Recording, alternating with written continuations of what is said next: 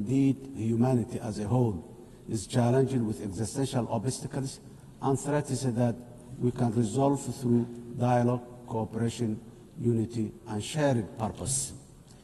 Yet, instead of seeking to strengthen existing and future partnerships and enhancing social solidarity, to achieve this, we are in a world of adverse competition and increasing governance uncertainty, where we once strived to ask what's right under the international law. Today, we are witnessing the unapologetic rise of national might to settle disputes. This is a truly dark and dangerous path that threatens the hard-won, rules-based international order we collectively agreed on as UN member states. Excellencies, ladies and gentlemen, while we should be focused strategically on accomplishing the Sustainable Development Goals and leaving no one behind by 2030, the number of fragile states and populations living in poverty is increasing globally. Over 30 member states of the UN today, including my country, Somalia, are classified as a fragile, conflict-affected because of both conflict and social and institutional fragility. When you add the vulnerability stemming from climate change, this number is frightening higher. In addition to this, urbanization is rising at the fastest rate in the human history because of conflict, climate, and lack of economic opportunities in rural communities. Furthermore, food insecurity remains a persistent, deadly challenge affecting billions. According to the World Food Programme, 319 million people are facing acute hunger in 67 countries today. These stark and startling facts must give us all pause for reflection and thought. If we as a community of nations are serious about achieving common progress and prosperity for all, as envisioned in the Sustainable Development Goals, we must redouble efforts to strengthen multilateralism, solidarity, and shared action for all our people and planet. Excellencies, ladies and gentlemen, Somalia, as a broad non-permanent member of the United Nations Security Council, is working tirelessly to promote the ideals and the values of peace, stability, and shared opportunities across the world.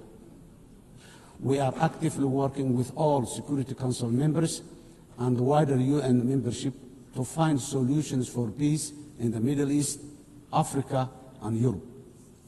Somalia remains deeply concerned by the continued suffering of the Palestinian people. The ongoing violence, displacement, and deprivation faced in the occupied territories, including Gaza, demand our collective conscience and urgent action. We call for an immediate and lasting ceasefire, unhindered humanitarian access, and renewed commitment towards the two-state solution as the only viable path for a just and lasting peace in the Middle East today.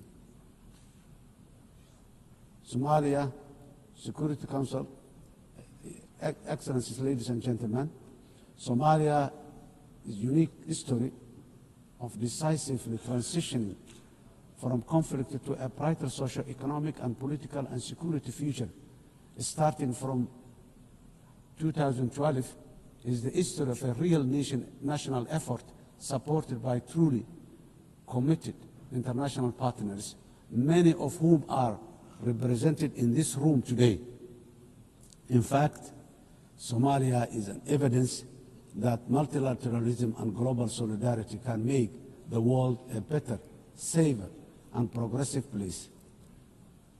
This lived experience is our own government's inspiration for a determinedly working for a more just, peaceful, and progressive world within the UN Security Council during our membership, because we know that we are truly better together. When we all work in unison at home, We are bravely fighting the last remaining pockets of international terrorism while building a strong and sustainable national security architecture. We are working closely with all our valuable international partners in defeating the violence, extremism, ideology, falsehoods, and illicit financial systems that facilitate global terrorism. As a result of our efforts in Somalia, our people and citizens across the world are safe today.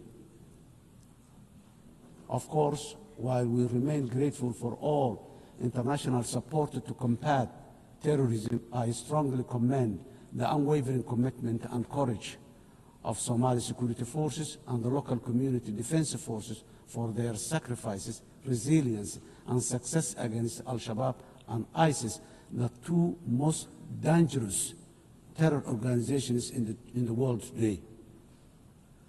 This will continue until we achieve complete victory and harmony in our country, our region, our continent, and the wider world. We must never give in to cowardly terrorists. Excellencies, ladies and gentlemen, our government has embarked on a historic journey to undertake universal suffrage elections in Somalia for the first time in 57 years. Somalia was Africa's first democratic nation in the 1960s, and we are proudly returning to that path of inclusive governance once again. Today, our national election registration process is ongoing, and more than 40 independent political associations have registered to participate in the upcoming elections. Our national experience is that nothing is better than a people-centered, a people-led, guided by the rule of law to build a unified and prosperous nation in our country. Financing development, the sustainable development goals are the blueprint for achieving dignity, justice, and equality through real investment in human capital, job creation, and social protection for the most vulnerable in all our communities. However, it was very clear from the fourth financing for development conference in Seville earlier this year that the financing gap between our ambitions and the reality are very far apart. Today, developing nations are facing the terrible shock of high debt burden, higher cost of sovereign borrowing, and expenditure on recurrent shocks, which is impossible to budget for annually. The traditional economic model of forecasting predictable expenditure supported by clear revenue streams is no longer this simple. Governments of the developing nations are also now subjected to real-time investment cuts in core developmental activities, including health, education, and basic infrastructure. This is because of realignment of the already dwindling development assistance they use to receive from the developing nations. This is not sustainable, and if we, as a community of nations, are to achieve collective developmental progress together. Excellencies, ladies and gentlemen, in Somalia, we are taking responsibility of our own economic development by building on the successes of our recent reform based on the debt relief.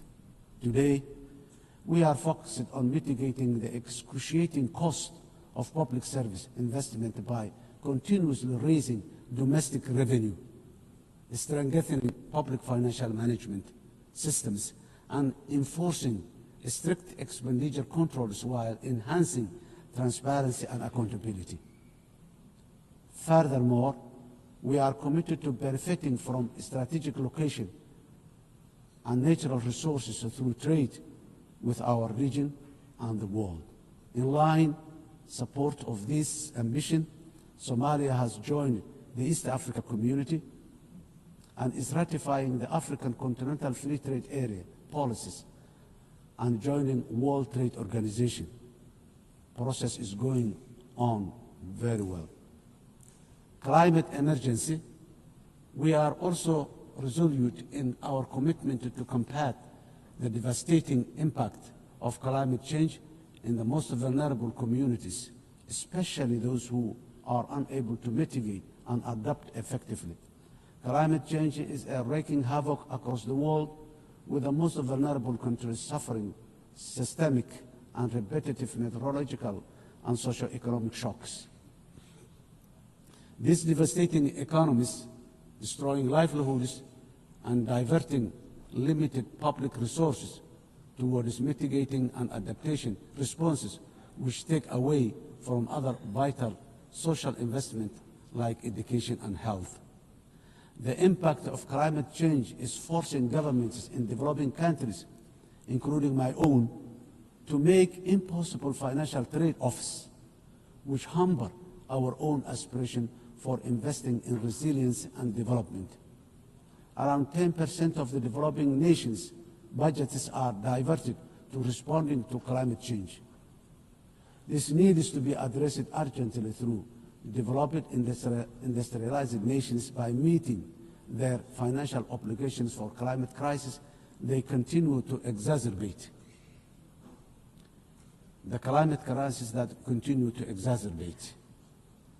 Excellencies, ladies and gentlemen, the resilient Somali people live with the climate crisis every day. For us, climate change is not an abstract. It is a horrible reality of disrupted and destroyed lives. Somalia's contributes almost nothing to global emission, yet we endure some of the harshest consequences. Droughts, floods, and rising seas erode livelihoods and displace families, threatening to undo the progress we are making towards peace and development. As a government, we understand that addressing the adverse impact of climate change is a global public good that requires strong partnership and genuine burden sharing. On our part, Somalia has adopted the national climate change policy, updated our national determined contribution, and is preparing its first biennial transparency report. We are also developing a robust national climate finance strategy to guide how we mobilize and manage resources to address the challenge. To ensure these resources are used effectively, we have established the National Climate Fund, a dedicated institution to channel climate financing transparently and directly to the communities on the ground, to the communities on the ground. We are restoring degraded lands, strengthening water security, and piloting nature-based solutions that protect both people and ecosystems. Despite our efforts, accessing climate finance remains too slow and complex. As our government strengthens its domestic revenue capacity and initiates the process for pre-arranging disaster risk financing, we call for financial support that is accessible, affordable, predictable, and just from the international financing institutions and capital markets. Nations on the front line, like Somalia, cannot be left to face this crisis alone, unsupported by the dominant global financial architecture, which is not fit for the purpose in this age of great challenge.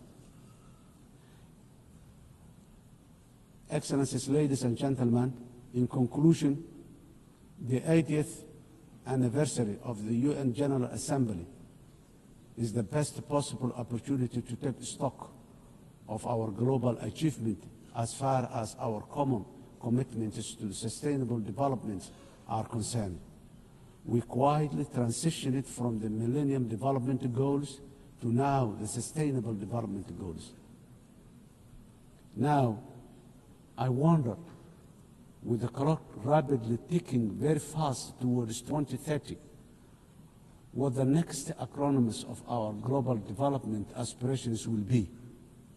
For us, being better together means common ownership, common responsibility, and genuine power sharing on the global achievement of sustainable development through investment in a resilient and fair future for all. I thank you.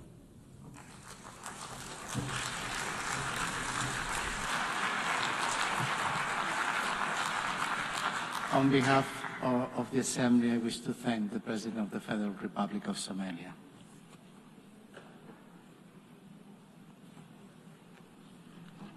And now the Assembly will hear an address of His Excellency Jakob Mitovic, President of Montenegro. I request protocol to escort His Excellency and invite him to address the Assembly.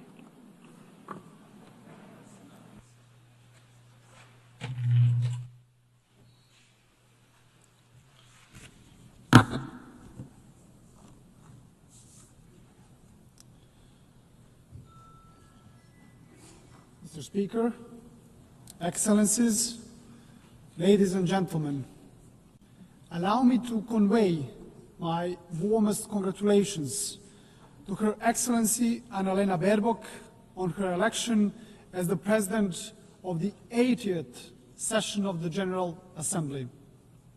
This election is both historic and inspiring, as she is only the 5th woman entrusted with this very high responsibility. We recall Vijaya Lakshmi Pandit from India, who spoke with the voice of a liberated Asia. Angie Brooks, a Liberian diplomat and a judge who championed the rights of small states and women in Africa. Haya Rashid Al Khalifa from Bahrain, who brought a message of dialogue and international law from the heart of the Middle East. And Maria Fernanda Espinosa from Ecuador, who raised her voice for climate action and indigenous people of Latin America. And each of them left a mark of their time. So this election gives Europe the opportunity to embody the principles of the unwavering defense of human rights and multilateralism. Dear colleagues, this year, as we commemorate 80 years since the founding of the United Nations, we reflect on the remarkable journey of this great organization that was created as a mission of global peace. Born from the ashes of the Second World War, the United Nations emerged as a beacon of hope for humanity.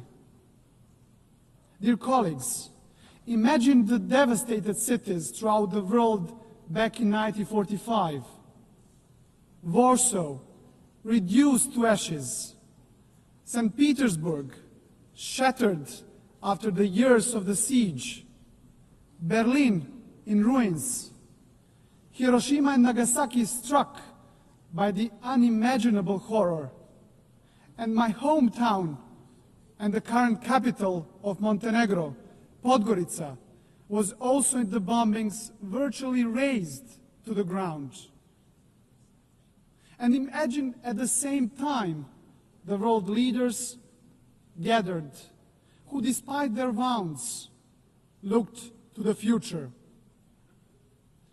And at that very moment, when the trenches between nations still existed and the graves of the loved ones were still fresh, the Organization of the United Nations was born.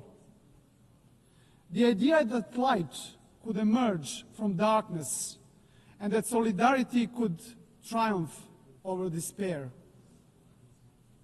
Despite the unprecedented destruction, the idea of peace and unity triumphed over division and hostility.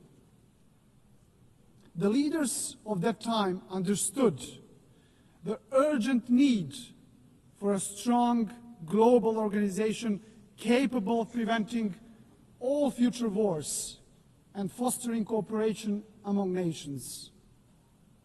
As part of the former Yugoslavia, Montenegro was among the founding nations of the United Nations. We have so far established an international system that promotes peace, upholds rules-based global order, safeguards human rights, and fosters sustainable development. Dear colleagues, without the United Nations, much of our collective progress would have remained just a distant dream. Yet, even after 8 decades, we must also acknowledge a sobering truth. The absence of the World War has not always meant the presence of genuine peace and prosperity in the world. Today, multilateralism is being tested like never before, and our world is confronted with devastating conflicts, rising polarization, grave human rights violations, deep economic inequalities, and the corrosive spread of disinformation. Those challenges remind us of one essential fact. We cannot afford the marginalization of the United Nations, nor the silencing of the international law. Dear colleagues, now more than ever, we need to renew our commitment to the founding principles of the UN Charter. And despite its imperfections, the United Nations remains the only global organization where every nation has a seat and a voice, and where international law remains the basis for international legitimacy. And that makes the United Nations indispensable. Ladies and gentlemen, since regaining our independence back in 2006, Montenegro worked hand in hand with the United Nations to advance reforms in sustainable development, human rights and good governance, and in line with our European Union membership aspirations. Next year, we will proudly mark 2 decades of regaining our independence, as well as 2 decades of our UN membership. So over the past 20 years, Montenegro has evolved into a modern democracy. This transformation is also reflected in our economy, which has grown steadily, driven by key sectors such as tourism and energy. Our resilience has been tested by many global crises. Yet, Montenegro remains firmly committed to building a knowledge-based economy that fosters sustainable development and contributes to regional stability and regional prosperity. Montenegro's commitment to the United Nations and multilateralism remains a cornerstone of our foreign policy, fully in harmony with our European and Euro-Atlantic paths, and our dedication to good neighborly relations and regional cooperation. With NATO membership as the pillar of our security, our strategic focus is now on joining the European Union by 2028. It's an ambitious goal, dear colleagues, yet one that is now firmly within our reach. And as the most advanced EU candidate country, Montenegro remains steadfast in implementing structural reforms and fully aligned with the European Union's common foreign and security policy. We are convinced that the EU integration is a catalyst for lasting progress, stability, and ultimately security of the European continent. And in this process, Montenegro is not only a beneficiary, but also a contributor, demonstrating that enlargement strengthens the European Union as much as it strengthens the candidate countries. Your Excellencies, to strengthen multilateralism, we also must confront its weaknesses. The Security Council is increasingly paralyzed and unable to fulfill its mandate as the primary guardian of peace and security. The latest example is the war in Ukraine, which has brought unimaginable suffering to the people of Ukraine. And Montenegro welcomes recent diplomatic efforts of the international community led by the United States aimed at achieving a just and lasting peace. And we sincerely hope that these efforts will succeed.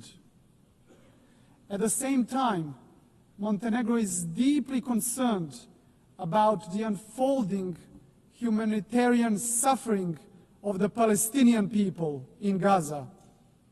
And we call for an immediate ceasefire.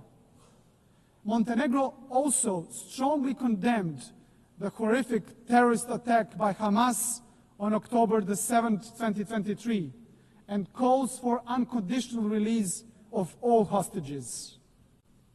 Montenegro has consistently supported a peaceful resolution of the Israeli-Palestinian conflict based on the two-state solution in full accordance with international law and relevant United Nations resolutions. And this is why we also endorsed the New York Declaration on the peaceful settlement of the question of Palestine and the implementation of the two-state solution. Dear colleagues, dear delegates, Montenegro fully supports the implementation of the UN Pact for the Future as well as the Seville Compromise, a renewed global commitment for financing sustainable development as important steps in strengthening our collective capacity to respond to global challenges. And we also believe that the upcoming second World Summit for Social Development must move decisively beyond reflection and analysis and deliver concrete, tangible solutions that will improve lives of people across the globe. Ladies and gentlemen, back in 1991, Montenegro proudly became the world's first ecological state, a milestone that proclaimed our commitment to the highest principles of environmental protection, the preservation of nature, and the pursuit of sustainable development. UN Agenda 2030 remains our guiding light for sustainable development, and Montenegro takes pride in being among the first countries in the world to integrate all the SDGs into its national framework almost a decade ago. A further important step in advancing the implementation of the 2030 Agenda was the creation of the SDG Acceleration Fund, a powerful mechanism for financing SDG goals. Ladies and gentlemen, for Montenegro, the priority is clear, which is to create conditions that will enable our young people to build their future at home, offering them equal opportunities to thrive.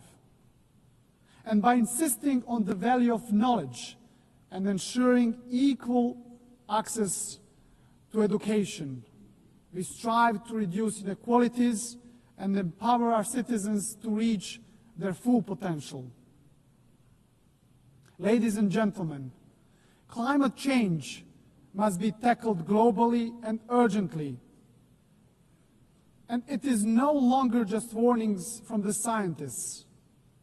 It is floods that swallow villages and cities, fires that destroy forests, fields, and homes, and delaying a more decisive action on the international scale means gambling with the lives of those who live today, but also of the future generations. Dear colleagues, rapid technological change, and particularly the rise of the artificial intelligence, must be harnessed in a safe, responsible, and inclusive manner. Technology should be an evolutionary gift to humanity, developed, founded, and guided with social responsibility, serving the greater good. Ladies and gentlemen, globally, human rights and fundamental freedoms continue to face serious challenges. And while significant progress has been achieved in advancing women's rights since the adoption of the Beijing Declaration, much remains to be done. In this regard, Montenegro is fully committed to gender equality. We have harmonized national policies with the best international standards, strengthened our institutions dedicated to the protection of women's rights, and promoted women's leadership in all spheres of our society.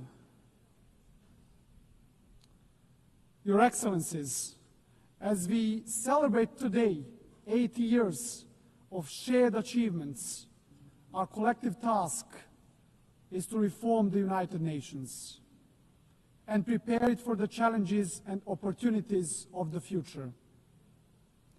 Criticism of the UN reflects not just on the organization itself, but on all of us as member states. For it is we who have created it, who guide it, and who bear responsibility to strengthen it. This is why Montenegro strongly supports the Secretary General's reform initiative, UN 80. It must not be seen as a mere bureaucratic exercise, but embraced as a commitment, a solemn commitment that the United Nations of tomorrow will be more agile and more efficient. And at the heart of these efforts must remain the UN's three key pillars: peace and security, sustainable development, and human rights, as the bedrock of all United Nations action. To conclude, dear friends, Montenegro is firm in its conviction that the United Nations must remain the cornerstone of peace, international law must prevail over force, and the rule-based order must be further strengthened. For without these principles, there can be no trust among nations, no true security, and no hope for a just and lasting peace in the world.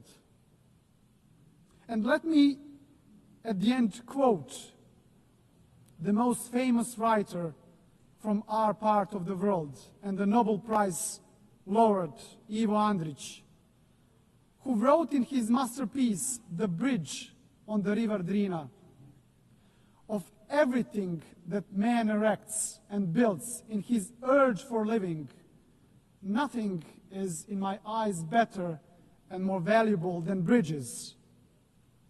They are more important than houses, more sacred than temples, for they belong to all and are equal for everyone."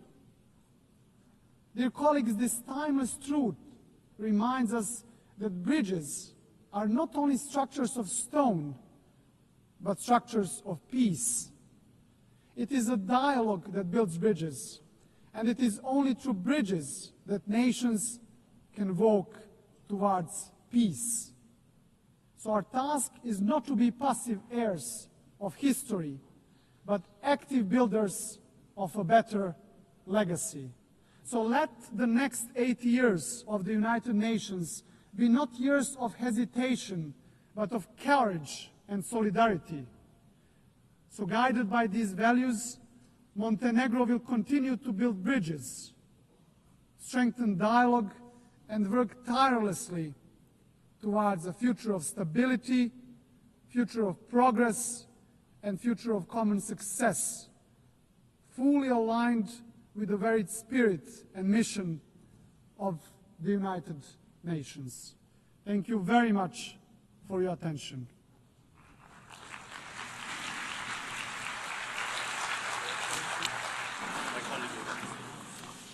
On behalf of the Assembly, I wish to thank the President of Montenegro.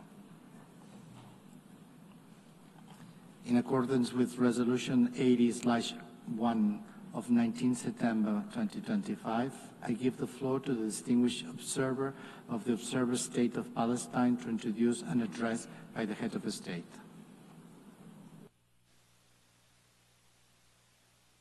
In the name of God the Merciful, the Compassionate, Her Excellency Annalena Baerbock, President of the General Assembly, His Excellency Antonio Guterres, Secretary General of the United Nations, Your Excellencies, Highnesses, and Heads of Delegations, may the mercy and blessings of God be upon you. I speak to you today after almost 2 years in which our Palestinian people in the Gaza Strip have been facing a war of genocide, destruction, starvation, and displacement waged by the Israeli occupation forces, in which they killed and injured more than 220,000 Palestinians, the majority of whom are unarmed children, women, and the elderly. A war in which they displaced hundreds of thousands and prevented the entry of food and medical supplies and caused the starvation of 2 million Palestinians. They imposed a stifling siege on an entire people and destroyed more than 80% of homes, schools, hospitals, churches, mosques, facilities, and infrastructure. What Israel is carrying out is not merely an aggression. It is a war crime and a crime against humanity that is both documented and monitored, and it will be recorded in history books and the pages of international conscience as one of the most horrific chapters of humanitarian tragedy in the 20th and 21st centuries.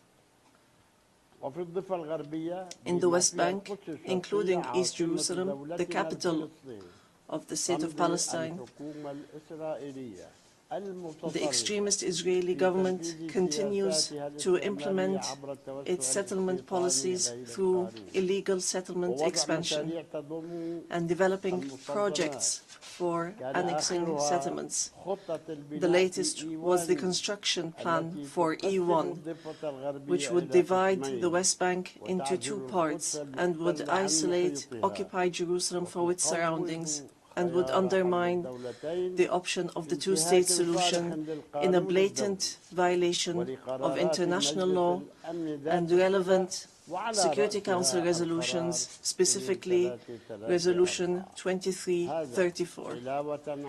Furthermore, the Israeli Prime Minister announced a plan for what he calls Greater Israel, which we reject and completely deplore, and which involves expanding into sovereign Arab states. In addition to the brutal attack against the sisterly state of Qatar, which we condemn and see as an escalation that is grave and a blatant violation of international law, which requires a decisive intervention and deterring procedures and measures for such expansionary plans.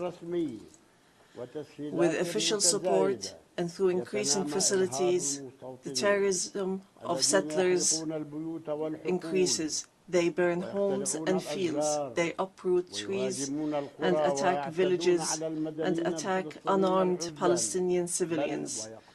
In fact, they killed them in broad daylight under the protection of the Israeli occupation army. Furthermore,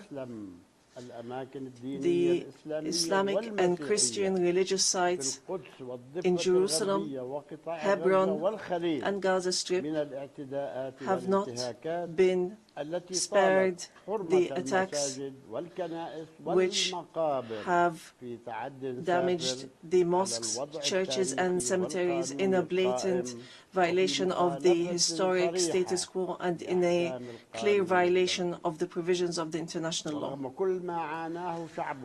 Despite all what our people have suffered, we reject what Hamas carried out on the 7th of October. These actions that targeted Israeli civilians and took them hostages, because these actions do not represent the Palestinian people, nor do they represent their just struggle for freedom and independence. We have affirmed, and we will continue to affirm, that the Gaza Strip is an integral part of the state of Palestine, and that we are ready to bear full responsibility for governance and security there. Hamas will not have a role to play in governance. Hamas and other factions will have to hand over their weapons to the Palestinian National Authority as part of a process to build the institutions of one state, one law, and one legal security forces. We reiterate that we do not want an armed state. Ladies and gentlemen, our wounds are deep and our calamity is great. 7 million Palestinians are still living the tragedies of the Nakba and displacement since 1948.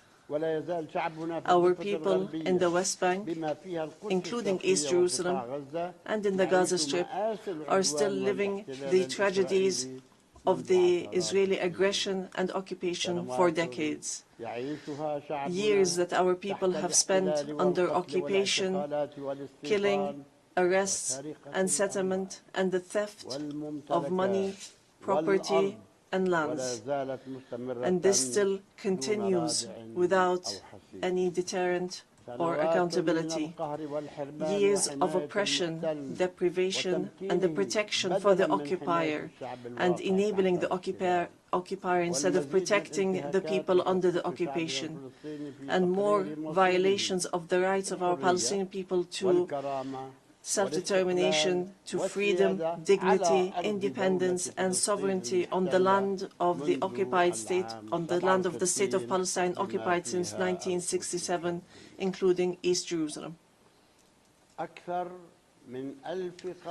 More than 1,000 resolutions at the United Nations, not one of them was implemented. There have been many efforts, many international initiatives without reaching an end to this tragic situation that the Palestinian people are living under the yoke of occupation.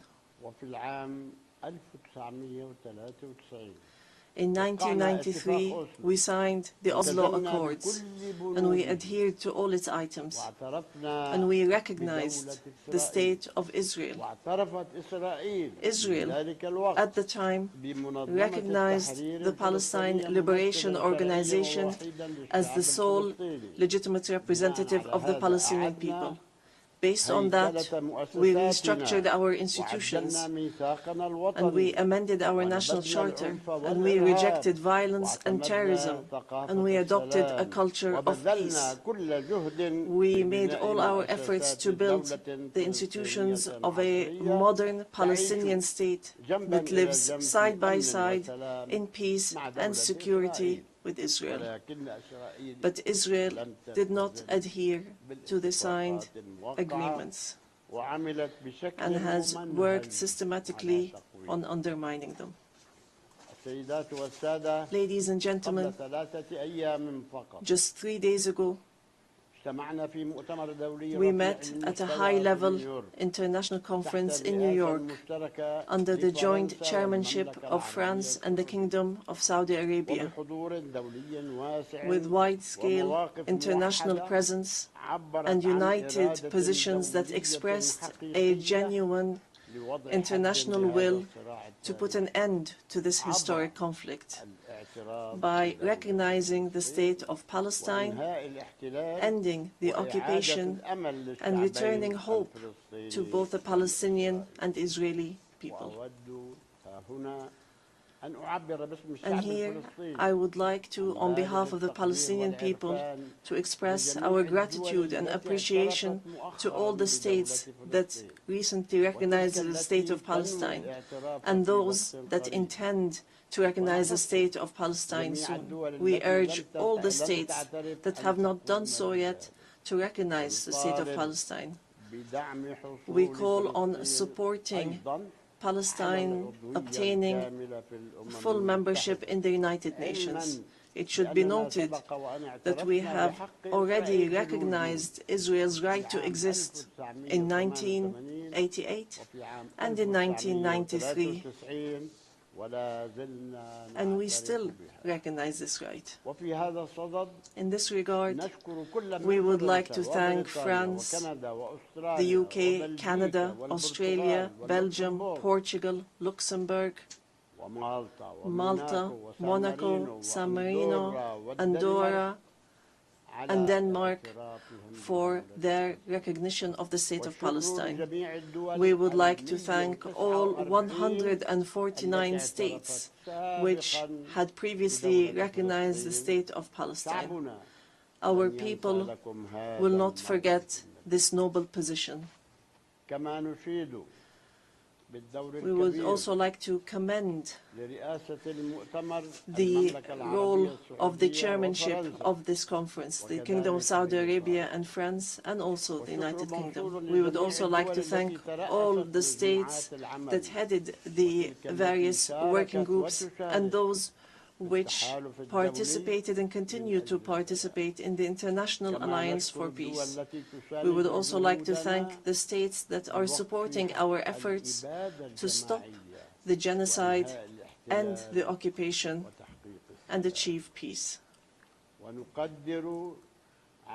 We highly appreciate all the peoples and organizations around the world who protested in support of the rights of the Palestinian people to freedom and independence and to stop the war, destruction and starvation. We reject confusing the solidarity with the Palestinian cause and the issue of anti-Semitism, which is something that we reject based on our values and principles. Within the framework of welcoming the outcomes of the International Conference for Peace, we reiterate today before the General Assembly the following points. First, the need for an immediate and permanent end to the war in Gaza. Second, the entry without conditions of humanitarian aid through United Nations organizations, including the UNRWA, and to stop using starvation as a weapon. And here we would like to thank the brotherly and friendly states and organizations that have been sending aid. Third, the release of all hostages and prisoners on both sides. Fourth, the complete withdrawal of the occupation from the Gaza Strip and the rejection of the plans for displacement and putting an end to settlement, the terrorism of settlers, and the theft of Palestinian lands and property under the headline of annexation, and stopping the aggression against the status quo in holy sites. These are all unilateral actions that undermine the two-state solution in Gaza, the West Bank, and Jerusalem. Fifth, the state of Palestine should take their full responsibility, starting with the Administrative Committee for the Gaza Strip, which is chaired by a minister in the Palestinian government to manage the affairs of the Gaza Strip for a temporary period, and then to connect that with the West Bank, all through Arab and international support and with Arab and international presence to protect civilians in Gaza and support the Palestinian forces under the umbrella of the United Nations rather than being a replacement. Sixth, to guarantee that the residents of the Gaza Strip remain on their lands without displacement, and to implement a recovery and reconstruction plan in both the Gaza Strip and the West Bank. Seventh, releasing the Palestinian tax money that is being held by the State of Israel unjustly, and lifting the economic siege and the barriers from the Palestinian cities, villages, and refugee camps. Eighth, supporting our national efforts towards reform and conducting presidential and parliamentary elections within a year after the end of the war. The practical procedures has begun. A committee has been assigned to draft a temporary constitution, and it will end its work within 3 months, so that we move from authority to state. We want a modern and democratic state that abides by international law, the rule of law, and multilateralism, and the peaceful transition of power. And we are extremely keen to empower women and the youth. Ninth, we declare that we are ready to work with US President Donald Trump and with the Kingdom of Saudi Arabia and France, the United Nations, and all partners to implement the peace plan that was approved in the conference that was held on the 22nd of September, in a way that would lead towards a just peace and regional cooperation. Ladies and gentlemen, today we say clearly, peace cannot be achieved if justice is not achieved, and there can be no justice if Palestine is not freed. We want to live in freedom, security, and peace like all other people on earth, in an independent, sovereign state on the borders of 1967, with East Jerusalem as our capital, in security and peace with our neighbors. We want a modern civilian state that is free of violence, weapons, and extremism, one that respects law, human rights, and invests in people, development, technology, and education, not in wars and conflict. The time has come for the international community to do right by the Palestinian people, so that they may obtain their legitimate rights to be rid of the occupation and to not remain a hostage to the temperament of Israeli politics, which denies our rights and continue in their injustice, oppression, and aggression. We are continuing to move forward, and we will continue our peaceful, legal, and diplomatic fight to obtain our rights. In conclusion, we say to our sons and daughters in the homeland, in the exile, and in the diaspora, no matter how much our wounds bleed, and no matter how long the suffering lasts, it will not break our will to live and survive. The dawn of freedom will emerge, and the flag of Palestine will fly high in our skies as a symbol of dignity, steadfastness, and being free from the yoke of occupation. Palestine is ours. Jerusalem is the jewel of our heart and our eternal capital. We will not leave our homeland. We will not leave our lands. Our people will remain rooted like the olive trees, firm as the rocks. We will rise from under the rubble to rebuild and to send from our blessed and holy land messages of hope and the sound of truth and right, and build the bridges of just peace for the people of our region and the entire world. May the peace and mercy and blessings of God be upon you.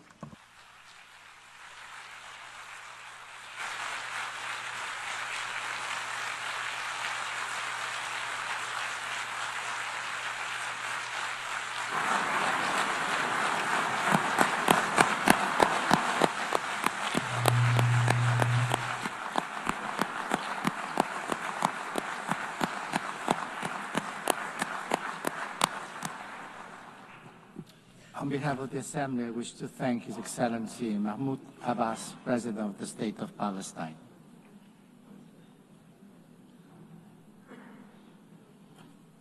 The Assembly will hear an address now by His Excellency Rashad Mohammed Al-Alimi, President of the Presidential Leadership Council of the Republic of Yemen. I request protocol to escort His Excellency and invite him to address the Assembly.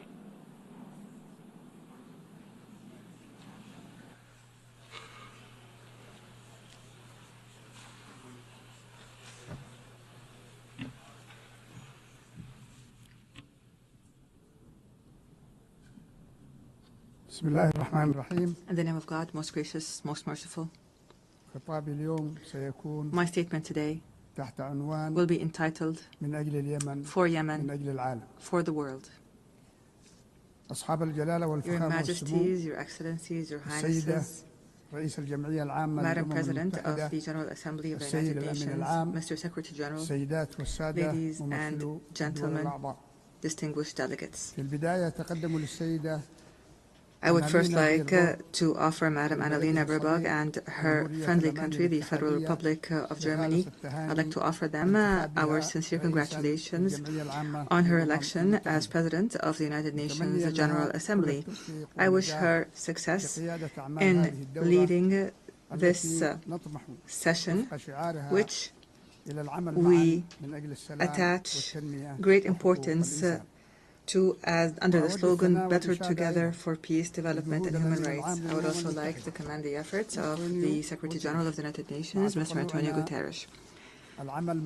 We look forward to working with these two leaders of the United Nations to champion peace and human rights in Yemen and to offer protection to the relief staff that have been kidnapped by the terrorist Houthi militias that are backed by the Iranian regime.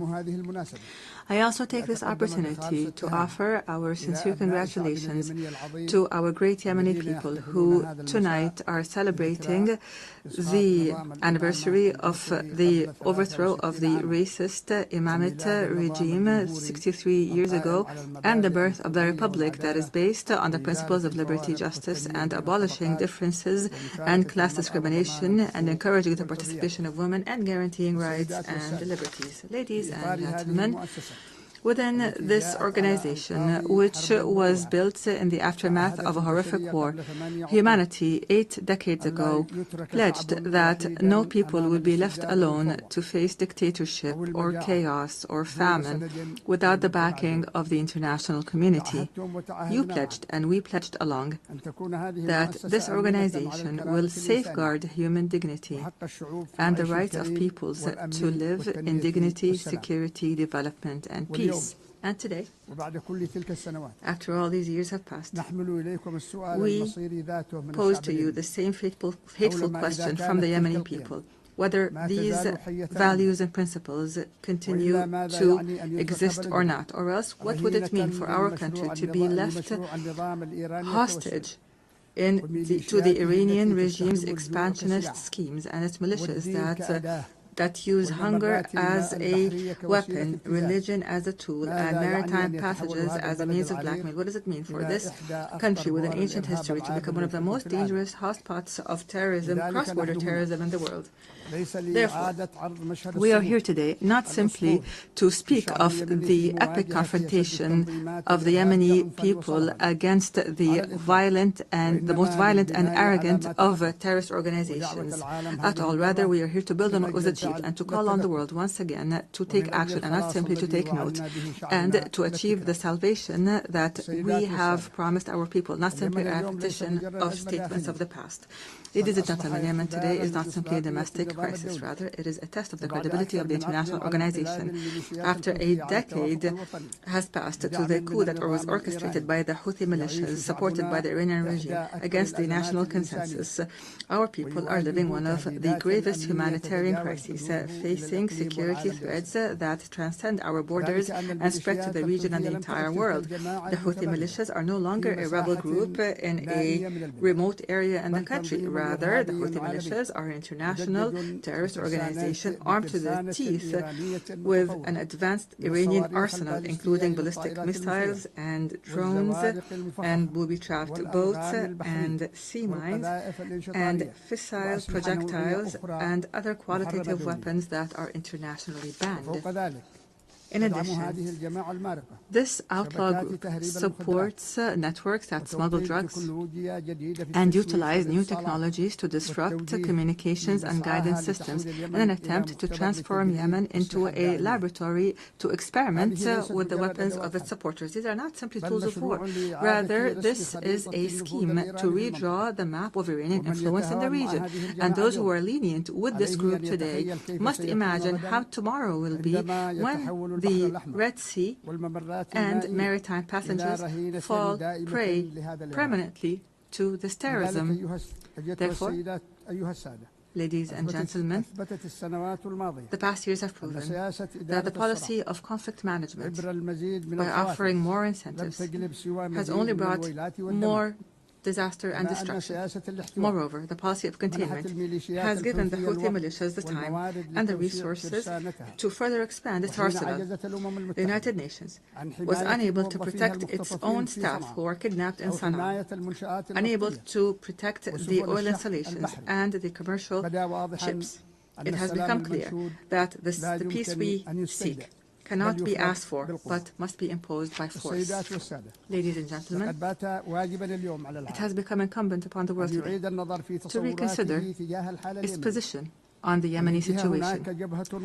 On the one side, there is a widespread national front that believes in international legitimacy and adopts the values of partnership and democracy and maintains local diversity and popular participation and works on building the institutions of the state.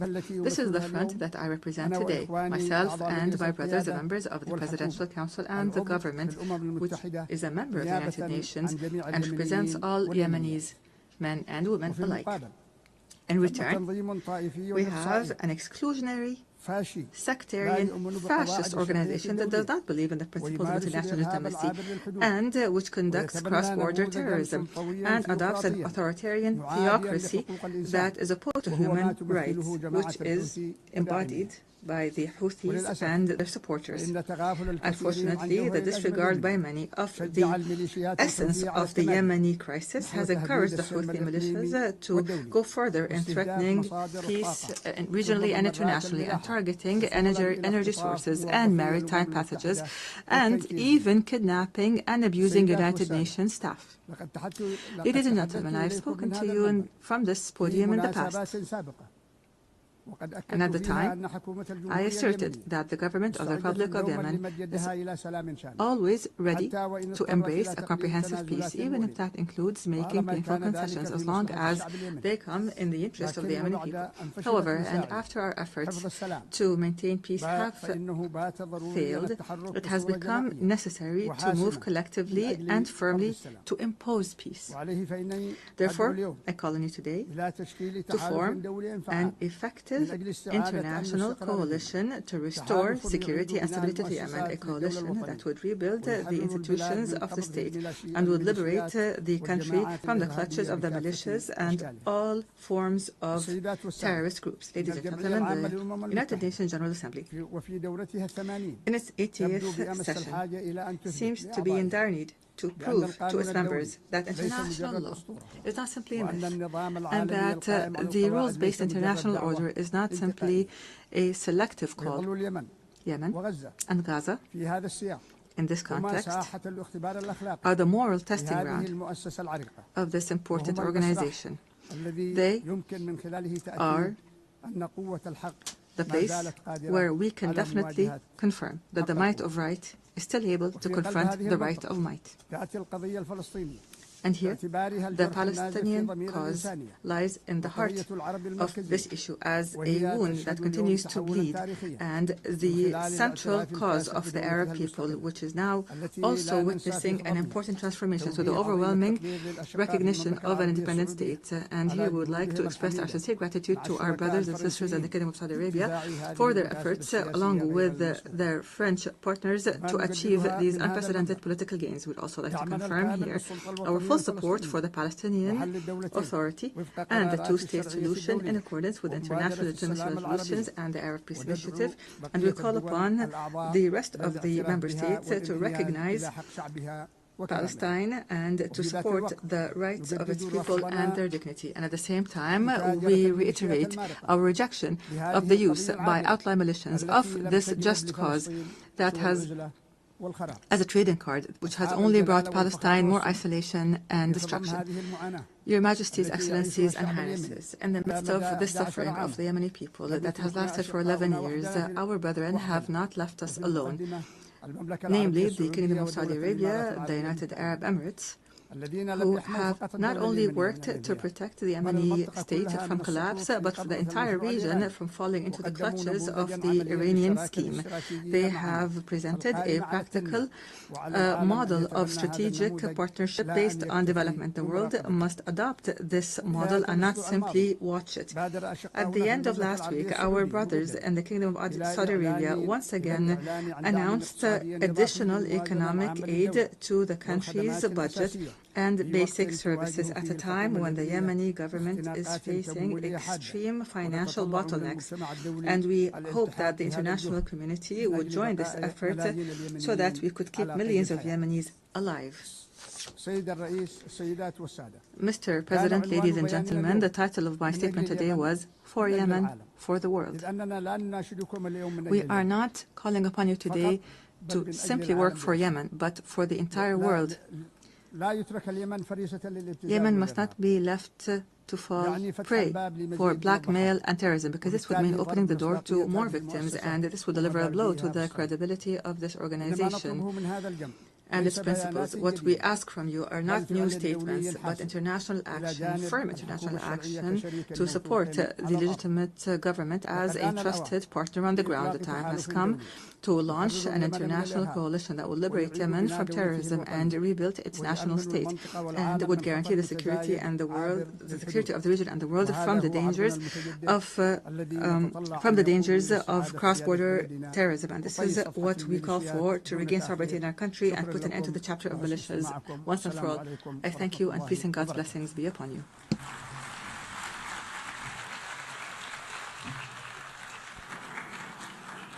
On behalf of the Assembly, I wish to thank the President of the Presidential Leadership Council of the Republic of Yemen.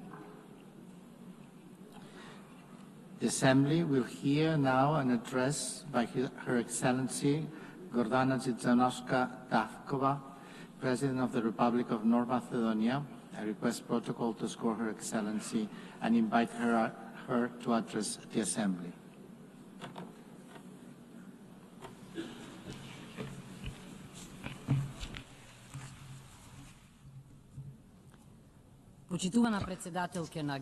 Honorable Member President of the United Nations General Assembly, Annalena Baerbock, Distinguished Secretary General of the United Nations, Mr. Guterres, esteemed Excellencies, ladies and gentlemen.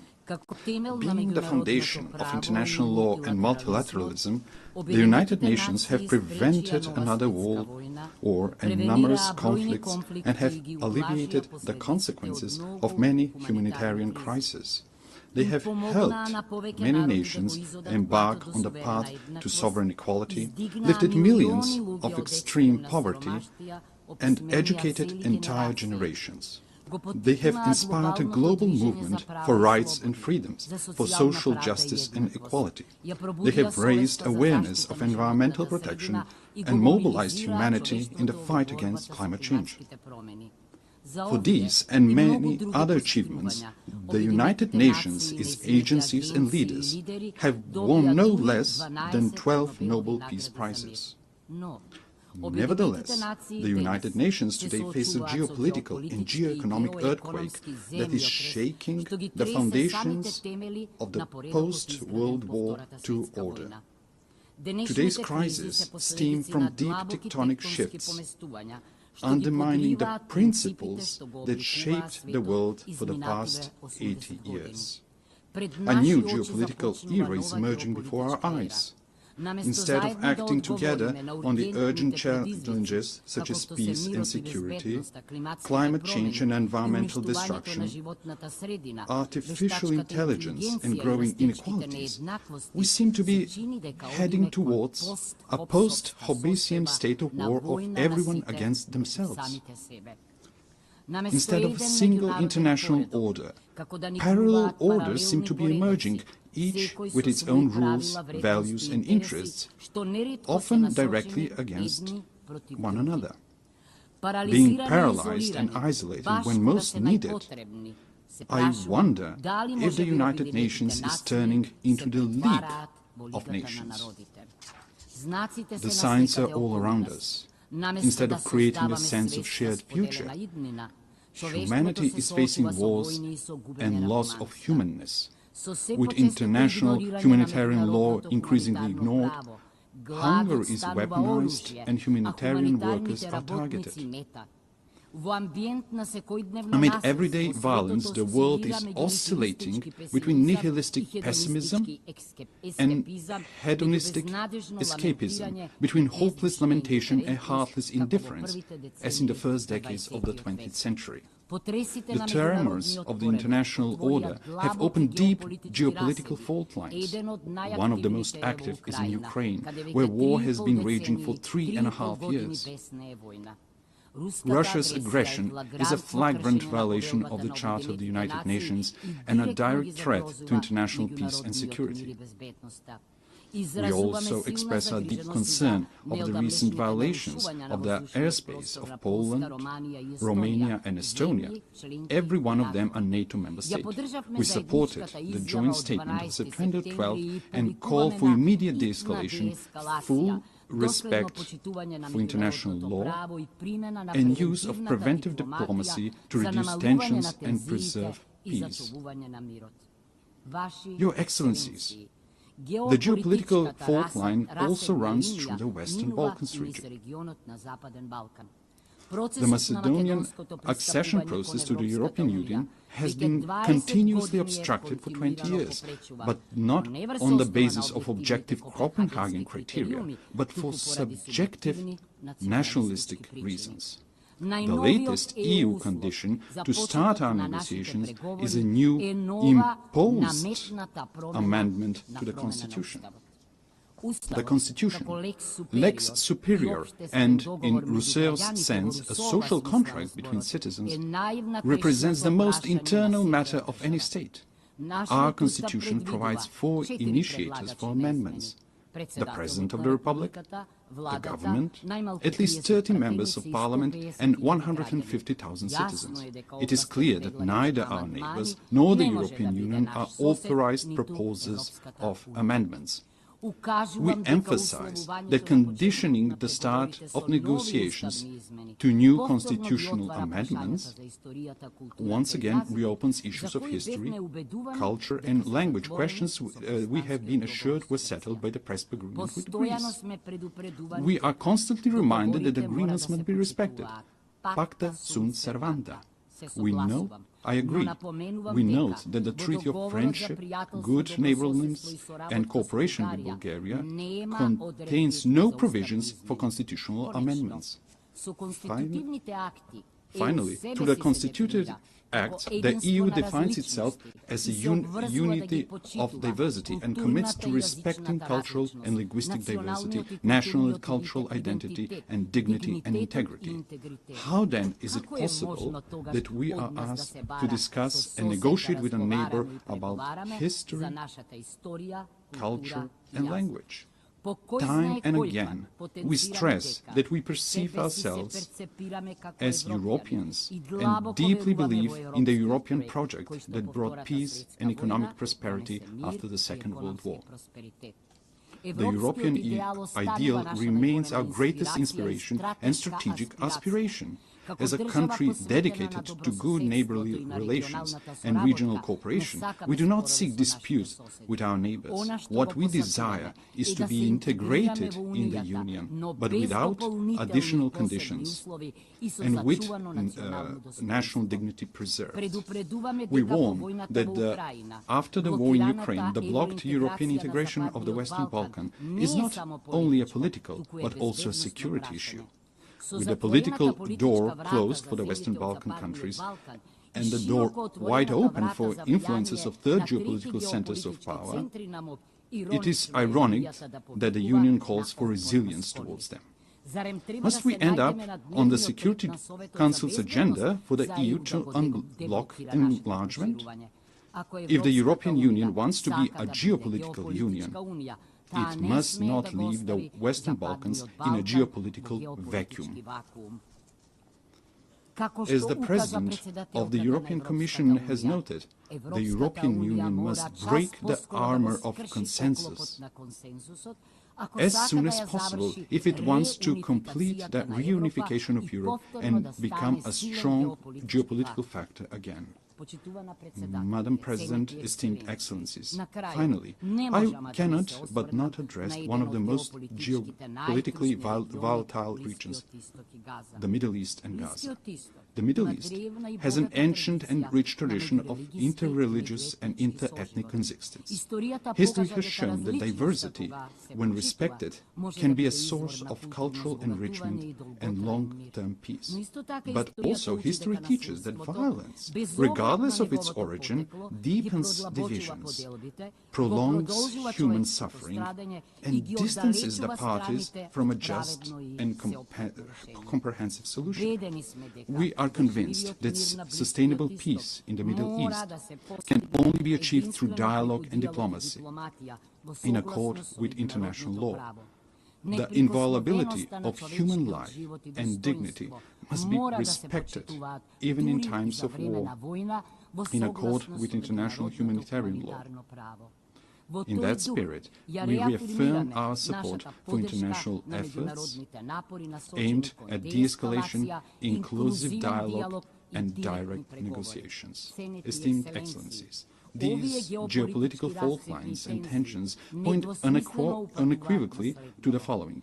Without multilateral institutions and procedures, without international law and principles that would tame the strong and protect the weak, we will reenact the Thucydides Melian dialogue, with the strong doing what they can and the weak what they must.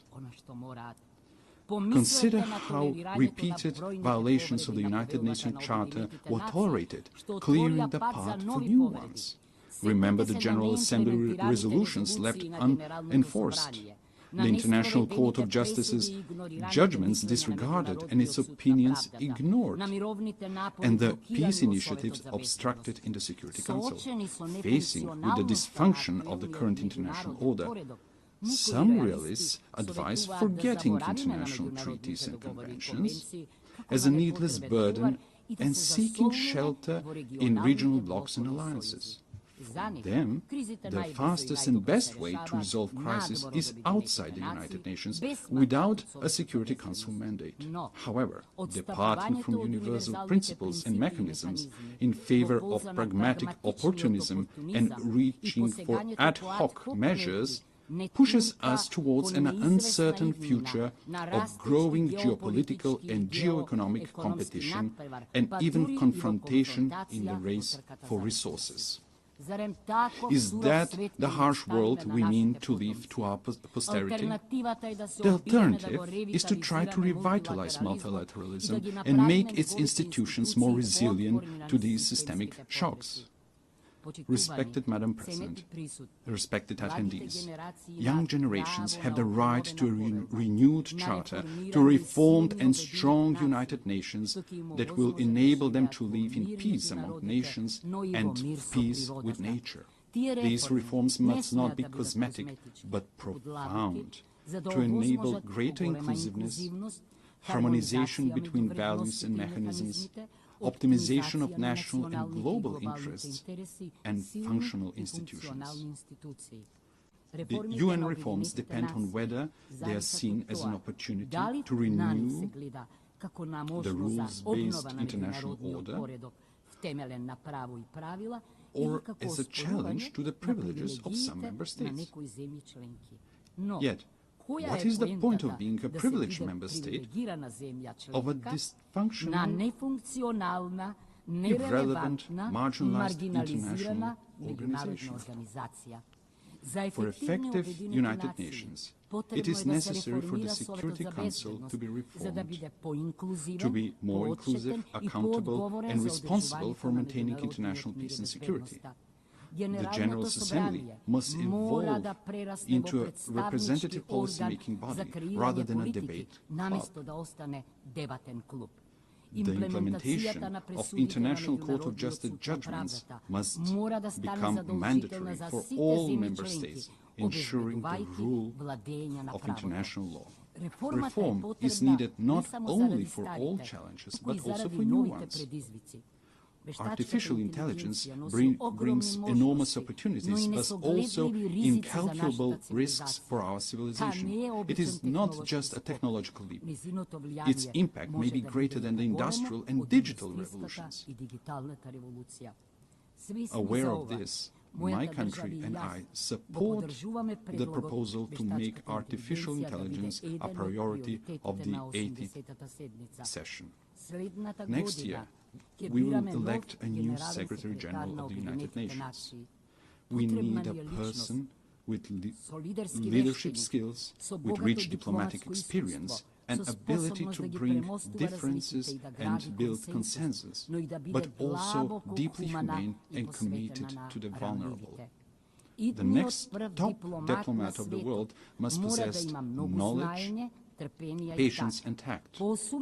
After 80 years, it is high time for a woman to be a Secretary General of the United Nations. In a world dominated by strong men, often with weapons, we need strong women with wisdom and empathy. I believe that women, who are, along with their children, are the greatest and most numerous victims of wars, have an inalienable right and obligation to prevent them. The anarchic international order is a threat to all, but especially to small states. It is natural for small and medium-sized states to be the greatest supporters of the United Nations reforms. Distinguished Excellencies, let me share with you what we are doing in this regard. We supported the adoption of the Pact for the Future as a new global social contract. Living in one of the most climate-vulnerable regions in the world, the Mediterranean, Macedonian citizens are already experiencing the consequences of the climate crisis, such as extreme weather conditions. That is why we supported the implementation of the Paris Agreement at COP29 in Baku.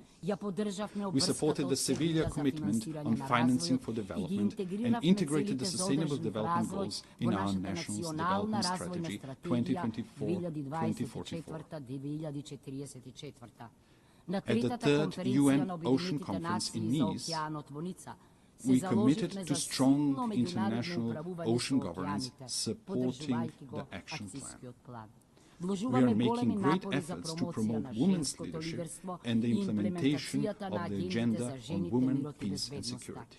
We signed the new 2026-2030 framework for cooperation with the United Nations to ensure inclusive social and human development, sustainable economies and decent work, resilient and green societies and ecosystems, the rule of law and good governance. Esteemed Excellencies, we are standing in front of a great test. Either we will guarantee an international order based on visionary principles, or we will rush towards a catastrophe of unimaginable proportions for humanity. Former Secretary General Dag Hammarskjöld reminded us that the United Nations was not created in order to bring us to heaven, but in order to save us from hell. We should recognize the United Nations for what it is, an admittedly imperfect but indispensable instrument of nations in working for peaceful evolution towards a more just and secure world order. Let's give them that chance. Thank you.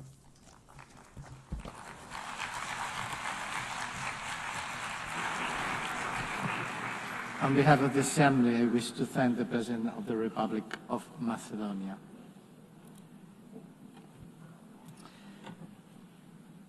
L'Assemblée va entendre l'allocution de son Excellence, Monsieur Anthony Frank Laurent Saint-Cyr, Président du Conseil présidentiel de transition de la République d'Haïti. J'ai pris le protocole de vouloir l'accompagner. Son Excellence, qui j'invite à prendre la parole devant l'Assemblée.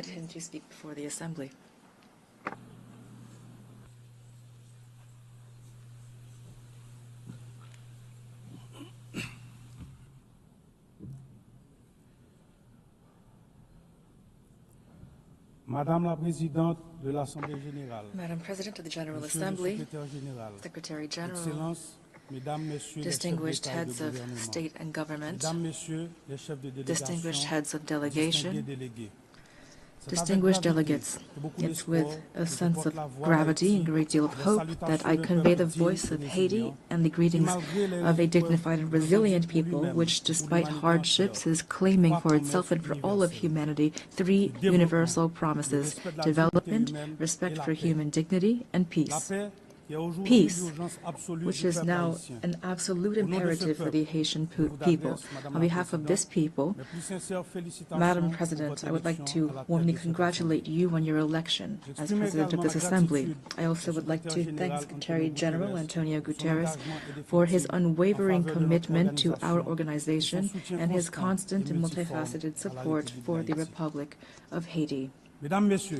Ladies and gentlemen, the theme of this session, Better Together, 80 Years and More for Peace, Development, and Human Rights, honors the outstanding work carried out over the past decades.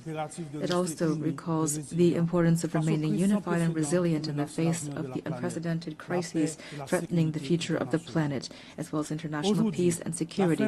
Today, hunger is threatening millions of lives. Armed conflicts are multiplying and extreme poverty is deepening, causing forced migrations that jeopardize international stability and that put the solidarity between nations to the test.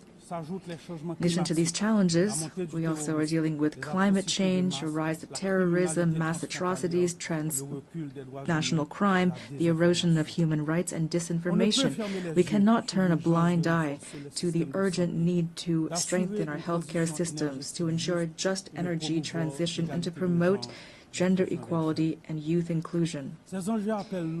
These issues require us, the world leaders, to shoulder our responsibility to build a UN that is better adapted to the challenges of today and the hopes of tomorrow. We must ensure that all of our actions, including technological breakthroughs such as artificial intelligence, foster peace, development, and human dignity. Ladies and gentlemen, just a 4-hour plane ride from here, a human tragedy is unfolding, one of the most devastating of our hemisphere.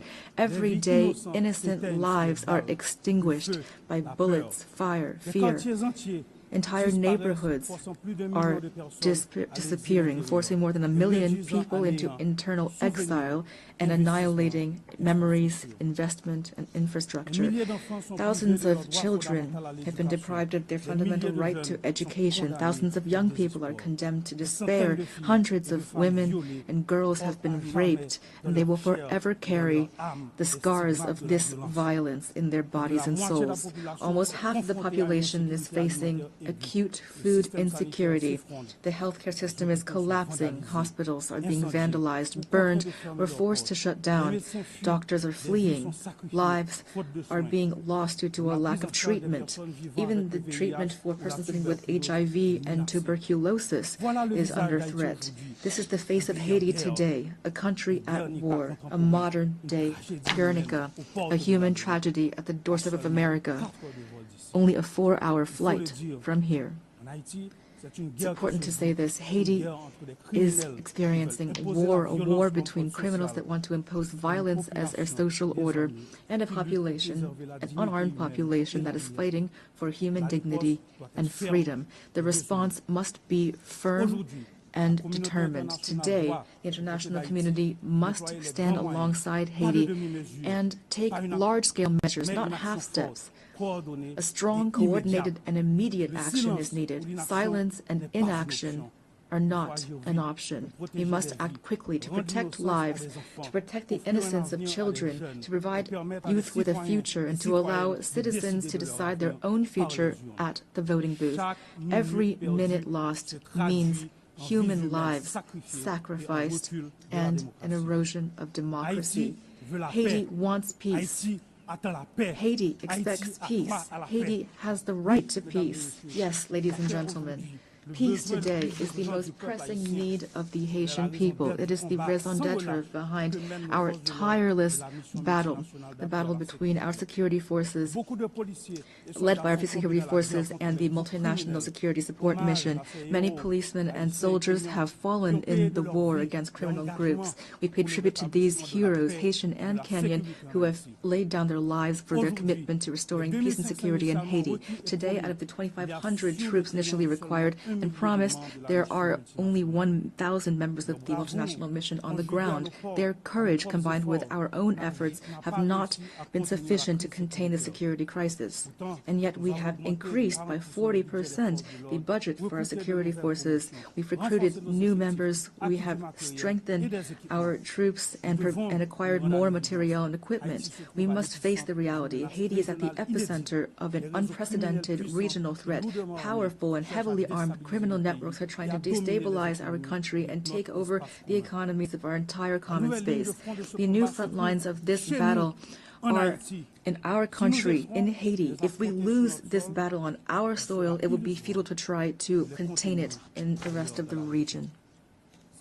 That is why we must show the same determination, the same resolve, and the same unity that we showed in the fight against terrorism. Haiti could never overcome this challenge single-handedly. Today, it is crucial to mobilize a strong force with a clear mandate and with adequate material, logistical, and financial resources. In this regard, the lessons of the MMS and recommendations of Haitian experts must be taken into account.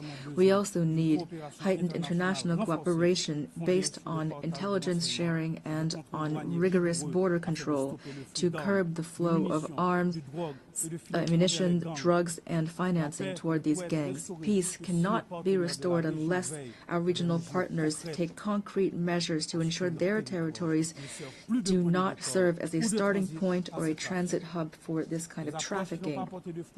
Approaches that failed yesterday will not save Haiti today. It is critical to listen to the voice of the Haitian people, to try new solutions that are stronger and more adapted to the realities on the ground. In this regard, we fully support the efforts made to transform the multinational security support mission. We also call for solidarity from the entire international community, especially for the commitment of members of the Security Council for a vote in favor of the resolution establishing a gang suppression force. That is why I would like to express on behalf of the Haitian people my profound gratitude to the United States and to Panama for this initiative, the implementation of which will mark a turning point in our fight against insecurity, which is suffocating our nation. I thank the administration of President Trump for the efforts made to provide support and resources in our common fight against the gangs, these enemies that are threatening both Haiti and the entire region. Today, the complexity of the Haitian crisis cannot serve as a pretext for endless talk, for drawn-out negotiations, or for stalemates caused by geopolitical considerations. Every day that we hesitate, criminal groups benefit. We urgently need to be proactive, to transcend divisions, to act together, to promote the values that bring us together, peace and human dignity. Haiti would welcome the holding of a high-level meeting to overcome obstacles and to make tangible progress. In this regard, we welcome the countries of the region and thank them for their constant support, especially through declarations in various regional organizations, including the Organization of American States and CARICOM. We appreciate their support and advocacy with partners from the Security Council for a real solution to the security crisis in Haiti.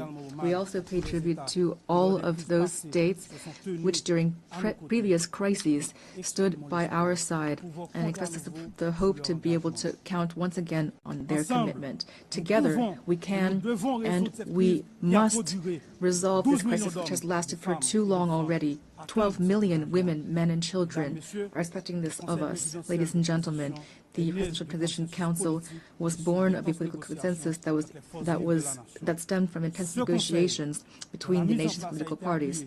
This council, which was supported by various international partners and facilitated by leaders of CARICOM, has a clear agenda which centers on holding free and credible elections. I repeat, free and credible elections. Despite the many challenges caused by the security crisis, the electoral process, for which the PTC and the government have shown real political will, has made real headway. The Electoral Council, Provisional Electoral Council, has already identified more than 85% of the voting centers, mobilized more than 70% of the elections personnel, and national financing to the tune of $65 million is guaranteed. The Presidential Transition Council is working closely with the MMS, the OAS, CARICOM, and BNU to ensure free, transparent, and inclusive elections reflecting the sovereign will of the Haitian people and guaranteeing the full and effective participation of young people, women, people with disabilities, and marginalized groups. To ensure productive political cooperation, constant efforts are being made and will continue to expand dialogue with the various political parties to strengthen consensus and to prevent a power vacuum which would be fatal for democracy and stability. The Haitian people must be able to choose its own leaders. The state wants credible elections. Our greatest challenge remains restoring security. The urgent and solemn call that we have once again issued to resolve the security crisis in Haiti must not be left to languish on paper nor be lost amid rhetoric and unkept promises. In Haiti, peace can no longer wait. Ladies and gentlemen, the transitional period does not allow us to launch all of the major federal reforms that the country needs, but the humanitarian crisis we are currently experiencing must be overcome. To this day, the Haitian state has provided 72% of emergency assistance for IDPs and is assisting families to relocate. We are profoundly grateful to our international partners that have assisted us in the humanitarian response, and we are keenly interested in the promising initiatives put forward by those which, like the Association of Caribbean States, have chosen to join our effort. But our strategy is not limited to immediate assistance. We must move from assistance to investment. To this end, the government is determined to develop two major economic hubs, the Great North and the Great South, based on strategic sectors such as agro-industry, textiles, renewable energy, tourism, and services. Haiti will continue to count on its key partners to weather this difficult period and to relaunch its economy. We call for their support through the establishment of concrete mechanisms such as the renewal of the Hope Help Law or launching urban renovation projects, which will allow us to create jobs, to put an end to the humanitarian impasse, and to reduce migration pressure on Haitians in the region. Ladies and gentlemen, 2025 marks the bicentennial of the order forcing Haiti to pay a ransom for recognizing its own independence. We call for reparations, not out of bitterness or vengefulness, but out of a desire for justice and truth. We delivered with satisfaction the statement by the French presidency recognizing the need to open spaces for dialogue and historic truth, as well as the resolution of June 5, 2025 of the French National Assembly recognizing the injustice of this ransom. Haiti has established a National Reparations and Restitution Committee. We call for this progress to be accompanied by concrete action. France, which is the cradle of human rights, today has the opportunity to write a new chapter in its history with Haiti by honoring the ideals of freedom, equality, and fraternity that unite us. Ladies and gentlemen, I must underscore the invaluable support provided by the Haitian diaspora throughout the world, who are often living in hardship. Whether in America, in Europe, in Africa, or elsewhere, the millions of Haitians living abroad contribute to the development of Haiti. We are undergoing a multidimensional crisis, and we call for the patience and understanding from our partners and friends so that our nationals are always treated with respect and dignity. Behind every migrant there is a face, a family, a history, and a contribution to be made to their new country of residence. Haiti reaffirms its commitment to dialogue and to bilateral cooperation in the spirit of neighborliness and mutual respect to identify balanced and long-term solutions to Haiti's problems. The safe and orderly circulation of goods and of people, especially through air transport, is crucial for a shared future and common prosperity. Ladies and gentlemen, the Haiti of tomorrow deserves peace and prosperity, a future based on an independent judiciary, universal education, affordable health care for all, and an economy that provides every citizen with the same chance at success.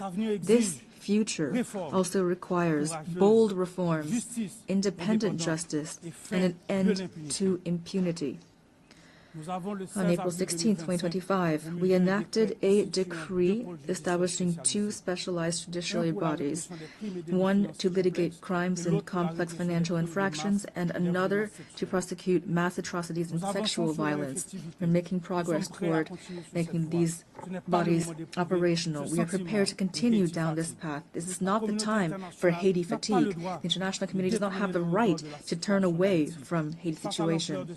In light of this crisis, silence would not be neutrality, it would be complicity.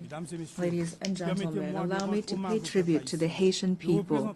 Representing them here is the greatest honor of my life. Beyond my functions as president of the Presidential Transition Council of Haiti, I am a real, active Haitian citizen with a profound love for my homeland, a land of freedom and dignity, a land of courage and talent. Haiti is not a nation that has given up. We are a great people, a people that stands together, men and women who have sacrificed for their homeland and for humanity.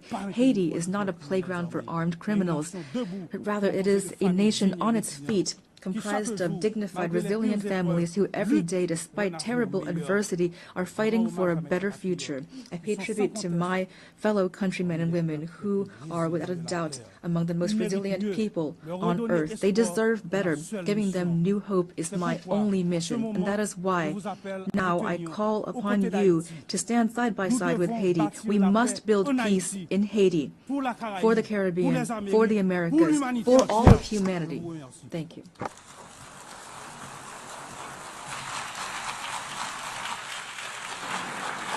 Au nom de l'Assemblée générale, je tiens à remercier le président du Conseil présidentiel de transition de la République d'Haïti. The Assembly will hear an address by His Excellency Mikhail Kabalashvili, President of Georgia. I request protocol to escort His Excellency and invite him to address the Assembly. I can see it here. Yeah.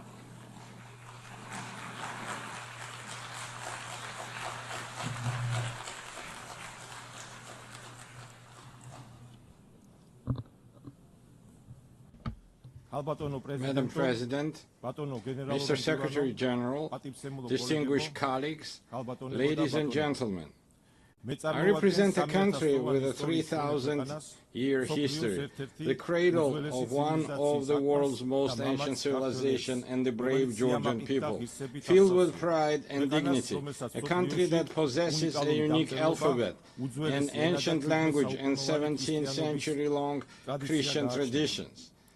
The history of Georgia is a continuous chronicle of our people's struggle for survival against invaders, through which we have miraculously managed to preserve our cultural identity, traditions, and national character.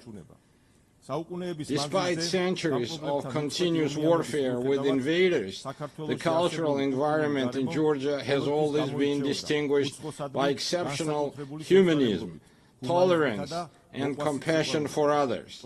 Tolerance, openness to others, harmonious coexistence and diversity form the cornerstone of our ancient culture, which is brilliantly reflected in Georgian polyphony, in our national traditions, and in the world-renowned Georgian epic Shota Rustaveli's The Knight in the Panther's Skin. Georgia is a place where throughout history, no human has ever been oppressed or persecuted on ethnic or religious grounds. Quite the opposite. We have always been known for our profound sense of justice. I represent the Georgian people, who know both the cost of war and the value of freedom and peace, a people who cherish their rich history and traditions, while at the same time facing with resolve the challenges that lie before our country. Amid a rapidly changing geopolitical landscape and unprecedented global challenges, such as ongoing conflicts, climate change, ideological polarization, cultural alienation, and war-driven humanitarian crisis, Georgia stands firmly as a guardian of dialogue, peace, stability, and sustainable development. Despite the many challenges surrounding us, we have managed to ensure the security of our people. The fundamental philosophy of the Georgian government remains to preserve peace, and no matter the cost, to spare our people from war. For the fourth year now, a horrific, bloody war has been raging in Ukraine, bringing catastrophic consequences and immense human suffering. Drawing on the bitter experience of the 2008 war, whose wounds have not yet healed for the Georgian people, we understand better than many the pain that the Ukrainian nation endures today. Now as before, Georgia expresses its firm and unwavering support for Ukrainian people. As we deeply understand the importance of peace, Georgia contributes to the transformation of the South Caucasus and strives to turn it from a zone of conflicts into a space of dialogue among civilizations and economic prosperity. We welcome President Donald Trump's peace initiative between Armenia and Azerbaijan, as well as his efforts to bring the bloody war between Russia and Ukraine to an end soon. Georgia has always supported and actively strived to establish sustainable and long-term peace in the South Caucasus, as well as to deepen trust and cooperation amongst its neighbors. For centuries, our country has been at crossroads of civilization and a space for dialogue among diverse cultures. Today, Georgia is reclaiming its historical role. Close relations with the countries of the South Caucasus and Central Asia, existing agreements with the European Union, and the Georgia's key position in the Middle Corridor, all give our country a special significance, both both within the region and across the Eurasian continent. Georgia is the shortest connecting route and natural bridge between Europe and Asia, the West and the East. Thanks to our geographical location and pragmatic foreign policy, Georgia is emerging as a multi-dimensional and multifunctional regional hub, both in terms of trade and energy transit. Georgia makes a significant contribution to the development of the Middle Corridor strategic route and does everything to ensure that the corridor becomes the fastest, most reliable and most stable connecting route between East and West. We are actively working with international investors, developing infrastructure and facilitating the creation of new energy transit routes, all of which ultimately enhance the connectivity between Asian and European markets. Within the framework of the Middle Corridor and its development, Georgia has launched strategically significant projects aimed at increasing the volume and intensity of rail, sea and air transportation. Among them, the railway modernization project has already been completed, while work is actively underway on the deep sea port in Anaklia, the new international airport in Tbilisi and the Black Sea submarine cable projects.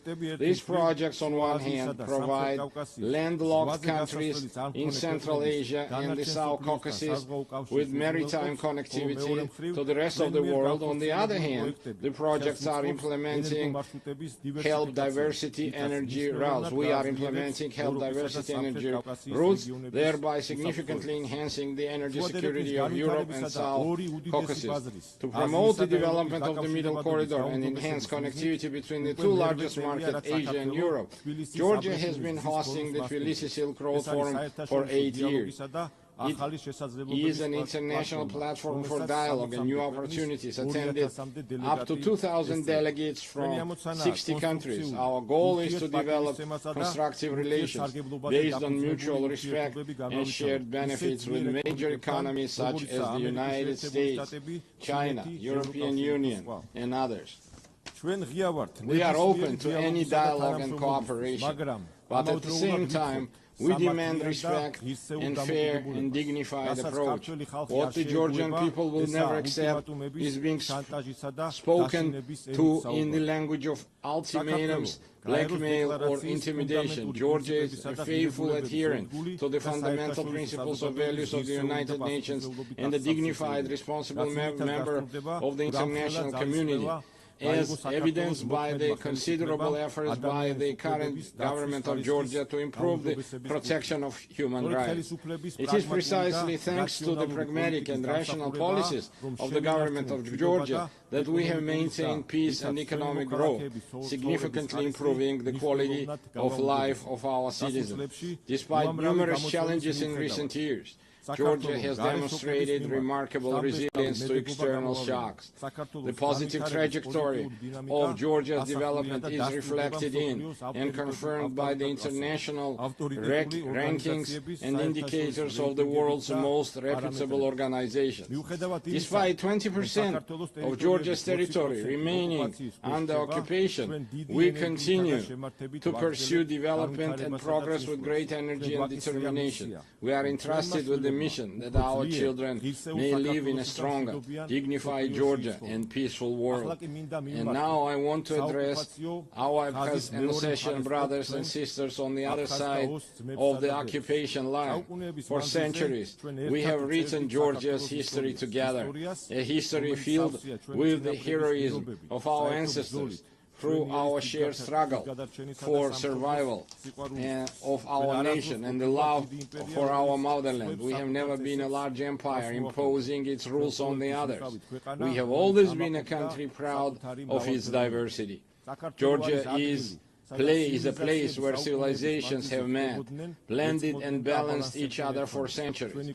Our culture is the very product of this complex and enduring synthesis. My Abkhaz and Ossetian brothers and sisters, our cultural code has not changed.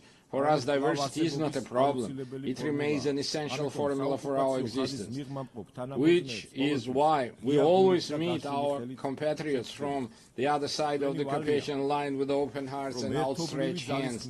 It's our duty, through joint efforts, to overcome artificially created obstacles, rebuild broken bridges, and leave past grievances to history. As a people of exceptional patience and resilience, I believe that one day we will, together with our children, we will live with our children in a united, happy, and developed Georgia, where nothing will stand in the way of our harmonious coexistence. Herewith, I would like to express my gratitude to the international community for its unwavering support of Georgia's sovereignty and territorial integrity. Georgia, like the entire world, is going through a pivotal moment in modern history. We live in a transitional era where the future of the international order remains uncertain. The United Nations must ensure our planet's transition to a peaceful, stable, and fair, multipolar international order. Georgia is responsible, as a responsible member of the international community, is ready to support the United Nations in becoming the inevitable alternative to war and the principal guarantor of peace. I would like to reiterate that we are prepared and open, taking into account our national interests, to engage in dialogue with all parties on issues of global and regional significance. The current reality requires us to face difficult issues and initiate an open, pragmatic, and result-oriented dialogue. I believe that only in this way we can overcome common global challenges and unlock new opportunities for the benefit of our countries, peoples, and future generations. Thank you very much for your attention. May God bless humanity. On behalf of the Assembly, I wish to thank the President of Georgia. The Assembly will now hear an address by His Excellency Luis Alberto Arce Catacora, Constitutional President of the Plurinational State of Bolivia. I request protocol to escort His Excellency and invite him to address the Assembly.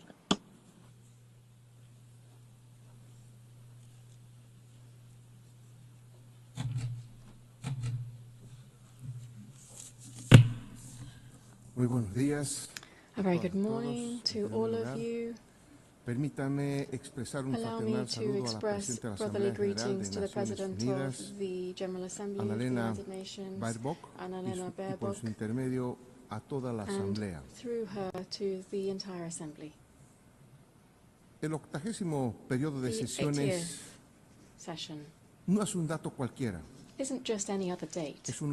Es un espacio It is de un momento a histórico que nos space for a invita historic a time which detenernos invites us y to mirar hacia atrás stop para and recordar to look por back qué nació to esta remember organización why this y se dio organization los was resultados born que la and humanidad why it has esperaba seen the después de results dos that guerras humanity mundiales was waiting for en las que la after the lucha por la two riqueza world wars in y which las the áreas fight de for influencia wealth and areas dejó of millones de influence muertos, left in its wake desplazados y millions heridos. of dead, displaced and wounded. Vivimos con una We verdadera are lacerante living que with pretendemos a ignorar.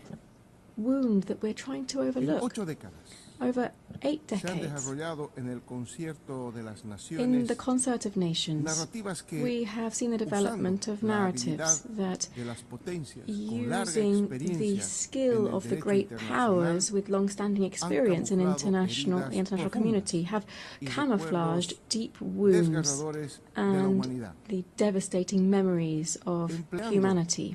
They've done so inteligentes cuerpos using normativos smart que predican el normative deber texts ser that de las Naciones Unidas, pretend registrados en to be costosos the materiales duty of the impresos United y Nations audiovisuales, through que son poco audiovisuals efectivos and others that are ante problemas not very flagrantes effective in como el light of neocolonialismo facing en todas sus flagrant problems such as neocolonialism in all of its ocupación expressions, territorial, territorial genocidio, occupation, política, económica, economic, y political cultural, and cultural el interference, la racism, discriminación, discrimination, el armamentismo, the arms race and violence which is implicit in all of this, without taking into account other aspects such as hunger, climate change, the food crisis, and the increasingly frequent economic crises. The effects of these realities are clear to all. Confrontations and discourse that promotes hatred and division between kindred states, inequality, exclusion, poverty and inequality and injustice, still produced within institutions that were created to protect the rights of the weakest. And we're not even talking about economic, social and the cultural rights of people, and even more if you look at the rights of indigenous peoples. A sincere assessment leads us to confirm that in 80 years we have not met the expected results. Consequently, we are not in a good position. The world remains divided and confronted against itself more than 80 years ago. Today in the world there is greater inequality in the distribution of wealth than there was 80 years ago. The poverty figures, inequality and injustice, rather than being curbed, is on the increase. The risk that any remaining peace should disappear and the Third World War would overtake the entire planet is very close if we don't react in time. The danger here is that the unstoppable force of capitalism with the misuse of artificial intelligence would increase the climate change, would liquidate the planet and would convert the immense majority of the population into unnecessary beings is also something that we can't completely rule out. We're not in a good place. The UN was established on the basis of the foundations of the skeletons of the Holocaust and the not only physical but also moral ruins left by the fascist racism and also increasing neocolonialism with the use of 2 atomic bombs. One of the goals that gave rise to the United Nations was to not repeat the barbarity of war. Today we hear the echoes of the drums of war on all continents. We see the practice of genocide on the sole decision of 2 countries. We deny the right to be free and sovereign to a people. Sophisticated weapons are used against a sovereign country, and increasing militarization is being promoted within a region with double standards in combating the war on drugs. And at the same time, we maintain a criminal blockade against its people and the state for the sole crime of having claimed its own independence more than 6 decades ago. Wars are not the same as we had 80 years ago. Wars now are multidimensional. They use economic, financial, media, information, cyber warfare, without even taking into account military warfare, which now encompasses biological warfare, war from space, and other technologies that continue to be developed with impunity on the basis of technology of war. It would be nothing new to have climate wars that would have an impact on sovereignty and food security, jeopardizing strategic resources such as water. We are putting at risk the very survival of the human race on Earth and of life itself on the planet. Just taking off the mask from all of these tragedies, we can see that the cause of all of this is the wild capitalist system that places the greed of the few over the rights and lives of the majority on the planet. The cause of this is the current capitalist development, which tries to resolve its own crisis and ends up returning to the original forms of accumulation and increasing rates of profit.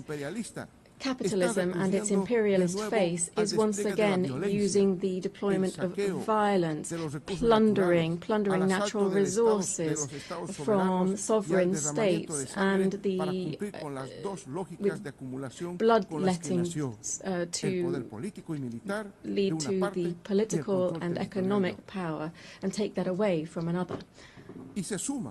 Added to that, we have a third cause of the current wars, which is more immediate. That is the obsessive zeal of the new Trump administration to give the United States back its position as a hegemonic power at the cost of the liberal system, free trade, globalization, and to cause pain and death. Why? For what? To take ownership over natural resources, to take control over commodities for the benefit of an imperialist system, and to subordinate the majority of countries for their insatiable thirst for privilege and wealth, and to try to maintain a unipolar order at any cost. The recent publication of the U.S. Strategic Defense Policy sets out a deployment of its troops around the world to, in its areas of influence, Canada, Central and South America, among others. The recent history with our neighbors has made us realize this is nothing else but a new way of implementing Monroeism, which was a doctrine which said that America is for the North Americans, generating conditions for a new era of neocolonialism. Madam President, distinguished heads of state and government, from the indigenous name for Latin America and the Caribbean, we can say that we are a zone of peace, and we did so at the second summit of CELAC in Havana in 2014. The nations in our region are complying with this mandate that we set ourselves, still bearing in mind our political and ideological differences on various topics and with regard to border and territorial occupation-based disputes that remain ongoing. We can say when we invert the equation of the Pentagon that it is peace rather than war that guides our international relations. In hearing this declaration statement in 2022 in this same place, I came to appeal to the United Nations for a General Assembly to declare to the world that it would be an entire territory of peace. And 11 years have passed since that historic declaration of CELAC, and 3 years since I made that statement in this assembly. Not only have we not declared the world as a zone of peace, rather we are facing the harsh reality of seeing how death is becoming increasingly normalized in international relations. We also feel the threat of fascism in all of its variants to try to exploit and dominate peoples at the current time. The threat of death has is covering Latin America and the Caribbean. We are seeing a bellicose potential which would even go so far as to use missiles, submarines, helicopters, using the pretext that this maritime space is being used against the national security of the United States through the illegal introduction of cocaine through illegal gangs belonging to drug cartels. Beyond violations of international law, this provocative action of imperialism has two intentions. First, to intervene into our kindred Bolivarian Republic of Venezuela, that since 1999 has been raising high the flags of the freedom of its people and the sovereignty of its state, and which possesses considerable natural resources, particularly in oil, which the North wishes to appropriate and claim. Secondly, to try to reconquer the Latin America and the Caribbean on the basis of undermining liberal democracy, to impose militarization, and to use other colonialist practices that we should call out. Imperialism is said to be used to combat drugs trafficking. This is a fallacy, because if this were true, it would actually be taking effect within their own country, where the demand for this type of drugs is high, and where in its origins, where we see different types of organized crime. What the United States is trying to do is to give our region the role of holding back the edification of a multipolar world and to submit it to its own interests. Added to these military actions, the images of which have been seen around the world, we see other types of devastating actions, such as those aimed at strengthening the economic blockade against Cuba. Billions of dollars are owed by the United States to the Cuban state due to these unilateral coercive measures, which are explained on the basis of rejecting the first communist revolution, which will never be destroyed. The threat of death is also afflicting the Middle East. In the Middle East, the pain of millions of families and the death of hundreds of thousands of Palestinians finds no consolation. All of this history tells us has the unconditional support of the United States, which wants to speed up the displacement of the Palestinian people as quickly as possible.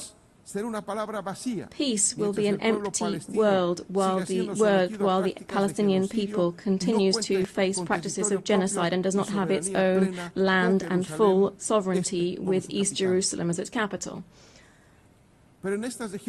But in this region, that's not the only thing that's happening. The fragile political and geopolitical stability is threatened by preventive attacks against the Islamic Republic of Iran and against the small nation of Yemen, very similarly to what is happening, what was done by ex-President George Bush. The threat of death is also clear in Eurasia. In Eurasia, despite the intermittent attempts to achieve a political outcome, the expansionist ambitions of NATO, which is nothing else than the military arm of concentrated capital, is trying to protract the military conflict by using Ukraine as a launch pad against the Russian Federation. The threat of death also hangs over Asia. The East China Sea, which is an area of great geostrategic and economic importance, is facing two problems that could have an impact not only on the region but also the entire world. The overcoming of the sovereignty of Taiwan by the People's Republic of China is another example of explicit neocolonialism that is encouraged by the United States, as well as the dispute on the Senkaku Islands, the sovereignty of which is disputed between Japan, Taiwan, and China. It appears that these islands are home to important hydrocarbon resources. Furthermore, the constant tension between North Korea and South Korea could not only become a problem that affects these two countries, but also the entire security of the world. Heads of state and government, I've been referring to this entire world to say that in this new imperialist intervention, we should call it what it is, neocolonialism. And what should we do? I'm asking this. I'm asking this because it's led to one of the most outstanding strategies of the fight against, fight for the emancipation of labor over capital. This is also the fight of life over death. I wish to propose that we firstly establish a commission for reparations following slavery, apartheid, genocide and colonialism in the countries of the global south. To do so, the United Nations should find a way to ensure that those designing war and death pay their billions of dollars rather into a reparations fund. I hope that this rostrum, the highest on the international stage, will also serve to be able to launch an appeal and recognize that colonialism and neocolonialism was and is an historic mistake that brings and continues to bring a social wound over the population that it victimizes. It also does this with indigenous societies that it affects in particular. Today, on behalf of the construction of a fair future, we have to condemn the devastating impact of colonialism in the past and the present. I appeal to the heads of state of CELAC and the African Union to join forces and to oppose the adverse consequences of colonialism. This commission that I've mentioned should set up effective mechanisms to restore historic justice in the following spheres: reparations, land rights, recovery of the environment destroyed through the action of the colonizers and transnational corporations, apologies for the colonial past through the restitution of cultural goods of the indigenous peoples that were taken by the colonizers during the period of expansion and genocide, the prevention of neocolonial practices, programs for the development of indigenous peoples and the preservation of their cultural identity. We should also provide compensation to people who have resisted the military occupation of their territories and those that are suffering under unilateral sanctions and economic blockades. Secondly, we should convert the UN General Assembly into a body with binding power so that it can be an effective voice for all peoples and not a space where we simply realize the will of the most powerful. We need this forum to be an ethical nucleus, a political heart, and the living spirit of a new era guided by the culture of life. We need the resolutions adopted within the UN General Assembly to not be vetoed by any superpower and to be truly complied with. This means ensuring that multilateralism is truly valid and not just a formality. We should declare the world as a zone of peace and promote demilitarization as far as possible. The immense majority of the population in the world refuses to accept that the revitalization or overcoming the cyclical crises of capital should be done on the basis of investment in billions of dollars to manufacture all types of conventional and unconventional weapons. Just 1/3 of military expenditure would give us better and greater education, health and housing guaranteed for everyone. The UN has to become a pact for peace and for life as the shared destiny of everyone who believes in living together. 4, we need to undertake a profound reform of the Security Council that would prevent one of two countries holding up global stability. We need to ensure this reform and ensure the reform that the countries of the Global South have been insisting on for several years. Democratizing the Security Council would be giving effect to the principle of the legal equality of states and democratizing the future. It would be to ensure that the voices of Africa, Latin America and the Caribbean, Asia and the historically marginalized peoples would also count. 5. We should move towards the Universal Declaration of the Rights of Mother Earth.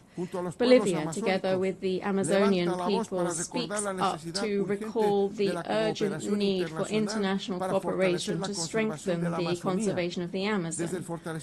We should do so through strengthening the sovereignty of Amazonian countries over this strategic biome for the world. Defending the Amazon means defending life. Sixth, we must reject all forms of commercial war and work to reduce economic and social divides between the countries of central capitalism and the countries on the periphery. Trade wars not only affect companies, but also the immense world of work. It also lessens to alarming levels the possibility for lower classes to access acceptable food. Hegemonic and capitalist interests don't have any right to overtake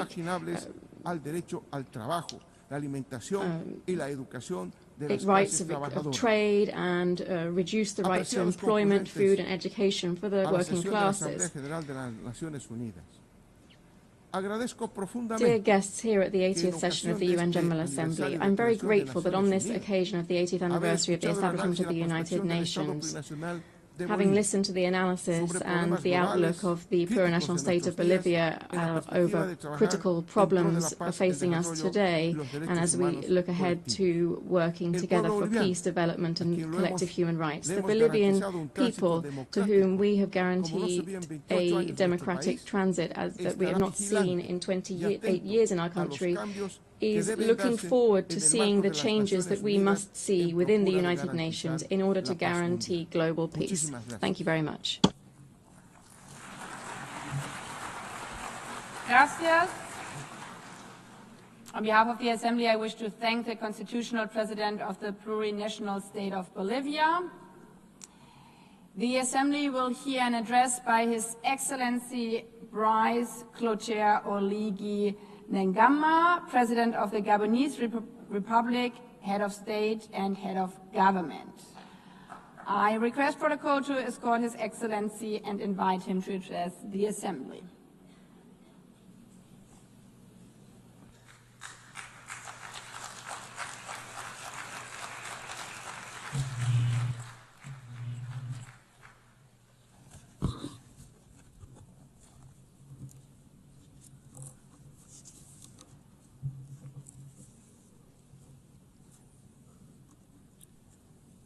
Madame la Présidente Madam de l'Assemblée President of the General Assembly, Mesdames et Messieurs, les distinguished chefs d'État et de heads of gouvernement, state and government, Monsieur le Secrétaire distinguished Secretary Général General des Nations of the Unies, United Nations, distinguished delegates, Mesdames et ladies and gentlemen, à l'entame de mon at the propos, outset, il me plaît I would like d'adresser mes to plus sincères et most chaleureuses warmly and félicitations sincerely à congratulate Son Excellence, Her Excellency Madame Annalena Baerbock pour son élection à on la her présidence election de cette as appropriée President session of de this l'Assemblée 80th générale session des Nations of the General Assembly of the United Nations. Madame la Présidente, Madam President, votre expérience your experience, vous I permettra, am j'en sure, suis convaincu, will allow you d'accomplir to avec efficacité effectively carry out les missions the inhérentes à votre missions haute fonction. of your august post. Soyez assurés Rest de assured l'entière coopération of de the mon full pays. cooperation of my country.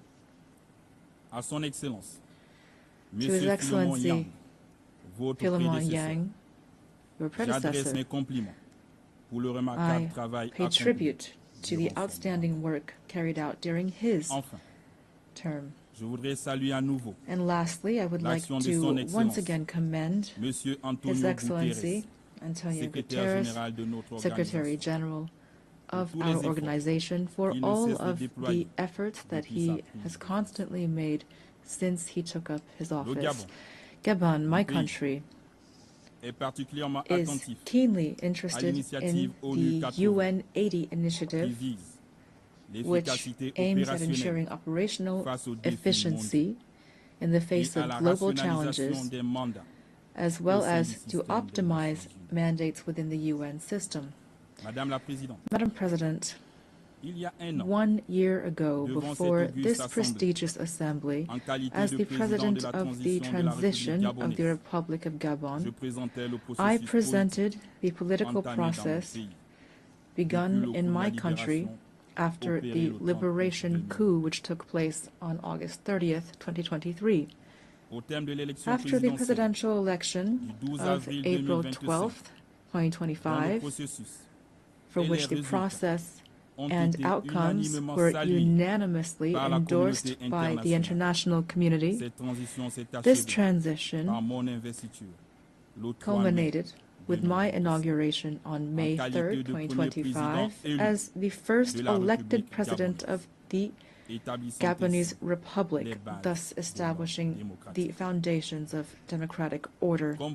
As you know, Gabon has undergone a peaceful and exemplary transition that included all of the political parties in our nation. This smooth transition led to an inclusive national dialogue and a constitutional referendum in accordance with the agreed-upon timelines, and it will continue through the holding of legislative, local, and senatorial elections that are free and transparent.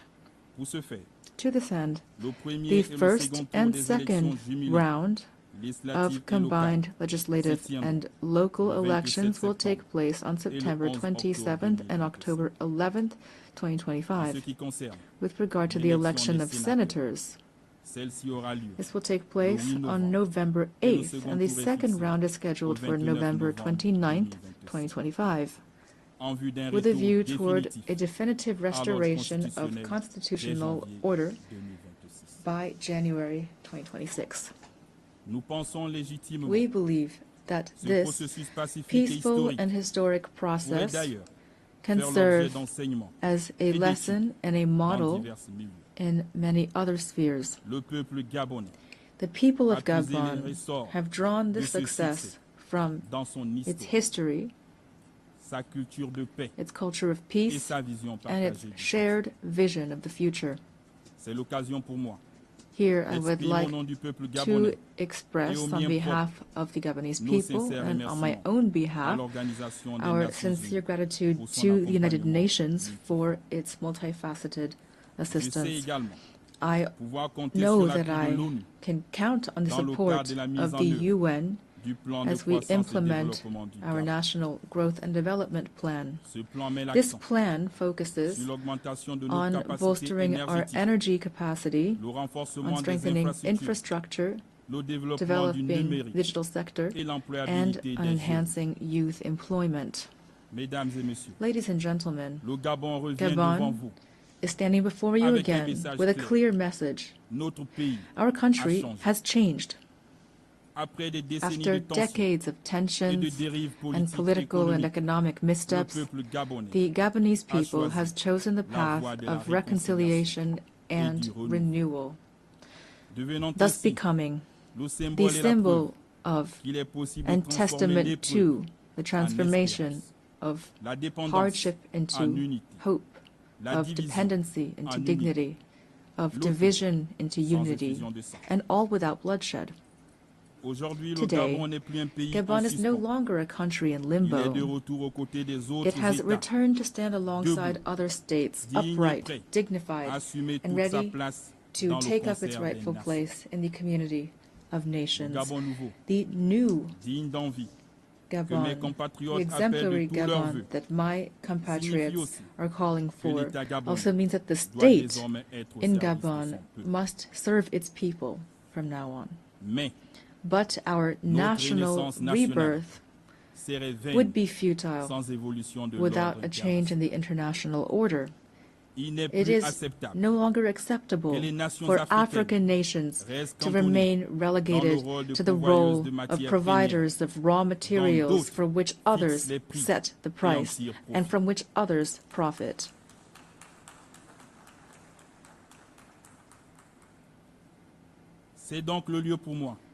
Therefore, I would like to invite public and private investors to support us through win-win partnerships. We have decided to transform, to process our resources on our territory, to create jobs at home, to develop African industries, and to interact with the world on the basis of equity, integrity, and mutual respect as we strive toward happiness.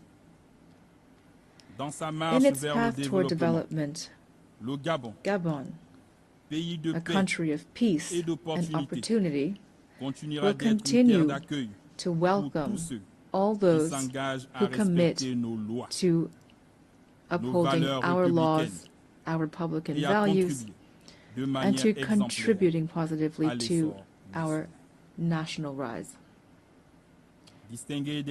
Distinguished delegates, ladies and gentlemen, this 80th session of the General Assembly has the theme, Better Together, 80 Years and More for Peace, Development, and Human Rights.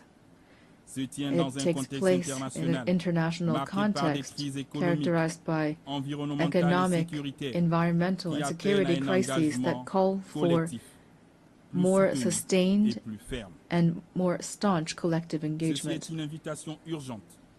This is an urgent call to tackle these concerns in accordance with the spirit and the values of the UN Charter. Ladies and gentlemen, today the world has a radically different face. Humanity has never had so much technological prowess to ensure its well-being, and yet international peace and security have never seemed so fragile and so under threat. It is high time that peace reign on earth, and especially in Africa, which has so long suffered under conflicts that have been stoked and financed from outside the continent. Let the guns at last fall silent in the DRC, in Sudan, in the Horn of Africa, and in the Sahel. In this regard, instead of constantly stigmatizing and condemning the states of the Sahel, the international community would benefit from supporting them in their battle against the many-headed threat of terrorism. Ladies and gentlemen, on December 12, 1988, Gabon officially recognized the State of Palestine.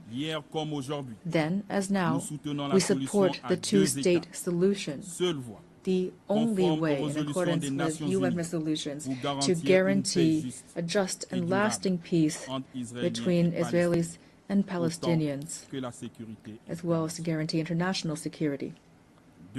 In this vein, Gabon must reaffirm its position in favor of lifting the embargo imposed on Cuba due to its negative effect on the well-being of Cuba's people.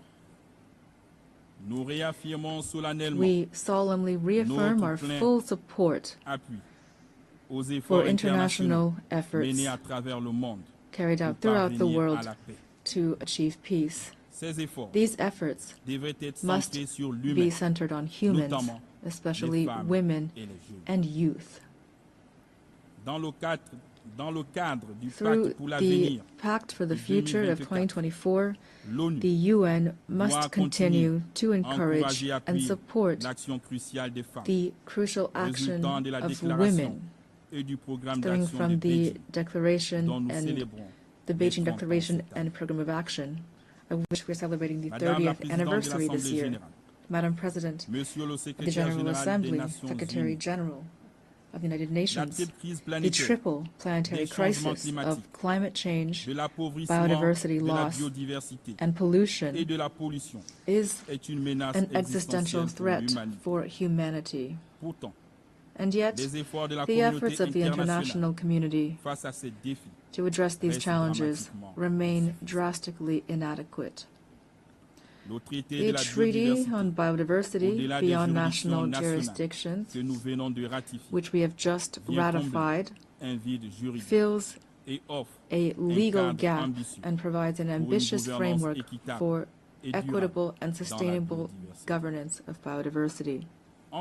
Together, we have a real opportunity to make this treaty a true driver of transformation for present and future generations. Gabon is the guardian of part of the Congo Basin, the second largest green lung of our planet. This extraordinary heritage must not be sacrificed to financial rapacity. We call for an equitable global partnership in which the protection of our forests is accompanied by fair compensation for the ecological services these forests provide to humanity. Ladies and gentlemen, the new global order is underway. The changes taking place in our societies are inevitable and cannot be overlooked. International peace and justice can only be guaranteed by a revitalized multilateralism, in particular through Security Council reform that takes into account the African claims enshrined in the Sirte Declaration and the Eswatini Consensus, to which Gabon is firmly committed. I wish every success to our work, and I wish a happy birthday to our organization. Thank you.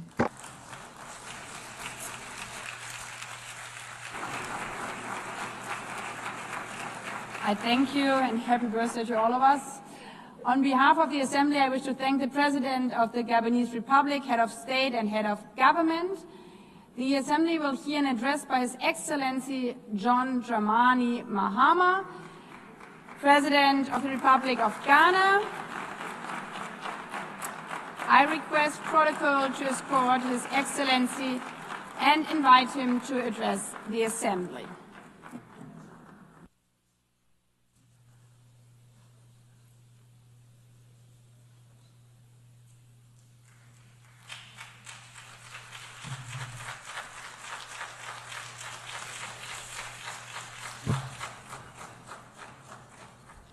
Thank you, Madam President, Mr. Secretary General, Excellencies, ladies and gentlemen.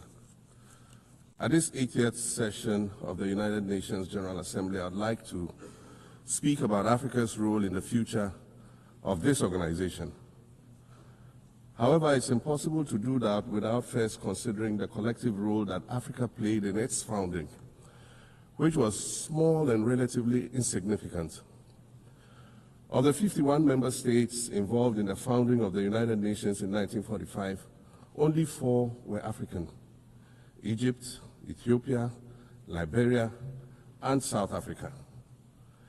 It is important to point out that the United Nations came into being in the aftermath of World War II because of the inability of its predecessor, the League of Nations, to avert a large-scale global conflict, which had been its guiding purpose when it was founded in 1920 at the end of the First World War. Out of the 42 founding member states of the League of Nations, only 3 were African: Liberia, the Union of South Africa, and Ethiopia. Egypt was to join later in 1937. Africa's overall participation in the organization's founding was minimal and relatively unimportant. That's because before all the other talks and meetings, representatives from a group of 40 nations gathered in Berlin for a series of discussions that began in 1884 and which led to the partitioning and formal colonization of the African continent, which is also called the Scramble for Africa. It has famously been written that past is prologue. Well, in the past, the majority of the 54 nations that now comprise Africa were never offered a seat at the table where plans for a new world order were being drawn. But, Madam President, as fate would have it, the tables are turning, and Africa's role in the authorship of whatever is yet to come for this world is going to be huge, and it will be consequential. According to this organization's own projections, by the year 2050, more than 25% of the world's population is expected to come from the African continent. Additionally, by 2050, 1/3 of all young people aged between 15 to 24 will be residing on the African continent. So you see, the future of this world is African. Allow me to say this once again a little louder for those of you in the back. The future is African.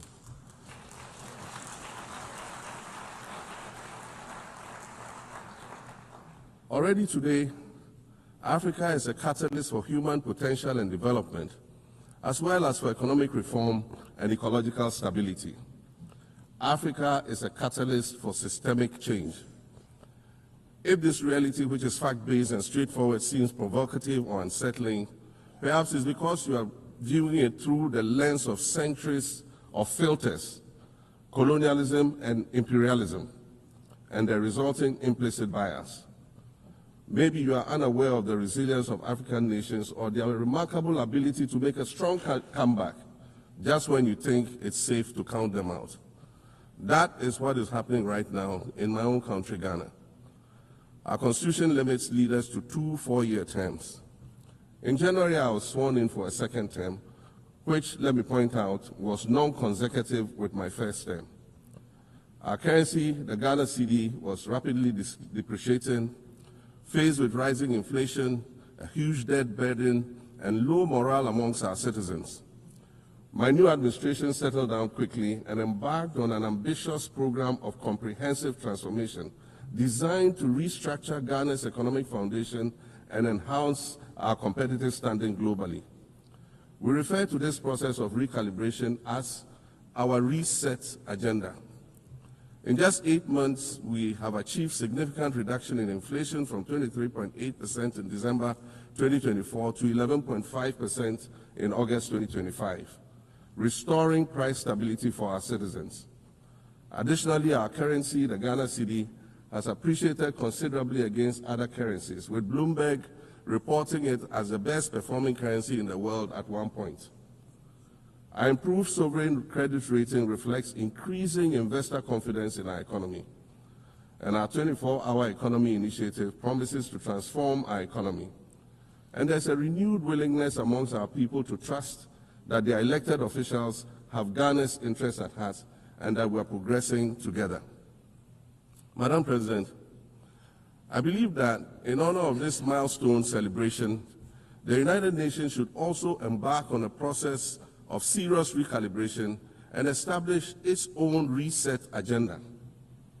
Since the organization's founding, the number of UN member nations has nearly quadrupled. And quite frankly, it is not the same world that it was back then when the UN was formed. I mentioned earlier that I began my second non-consecutive term as president this past January. My first term ended in January 2017. In that span of time, 8 years, the world has changed with such ferocity. My first days in office after my return felt as though I had just awakened from a Rip Van Winkle-style sleep. Now, no, that was only after 8 years. Imagine then what it will be like after 80 years since the founding of the United Nations.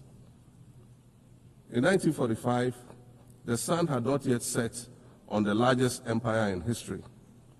The most common mode of international travel was by sea. The personal computer had not been invented, let alone made portable. And television, a new convenience, was still in its infancy, albeit in black and white color. Relations between the US and the Soviet Union were turning frosty, with Winston Churchill declaring that an iron curtain has descended across the European continent. Fast track 80 years on. In today's world, hundreds of thousands of commercial flights take off and land every day. Libraries have been digitized so that volumes of literature can exist on a small device, small enough to fit inside your pocket.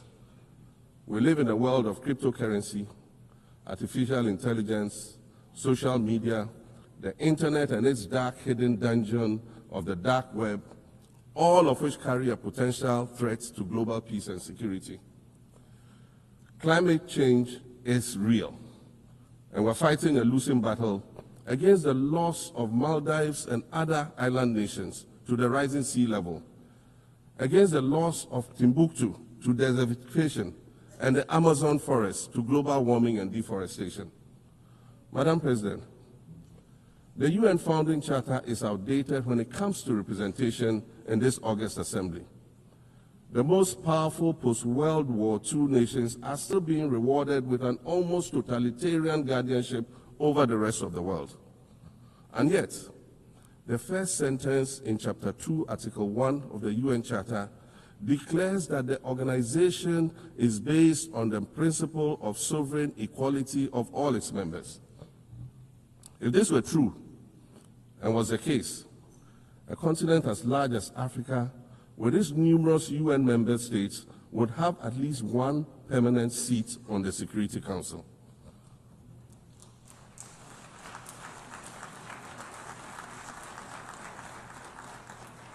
Furthermore, we believe that veto power should not be restricted to only 5 nations, nor should it be absolute.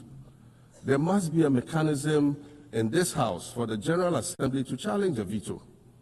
No single nation should be able to exercise an absolute veto to serve its own interests in a dispute. In 1995, during the 50th anniversary of the United Nations, Nelson Mandela stood in this very spot, and he said, "The United Nations has to reassess its role, redefine its profile, and reshape its structures. It should truly reflect the diversity of our universe and ensure equity among the nations in the exercise of power within the system of international relations in general and the Security Council in particular." I close quotations. 30 years later, we African leaders are still making the same simple request for a permanent seat on the Security Council with the power of a veto. So today, Madam President, I stand here in this exact spot and ask the world, if not now, then when? We demand not only a reform of the Security Council, but also a reset of the global financial architecture, which is currently rigged against Africa. Africa must have a greater say in the world's multilateral financial institutions.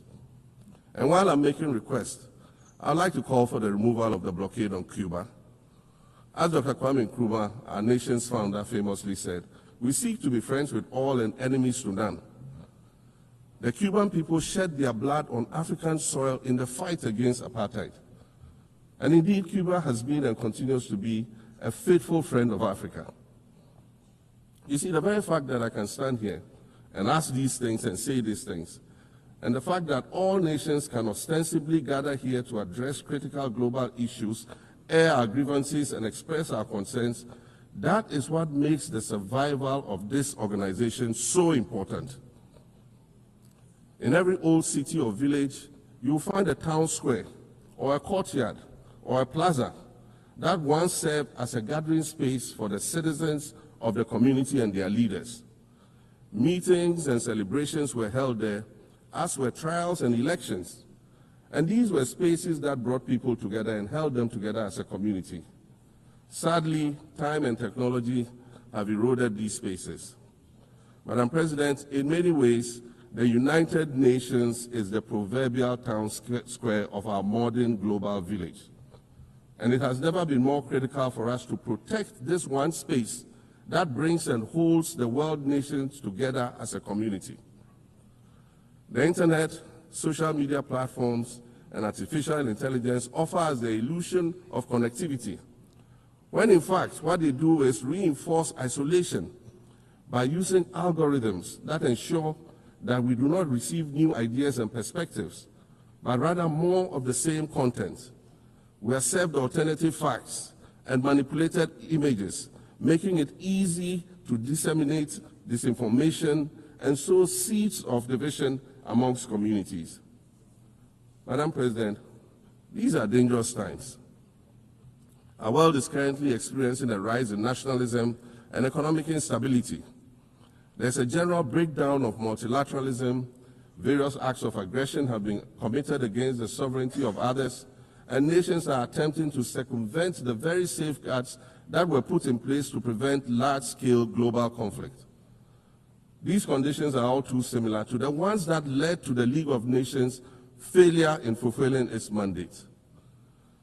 The denial of visas to President Abbas and the Palestinian delegation sets a bad precedent and should be deeply worrying to all member nations of the United Nations.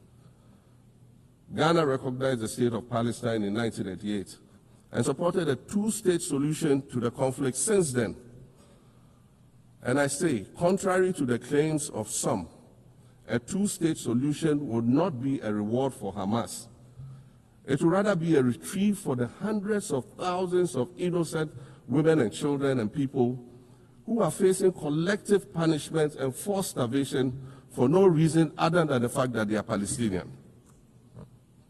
For nearly 2 years and for the fear of reprisals, we here in this General Assembly have been playing hide and seek with language to find the right words to help us avoid or excuse what we all know is taking place in Gaza.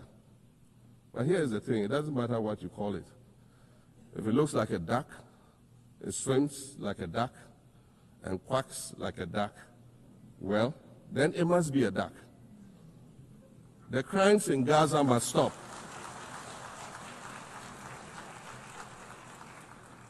The crimes in Gaza must stop.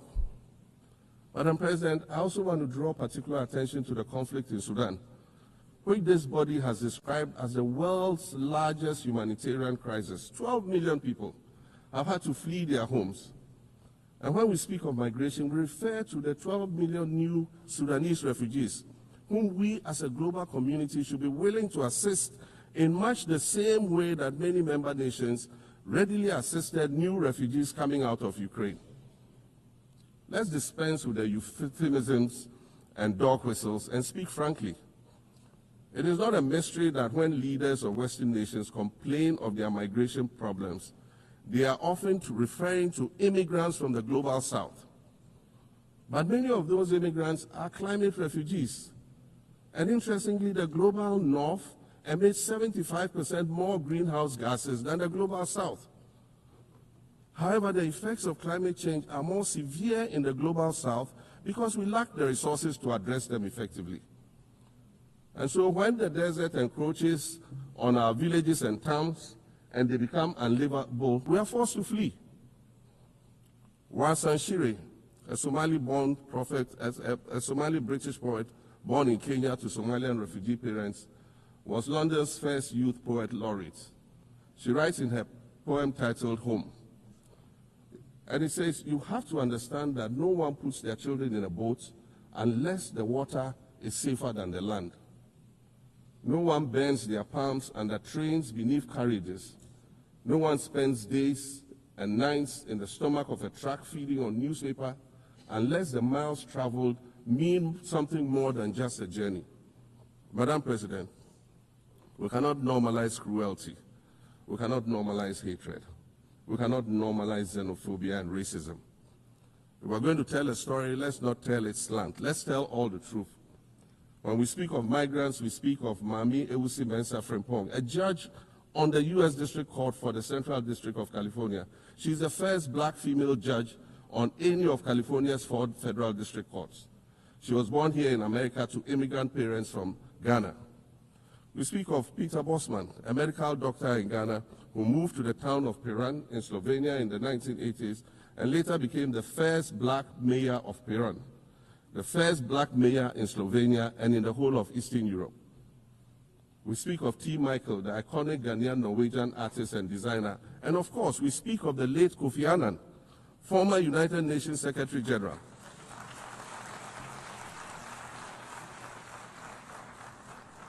Former United Nations Secretary General and Nobel Peace Prize recipient, who was born in Ghana but spent his adulthood in various places in America and Europe.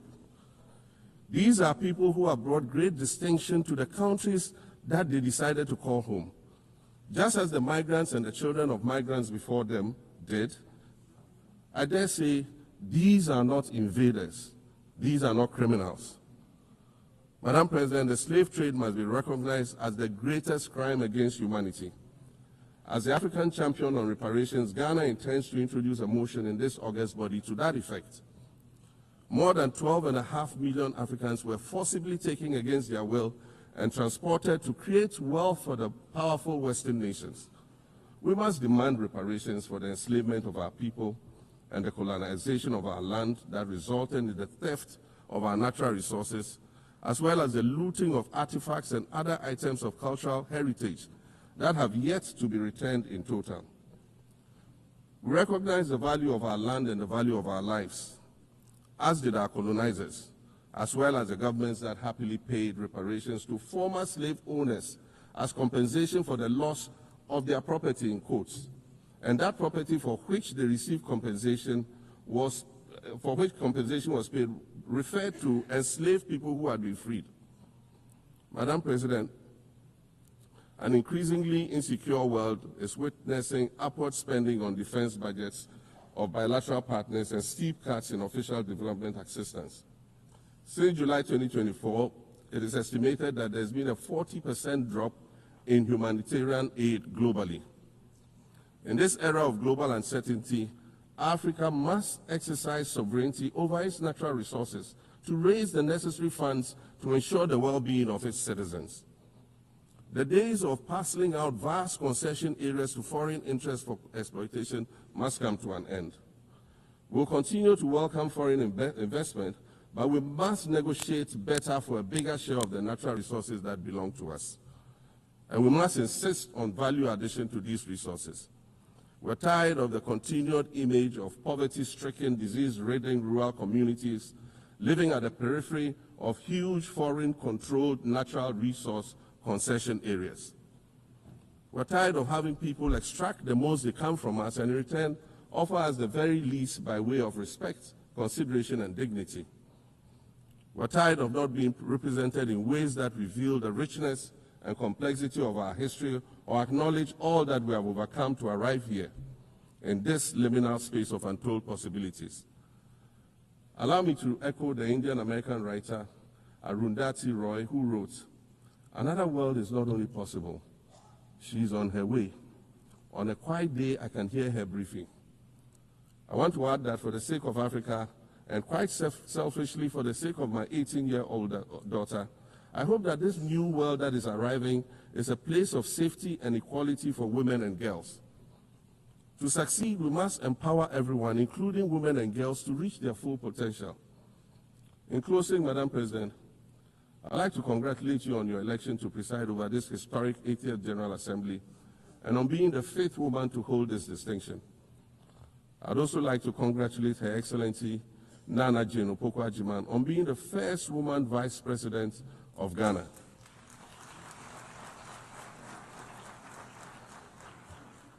Now every Ghanaian girl knows the heights to which she can ascend.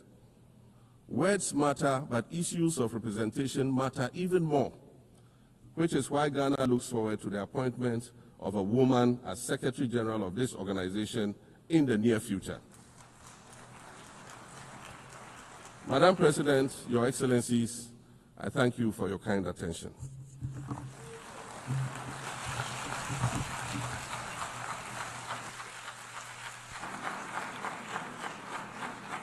On behalf of the General Assembly, I wish to thank the President of the Republic of Ghana.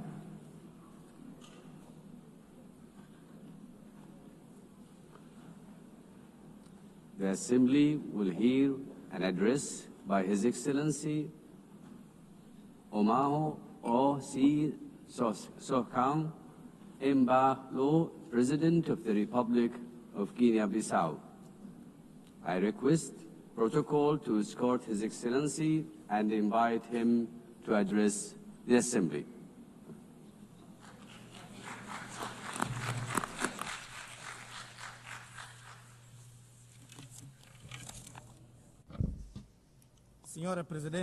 Madam President, distinguished heads of state and government, Mr. Secretary General, ladies and gentlemen, Allow me to begin by congratulating Mrs. Annalena Baerbock on her election as President of the 80th session of the United Nations General Assembly. I thank the outgoing President, Mr. Philemon Yang, for his service to the international community. To Secretary General Antonio Guterres, I wish to reaffirm Guinea-Bissau's full support for his tireless efforts in favor of world peace, international cooperation, multilateralism, and sustainable 80 years ago, the founders of the United Nations pledged to save succeeding generations from the scourge of war. That promise, unfortunately, has not yet been fully fulfilled. Yet this commitment, undertaken by each member state upon joining the UN Charter, remains valid and continues to be honored through the dedication of every UN peacekeeper and every humanitarian worker who often make the difference between life and death in conflict zones or following natural disasters.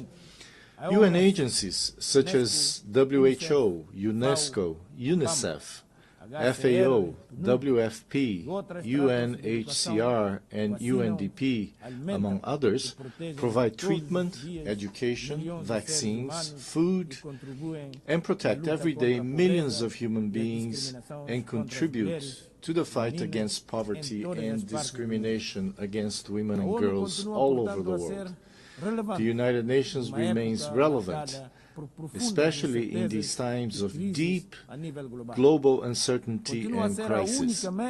It continues to be the only forum where all nations, large and small, have a seat and a voice. Excellencies, ladies and gentlemen, we live in a world confronted by multiple crises. We are witnessing what Secretary General Antonio Guterres has called polycrisis. Conflicts in Ukraine, Gaza, Sudan, and other regions persist. Socioeconomic inequalities, environmental shocks, political instability, and humanitarian emergencies disproportionately affect developing countries, with the greatest impact on small island developing states. Progress towards the Sustainable Development Goals has slowed significantly or even stalled. The sovereign debt burden of poor countries is increasing, while development assistance is declining. Guinea-Bissau welcomes the UN 80 initiative, and we hope it will contribute to strengthening the organization, especially in promoting peace, international security, and the achievement of the SDGs. The Pact for the Future offers a roadmap and an action plan that must not remain on paper. Madam President, Excellencies, ladies and gentlemen, last July, Guinea-Bissau hosted the 15th Conference of Heads of State and Government of the Community of Portuguese-Speaking Countries, CPLP. I have taken on the presidency of the CPLP for the 2025-2027 term. The CPLP places high importance on its cooperation with the United Nations and its specialized agencies. During our term, we will continue to work with all partners and multilateral organizations toward the implementation of global commitments, especially concerning the Paris Agreement on Climate Change, the 3rd UN Ocean Conference, and the 4th UN Conference on Financing for Development, held last June-July in Seville. We are convinced that two major international meetings scheduled for November, namely COP30 in Belém, Brazil, and the 2nd World Summit for Social Development in Doha, Qatar, will serve as key platforms and opportunities to strengthen our cooperation and to advance our shared goals. Madam President, Excellencies, ladies and gentlemen, Guinea-Bissau is scheduled to hold presidential and legislative elections on the 23rd of November this year. All necessary conditions are being put in place to ensure that these elections are held peacefully, freely, transparently, and credibly. Over the past 5 years, I have prioritized dialogue, inclusion, political stability, and the consolidation of the democratic rule of law. I am confident that these upcoming elections will reaffirm the irreversible nature of citizenship and democratic values in Guinea-Bissau. Madam President, Excellencies, ladies and gentlemen, allow me to conclude by saying that in an increasingly interdependent world, we need, now more than ever, a world order grounded in the principles enshrined in the United Nations Charter, in respect for international law and in peaceful coexistence. In this regard, Guinea-Bissau reiterates our call for an end to the economic, commercial, and financial embargo and other forms of restrictions imposed on Cuba. 80 years after the creation of the United Nations, the world has changed. We are no longer just the 51 countries who signed the UN Charter in 1945. Today, the United Nations is all of us, the 193 member states, plus observer states, NGOs, civil society organizations, and other actors represented in this great assembly hall.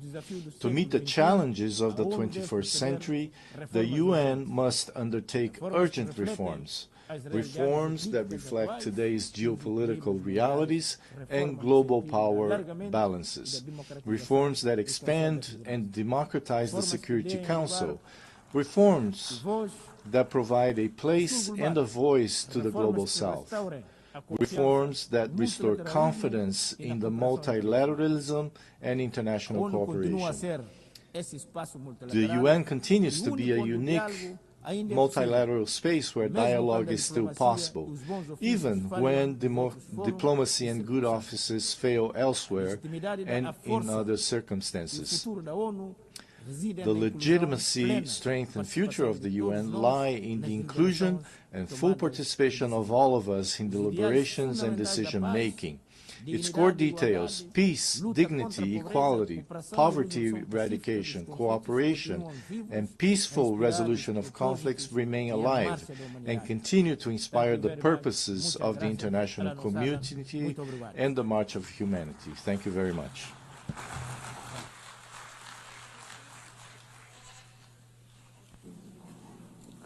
On behalf of the Assembly, I wish to thank the President of the Republic of Guinea-Bissau.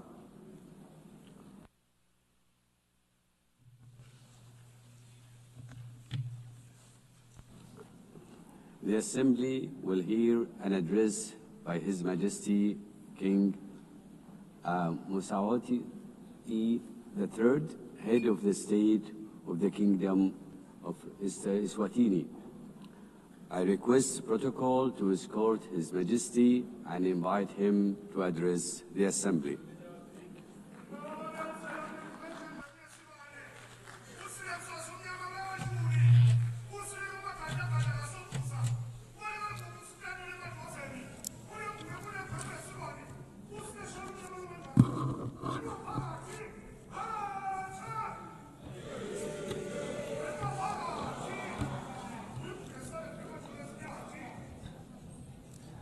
Your Excellency, Madam President of the General Assembly, Your Majesties, Excellencies, Heads of State and Government, UN Secretary General, distinguished delegates, ladies and gentlemen, it is a great pleasure to address the 80th session of the United Nations General Assembly under the theme Better Together, 8 years and more for peace, development, and human rights.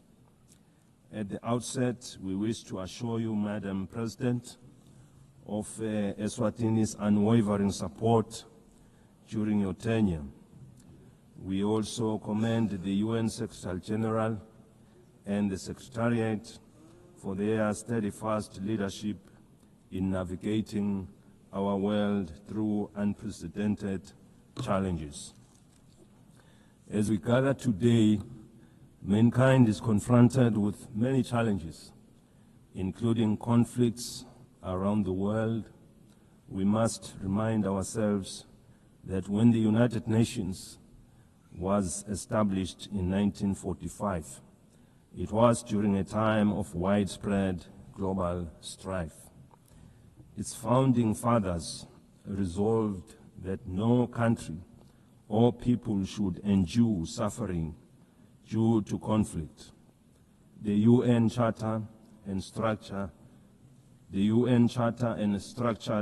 were designed to be clear and resolute. Now is the time to ask ourselves what has gone wrong and what steps must be taken to correct these challenges and restore the UN's mission of fostering peace. The question we must ask ourselves further is, what is the UN doing to address these issues effectively? I propose that the United Nations establishes ad hoc committees to tackle global conflicts and promote peace. These committees should have equitable representation in dealing with the relative conflicts in the diverse regions of hotspots, including Africa, the Middle East, Europe, and beyond, ensuring that all affected nations have a voice. Supported by the Secretariat of the United Nations, these ad hoc committees would visit conflict zones, engage with local communities, and work towards peaceful resolutions. For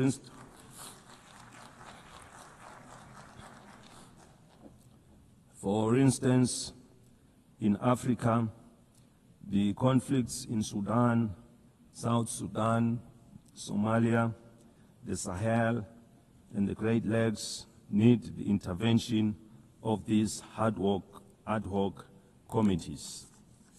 In the Middle East, they should facilitate dialogue with all parties involved.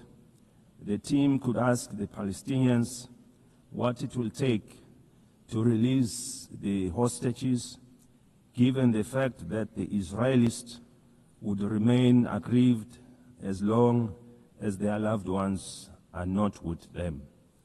Similarly, the ad hoc committee should engage the Israelis to ascertain what it will also take for them to stop the bombardment, to avoid loss of more innocent lives, widespread destruction of property, and a growing refugee crisis. By engaging directly with the affected communities, these communities could help broker solutions that address the concerns of all sides to reduce tensions, suffering, and foster stability. In the conflict between Russia and Ukraine, these ad hoc committees could mediate discussions to identify pathways to peace. Their role would be to engage in meaningful dialogue and report back to the United Nations with actionable recommendations on what it would take to end the war. In Eswatini, we encourage that yield positive outcomes proving that dialogue is the cornerstone in nation building. We thank those countries already making means in finding solutions. This suggested approach is not meant to undermine their efforts, but it would complement them as they are already working towards peaceful resolutions. We must avoid actions that could escalate tensions further, and instead focus on saving innocent lives. Millions of lives have already been lost during the COVID-19 pandemic. We therefore cannot afford to lose any more to conflict.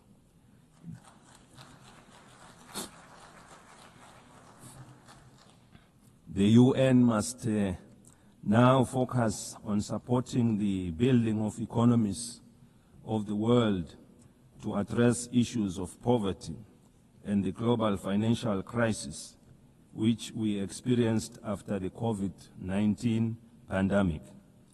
By investing in these areas, we can create conditions for lasting peace. We therefore need one another in building and supporting our development initiatives in our respective countries. The time for action is now. The UN was established in pursuit of international law and peace, and its mandate dates back decades. In 2025 and onwards, we must renew our commitment to this mission by forming these ad hoc committees and making informed, inclusive decisions. We can work towards a world where peace prevails and no nation or people suffer needlessly.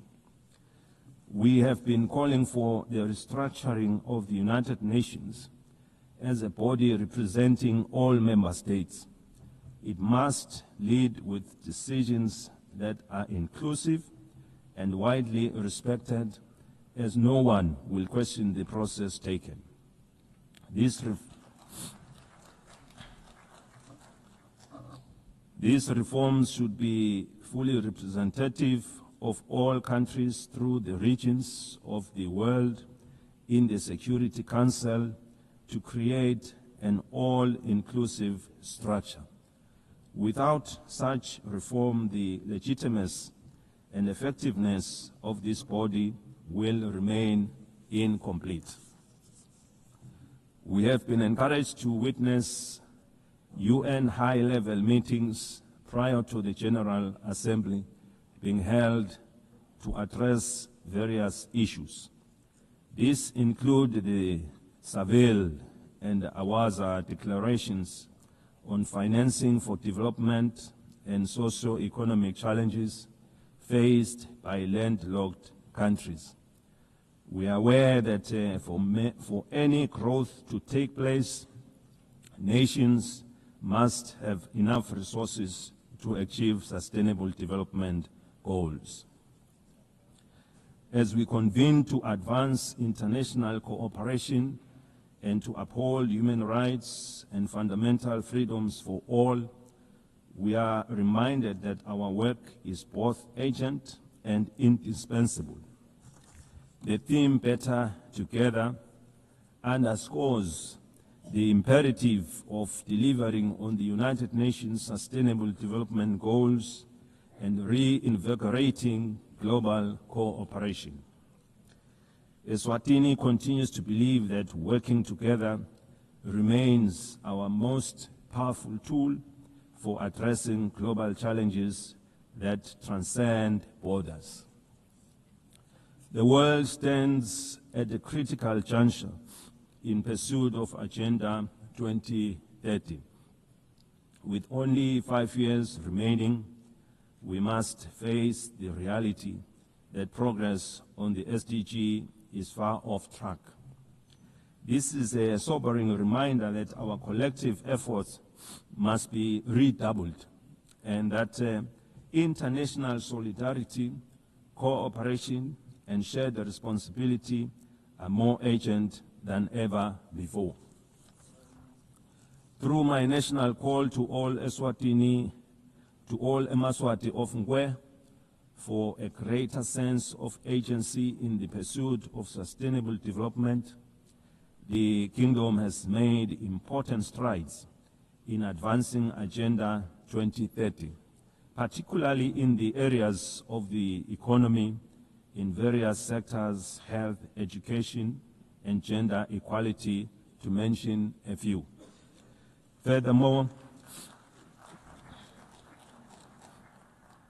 the country's literacy rates have improved, reflecting our investments in education, while the nation continues to be empowered through targeted programs that strengthen their role in our society and economy. These achievements demonstrate what is possible when determination and partnership come together.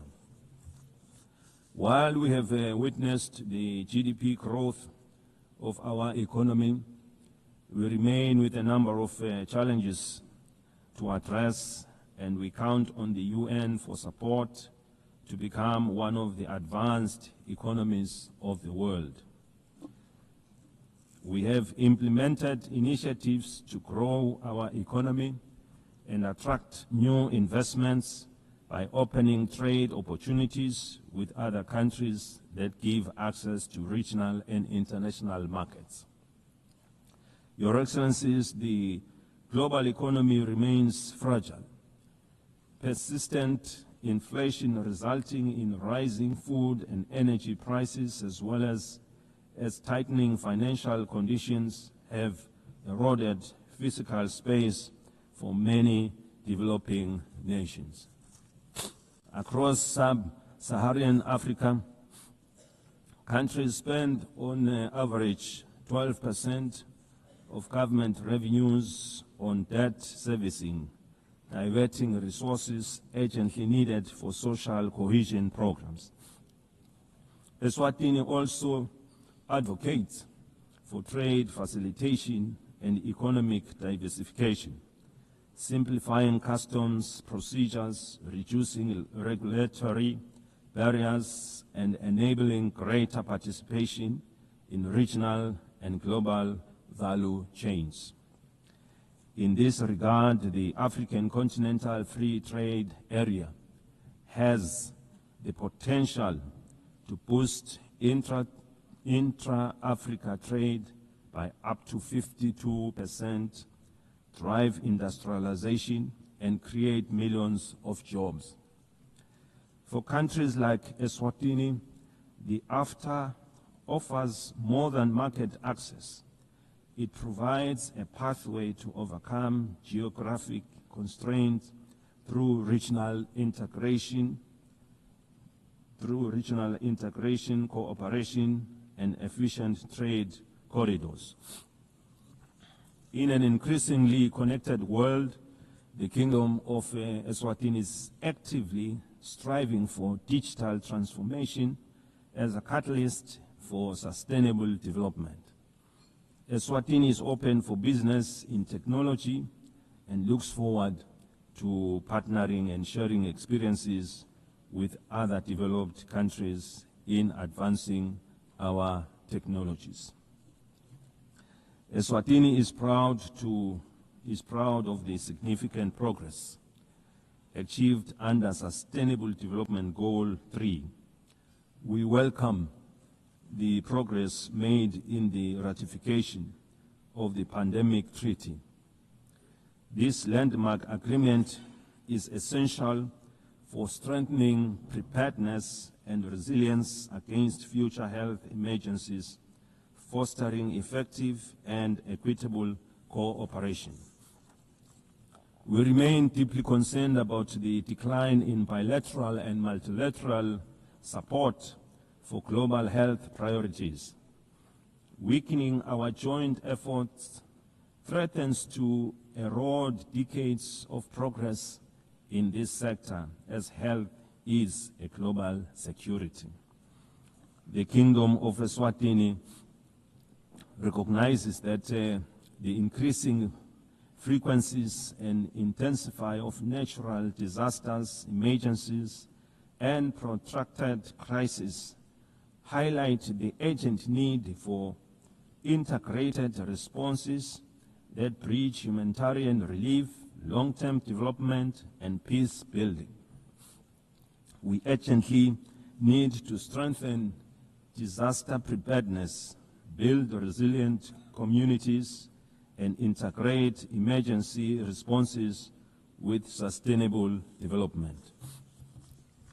Eswatini, like other countries in the region, has many young and marginalized groups who face unemployment and inequality in various sectors.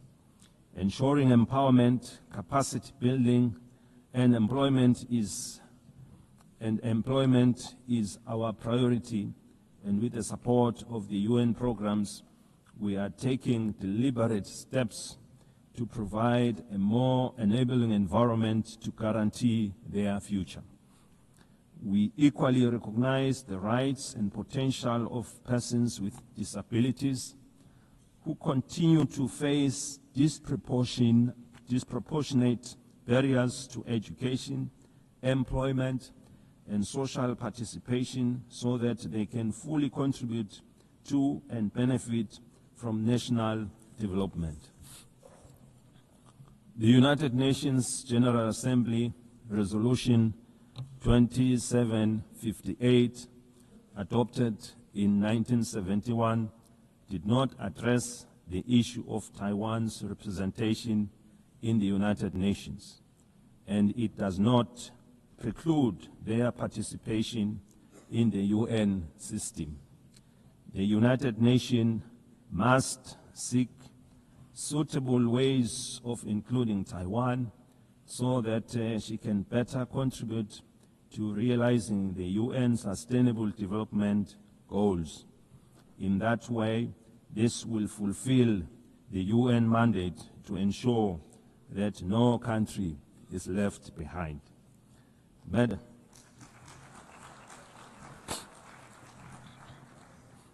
Madam President, in conclusion, we are entrusted with the hopes of our people and the future of our children.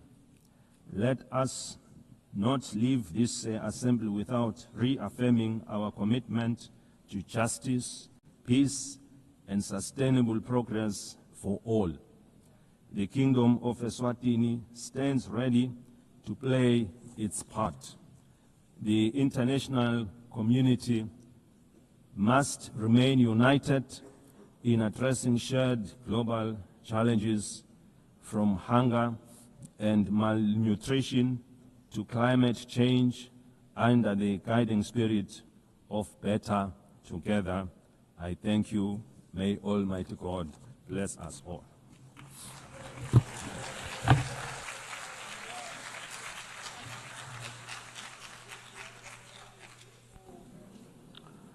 On behalf of the Assembly, I wish to thank the head of the state of the Kingdom of Eswatini.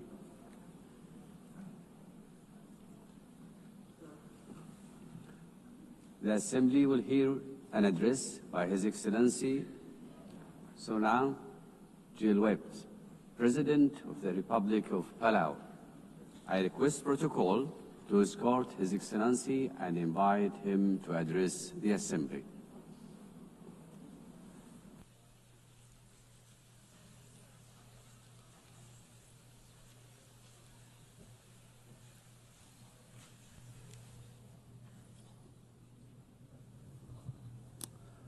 Madam President, Secretary General, Excellencies, distinguished guests, delegates, it is my great honor to address this Assembly at a milestone moment, the 80th anniversary of the United Nations.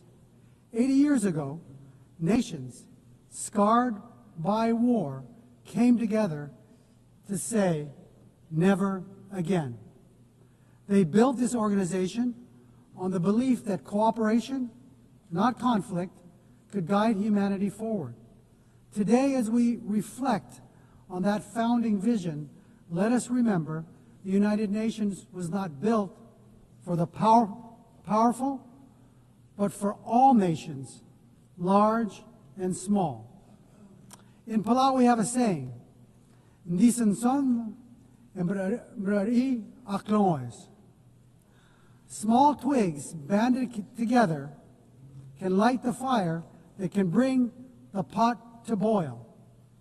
This wisdom reminds us that even the smallest among us, when united and determined, can drive meaningful change. The recent International Court of Justice advisory opinion affirms this truth, that our voice, though often overlooked, carries the weight of justice. We thank Vanuatu for their leadership and recognize the Pacific youth who co-led this charge. The advisory opinion confirmed that what we have always known, 1.5 degrees is not optional. It is now the benchmark for international law. Let us defend this limit as the political, moral, and legal anchor of the Paris Agreement. The world is at war. Defense spending is at an all-time high, approaching $3 trillion annually. We have many problems. And now more than ever, we need to come together. We are also at war. Our shores are being invaded by seawater. Our homes are being blown away by storms. Our roads are being washed away by torrential rains. Our reefs are overheating. Our fish are disappearing. And our land is on fire. This is our daily battle. And ahead of COP30 in Belém, we must see new nationally determined contributions submitted without delay, particularly from major emitters. And they must be aligned with the 1.5 degree trajectory. We applaud Australia's leadership in setting incredibly ambitious and achievable 2035 emissions reduction targets and developing clear strategies to reach its net zero emissions pathway by 2050. Australia leads the way in supporting Pacific Islands in accelerating the energy transition. This is a testament to the kind of leadership needed to defend and ensure a safe and prosperous future for all. However, ambition without implementation is an empty promise. For SIDS, the fight depends on climate finance. Too often, our countries are trapped in systems that are overly complex, slow, inaccessible. Finance must be predictable and adequate. It should not create new debt. It should free us to implement our NDCs, adapt to climate change impacts, and address loss and damage. The 1.5 degrees Celsius limit remains our lifeline, and finance is the key to achieving it. We need investment, not in defense, but for us to combat our greatest threat, climate change. It is not aspirational. It is the scientifically grounded guardrail that protects the most vulnerable from the worst climate impacts. Madam President, our region has served as the world's moral compass on climate justice. We have helped secure the 1.5 degree goal in Paris. We have pushed for a mechanism on loss and damage.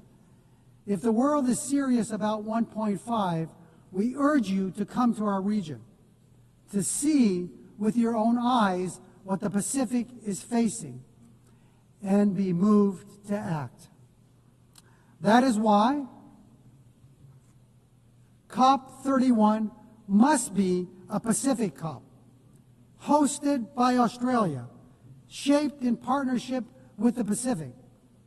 Madam President, on the issue of climate solutions, deep sea mining has been incorrectly promoted as a silver bullet for the climate crisis.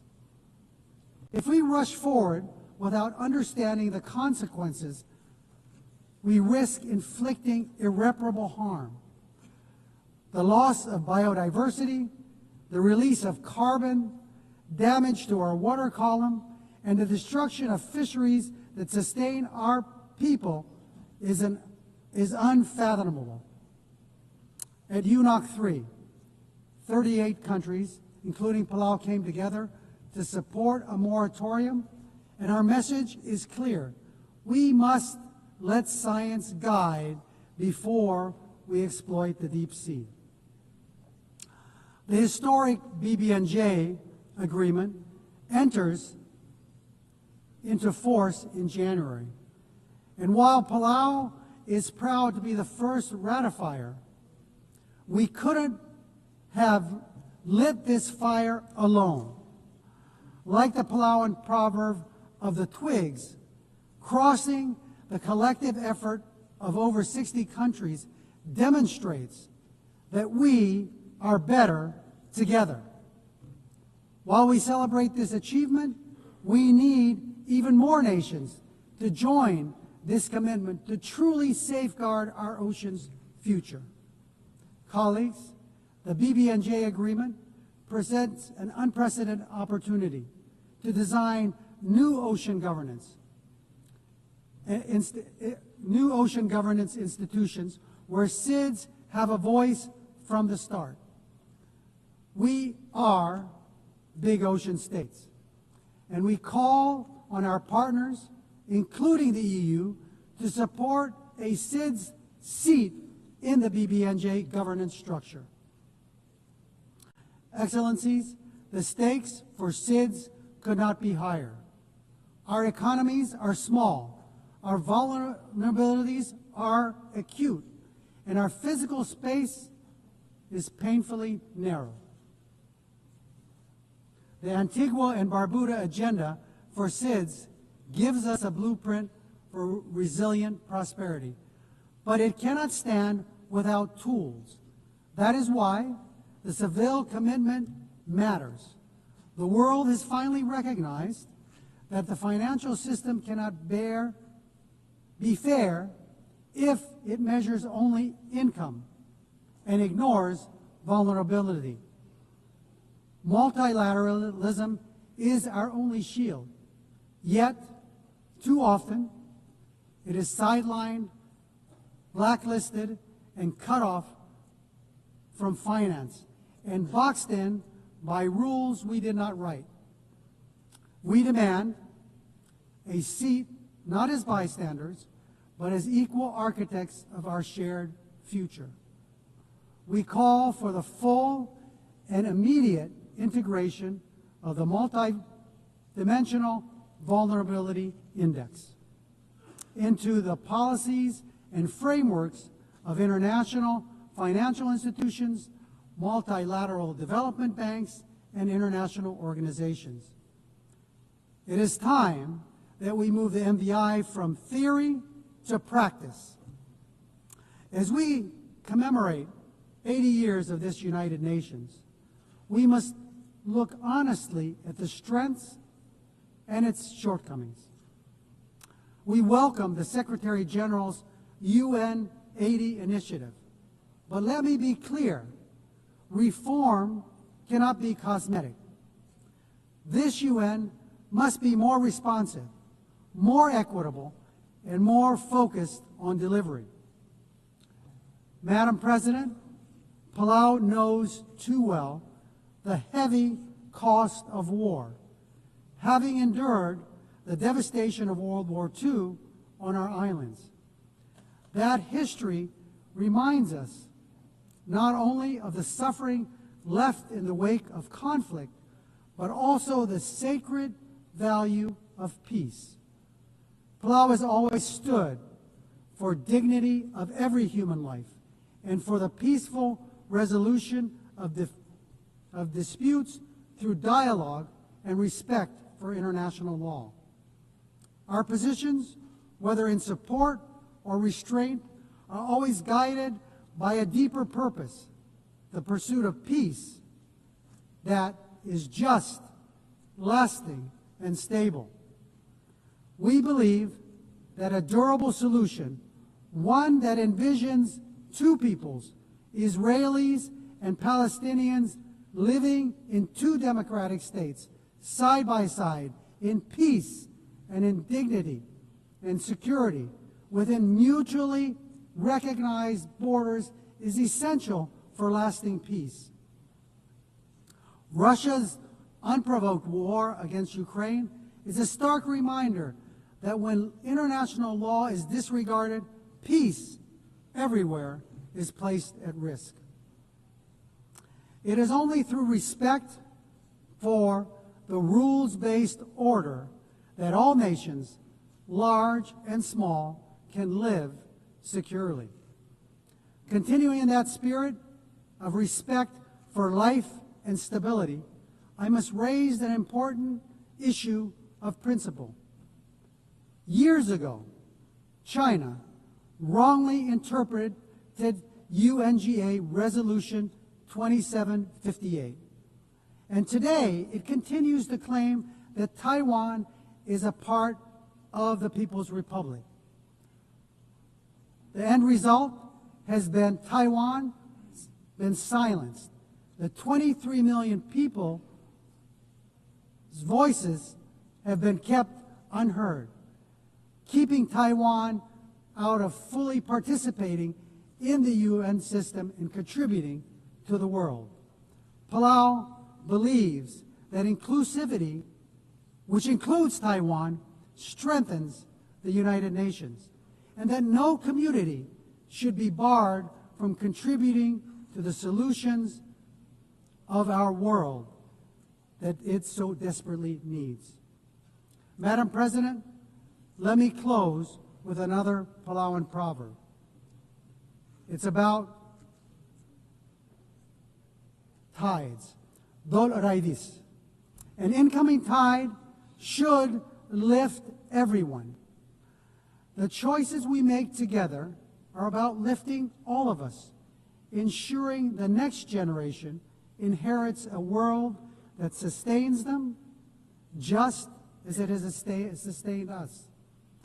As we face today's greatest challenges, climate change, ocean decline, debt, inequality, wars, and conflict, no nation can carry the weight alone. But together, guided by the spirit of the UN's founding and strengthened by 80 years of hard-learned lessons, we can turn the tide. Let this assembly be remembered not only for the words we speak, but for the actions we take and for the resilience we build, the justice we uphold, and the future we secure for the generations yet to be born. We are better together. God bless you. Sulang, thank you.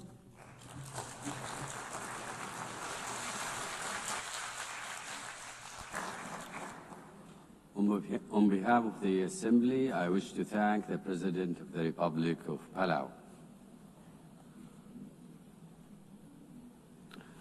The Assembly will hear an address by His Excellency Ilhamu Haydar Ogolo Aliyu, President of the Republic of Azerbaijan.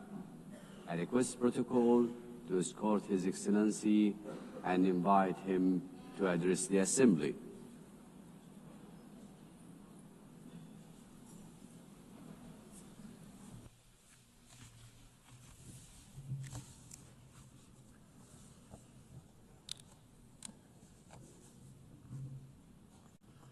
Ladies and gentlemen, for many years, I spoke from this tribune about tragedies of aggression, occupation, and injustice experienced by Azerbaijan. Today, I will speak about our long road to victory and peace, and a new era in Azerbaijan's history about how we managed to end the occupation through a liberation war and how we won peace by political means. For nearly 3 decades, almost 20% of Azerbaijan's sovereign territory remained under military occupation by Armenia. 1 million of Azerbaijanis were expelled from their homes as a result of the policy of ethnic cleansing and war crimes conducted by Armenia. Their fundamental human rights were grossly violated. 4 United Nations Security Council resolutions adopted in 1993 demanded immediate, complete and unconditional withdrawal of Armenian armed forces from the occupied territories. Sadly, these resolutions were never implemented. Armenia demonstratively ignored them because no sanctions were imposed on it by the international community. The OSCE Minsk Group, established in 1992 to facilitate a settlement, has failed in its mission. Instead of enforcing the norms and principles of international law, its co-chairs sought to preserve the status quo and keep the conflict frozen. In 2020, after almost 30 years of ineffective negotiations, Azerbaijan was forced to exercise its legitimate right to self-defense under Article 51 of the UN Charter. During the war, Armenia shelled our towns and cities with ballistic missiles and cluster munitions, killing more than 100 of innocent civilians. Azerbaijan, in its turn, conducted the war in strict compliance with international humanitarian law. We ensured protection of civilians and refrained from targeting non-military infrastructure. In 44-day patriotic war, our armed forces liberated occupied territories and restored Azerbaijan's territorial integrity in accordance with international law and relevant UN Security Council resolutions. The 10 November 2020 marked the capitulation of Armenia and restoration of Azerbaijan's territorial integrity after nearly 30 years of occupation. Right after our victorious war, Azerbaijan declared its readiness to open a new page in relations with Armenia, based on mutual recognition of territorial integrity and sovereignty. We proposed 5 basic principles rooted in international law. We tabled the proposal for a peace treaty.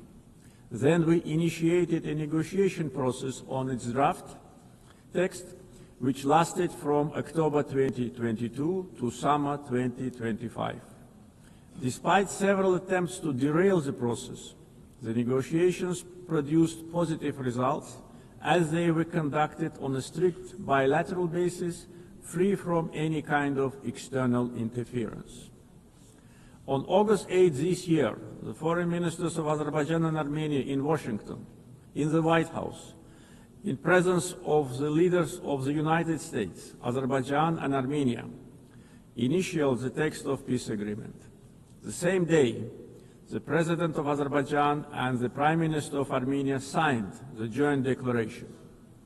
President of the United States, Donald Trump, also signed it as a witness. Moreover, Azerbaijan and Armenia jointly appealed for the closure of the OSCE Minsk Group and related structures as an obsolete mechanism no longer relevant to the peace process. Accordingly, on 1 September, the OSCE adopted a decision to permanently close these structures. Regional connectivity has been at the core of our vision for lasting peace.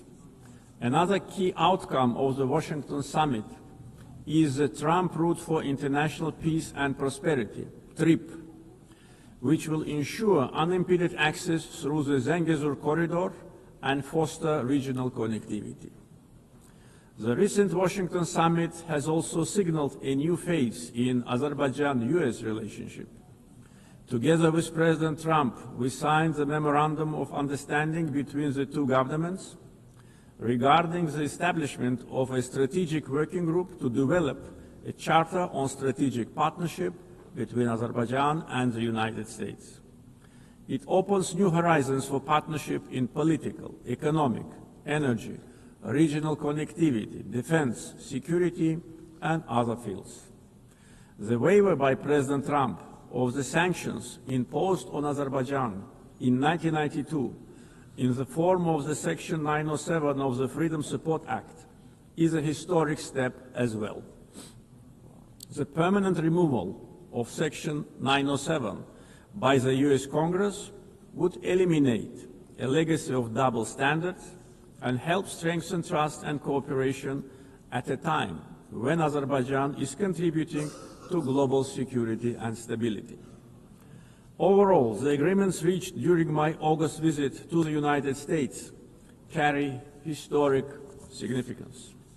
I want to express my gratitude to President Donald Trump for opening a new chapter in the US-Azerbaijan relationship, for his decision to elevate it to the strategic partnership level, and for his support to the peace process between Azerbaijan and Armenia. Right after the victory in the patriotic war of 2020, Azerbaijan started a large-scale reconstruction program in the liberated territories. During the time of occupation, Armenia leveled to the ground hundreds of Azerbaijani cities and villages, deliberately ruined 65 mosques. That was a policy of Armenia which was ruled by war criminals for almost 30 years. We are rebuilding villages and cities razed to the ground. Under the Great Return Program, already more than 50,000 people live, work, and study in the liberated territories.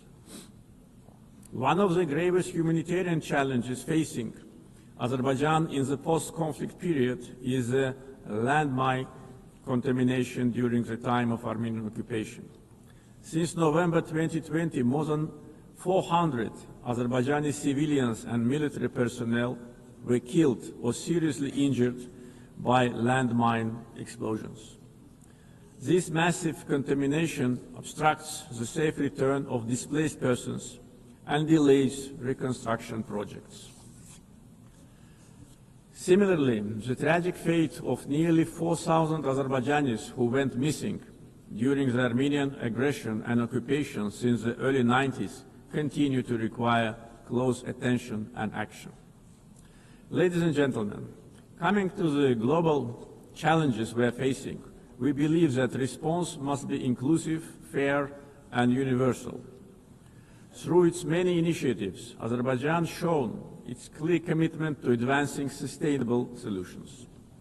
Azerbaijan is proud to have hosted COP29 last year, where we achieved important outcomes in advancing climate action, the green transition, and equitable access to financing.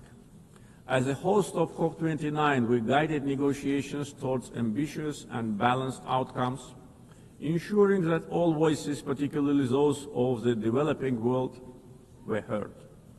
The adoption of the new collective quantified goal at COP29, also known as Baku Finance Goal, is a historic milestone in global climate finance. This commitment brings previous $100 billion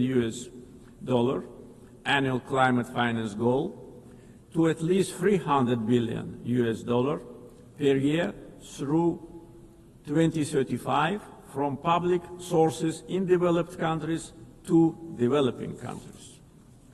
Azerbaijan also successfully finalized the long-awaited framework for carbon markets under Article 6 of the Paris Agreement, making the Paris Agreement fully operational 9 years after its adoption. Several key agreements were signed at COP29 to make the Loss and Damage Fund fully operational, providing critical support for vulnerable communities impacted by climate change. Being strongly committed to the green transition, we at the same time should not put unrealistic targets in front of us. The world cannot live without fossil fuels today and in foreseeable future. Energy security is closely linked to peace, regional connectivity, and economic development. Azerbaijan continues to play a proactive role in advancing these objectives globally. Azerbaijan has established itself as a reliable and indispensable partner in providing energy security to many countries. We play a strategic role connecting the Caspian region with international markets through diversified oil and gas pipeline systems. As of today, we are supplying natural gas to 14 countries. This ranks Azerbaijan as a top country in the world in terms of number of countries it supplies with pipeline gas. This reflects our strategic role in enhancing energy security and diversifying supply routes across Europe and beyond. Moreover, Azerbaijan and Syria have recently strengthened their bilateral partnership, focusing on energy supply, infrastructure development, and post-conflict reconstruction. Since August this year, Azerbaijan started to supply Syria with natural gas via Turkey, significantly reducing its electricity shortages. Azerbaijan also attracts large investments in renewable energy sources, like solar, wind, and hydropower.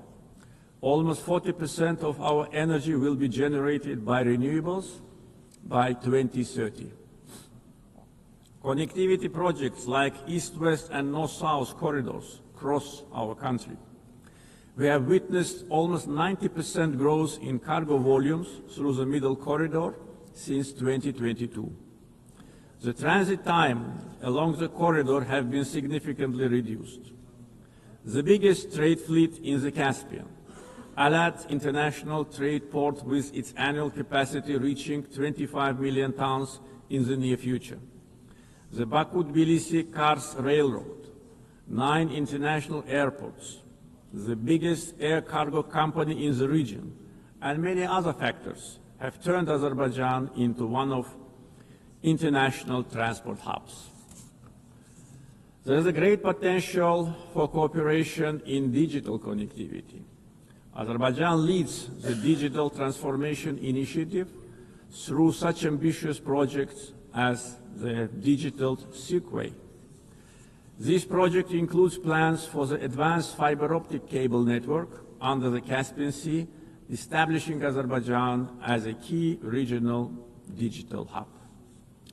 Azerbaijan achieved significant economic growth by focusing on diversifying its economy beyond oil and gas, developing the non-oil sector and improving the investment climate through reforms and transparency. Reducing poverty and unemployment to the historic low of 5% is another achievement of our country. Recently, 2 major international rating agencies, Moody's and Fitch, have increased Azerbaijan's ranking. Azerbaijan was provided with favorable investment-grade status, citing very strong external balance, low public debt, and substantial sovereign wealth assets as a key strength. This underscores our economic resilience, strong fiscal discipline, and favorable investment climate. Our foreign debt is only 6.5% of GDP, which is one of the lowest in the world. Azerbaijan's foreign exchange reserves exceed its foreign debt almost 16 times. Back in 2022, at the summit of the Caspian littoral states, I raised the issue of environmental degradation of the Caspian Sea. Today's situation is much worse. Caspian Sea is shrinking rapidly. The main reason is not climate change. Joint efforts of littoral states are needed to stop ecological catastrophe with unpredictable consequences. Azerbaijan is also ready to cooperate closely with the UN to tackle this problem. Ladies and gentlemen, Azerbaijan is proud of its global humanitarian assistance efforts. We are providing aid to countries affected by natural disasters, conflicts, and public health emergencies. Azerbaijan contributed to the COVID-19 response, donating financing, protective equipment, medical devices, and vaccines to more than 80 countries in need. Azerbaijan has entered a new era. We won both war and peace. We ended the occupation and started reconstruction. Justice has triumphed. Sovereignty has been consolidated, and peace is de facto reached. We stand prepared to share our positive experience. The achievements of the recent years are not only a victory and success of Azerbaijan, they are also a demonstration that international law must ultimately prevail. Our vision is clear: peace and development based upon international law, non-interference in internal affairs of states, mutual respect and cooperation. Let us together build a world without double standards, where justice is not selective, the rule of law is respected, and peace is achieved not through words alone, but through actions.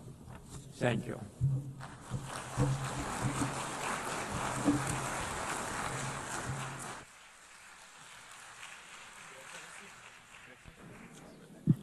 On behalf of the Assembly, I wish to thank the President of the Republic of Azerbaijan. The Assembly will hear an address by His Excellency Zheng, Chairman of the Presidency of Bosnia and Herzegovina. I request protocol to escort His Excellency and invite him to address the Assembly.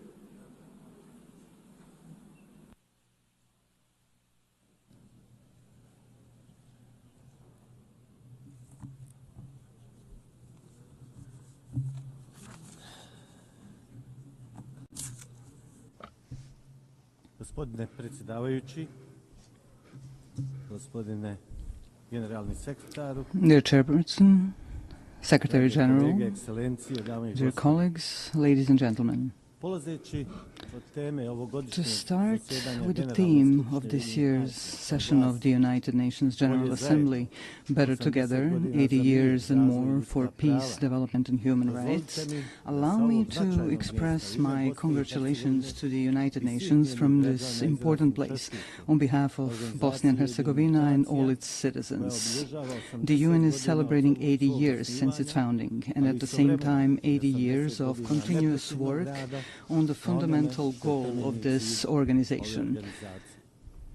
That goal is to secure and maintain peace in the world. History will give the final judgment on how successful the UN has been in the past, as well as on the results of the work and participation of several generations in the United Nations itself, its bodies and organizations. At the same time, I believe it is important to clearly express our common position today. Peace in every part of the world has no alternative. We must continue to work together persistently on this. I would like to believe that we all share the same positive opinion, that we must protect peace in every part of the world. However, reality and what is happening today in different parts of our planet clearly show us that world peace is often not in the interest of certain geopolitical actors. For them, conflict or war is a means to realize their own political and economic interests. These interests largely diverge from the goals set out in the United Nations Charter.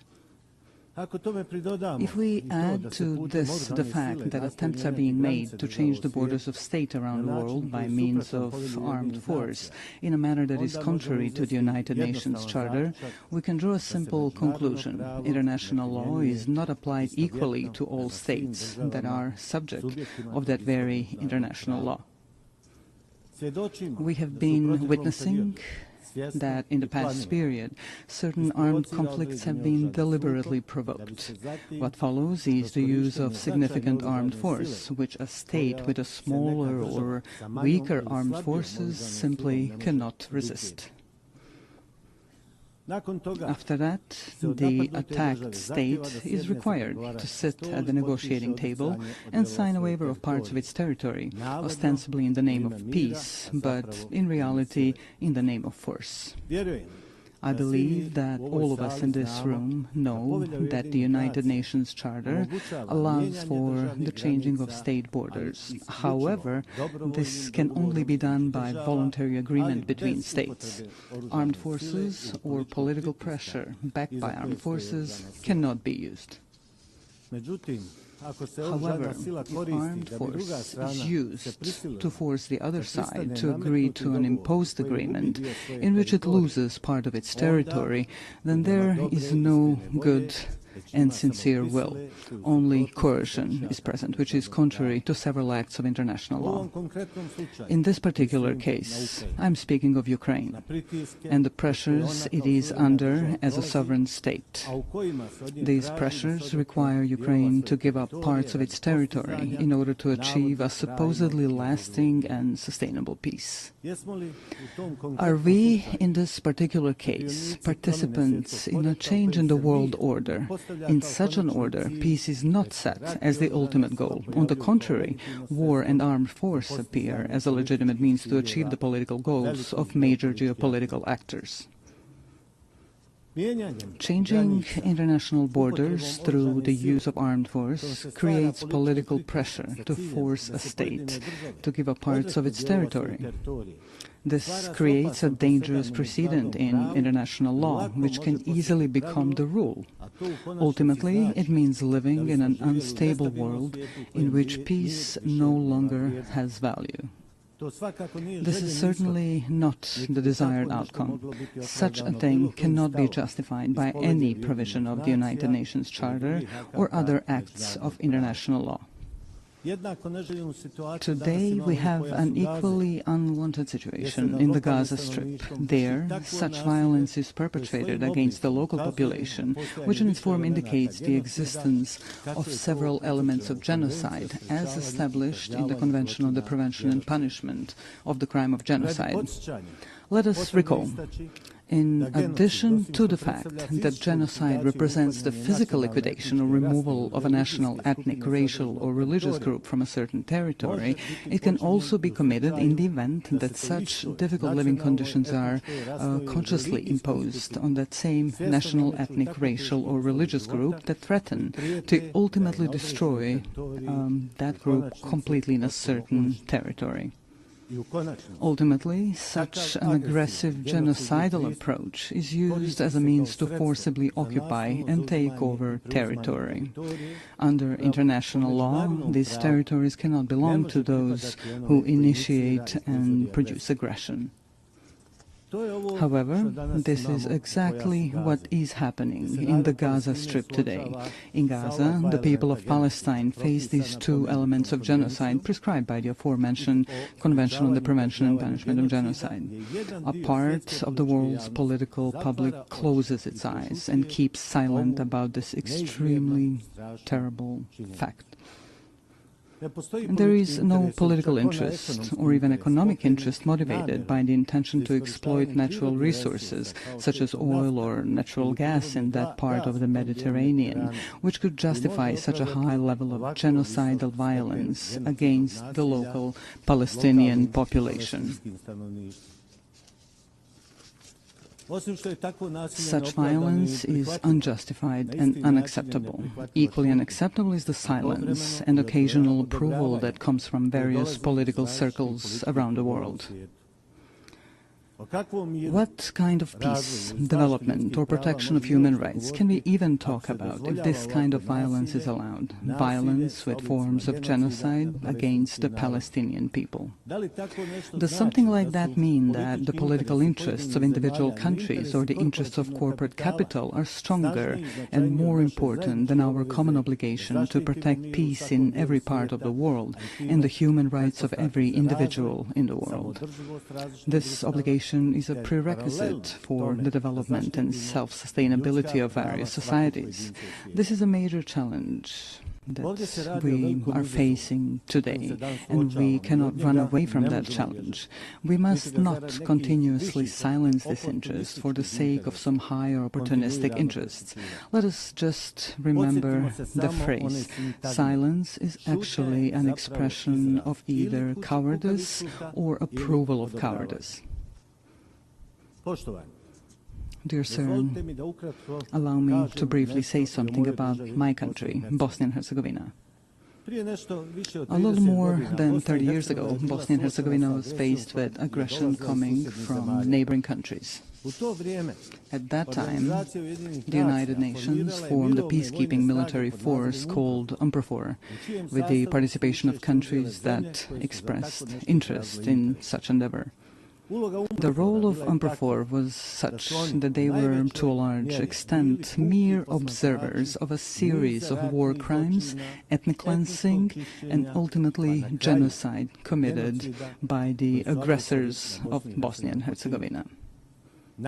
Of course, there were also positive examples of UNPROFOR's activities, which should certainly not be forgotten, and we are sincerely grateful for that. Unfortunately, a stain remains on that United Nations mission. Certain UNPROFOR commanders did not want to activate airstrikes in order to prevent ethnic cleansing, especially the genocide committed in Srebrenica in July 1995. Unfortunately, genocide was committed in Srebrenica. Hundreds of thousands of citizens throughout Bosnia and Herzegovina lost their lives during the aggression. Many more were injured, and more than 1 million citizens of Bosnia and Herzegovina were displaced around the world. I would like to briefly remind you that the International Criminal Court in The Hague, established by these very United Nations, has found the guilt of several individuals for committing genocide, as well as the existence of a series of joint criminal endeavors. They all had the same goal, ethnic cleansing, with the creation of ethnically pure parts of the territory in Bosnia and Herzegovina, in order to separate these parts from Bosnia and Herzegovina and annex them to neighboring states. A little over a year ago, here at the United Nations, we worked together on the adoption of the resolution on the genocide committed in Srebrenica. I consider that a major step forward and an important document, not only for Bosnia and Herzegovina, but also more widely. The strength of that resolution lies in its intention to prevent the possible commission of some new genocides, which could happen anywhere in the world. Although we were faced with lobbying from several countries not to adopt such a resolution, it was nevertheless passed. This created a new environment of preventive action through a culture of remembrance, so that genocide, the most terrible war crime, would never happen again. This is when we realized that there were states that, for their own political reasons or political convenience, were not ready to support the text of that resolution. That text is based on the rulings of the International Criminal Court in The Hague, which, I repeat once again, was founded by the United Nations. May such a refusal to support the text of the resolution serve to honor of those who lobbied against its adoption and those who did not give clear support to the resolution. I would like to remind you that during that period, in the 90s, the international community, through the United Nations, imposed an embargo on Bosnia and Herzegovina on the purchase of defensive weapons. This prevented the defense of our country from double aggression. In any case, defense would significantly shorten the duration of the war, and many lives would have been saved, because a peace agreement would be reached much sooner. A necessary condition for a peace agreement was the creation of a balance of military power between Bosnia and Herzegovina and the two neighboring countries that committed the aggression. Due to that embargo, the aggression against Bosnia and Herzegovina lasted for almost 4 years, and a large number of human lives were unnecessarily lost. Such a war ended with the signing of the Dayton-Paris peace agreement. That agreement brought the necessary peace, and we are grateful for that. However, at the same time, it created such a sui generis political system in Bosnia and Herzegovina, which today, 30 days after its creation, poses a problem for the normal functioning of the state of Bosnia and Herzegovina. Such a political system does not contain democracy, but a deviant form of democracy, a form that is unheard of in practice anywhere in the world. Ethnicity is put to the fore, and basic human rights are completely denied. At the same time, democracy is undermined to such an extent that it almost no longer exists. We can call this political system an incident political system, which is constantly destabilizing the state of Bosnia and Herzegovina. Why am I even mentioning democracy right here? For at least two reasons. The first reason is that states that opt for democracy and its principles should have the opportunity to fully implement that democracy within their own borders. We must be fully aware that there are a number of states that, for their own reasons, be it historical, cultural, or religious reasons, do not want democracy and its principles. Bosnia and Herzegovina has clearly opted for democracy and the transition from the previous political system to a new democratic political system. However, this is continuously being prevented in reality through elements of the political system established by the Dayton-Paris peace agreement. The second reason I mentioned is that after facing an embargo on the import of defensive weapons during the 90s, Bosnia and Herzegovina is now facing an embargo on democracy. Some actors from the international community are trying to ensure this through their political and diplomatic activities and resources. So after we had an embargo on defense, today we have an embargo on democracy and democratic development of Bosnia and Herzegovina. How else to explain such activity by that part of the international community? They're trying in various ways to ensure this incidental political system in which the minority governs the majority. This undermines one of the fundamental principles of democracy, which requires a system in which the political majority should actually govern the state. That is not the case in Bosnia and Herzegovina. The aforementioned actors describe this as an alleged distribution of political power between ethnic communities in Bosnia and Herzegovina. However, that undermines democracy so much at its root that it almost no longer exists in my country. What does exist, however, is something simply called ethnocracy, in which a political minority rules the state. This current deviant political system makes this possible. Are such actors of the international community trying to ban or impose an embargo on democracy in Bosnia and Herzegovina because of its demographic picture? Are they trying to create a situation to reopen talks on Bosnia and Herzegovina with an uncertain outcome for its existence within its current borders? These questions remain open. I would like to remind you here that without democracy, there is no rule of law. Without the rule of law, there is no protection of individual human rights. An argument for such action by a part of the international community may be the so-called Kovacevic case before the European Court of Human Rights. This case is unknown to you, perhaps unimportant to you, but it is extremely important to us in Bosnia and Herzegovina. This is a case in which the appellant sought simple, justified and logical protection of his active rights to vote, which was denied to him. The case was resolved in favor of the appellant, Mr. Kovacevic, in the first instance. The court also found the existence of ethno-territorial discrimination. However, a part of the international community invested enormous diplomatic and financial efforts in its attempt to annul the verdict during the second instance proceedings. One of the countries, which is completely incomprehensible and unacceptable, made a financial donation to the European Court of Human Rights. That country later came forward in the the same case as an interested party. This is an expression of classic political corruption. Because of all this, a logical question arises here. Can the judgments of international courts be bought? Are they for sale? The High Representative of the international community in Bosnia and Herzegovina actively participated in overturning that verdict. Also, he was not given such powers by the Dayton Peace Agreement. He also invested enormous financial resources from unknown sources. He did not have the necessary consent of the Peace Implementation Council for such actions. So, a completely identical situation occurred as with the adoption of the resolution on the genocide in Srebrenica. Some countries tried to negate the judgment of the International Criminal Court in The Hague by lobbying against the resolution. In the case that I am now citing as an example, some other countries tried and are still trying to annul the judgment through their own lobbying and broader diplomatic activity. This leads us to the conclusion that there is a part of the international community that simply does not allow democracy in Bosnia and Herzegovina. Yesterday, we faced an embargo on weapons necessary for the defense of our country. Today, we have an embargo on democracy and human rights. Therefore, I would like to briefly remind you of another United Nations document called the International Covenant on Civil and Political Rights.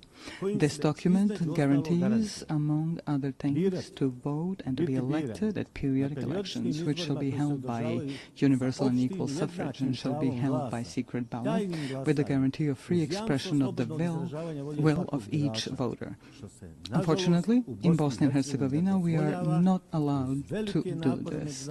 The international community is making great efforts to preserve discrimination and to deny democracy. The result is the lack of the rule of law, as well as insufficient and almost no protection of individual human rights. The logical conclusion that arises is the following. Democracy, as well as the right to defend the country, are privileges whose application is determined and enabled by political elites from larger and richer countries. Small countries and poor countries can only receive as much democracy as those who are larger and richer allow them to get. That is certainly not an expression of equality that we should all strive for today. Here we come to the issue of human rights. To be more precise, I am referring to the equality of every individual in their own country and beyond. This particularly concerns the right of every person to participate equally and as they wish in every aspect of social life in their country. We have a whole series of documents of acts or acts of international law that guarantee such rights. This, therefore, raises an open question. Are we prepared to be consistent or persistent in protecting individual human rights in any part of the world, using the tools that the aforementioned international documents provide us with? Every issue of human rights protection begins with the fight against discrimination or any form of inequality of individuals in all their rights guaranteed to them by international law. The logical continuation of this are the documents or laws in different countries. Discrimination in any form is prohibited by international law. Unfortunately, very often we encounter situations where discrimination is silenced and even encouraged. Speaking from the perspective of Bosnia and Herzegovina, we have 5 judgments of the European Court of Human Rights that establish the existence of discrimination against citizens of Bosnia and Herzegovina based on their ethnic origin or place of residence. Some of the political elites in Bosnia and Herzegovina, as well as part of the international community present in Bosnia and Herzegovina, do not want to accept these verdicts or implement them through constitutional amendments. Therefore, the 5 aforementioned judgments of the European Court of Human Rights have not been implemented. The aforementioned 6th judgment in the case seeking the rejection of ethno-territorial discrimination was overturned thanks to pressure, donations and similar actions by certain countries. The person who was authorized by the peace agreement to implement that very peace agreement and to protect all aspects of that agreement also participated in this. This includes all acts of international law that speak of human rights. All of this leads us to difficult questions and even more difficult answers. Are human rights and the protection of the same privileges of the larger and wealthier societies and states, while those that are smaller and poorer are consciously and internationally bypassed in the protection of human rights? It starts from the right to life all the way to the right to equality and democracy. Finally, let me emphasize that we can only respond to all three open questions which are the subject of this session of the United Nations General Assembly through consistency and principled insistence on the protection of peace. Only in this way can we create the conditions for the unhindered development of societies in the member states of the United Nations and act together as active protectors of human rights in all parts of the world. Without that consistency on those issues, we will once again be just a group expressing concern over deviant phenomena in the world, such as wars, violent border changes, genocide and war crimes, denial of human rights. In fact, we will do nothing more than express our concern. The consistency I'm referring to means complete determination to confront various deviant phenomena in the world through the tools provided to us by international law. We must be resolute and unwavering in our intentions to protect the fundamental values of the United Nations without making any distinction between states as subjects of international law. Within this determination, I call upon you to do the following. Let us not differentiate between ourselves, dividing us into large and small countries, rich and poor. Together, as an organization, let us actively seek and facilitate solutions to all the outstanding issues that arise in the world. Peace is not a privilege. Peace is an obligation of all of us, which we must ensure at all times and in all places. Likewise, human rights are not a privilege. Human rights are a permanent civilizational obligation, which we must continuously fulfill. This is certainly an ongoing challenge, one that generations before us have faced and that generations after us will keep facing. Our mission is to leave them a better world than the one we live in now. Such a goal requires persistent and continuous active work. Ladies and gentlemen, Your Excellencies, thank you for your attention.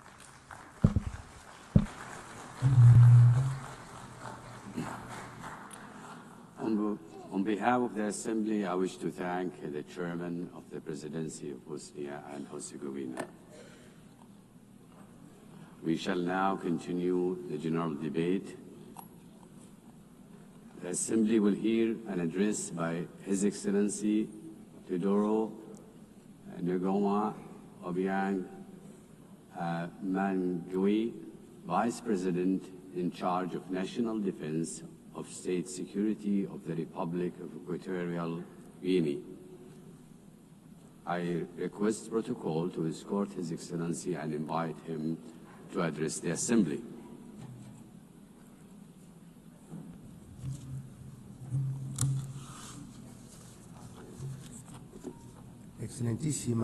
Your Excellency Ms. Annalena Baerbock, President of the 80th session of the United Nations General Assembly, Heads of State and Government, Heads of Delegations, Excellencies, Your Excellency Mr. Antonio Guterres, Secretary General of the United Nations, ladies and gentlemen, I am honored to take the floor on behalf of His Excellency Obiang Mbaso, President of the Republic of Equatorial Guinea, to share with you my country's most dearly held convictions at this 80th session of the General Assembly, being held at a time in which the world is calling for a fairer, more equitable and effective international system.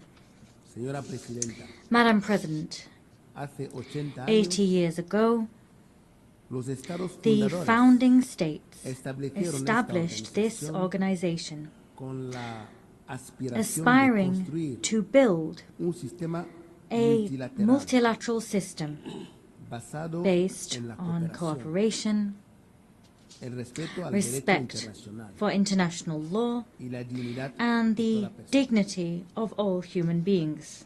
This commitment was enshrined in the United Nations Charter. That charter remains a lodestar for states' collective action. Today, under the theme Better Together, 80 years and more for peace, development and human rights, we celebrate important achievements. The UN, over these 8 decades, has been a universal forum for dialogue and a space for international cooperation. It has helped to avoid conflicts. It has supported decolonization processes. It has promoted sustainable development. And it has served to pique our moral conscience in service of human rights.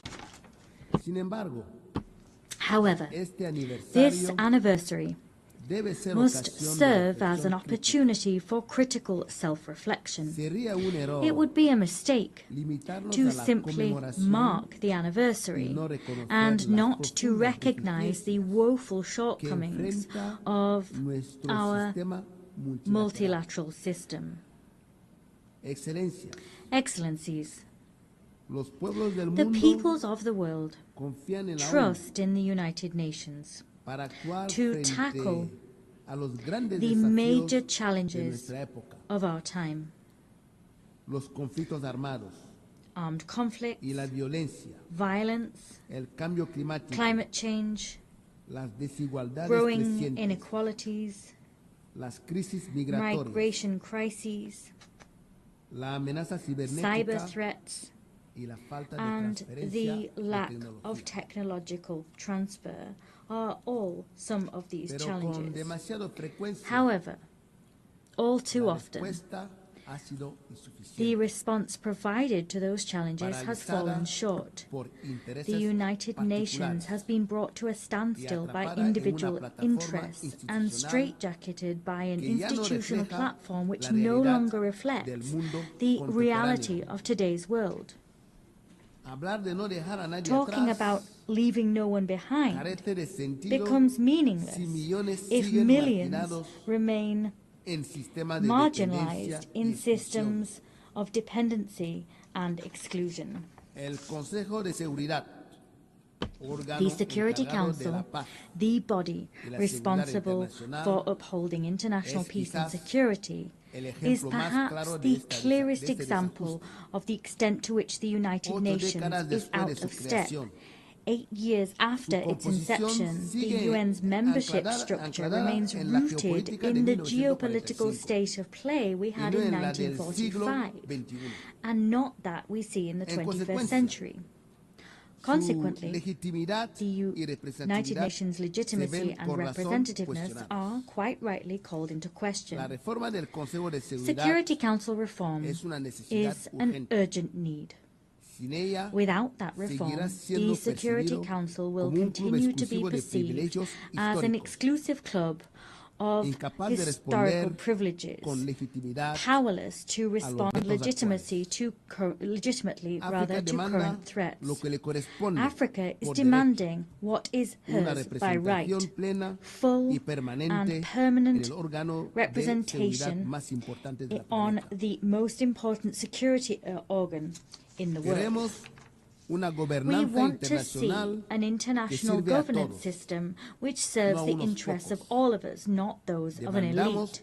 We demand a Security Council which represents the world of today, not the world of yesterday. Let us take real steps forward towards collective action which is more democratic, more equitable and effective. If not, we risk finding ourselves with a United Nations which is increasingly on the sidelines and one which holds less and less weight in the international arena. Our commitment with this organization remains intact.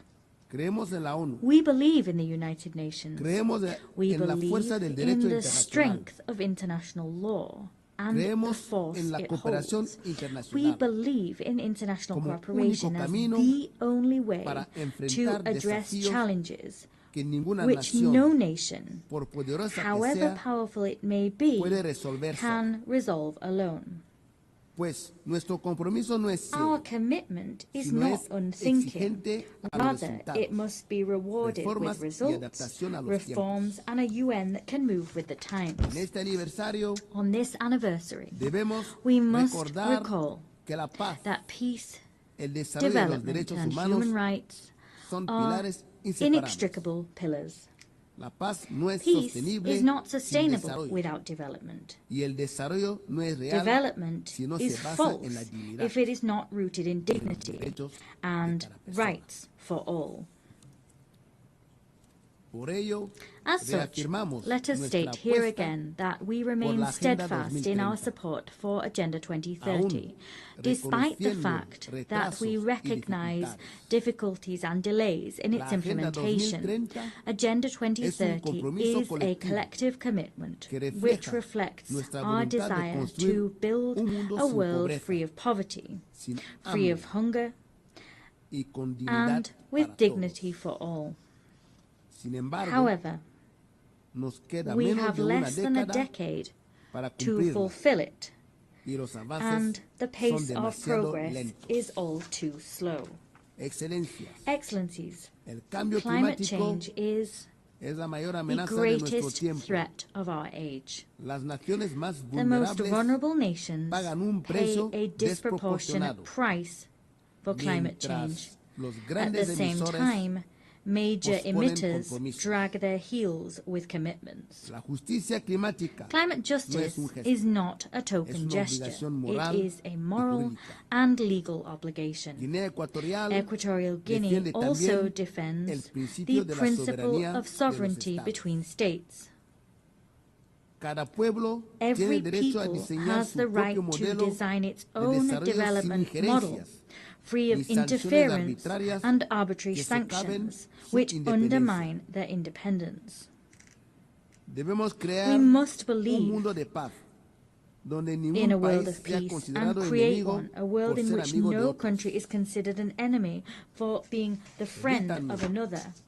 Allow me to share with you a recent example of the contribution that Equatorial Guinea makes to international peace. The historic agreement reached with the Republic of Gabon on the sovereignty of the Mbanye, Cocoteras, and Conga Islands. For decades, His Excellency Obiang Mbasogo handled this dispute with patience and dialogue until it was resolved peacefully before the International Court of Justice. This case has not only created a historic precedent on the African continent, rather it demonstrates also that conflicts can be resolved in accordance with the spirit of the UN Charter and in line with states' political will.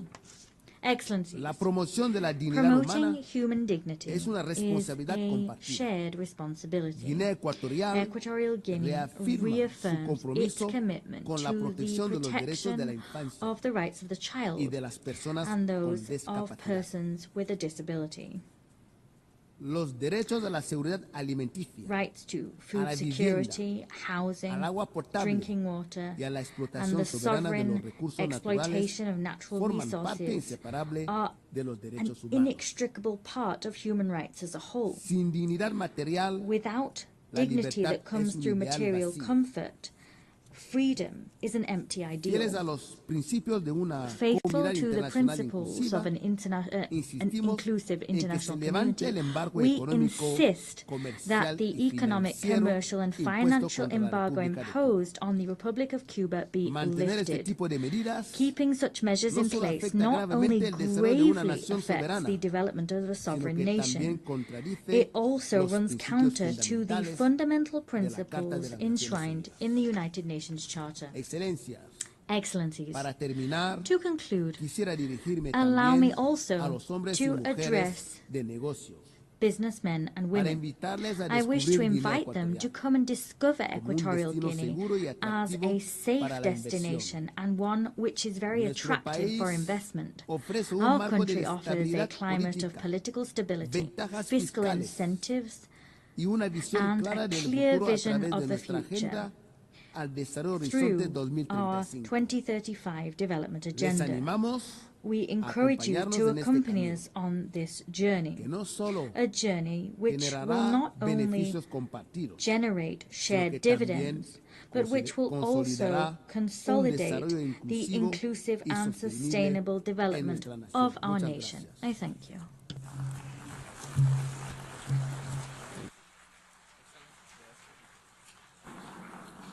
On behalf of the Assembly, I wish to thank the Vice President in charge of National Defense and State Security of the Republic of Equatorial Guinea. The Assembly will hear an address by Her Excellency Josephine Joseph Lago, Vice President of the Republic of South Sudan. I request protocol to escort Her Excellency and invite her to address the Assembly.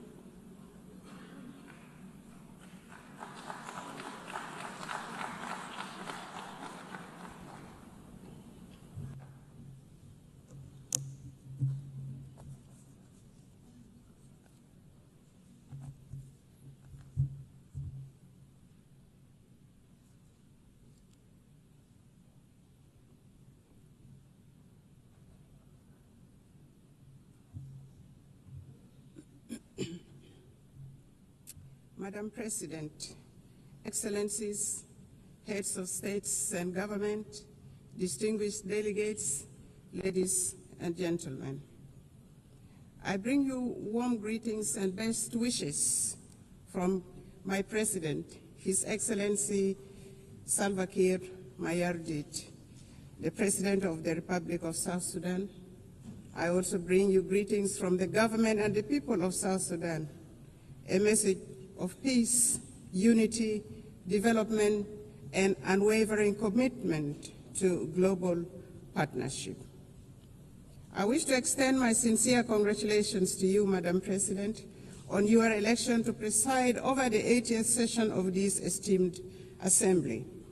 I also express appreciation to the General Secretary, Antonio Guterres, for his steadfast commitment to advancing the principles and objectives of the United Nations. The theme of this year's session, Better Together, 80 years and more, for peace, development, and human rights, resonates with objectives and aspirations of our country. South Sudan is the youngest country in the world and the 193rd member of the United Nations. After 50 years of brutal armed liberation struggle, it gained independence in 2011. Unfortunately, 2 years later, the country descended into an internal civil war. With the support of regional and international community, a peace agreement was signed between the warring parties in 2018, known as the Revitalized Agreement for the Resolution of the Conflict in South Sudan. This led to the formation of the current revitalized transitional government of national unity, a coalition government comprising the warring parties, other peace partners, and stakeholders. The peace agreement has provisions on governance structure, security sector reforms, transitional justice mechanism, economic sector reforms, and Truth and Reconciliation Commission. The agreement also stipulates 35% affirmative action on women representation at national, state, as well as local government levels. The presidency consists of a president and 5 vice presidents, 2 of whom are female, thus achieving 40% of female representation at the highest level of government. In the first phase The unified forces have been trained, some of the forces have been deployed, and the rest are waiting deployment. The second phase of the security sector reforms is due to start imminently this October 2025. This will complete the second phase of the second protocol of the agreement. Other protocols, including public finance management reforms, are ongoing. Transitional justice mechanisms are in progress, and a Truth and Reconciliation Commission will be established under the auspices of the African Union. Although the implementation of the peace agreement has been slower than we would have wanted due to financial constraints, some of the members of the international community have been contributing in kind. On the whole, the implementation of the peace agreement is about 60% executed. The agreement has held for 7 years, and a relative peace has been attained, thus giving hope to our people. Many South Sudanese have returned from the neighboring countries and the diaspora and are rebuilding their lives and contributing to national development.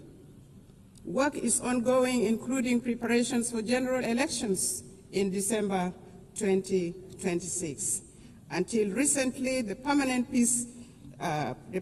cessation of hostilities was observed and relative peace attained throughout the country. Climate change and environmental sustainability. South Sudan is one of the countries adversely affected by the impact of climate change, despite contributing minimally to global emissions. For the last 5 years, our country has suffered recurrent floods on the one hand and prolonged droughts on the other, thus contributing to crop failures, biodiversity loss, and mass displacement. These challenges intensify food insecurity, undermine livelihood support, and threaten social stability. In this regard, the government of the Republic of South Sudan calls on equitable and predictable climate financing to strengthen adaptation and resilience.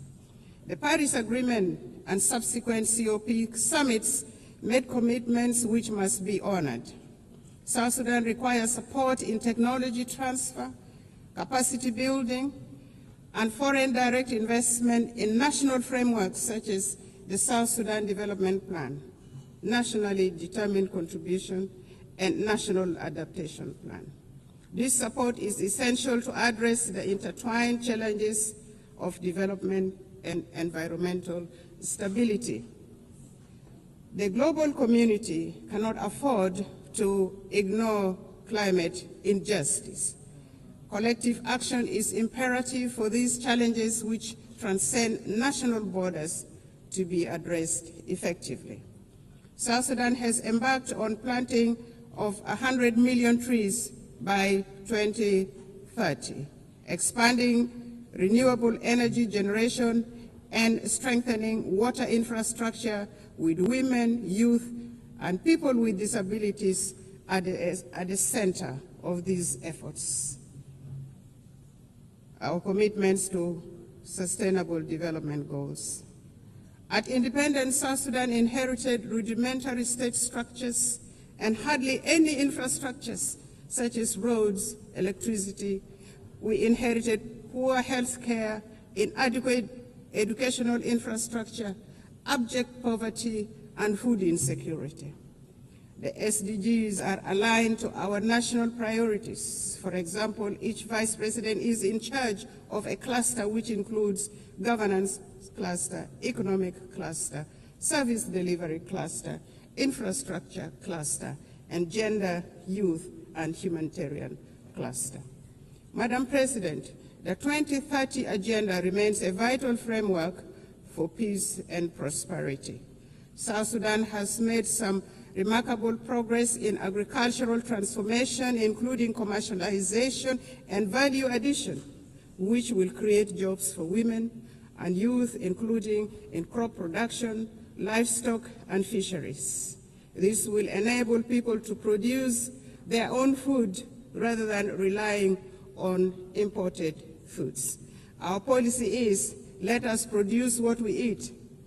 And as a consequence, some states in our country now are self-sufficient in food production, which contributes eminently to reduction of poverty, thus the attainment of SDG 1 and SDG 2. In collaboration with our development partners, government is providing health care, building health care infrastructure, improving maternal and child care, raising awareness about communicable diseases, and providing vaccinations for diseases such as cholera, mpox, and malaria. Access to clean water and sanitation is being improved. As part of the health sector transformation program, we aim to attain universal health care for all in South Sudan. The recent pandemic outbreaks around the world revealed the urgencies of strengthening health systems and equitable vaccine access. South Sudan advocates for global health framework that prioritizes preparedness for pandemics and embraces health as a universal human right. In his latest statement to Parliament in June 2025, His Excellency President Salva Kiir Mayardit identified education as a key priority area for the government. There is improved enrollment in primary schools and secondary schools, and many young people are aspiring now to go to universities and colleges. Enrollment has risen from 300,000 to 2.1 million children, with gender parity in primary schools nearly achieved. This is a remarkable national achievement. There is focus on teacher education to improve the overall quality of education. Despite these efforts and achievements, 2.8 million of our children are still out of school. South Sudan has expanded programs to promote girls' enrollment and retention in schools while investing in technical and vocational skills training for women and youth. Our government would like to take this opportunity to appreciate all those countries that have offered scholarships for our young people to study in their countries, and those supporting girls' education in particular and vocational training to provide employable skills for our young people. But more clearly needs to be done. South Sudan is a young population. Over 60% of the population is under the age of 30 years. In any society, the youth are the future of the country and the future of the society. Our youth are a source of great pride. South Sudan's recent participation in the Olympics Games in Paris last year was a unifying moment for the people of South Sudan and Africa at large. South Sudan athletes showcased talent, discipline, and resilience, embodying the spirit of a nation determined to rise. Sports have become a powerful force for unity, inspiring hope, and bringing communities together across our young nation. The South Sudan basketball team emerged as the best team in the continent of Africa during the last Olympic Games and nearly beat the defending champion in the world. Since independence, and in line with the Transitional Constitution 2011 as amended, we have taken steps to integrate gender equality into our governance and development agenda. Notably, South Sudan has enshrined the 30% of women participation in public life at all levels of government. In addition to the 2 female vice presidents, our cabinet, the national cabinet, and state cabinets comprises of 30% of female representation. And our speaker, the Speaker of the National Transitional Assembly, is also a female. We have adopted national gender policies to advance women's rights and are working to harmonize our laws with international commitments. Efforts have been made to address gender-based violence through new legislation and establishment of a special court. We have mainstreamed gender into the National Adaptation Plan and nationally determined contributions for climate change. We are committed to advancing women's economic empowerment by improving access to land rights and credit facilities while creating opportunities for women entrepreneurs. To achieve the SDGs, we must shift from commitments to action, emphasizing multilateral cooperation, fair trade, debt relief, and tailored support for fragile and conflict-affected states. South Sudan has been advocating for debt cancellation and the support of the international community to complement these efforts will be appreciated. Financing for development. Transforming aspiration into results require adequate financing. We urge developed nations to scale up contributions to the International Development Association, which plays a central role in protecting vulnerable populations, reducing poverty, and financing sustainable development in fragile states. South Sudan supports reforms of international financial institutions to enhance the representation of developing nations, ensuring that financing mechanisms align with objectives of development priorities. Together, we can build a more inclusive and just global financial system. Internal peace and security. We acknowledge the delays in implementation of the revitalized peace agreement. However, the government has renewed its political will and is accelerating key benchmarks, including the deployment of the unified forces, electoral legislation, and launching of national civic education campaigns.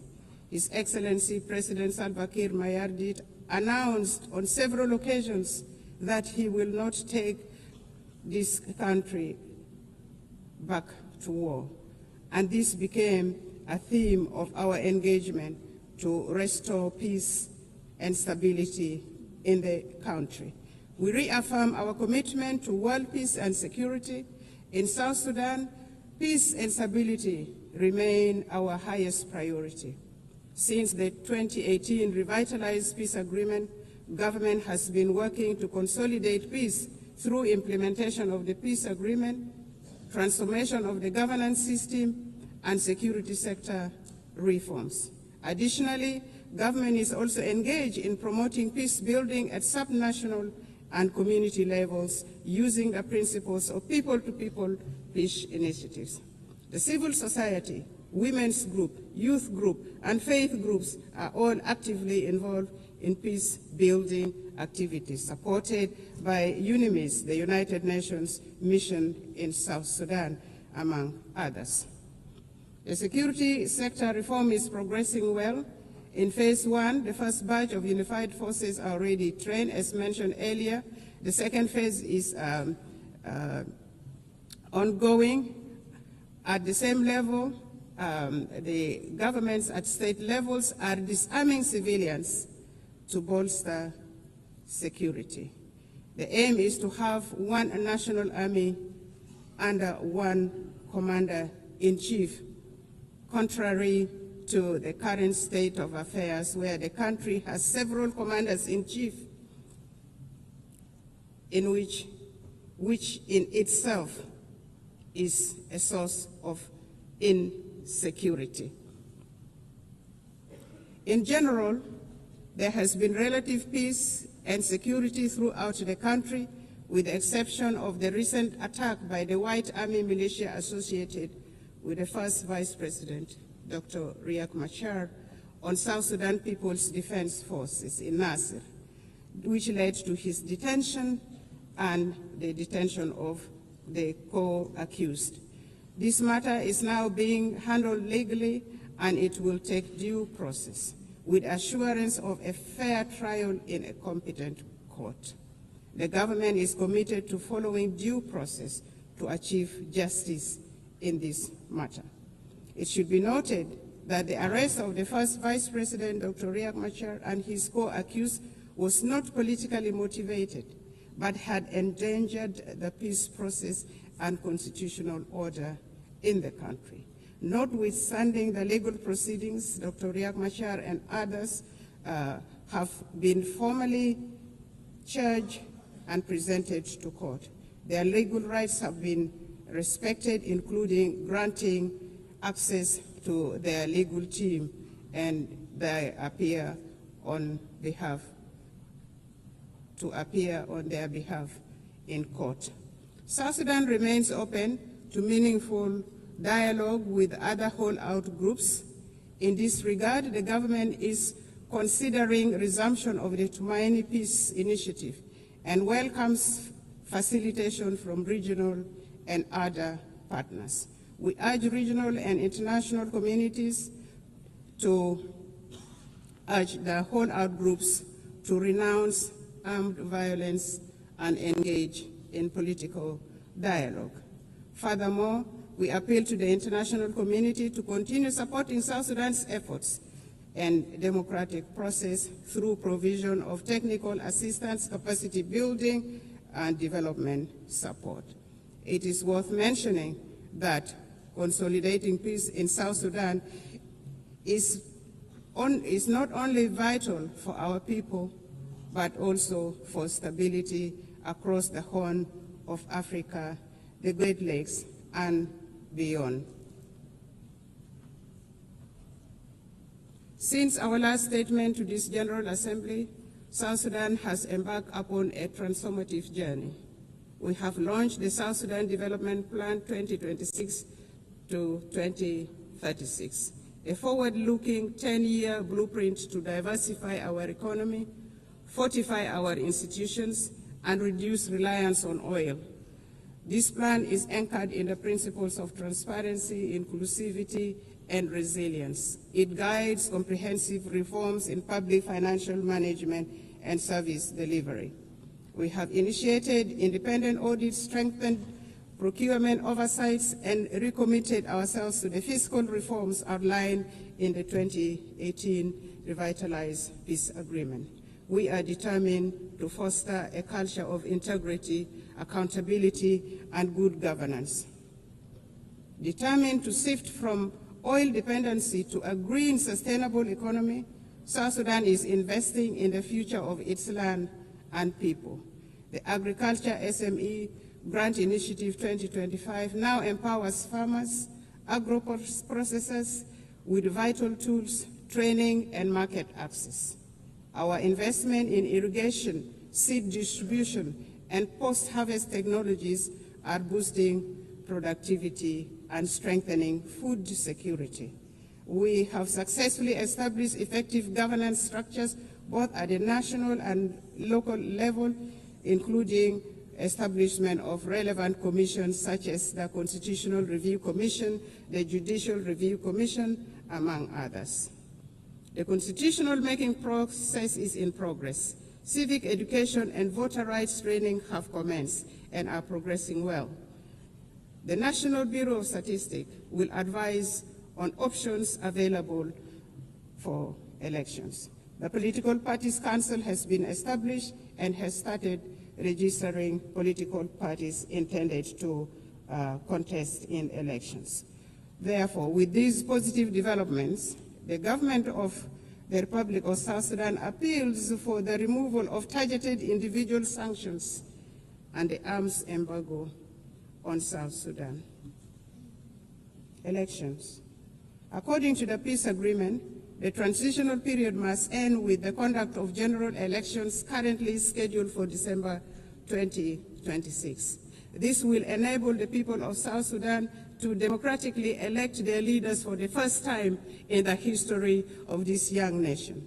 His Excellency President Salva Kiir has reaffirmed the government's determination to deliver credible, inclusive, and peaceful elections. The establishment of electoral institutions, namely the National Election Commission, the Political Parties Council for registration of political parties, and voters' right education have been established.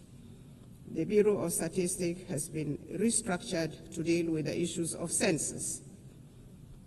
The restructured Permanent Constitution Review Commission has been actively working to ensure that the country has a new permanent constitution by the time of the general election in December 2026. Civil society groups are being facilitated and have started civic education of the general public, especially among women and the youth. South Sudan is committed to promoting and protecting human rights. We are strengthening national institutions, promoting accountability, empowering women and youth. We have taken steps to integrate gender equality into our governance and development agenda, not forgetting the people with disability. Civil society is actively engaged in the promotion of human rights and civic education. We believe constructive engagement and dialogue are the best path for building resilient and just institutions. Some regional concerns. Madam President, South Sudan and Sudan share deep historical and economic ties, as well as the longest border in the region. For instance, South Sudan's oil is at the moment being transported through Sudan. Developments in Sudan directly affects development in South Sudan. Since the outbreak of conflict in Sudan in 2023, South Sudan has opened its doors for Sudanese refugees and returnees from Sudan. In partnership with the international aid agencies, we are providing humanitarian assistance, and we have also gone further and given plots of land for refugees to cultivate and produce their own food, thus integrating them into our local communities. However, there are still outstanding issues with respect to the Comprehensive Peace Agreement 2005. Among these are issues of border demarcation and final status of Abyei, including the status of the Ngok Dinka of Abyei, which remains unresolved. We are committed to working with the government of Sudan to amicably resolve these outstanding issues. Furthermore, the current composition of the Security Council no longer, in our view, adequately reflects the realities of today. And for this reason, South Sudan supports the call for the expansion of the permanent membership to include African representation. Furthermore, we advocate for the removal of sanctions and arms embargo on South Sudan and other sisterly countries. Madam President, at independent South Sudan inherited rudimentary state structures, hardly any infrastructures. The government is now working simultaneously on nation building, state building, provision of services including healthcare, education, capacity building, poverty reduction, and food security. South Sudan is seeking to transition from humanitarian aid to development aid. What we are asking for is for the international community to continue supporting South Sudan, a country with immense potential, abundant natural resources, and a young population. We are actively empowering women and young people for the country to become a useful and productive member of the international community. And we are already seeing signs of progress. To conclude, Madam President, Excellencies, and distinguished guests, the United Nations was founded on the belief that humanity is stronger together. The theme of this 80th session, Better Together, is a reminder of our shared responsibility for survival and progress. Notwithstanding the challenges, South Sudan, with the resilience of its people under the leadership of His Excellency President Salva Kiir Mayardit, remains committed to a multilateral solidarity and partnership with an aim of building a fairer, safer, and more prosperous world for all, for us in South Sudan. It is, a more prosperous world for all. And for us in South Sudan, we all know that it is better together. It is better together for us nationally. It is better together for us globally. Permit me in closing to reaffirm our unwavering faith in the principles of the United Nations and the possibility of a better world built upon solidarity and shared purpose. May God bless the people of South Sudan. May God bless the nations of the world. I thank you for listening. Thank you.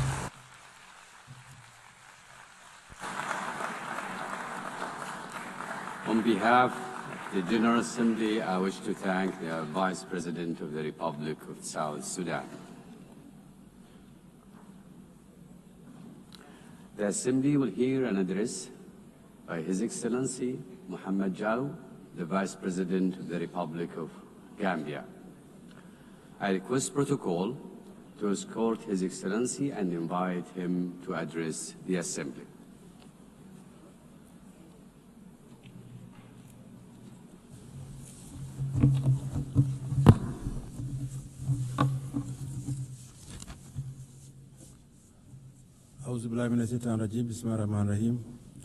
Your Excellency Annalena Baerbock, President of the 80th session of the United Nations General Assembly, His Excellency Antonio Guterres, Secretary General of the United Nations, Your Majesties, Excellencies, Heads of State and Government, Heads of Delegation, distinguished delegates, ladies and gentlemen.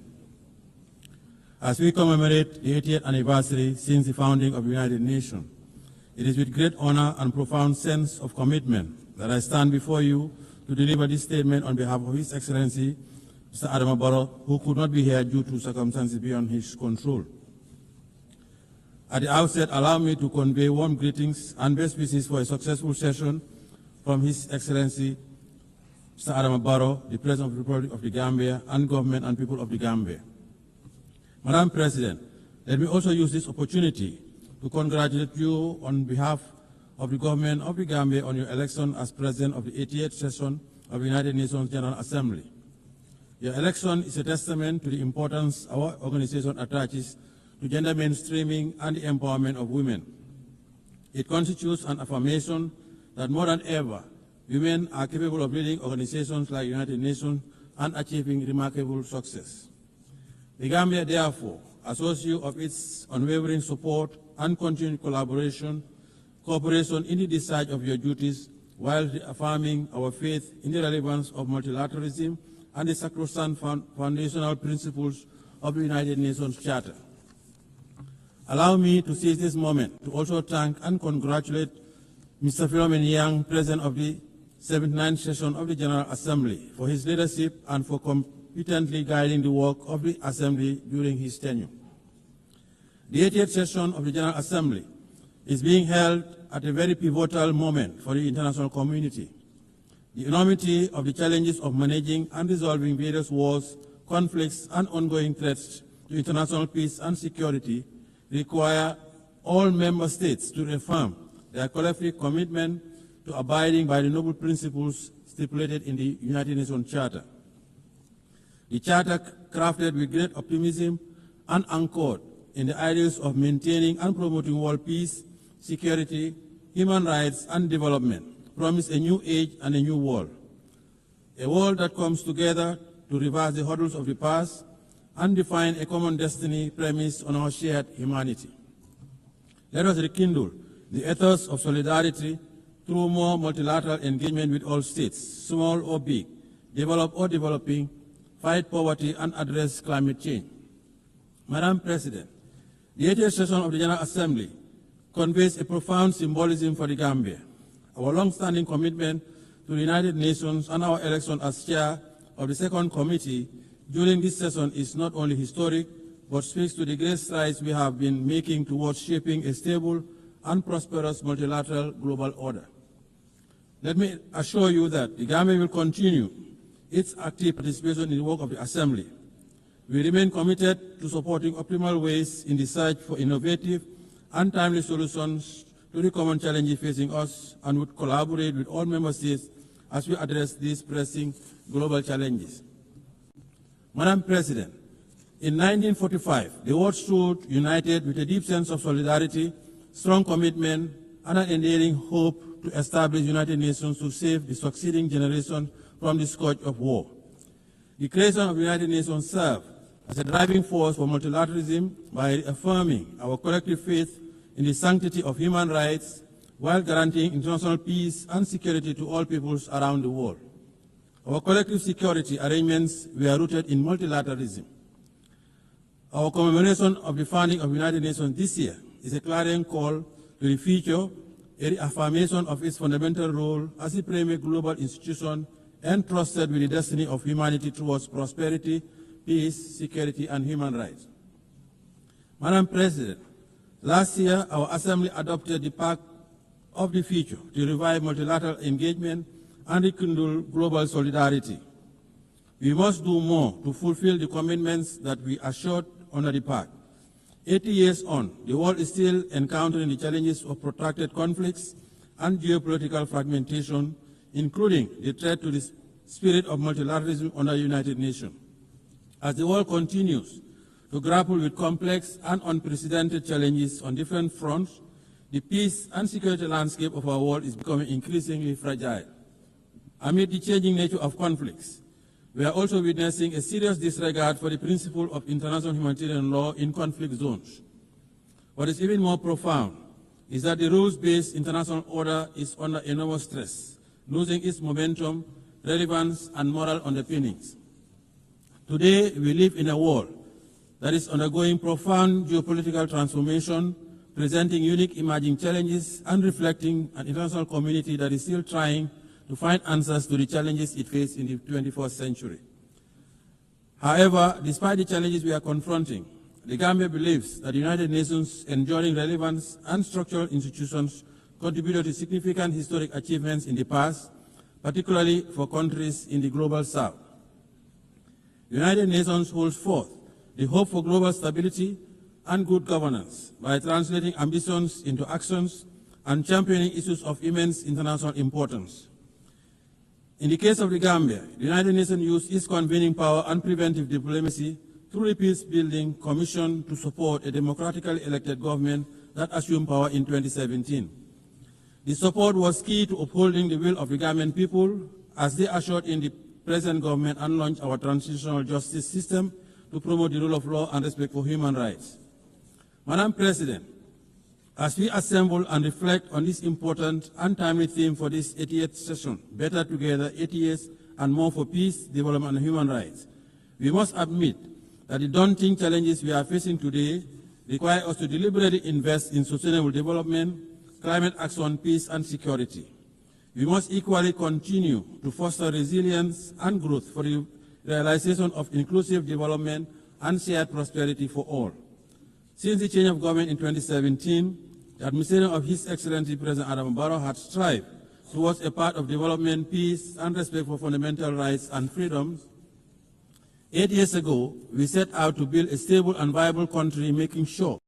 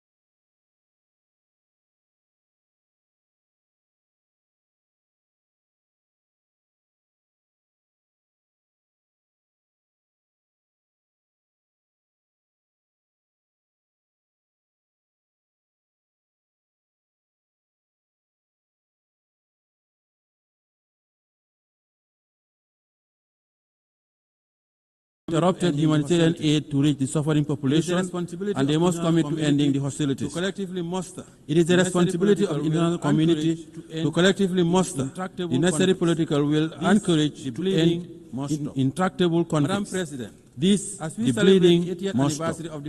Madam President, as we celebrate the 80th anniversary of the founding of the United Nations, the plight of the Palestinians remains unresolved, with the people continuing to face alarming difficulties under dire humanitarian conditions. The situation of Palestine continues to be about the core principles of justice, respect for international humanitarian law, and self-determination. The ongoing situation needs to stop. We cannot remain unperturbed by these worsening conditions, and it is imperative that we act urgently and collectively by utilizing our leverage to revitalize the prospects of an inclusive peace process for Israel and Palestine and the region.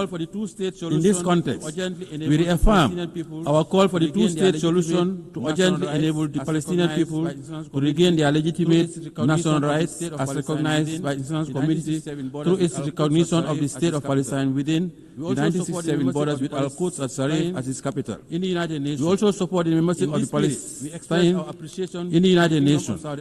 In this spirit, we express our appreciation to the Kingdom of Saudi Arabia and France for the recently concluded high-level conference on the question of Palestine.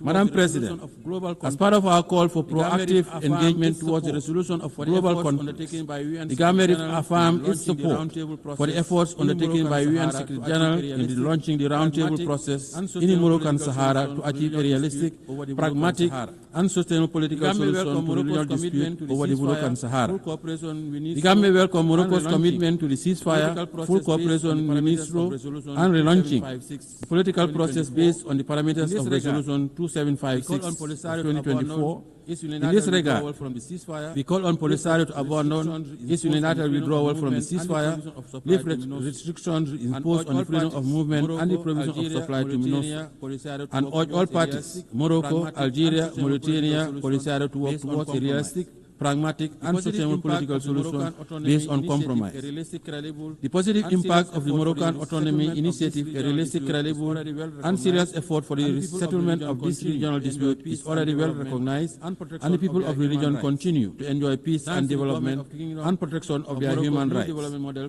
Thanks to the government of the Kingdom of Morocco's new development model for the Moroccan Sahara region. Furthermore, the government also launched by His Majesty Mohammed VI, King of Morocco, of the Morocco-Nigeria gas pipeline, the Atlantic African Initiative, and the Sahel countries' access to the Atlantic. The three regional royal initiatives would give new impetus to the Moroccan Sahara region by establishing it as a new platform for security, stability, and co-development in the Atlantic, the Sahara, African, and Mediterranean areas. Madam President, the government also continues to stand with the government and people of the People's Republic of China on the One China policy. China's commitment to international cooperation and support for the critical spaces of development in different sectors demonstrate that the sustainable development of South-South and triangular cooperation are possibilities. The government continues to reiterate the call for the lifting of economic embargo against the brotherly people of Cuba. The embargo continues to inflict undue hardship and economic devastation, occasioning substantial challenges for the government and people of Cuba. We believe it should come to an end now. Friendly cooperation is the way forward.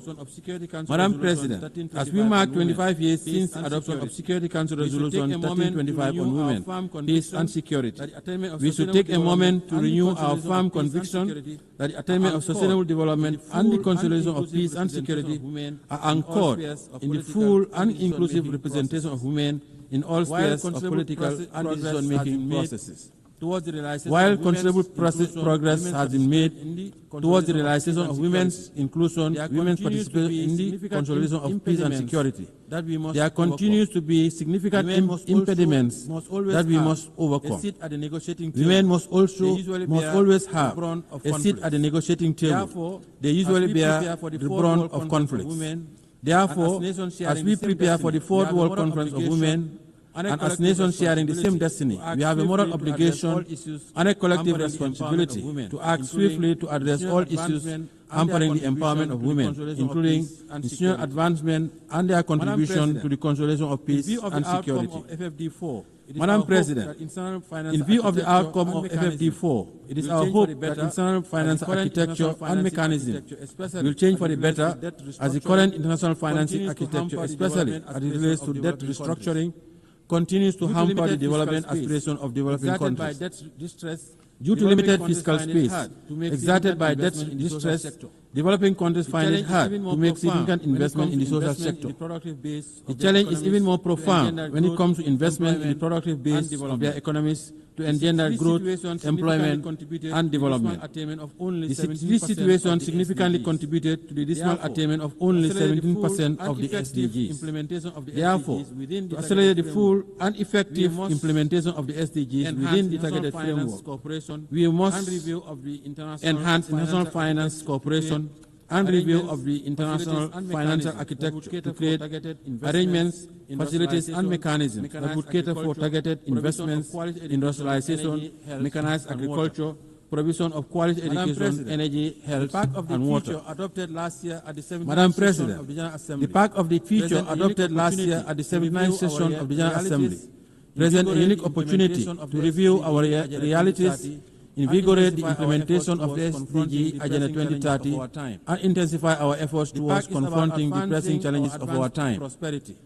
The Pact is about advancing our advanced prosperity. The Gambia supports the convening of the preparatory process for the review of the Pact in 2028 to align effectively with the prevailing and upcoming intergovernmental processes such as the 2025 Peacebuilding Architecture Review, the high-level plenary meeting to commemorate the 30th anniversary of the World Program of Action on Youth and the World Social Summit. The success of these reviews will depend primarily on our commitment and concerted push to build a more equitable and resilient global governance framework that supports the attainment of our global goals. Madam President, our reform agenda is still incomplete without reform of the Security Council. The Gambia supports the reform of the United Nations Security Council and the Common African Position on the reform of the Council as set out in the CIRT Declaration and the Zulwini Concession.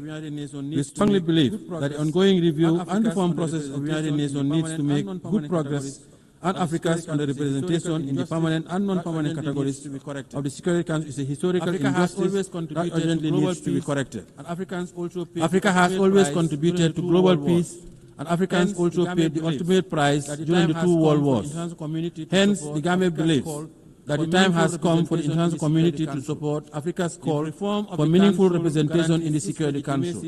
The reform of the Council guarantees its legitimacy and credibility as the body responsible for the maintenance of international peace and security. We commend the AU Committee meaningful. The reform of the Council guarantees its legitimacy and credibility as the body responsible for the maintenance of international peace and security. We commend the AU Committee of 10 heads of state and government on the United Nations Security Council reforms, chaired by His Excellency President of the Republic of Sierra Leone, for their leadership in this legitimate quest. Madam President, as the world continues to witness heightened level of insecurity, the threat of climate change continues to aggravate security challenges, especially in the Sahel. We must address the impact of the climate crisis as part of the vital resilient measures that mitigate climate-related risks where they intersect with political, social, and economic factors. The Gambia would like to acknowledge the progress made at COP29 in Baku, Azerbaijan, for moving from $100 billion to the new collective quantified goal, which is still not adequate to finance all the mitigation and adaptation actions, especially for countries in special circumstances. We need to take concrete decisions at COP30 in Belém, Brazil, to galvanize support for more climate financing. The Gambia calls for more ambitious national determined contributions by all states due to their submission this year to achieve net zero emissions by 2050. Madam President, as I conclude, allow me to call on member states to use this 88th session of the General Assembly to forge a new consensus to confront our new reality, a consensus that unites us behind our shared determination to make the United Nations a potent instrument to serve our common purposes and aspirations as one human family. This is our only planet. Let us preserve it for posterity. The Gambia is ready to play its part in making our world a better place for all. On behalf of His Excellency President Adama Barrow, the government and people of the Gambia, I wish you all fruitful deliberation towards advancing the theme of the 88th session of the General Assembly. I thank you for your kind attention.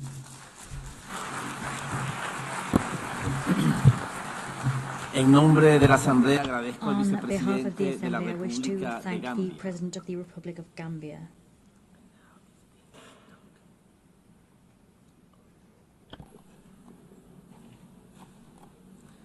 Doy ahora la palabra I a la now give the excelentísima floor señora to Her Sabine Excellency Monauni, Sabine Monauni, viceprimera ministra y Deputy Prime ministra de Minister Asuntos and Exteriores, Minister Medio for Foreign Ambiente y Affairs, Cultura de Environment and Liechtenstein. Culture of the Principality of Liechtenstein.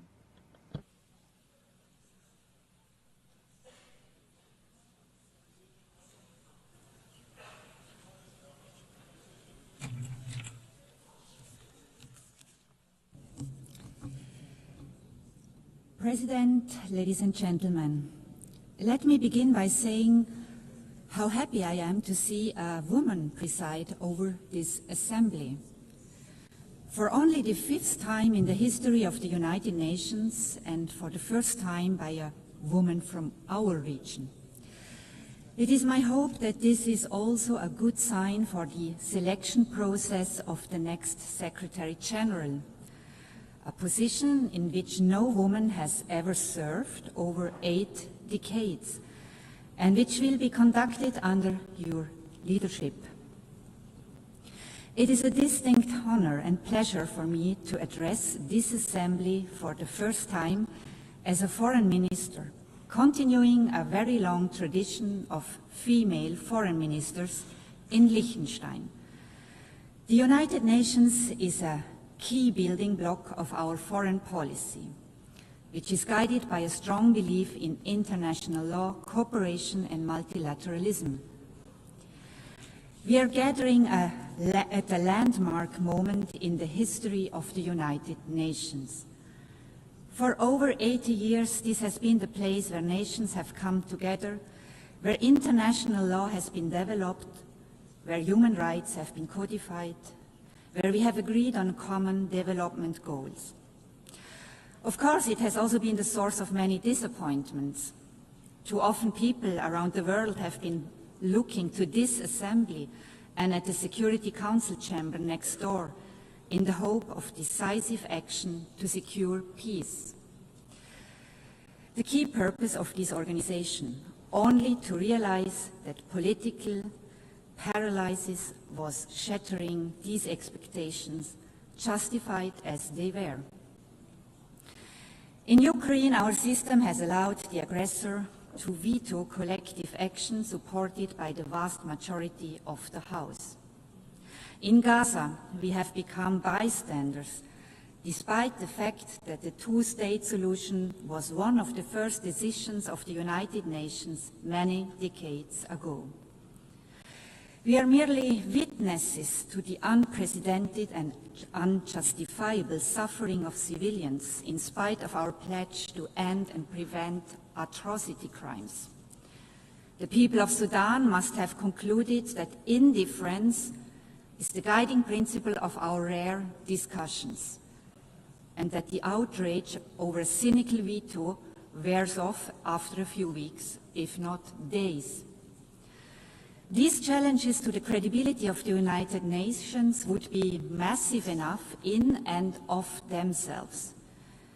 But if we are looking at a completely uncertain future for this organization today, it is for largely different reasons.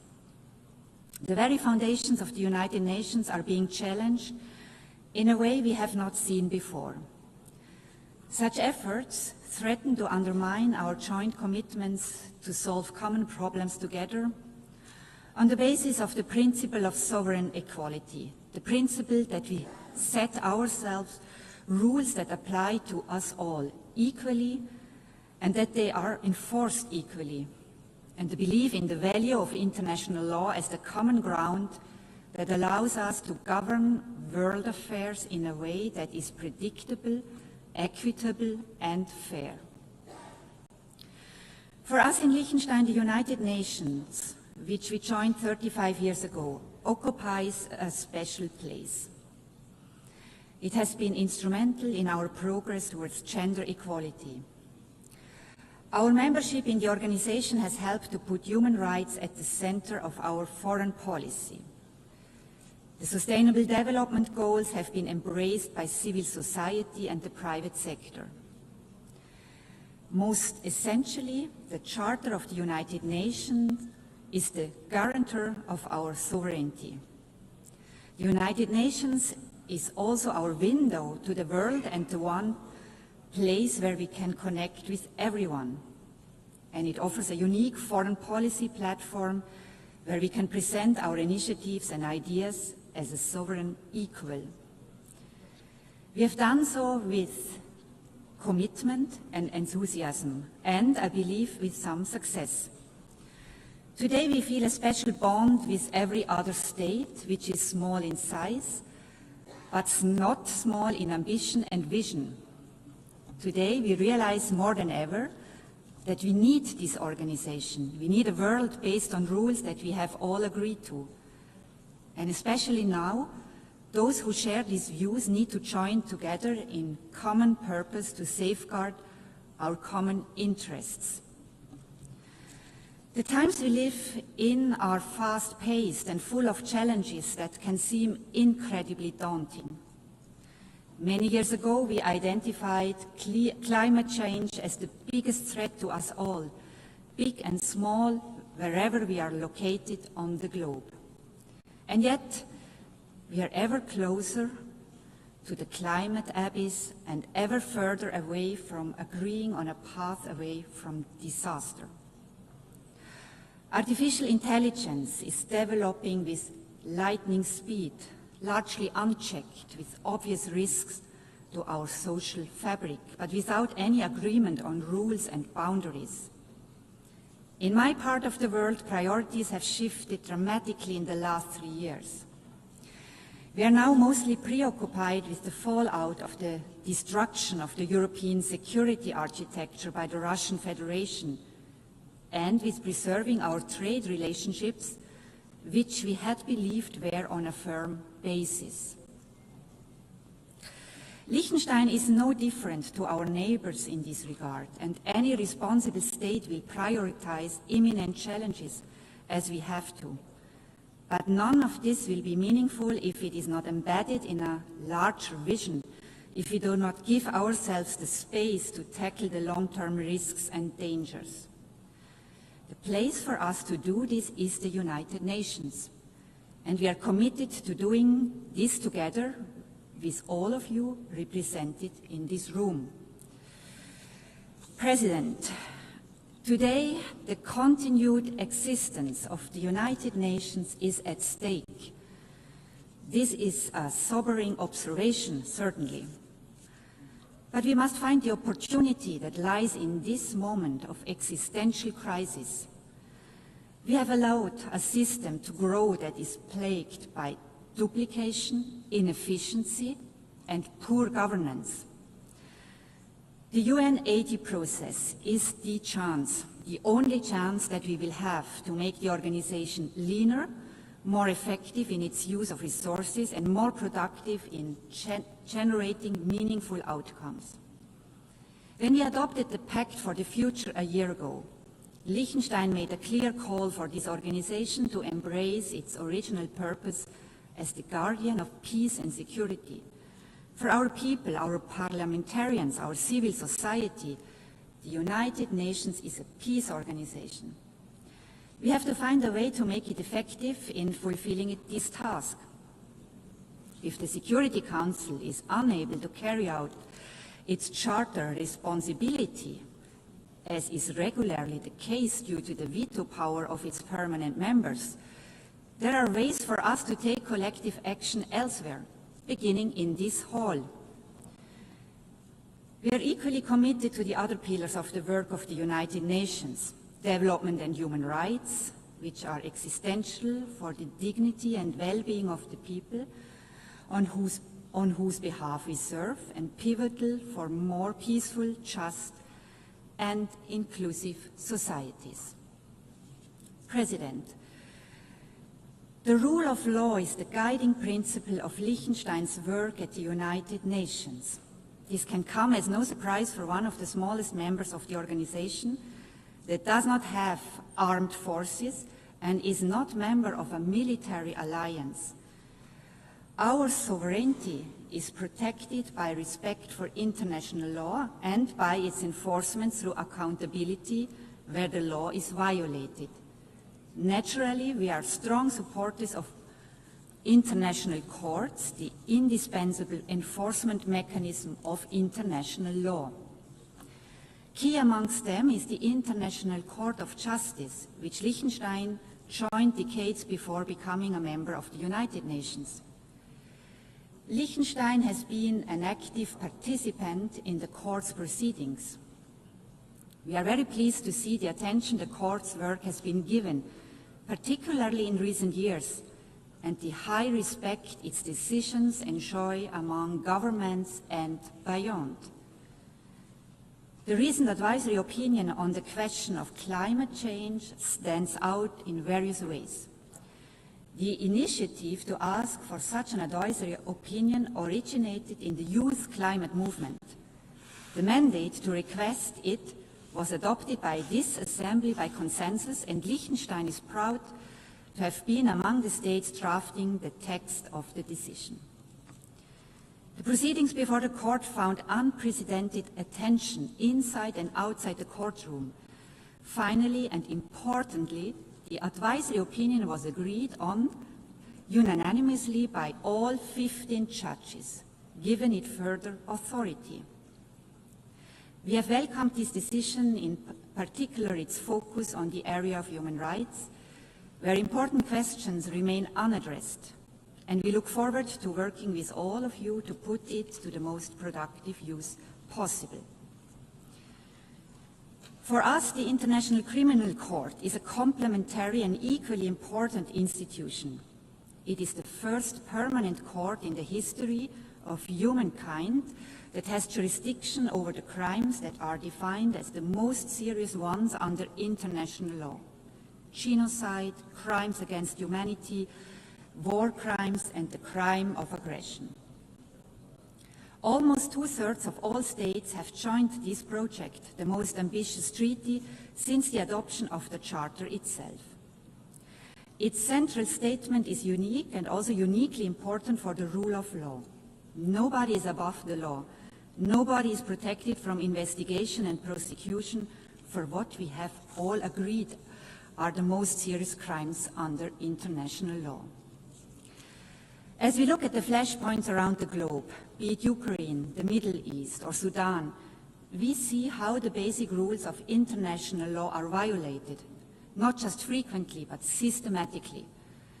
This is why we have created the International Criminal Court, to offer protection for the victims and the vulnerable, but also to safeguard international peace and security. Today, the court finds itself under significant political attack and is targeted by unprecedented sanctions. This is the moment for us to protect this unique institution, one of the most powerful statements we can make to express our commitment to international law. President, the most among many worrying trends with regard to the respect for the United Nations Charter is the rapid erosion of the rules governing the use of force. Instances of the blatantly illegal use of force without any consequences or accountability, the threat of the use of force to solve disputes, and the suggestion that aggression may not only go unpunished, but in fact be rewarded and incentivized as part of a political agreement. These dangerous trends can set us back to a time we all believe we have left behind, and they are an attack on the very core of the Charter of the United Nations. Mitigating the fallout of armed conflict will sadly remain part of our daily work. But it is time that we become serious about our central task: preventing war in the first place, ending war where it takes place, and ensuring accountability for illegal war making.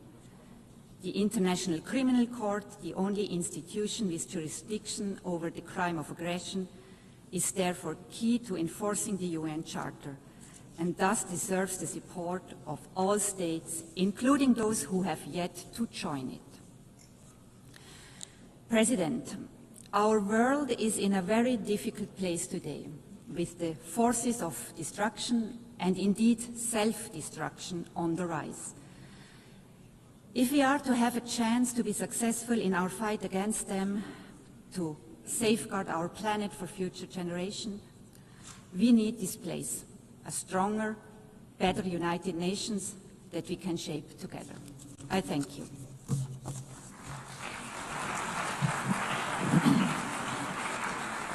Muchísimas gracias a la viceprimera I thank ministra the y Deputy ministra de Prime Asuntos Minister Exteriores, Medio and Minister Ambiente for Foreign y Affairs, Cultura de Environment and Liechtenstein. Culture of the Principality of Liechtenstein.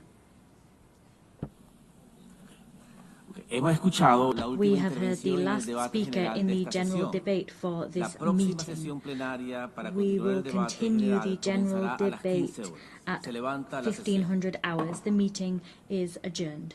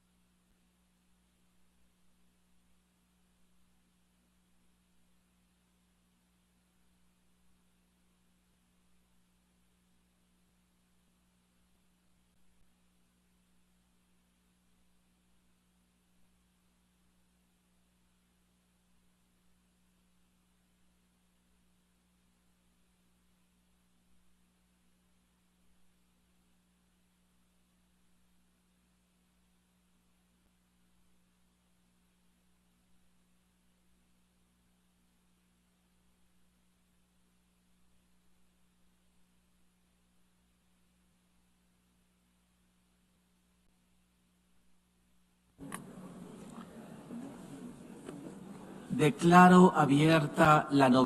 ninth plenary meeting of the General Assembly is called to order. The Assembly will hear an address now by His Excellency Mohammed Yunus Menfi, President of the Presidential Council of the State of Libya. I request protocol to escort His Excellency and invite him to address the Assembly.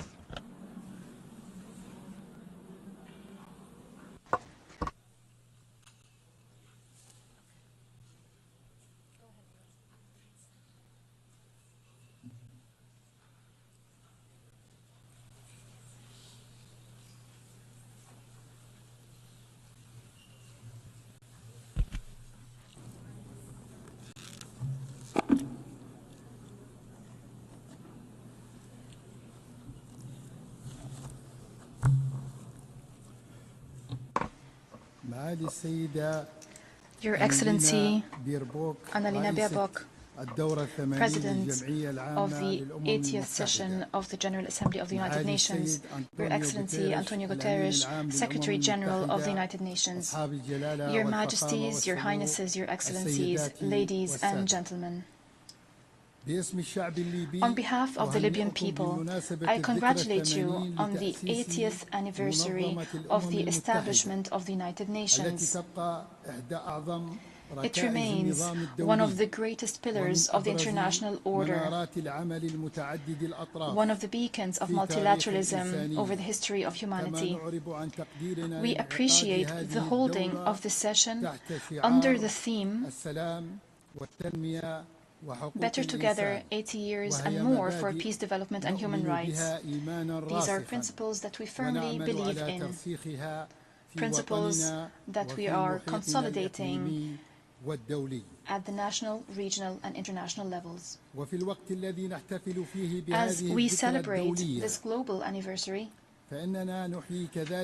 we're also celebrating the 70th anniversary of Libya joining the United Nations. It was the culmination of the struggle of the Libyan people when Libyans raised their voices in this hall, demanding freedom and independence following decades of colonization. The organization heeded this urgent call and adopted the historic resolution that led to the independence of Libya in 1951, reaffirming thereby the right of peoples to self-determination. Ladies and gentlemen, I stand before you today representing the will of a people that is still holding on to hope, still believing in its ability to build a stable and prosperous future. Libya is not a zone for fighting. It's not an arena to settle scores or a place to which crises can be exported. It is a nation rich in natural resources, a cohesive society with young people that have tremendous potential. They are the backbone to build a modern state. Since the very beginning, Libya's relationship with the United Nations has been based on partnership and mutual respect.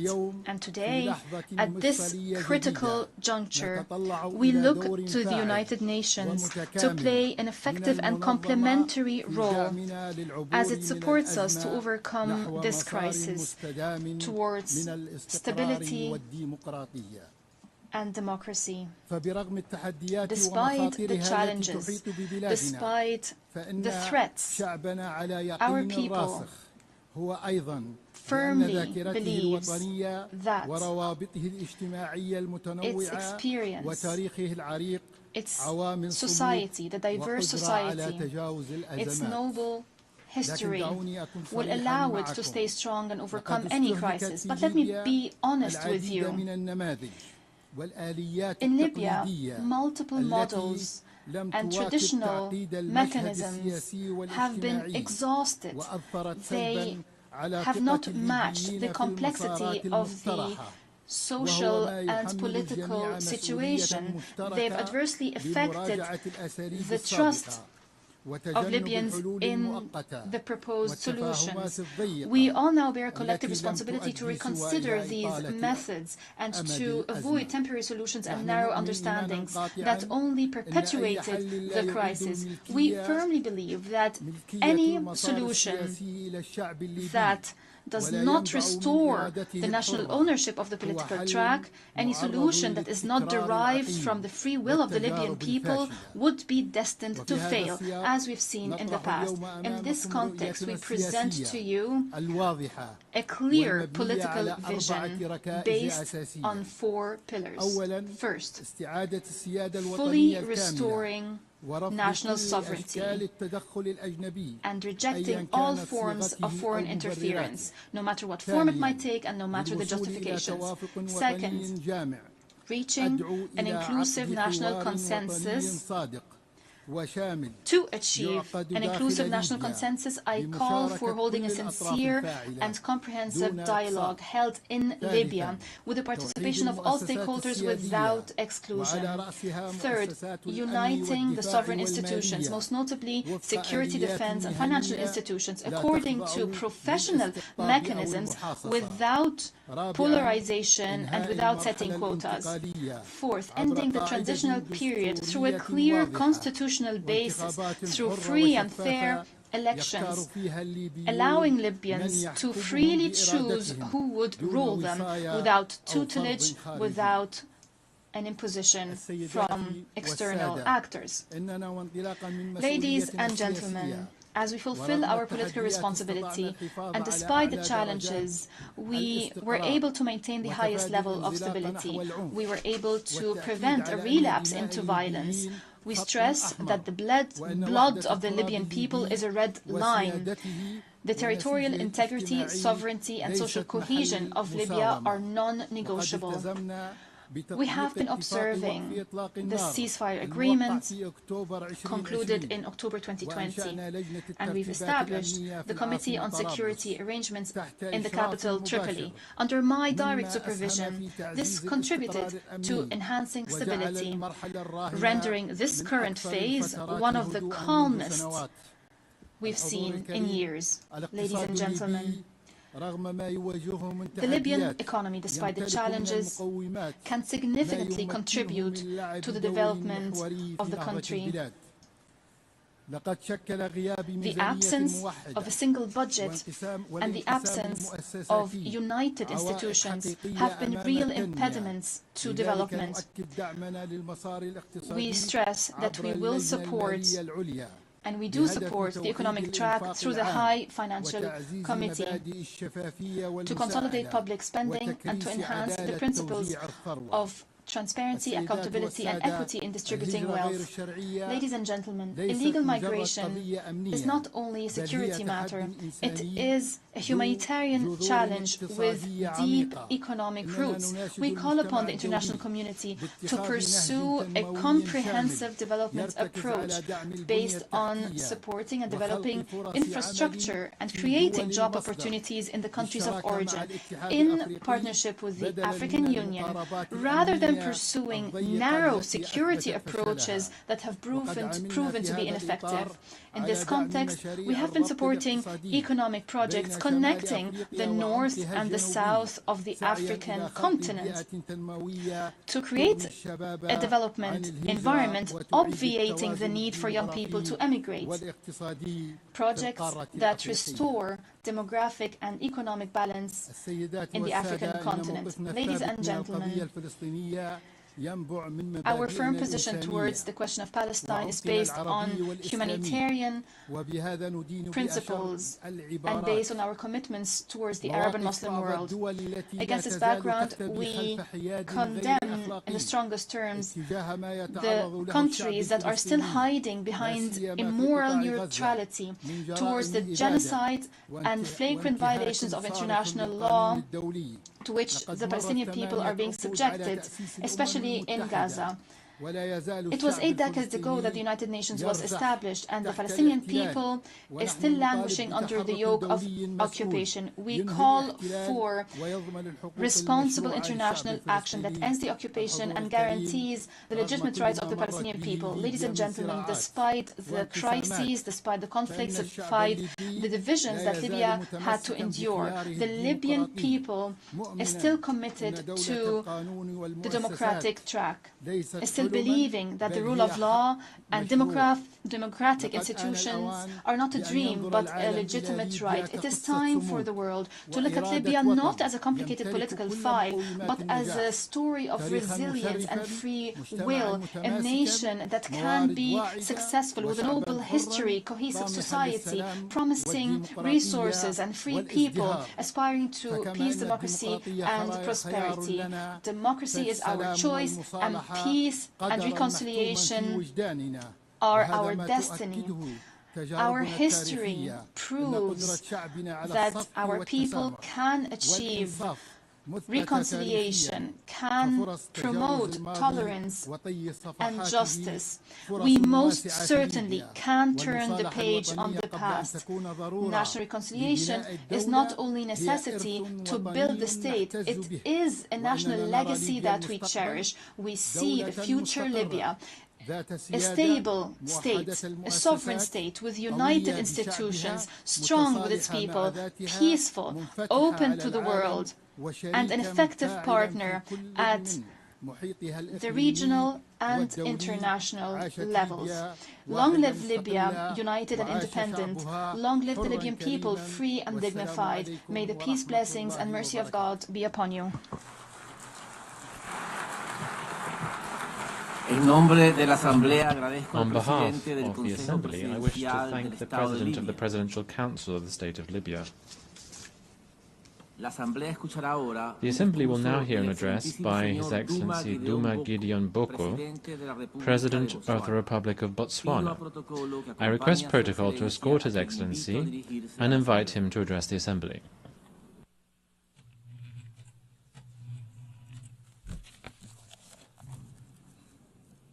Madam President, Secretary General, Excellencies, ladies and gentlemen, we meet here today and this whole week in these hallowed precincts to remember the overwhelming gravity of the circumstances that gave birth to the United Nations, the ruins of war, a world poised to descend into further mayhem if courageous choices were not made.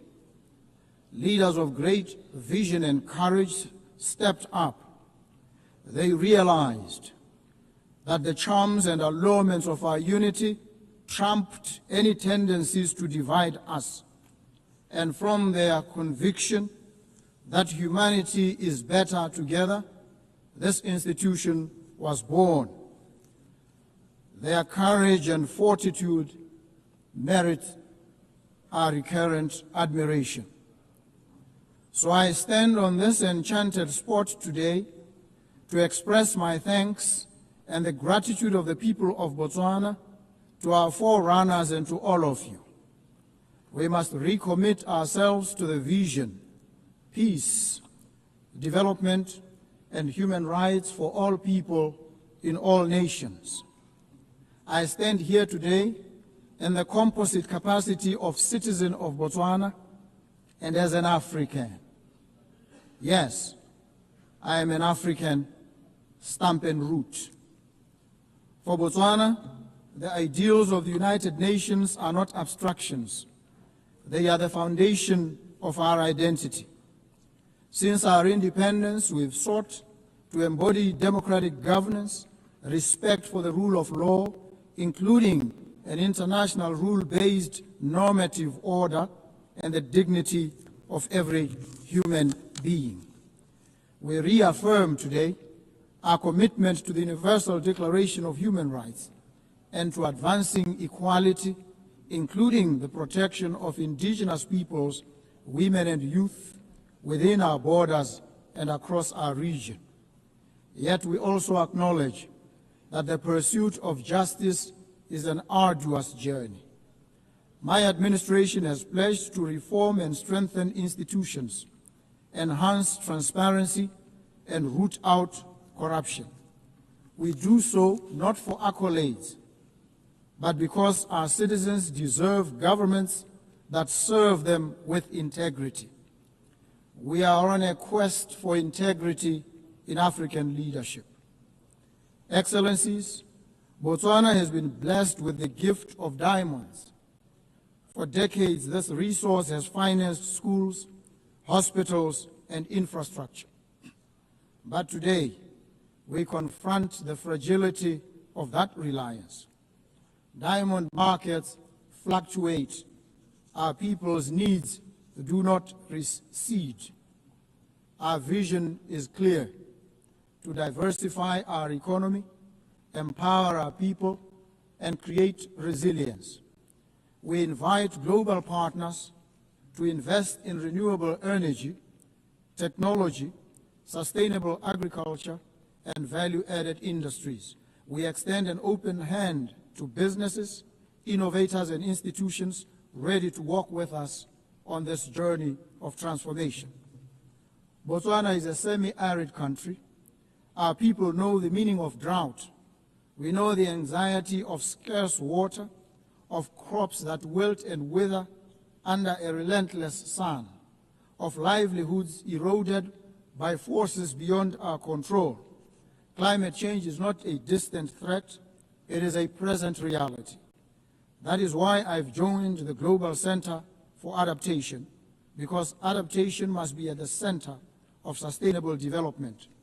I call on this Assembly to scale up financing for climate adaptation. Let us invest in water infrastructure, early warning systems, and climate-smart agriculture. Let us ensure that the promise of the Paris Agreement is not confined to paper, but realized in the lives of farmers, of herders, and children across the global South.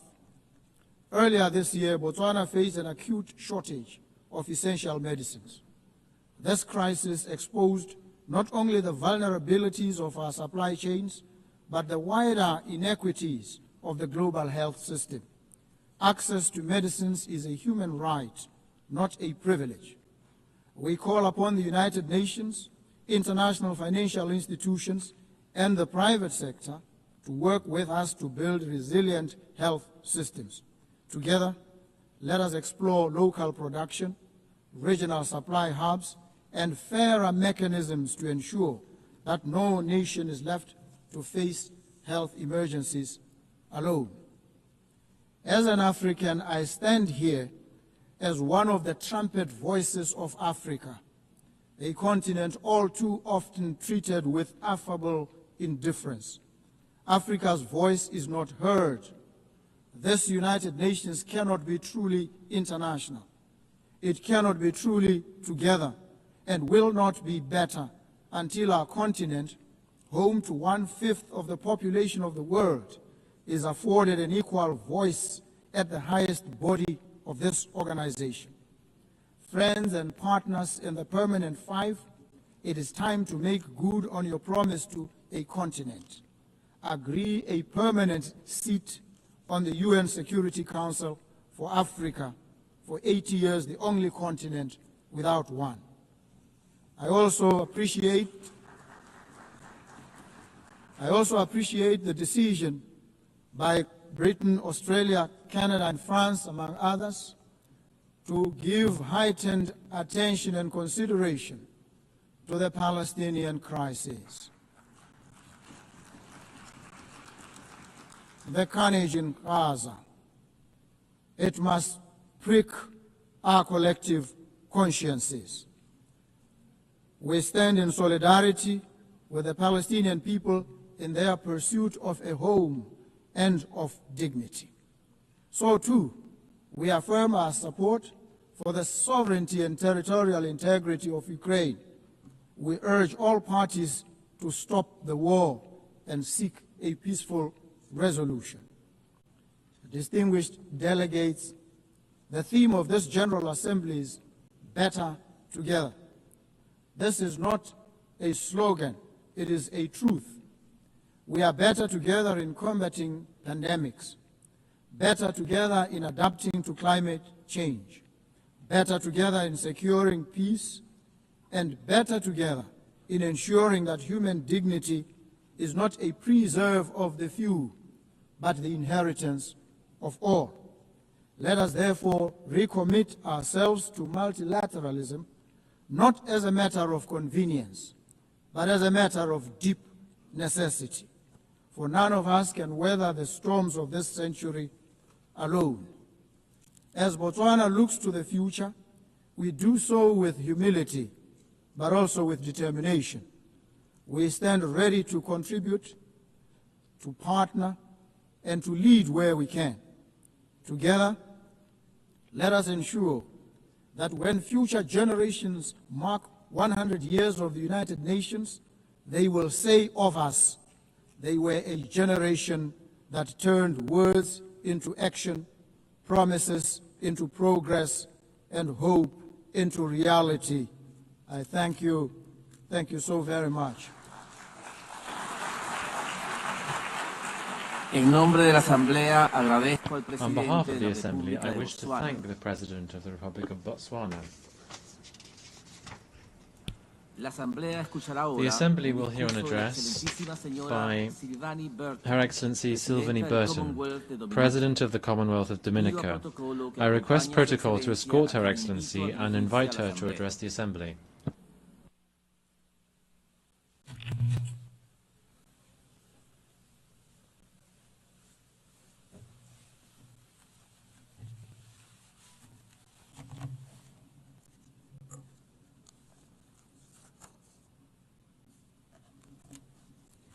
Excellencies, distinguished delegates, ladies and gentlemen, Mabrika, I bring you greetings in my native Kalinago language, the language of the first people of the Caribbean, whom I am proud to call my ancestors.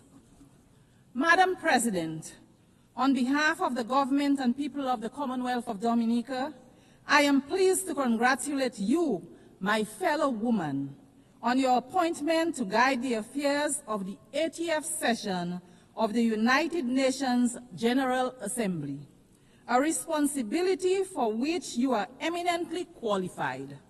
We wish you every success in your new role.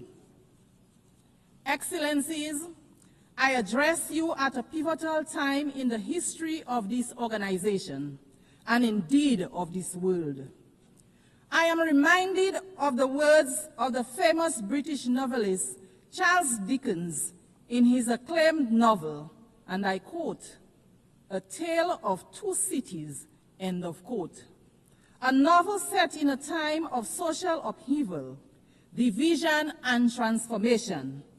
I quote, "It was the best of times. It was the worst of times," end of quote. Although this novel was written over 160 years ago, these words remain relevant today. As we celebrate 80 years of the existence of the United Nations, we are living a tale of two worlds. For some, it is indeed the best of times. Strong economies, access to education, medicines, top-class healthcare, clean water, sanitation, and housing.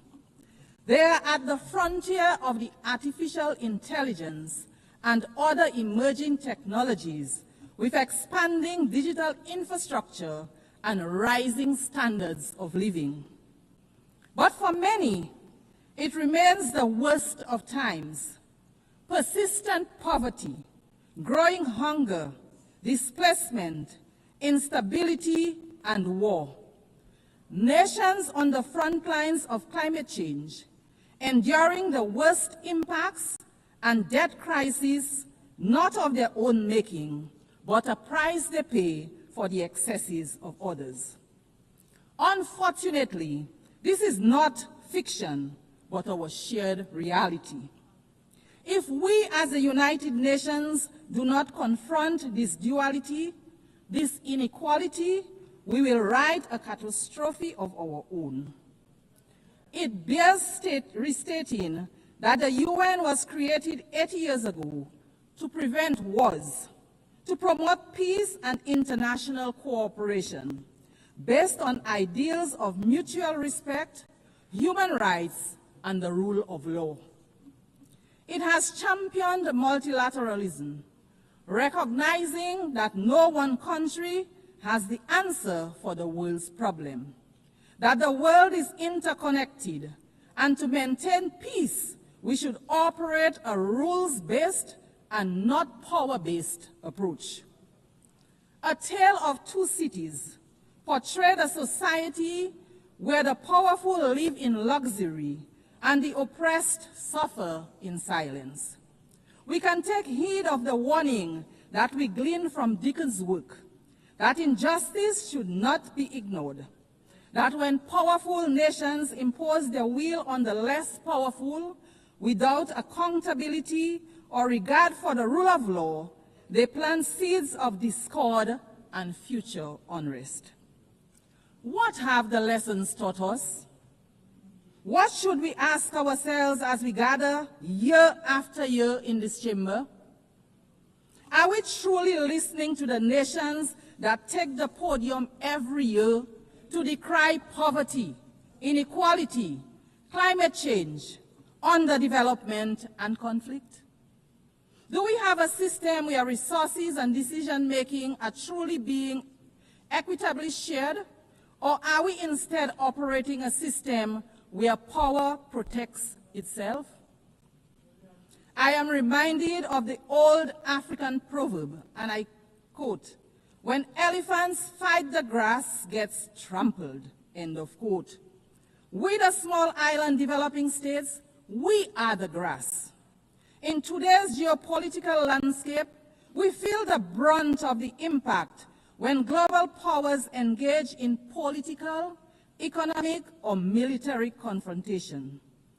Economic sanctions, trade restrictions, aid conditionalities, conflict, and wars, to name a few, affect global supply and the affordability, availability, and transportation of goods and materials. This significantly increases the cost of doing business and the prices of basic foods on our supermarket shelves, putting several goods out of the price range of many.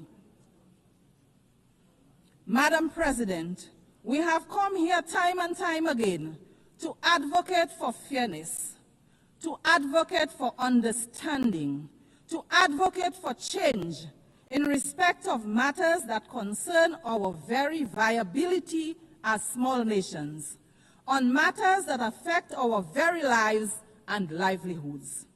A major area for us is the devastating impact of climate change on our nations. Yet, in climate negotiations, powerful nations still drag their feet. Polluters enjoy protection, and adaptation and mitigation efforts are underfunded.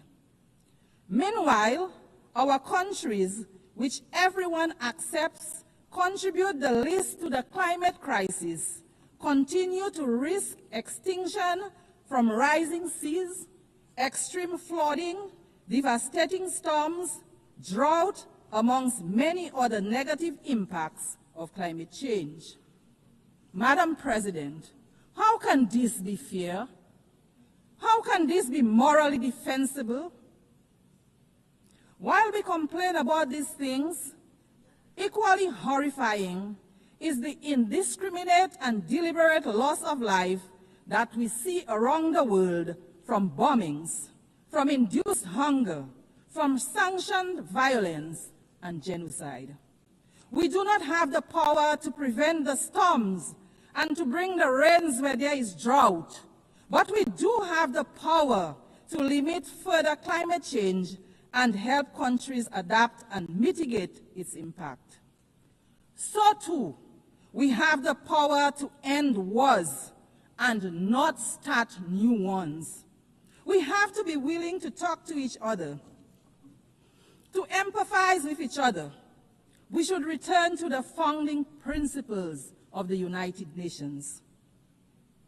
Wherever there is conflict, be it in the Horn of Africa, the Middle East and Southeast Asia, or sad to say, in the Caribbean, major powers engaging in geopolitical conflicts result in civilians becoming collateral damage, economies collapsing, increase in prices and instability.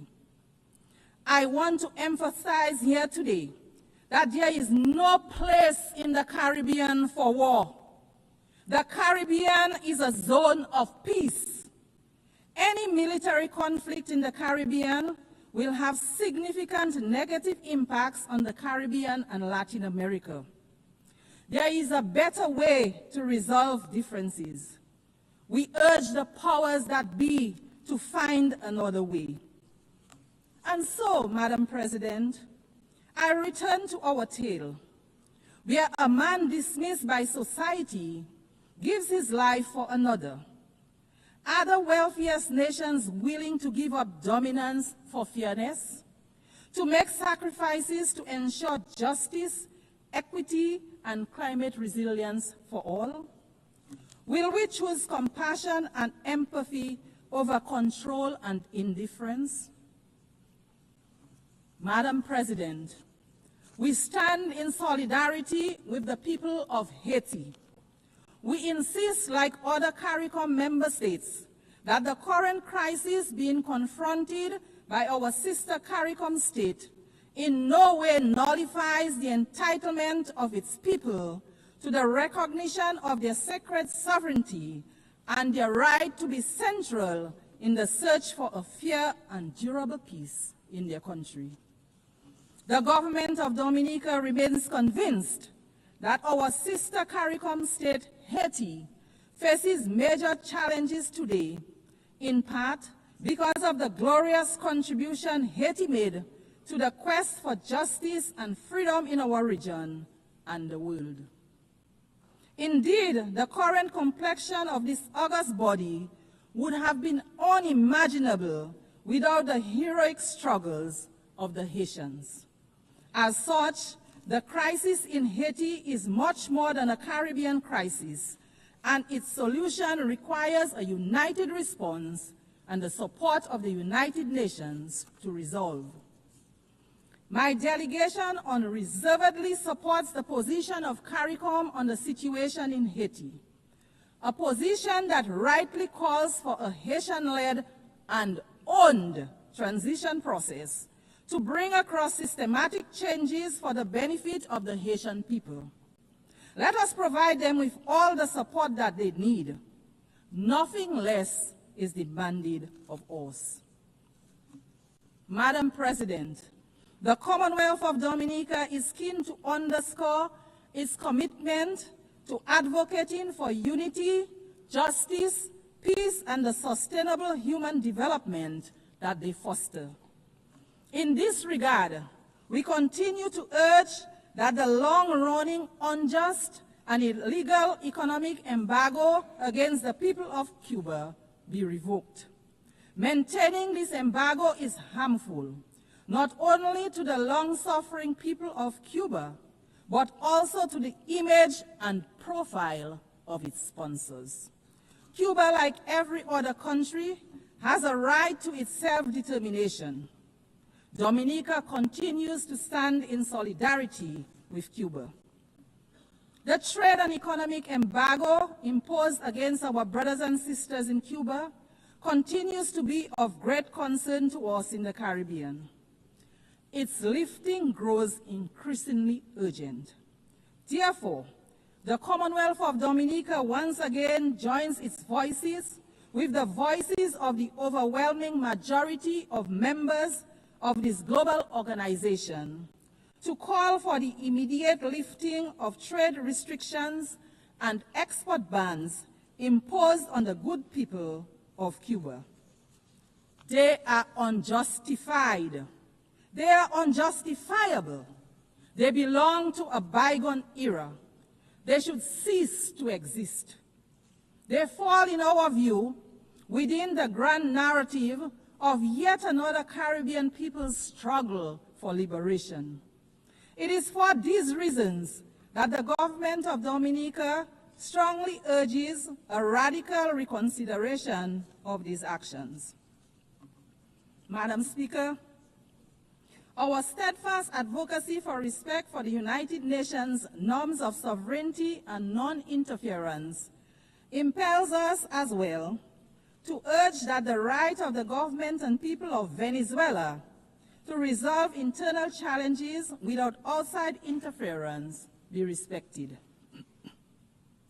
We renew our condemnation of the imposition of sanctions on Venezuela. The resulting hardship forced upon the people of Venezuela needs an immediate and complete end.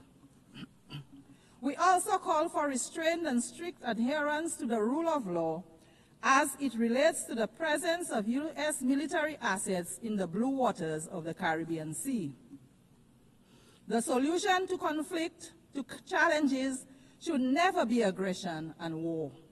We urge that all diplomatic efforts be pursued to respect the sovereignty of states, preserve the dignity of human life, and promote peace.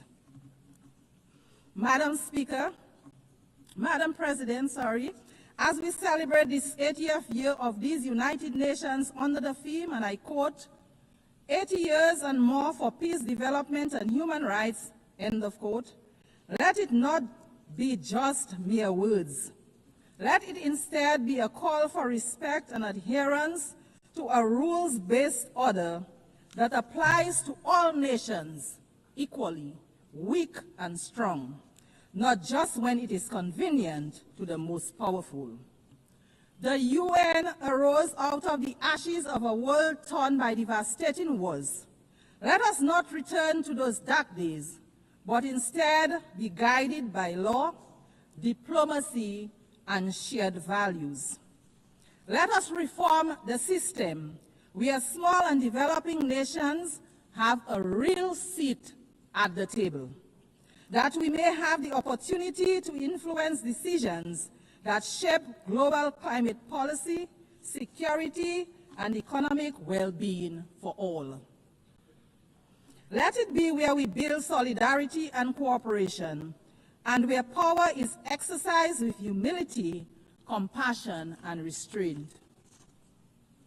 Madam President, let the history books say that in this chamber, in our time, we chose a better path. In the words of Charles Dickens, and I quote, "It is a far, far better thing that I do than I have ever done," end of quote. Let those words not only be the end of a novel, but also the beginning of a new era for us, the beginning of our collective resolve, where our actions are guided by the desire for true peace, by respect for others and the rule of law, for upholding the sanctity of human life, of ensuring true development and prosperity for all. Let us judge the strength of our global system, not by how loudly the elephants roar, but by how well we protect the grass beneath them. Excellencies, the challenges before us are too great and complex for any one nation to solve alone. We all need each other. So let us leave this hall committed to action, committed to partnership, and committed to each other.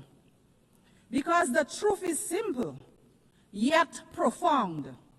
We are always stronger, wiser, and better together.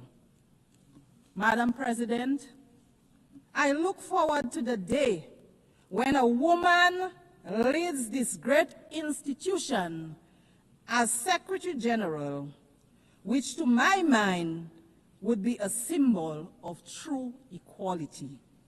I thank you for the courtesy of your attention. Thank you. Muchísimas gracias a la presidenta de I would like to Commonwealth thank de Dominica. the President of the Commonwealth of Dominica.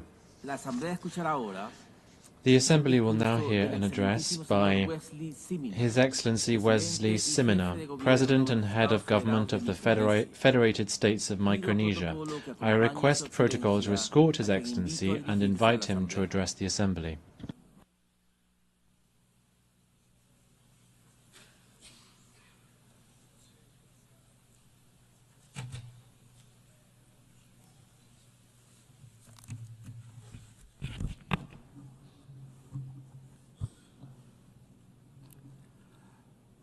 Madam President, Mr. Secretary General, Excellencies, ladies and gentlemen, on behalf of my people of the Federated States of Micronesia, I am honored to extend our heartfelt national greeting in Kamal to you on this momentous celebration of the 80th session of the General Assembly.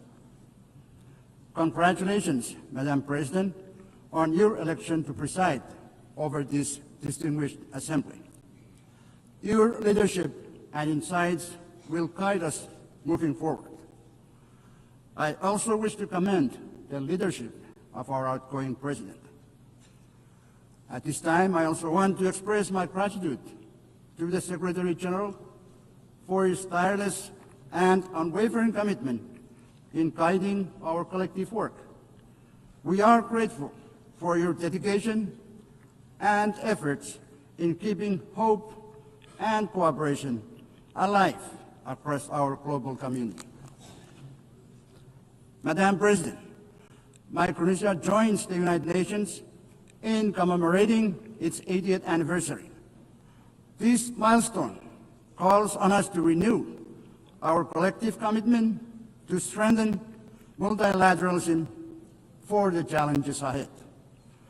Reiterating our commitment to multilateralism and inclusive reform, Micronesia emphasizes that any measures taken under the UNGA initiative must reflect the delicate balance and unique vulnerabilities faced by small island developing states.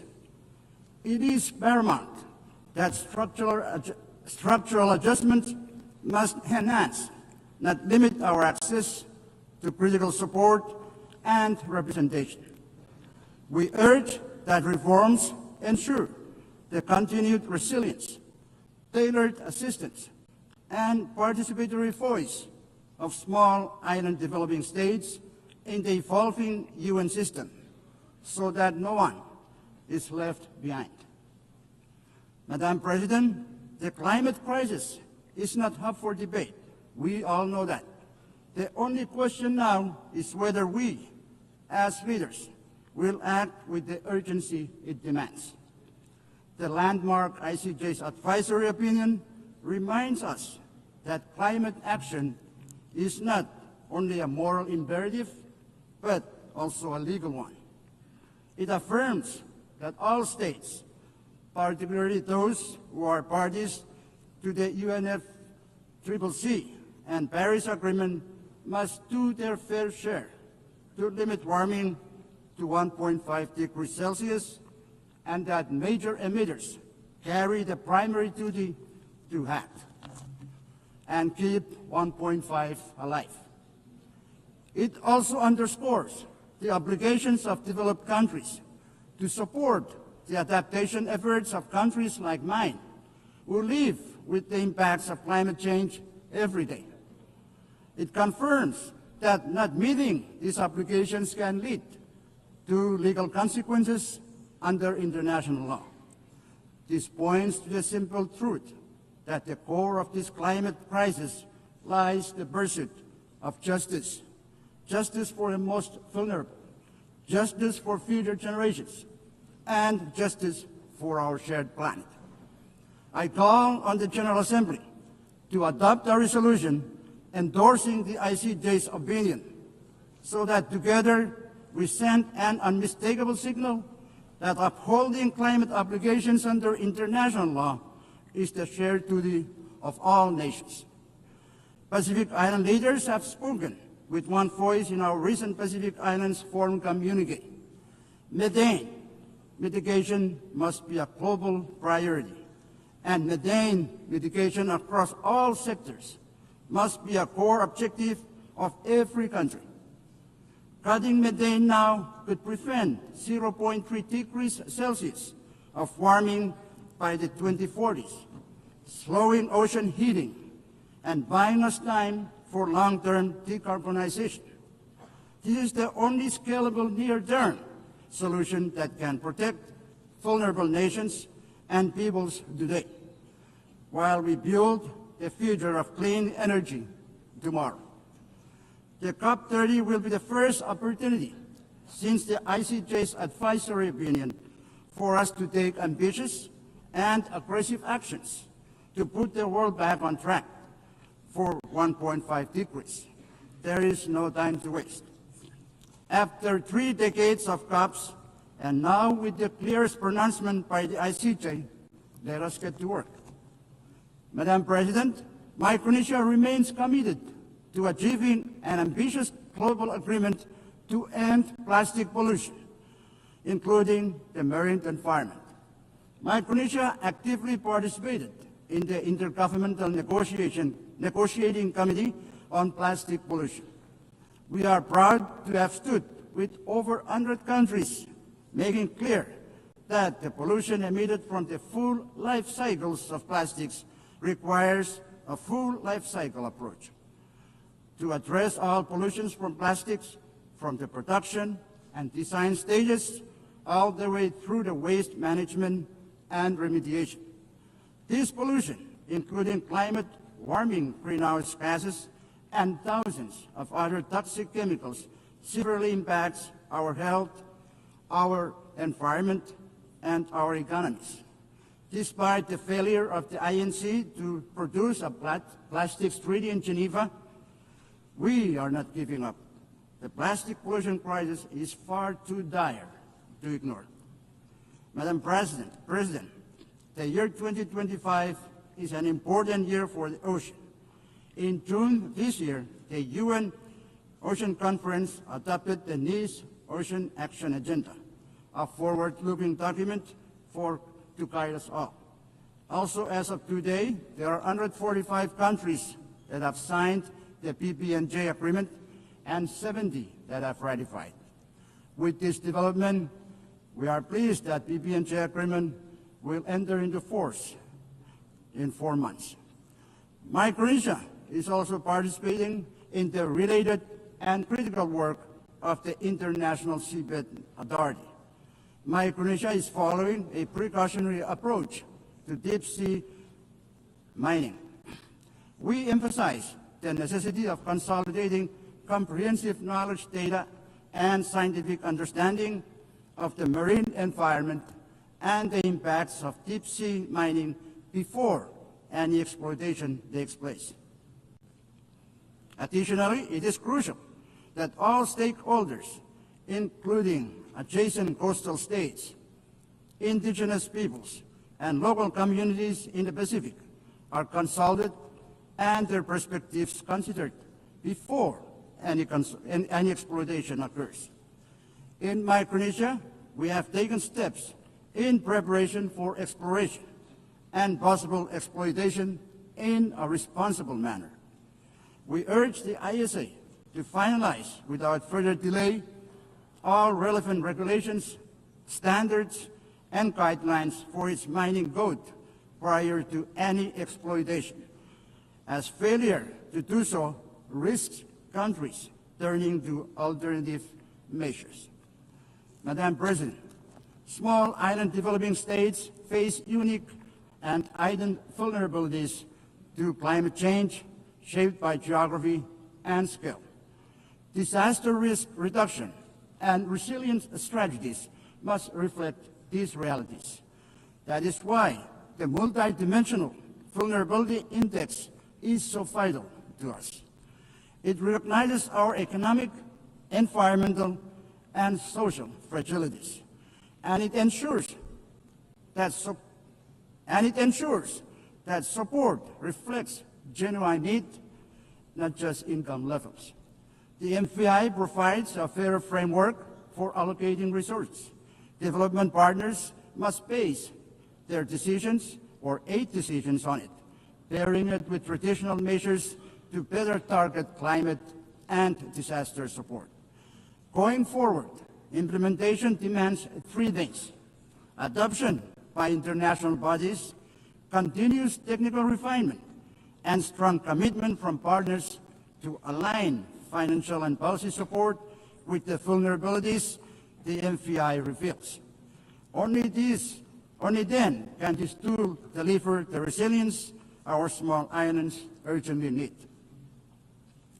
Madam President, Micronesia continues to confront a high prevalence of non-communicable diseases, the persistence of emerging and re-emerging infectious diseases, and rising mental health concerns. In response, we are reorienting our health systems around primary health care as the foundation for universal health coverage. We are investing in the rehabilitation of primary health care clinics, the development of our health workforce, and the use of telehealth to extend essential services to our most vulnerable and hard-to-reach populations. However, to realize the goal of universal health coverage, additional financial and technical support from the international community is indispensable. Madam President, gender equality and social inclusion are equally central to our development agenda. Our strategic development plan places this at its core, with the objective of ensuring equal access to services, equitable participation, and opportunities for all our citizens to thrive. Madam President, peace and unity are the foundation of our nation. Our FSM Constitution, or Micronesian Constitution, reminds us that we must, and I quote, live together in peace and harmony, to preserve the heritage of the past and to protect the promise of the future, end quote. Today, as conflicts continue to unfold across the world, we hold hope that they may be resolved through leadership rooted in peace. In our region, while we uphold peace and unity as guiding values, we find ourselves navigating the geopolitical and geostrategic competition among major powers. As leaders of the Pacific Islands Forum, we recently adopted the Ocean of Peace Declaration at the 54th annual meeting in Honiara. In doing so, we affirmed that no single member state can face the growing threats to peace and security alone. We must act together as one Pacific family. Madam President, Micronesia co-sponsored the first ever UN resolution on AI alongside 120 member states. While AI holds great promise for economic development, it also carries the risk that must be carefully managed. The inclusive and constructive dialogue that shaped this resolution offers a model for future discussions, including those on peace, security, and the responsible military use of AI. As the digital world advances at an unprecedented pace, global cooperation is essential to ensure that AI systems remain safe, secure, and trustworthy. Micronesia, through our own cybersecurity efforts, is committed to developing national strategies and policies to safeguard our digital data and mitigate the risk of malicious attacks. Madam President, food and water security remain pressing challenges for Micronesia, as fragile freshwater sources and climate extremes undermine agriculture, marine ecosystems, reduce yields of traditional crops, and increase reliance on costly, less nutritious imports. Compounding these challenges, just days ago, I was compelled to declare a national state of emergency due to an ongoing oil leak from a World War II sunken vessel in Chuk Lagoon. This ship, together with more than 60 other wartime wrecks, has rested in our waters for nearly 80 years since the war's end. But now, these remnants of conflict pose new dangers as toxic oil seeps into our ocean, threatening our fisheries, coastal communities, and livelihoods. The scale of this crisis far exceeds Micronesia's capacity to address alone. As we mark the 80th anniversary of the war's end, we appeal to the international community to work with us in transforming this legacy of war into an opportunity for cooperation. Madam President, Micronesia again emphasizes the urgent need to address the current structure of the United Nations Security Council, which fails to represent the geopolitical realities of the 21st century. The exclusive nature of its permanent membership creates inequities and hampers effective responses to global crises. To enhance legitimacy and accountability, we must restructure the Council to include underrepresented voices, including Japan, India, Germany, Brazil, and the African continent. Such reforms would better reflect modern international dynamics and strengthen the Council's role in promoting peace and security. Madam President, 8 years ago, the United Nations was founded on a simple but enduring truth. Every nation, big or small, has a voice, a vote, and a role to play in shaping the world we share. Micronesia may be small, but our voice, our vote, and our place within the international community is committed to choosing that we are, in fact, better together. That truth must guide us still, because, big or small, every nation has the power to choose peace over conflict. Big or small, every nation has the power to choose peace over conflict. Big or small, every nation has the duty to protect our planet from harm. Big or small, every nation has the responsibility to defend justice and human dignity. Big or small, we always have been and always will be better together. I thank you.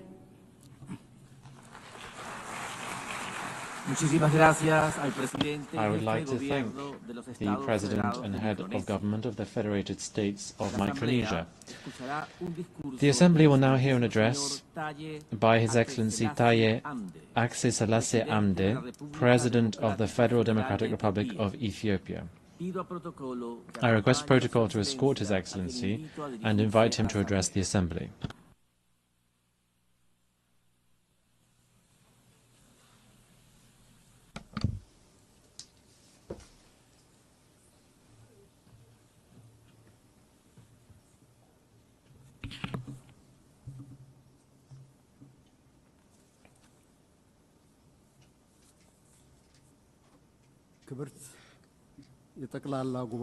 Your Excellency, Madam President,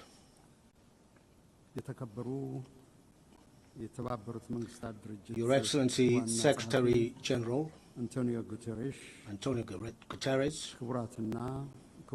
ladies and gentlemen, Excellency Annalena Baerbock, I would like to extend my heartfelt congratulations to you and your country, Germany, on your election as President of the 80th session of the United Nations General Assembly, and wish you a productive tenure. I would also like to thank His Excellency Philemon Yang, President of the 79th session of the General Assembly, for his able leadership. It is a great honor for me to address this August Assembly, representing my country, Ethiopia, a founding member of the United Nations, on this historic occasion, which marks the 80th anniversary of the organization.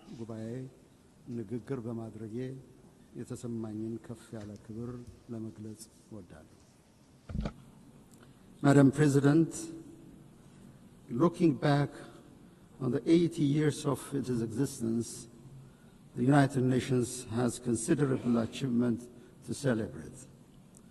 Our sacrifice for decolonization has left a lasting legacy on the global body, making it truly universal with the admission of newly independent states.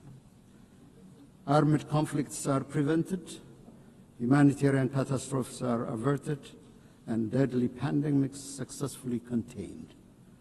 Global cooperation under the framework of the Millennium and Sustainable Development Goals has resulted in a reduction of extreme poverty and paved the way for climate action. These achievements, however, cannot conceal the outstanding need for reform and revitalization.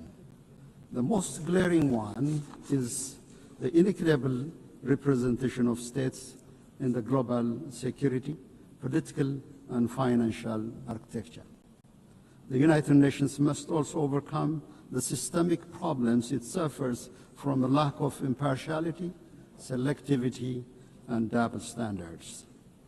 The emerging controversy over the fundamentals of the international system and the principles of the United Nations Charter is risking the very foundation of international cooperation.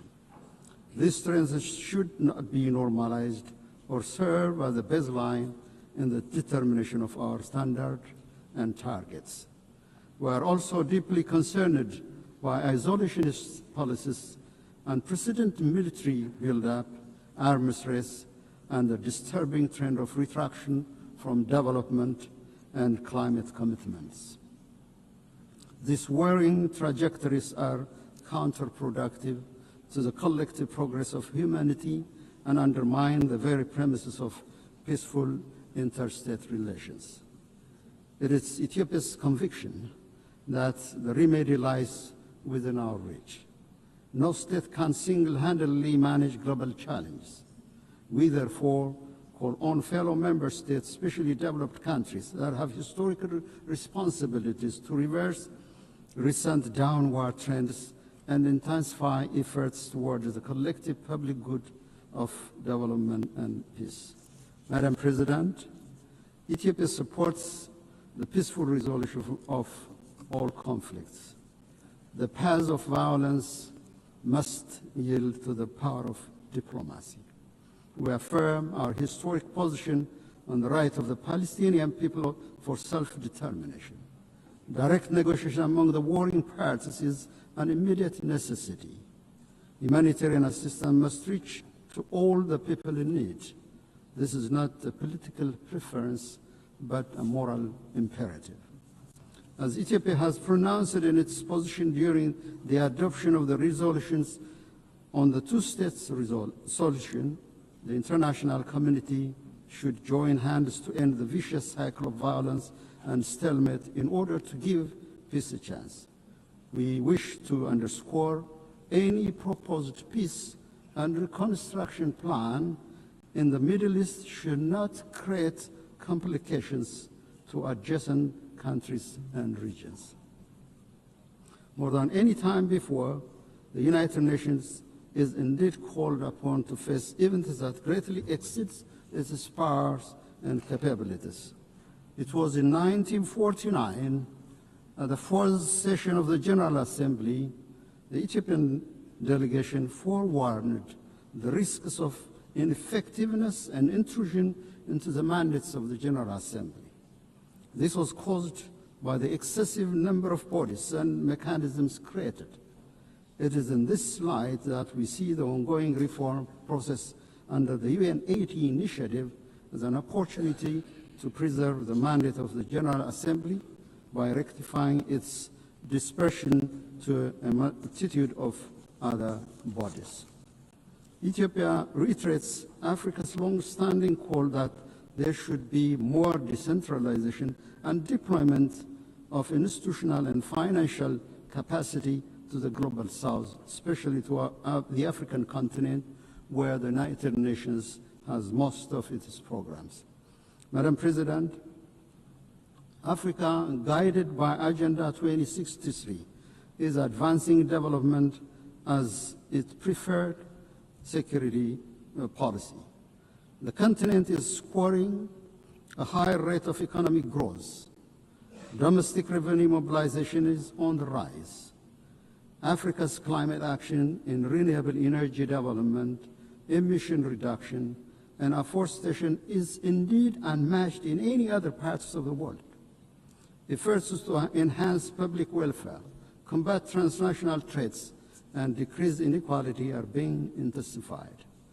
Despite these achievements, the global crisis continues to impact Africa's capabilities to deliver on development aspirations.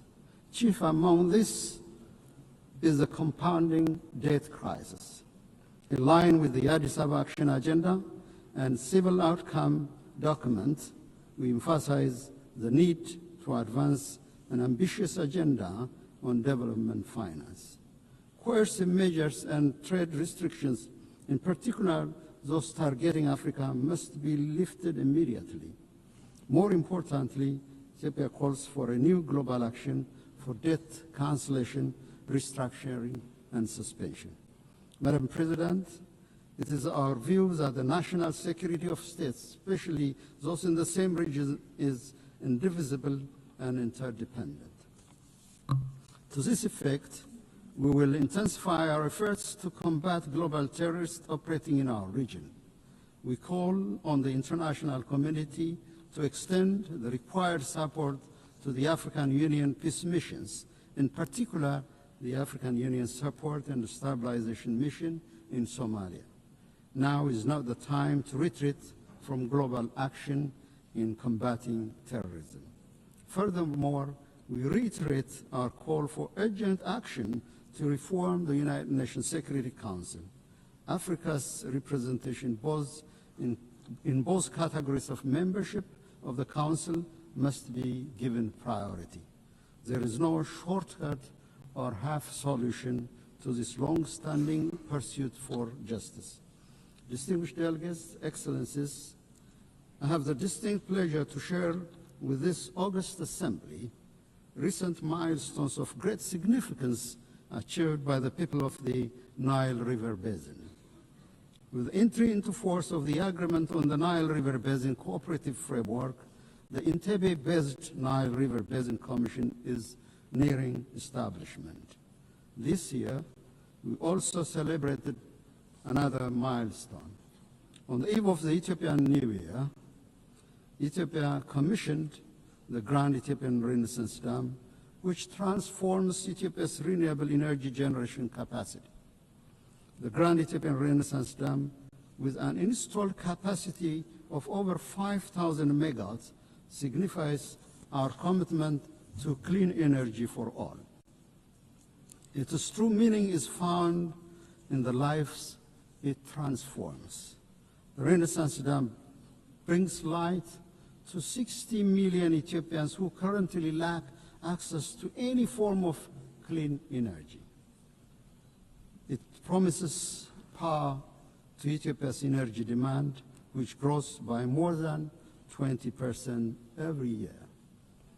It is a symbol of liberation of millions of Ethiopian women and girls, freeing them from the back-breaking search for firewood.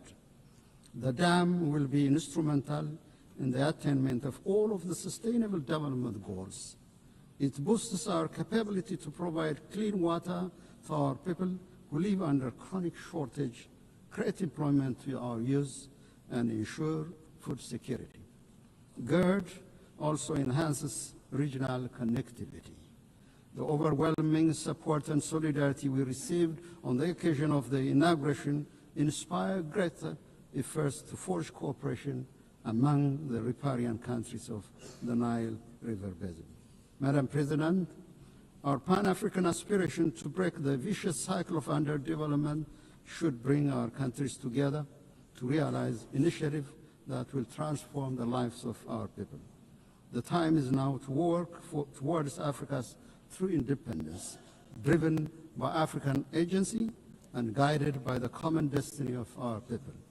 Ethiopia, with its second largest population in Africa and significant maritime trade, places high importance on the safety and security of maritime navigation in the Red Sea and the Indian Ocean. We concur with the Secretary General's statement during the Awaza conference that no state should be locked out of opportunities for growth, finance, and technology due to geographical circumstances. The international law maxim that defines the high seas as a common heritage of mankind and guarantees equal right of access and use to all states must be brought to reality. In collaboration with other states, Ethiopia will work towards a comprehensive approach to ensure equal development and security for all states along the Red Sea and the Indian Ocean. Ethiopia will also keep on advancing this legitimate policy objective through diplomacy and peaceful engagement. Madam President, in conclusion, I'm convinced the spirit, genius, and competence of humanity towards unity, justice, and collective well-being will triumph over the current atmosphere of rivalry and hopelessness. For its part, Ethiopia is firmly committed to upholding multilateralism centered on the Charter of the United Nations and to contributing to the maintenance of collective security and sustainable development. I thank you, Madam President.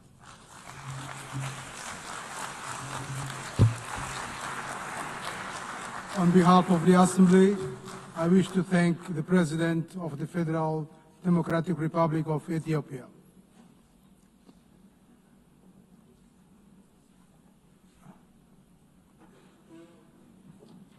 We shall now continue the general debate. The Assembly will now hear an address by His Excellency Antonio Costa, President of the European Council of the European Union. I request protocol to escort His Excellency and invite him to address the Assembly.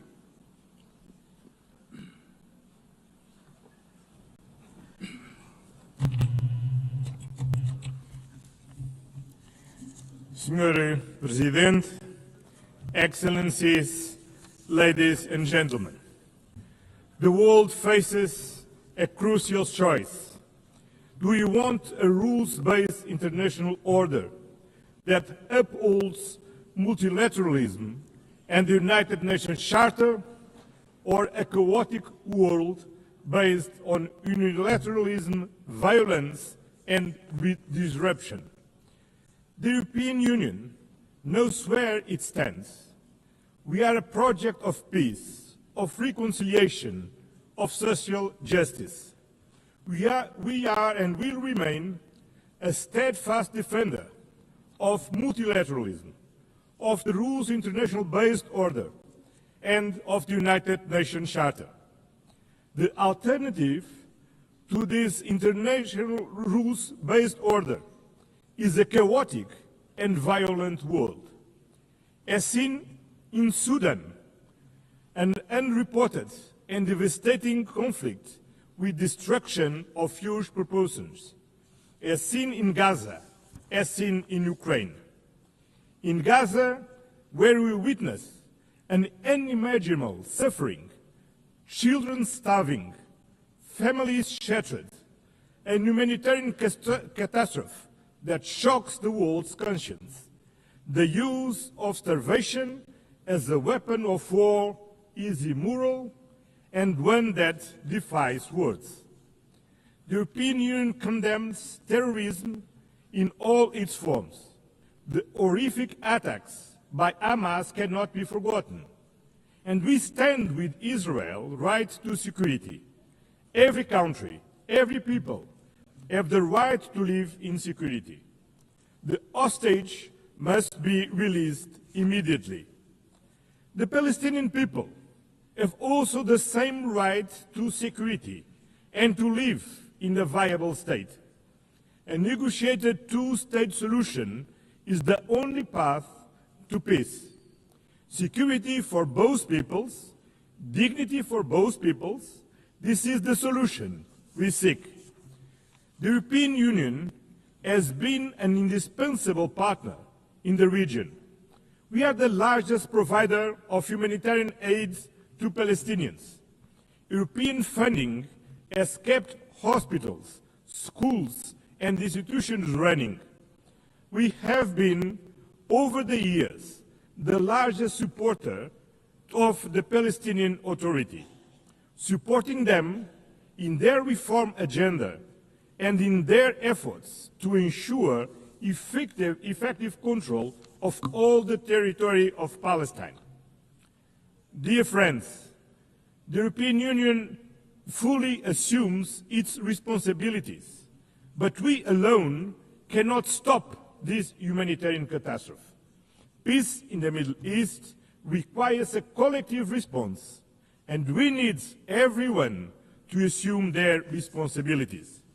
We must act together and demand the unconditional release of all hostages, an immediate ceasefire, full and unimpeded humanitarian access, an end to illegal settlements, a renewed, credible commitment to a two-state solution. This was the strong message from the two-state conference hosted on Monday by France and Saudi Arabia, to which the European Union is fully committed. In Ukraine, a sovereign nation was brutally attacked by a permanent member of the Security Council, in clear violation of the United Nations Charter, a clear violation of sovereignty, territorial integrity, the respect of internationally recognized borders, and the right to choose its own destiny. Principles that bind all the members of the United Nations. This aggression threatens not only Ukraine, it threatens every nation in this assembly. If we accept Russia's invasion of Ukraine, no country will ever be safe. There is only one root cause to this war: Russia's refusal to accept Ukraine's right to choose its own destiny. For over 3 years, this war has claimed innocent lives, destroyed cities, and fueled global insecurity. Our collective security is tied to Ukraine's resilience. The European Union stands firm in supporting Ukraine in their fight for a just and lasting peace, in their efforts to bring an end to the killing and Russia to the negotiation table, in their future reconstruction, in providing security guarantees to prevent future attacks, in their path to full membership in the European Union. We will continue to apply pressure on Russia to end this war. We call for meaningful negotiations and an immediate ceasefire and a just and lasting peace. This is not Ukraine's fight alone. It is a fight for the principles we all hold dear. Excellence, Your Excellencies, the European Union is determined to build a world founded on the fundamental values that we share with the United Nations: peace, human rights, and sustainable development. Human rights are the foundation for global peace and stability. Social protection, decent jobs, gender equality, and the fight against poverty are not optional. Rather, they are the guarantees of human dignity, of social stability, and of lasting peace between nations. The European Union defends freedom, democracy, and human rights, values which today are threatened by disinformation and by the abuse of digital technologies. We need to have global standards for transparency and accountability mechanisms. They also need to be as dynamic as the technologies that we are trying to regulate, to make sure that digital technologies give citizens means to act, and not autocrats or the new technology oligarchs. The European Union is in favor of a human-centered approach to artificial intelligence. We are at the forefront of the first global regulatory framework in the world for responsible AI, and we are calling for an equivalent level of ambition in the international domain. We're doing this based on our fundamental values: dignity, democracy, and the rule of law. Your Excellencies, climate change is not fake news. It is a scientifically proven fact that is affecting our present and our future. Destruction and deaths brought about by fires, floods, and hurricanes are not an invention. We're talking about something all too real.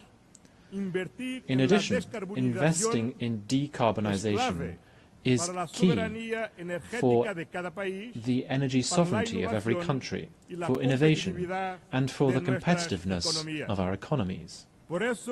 That is why the European Union fully shoulders and fulfills its commitments undertaken in the context of the Paris Agreement by reducing its emissions by 55% by 2030 and by achieving climate neutrality by 2050. We will continue actively promoting the protection of our oceans, which are lungs and the lifeguard for our planet. We welcome the ratification of the UN Treaty on the High Seas to safeguard biodiversity beyond national jurisdiction. Sustainable development also means building alliances, not dependencies. We are at the forefront of the fight against climate change. Through the European Union's Global Gateway Programme, some 300 billion euros are being mobilized by 2027 in sustainable investments and connectivity throughout the world. This is a decisive contribution to help attain the Sustainable Development Goals. In addition, the European Union, together with its member states, accounts for some 42% of global development assistance. We are the main donors to the World Health Organization, UNICEF, and the United Nations Development Programme. We lead and we will continue to lead global solidarity, even at these times of major budgetary restrictions affecting the United Nations system. Lastly, we need to make headway in reforming the international financial architecture and in the management of debt. The international financial system needs to be fairer, more inclusive, and more tailored to current challenges, so that it can also help us to close the financing gap for development by following the path that has been set by the Seville commitment. Excellencies, the European Union is a global partner. The European Union and its member states are staunch political supporters and the largest collective donors to the United Nations. As the pillar of the multilateral system, we are working closely with other regional partners.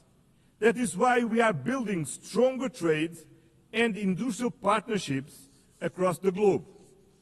We are advancing deals with Mercosur, Mexico, India, Indonesia, the Philippines, and Thailand.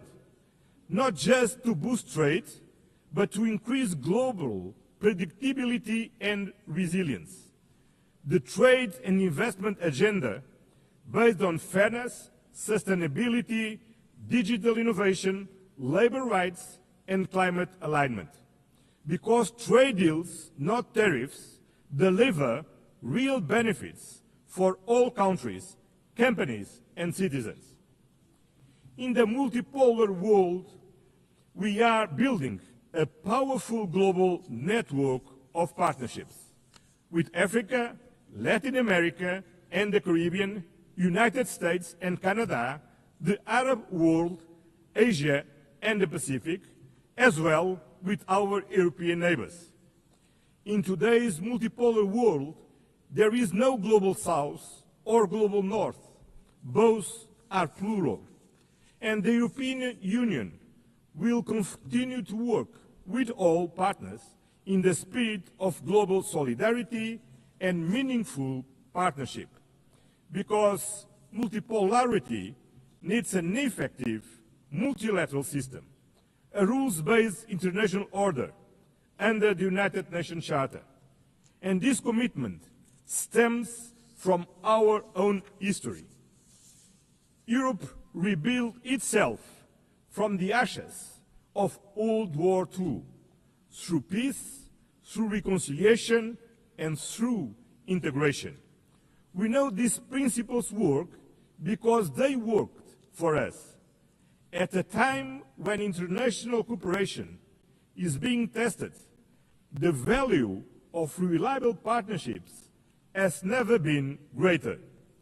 The European Union is a reliable and predictable partner and stands firmly with the United Nations. We will defend its principles, support the reforms of the United Nations Secretary General Antonio Guterres, work to make the United Nations more inclusive, more representative, and more effective, with the UN 80 reform initiative and the implementation of the Pact for the Future. At a time when multilateralism is under threat, let me leave you with one simple promise. You can count on the European Union. Count on us to stand for peace, for multilateralism, for justice, for human dignity, for sustainability. The time has come to choose clearly: peace over war, law over force, accountability over impunity, solidarity over division, sustainability over crisis, justice over inequality. The European Union has no doubts about where we stand, and you cannot have any doubt about where we are. Thank you very much.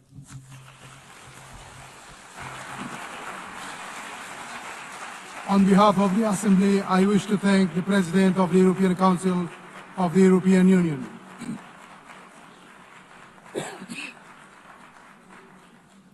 The Assembly will now hear an address by His Excellency Philip Isdor Mpongo, Vice President of the United Republic of Tanzania. I request protocol to escort His Excellency and invite him to address the Assembly.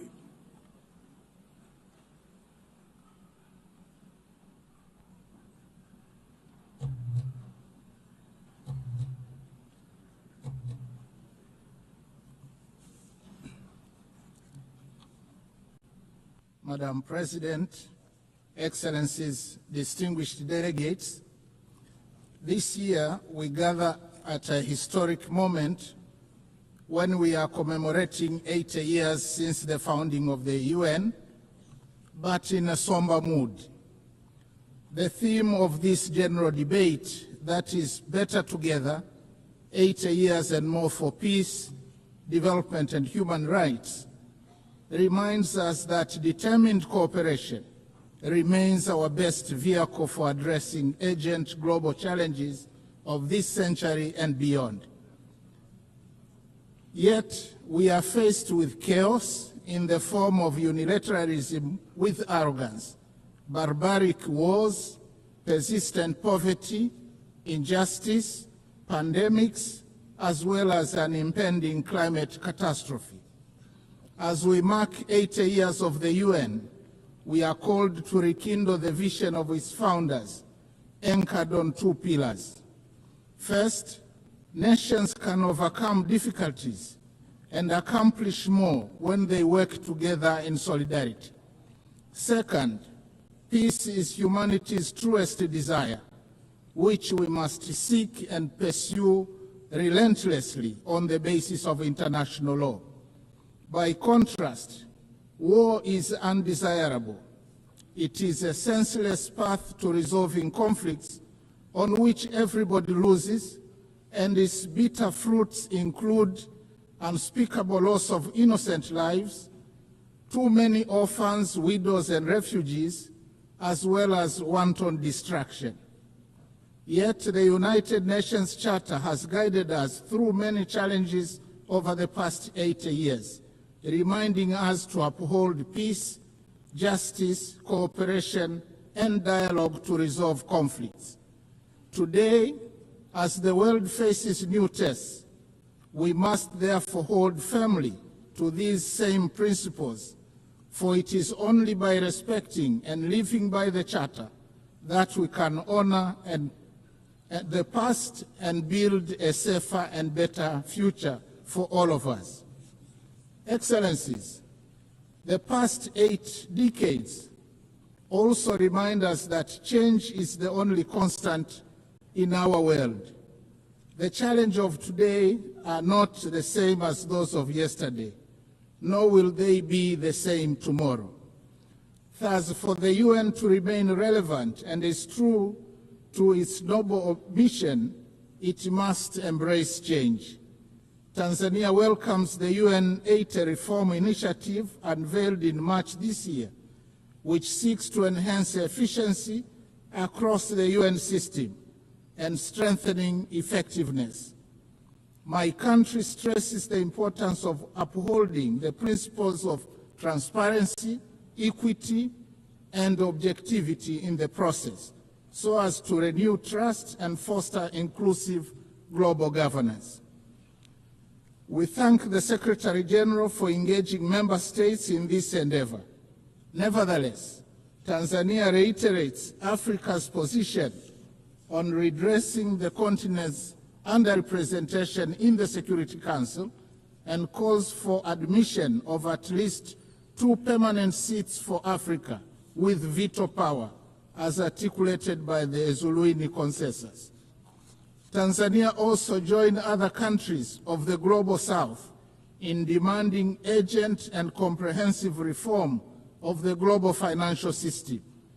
While we support the outcomes of the 4th International Conference on Financing for Development held in Seville, Spain this year, we renew the call for scaling up long-term concessional financing, revising sovereign credit rating frameworks, and rethinking debt sustainability assessments in order to unlock capital for investment in infrastructure, education, health, and climate adaptation.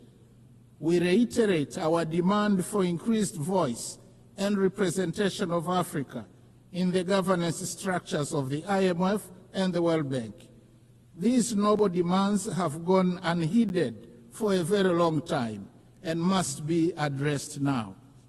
Excellencies, SDGs remain our common plan for a better world.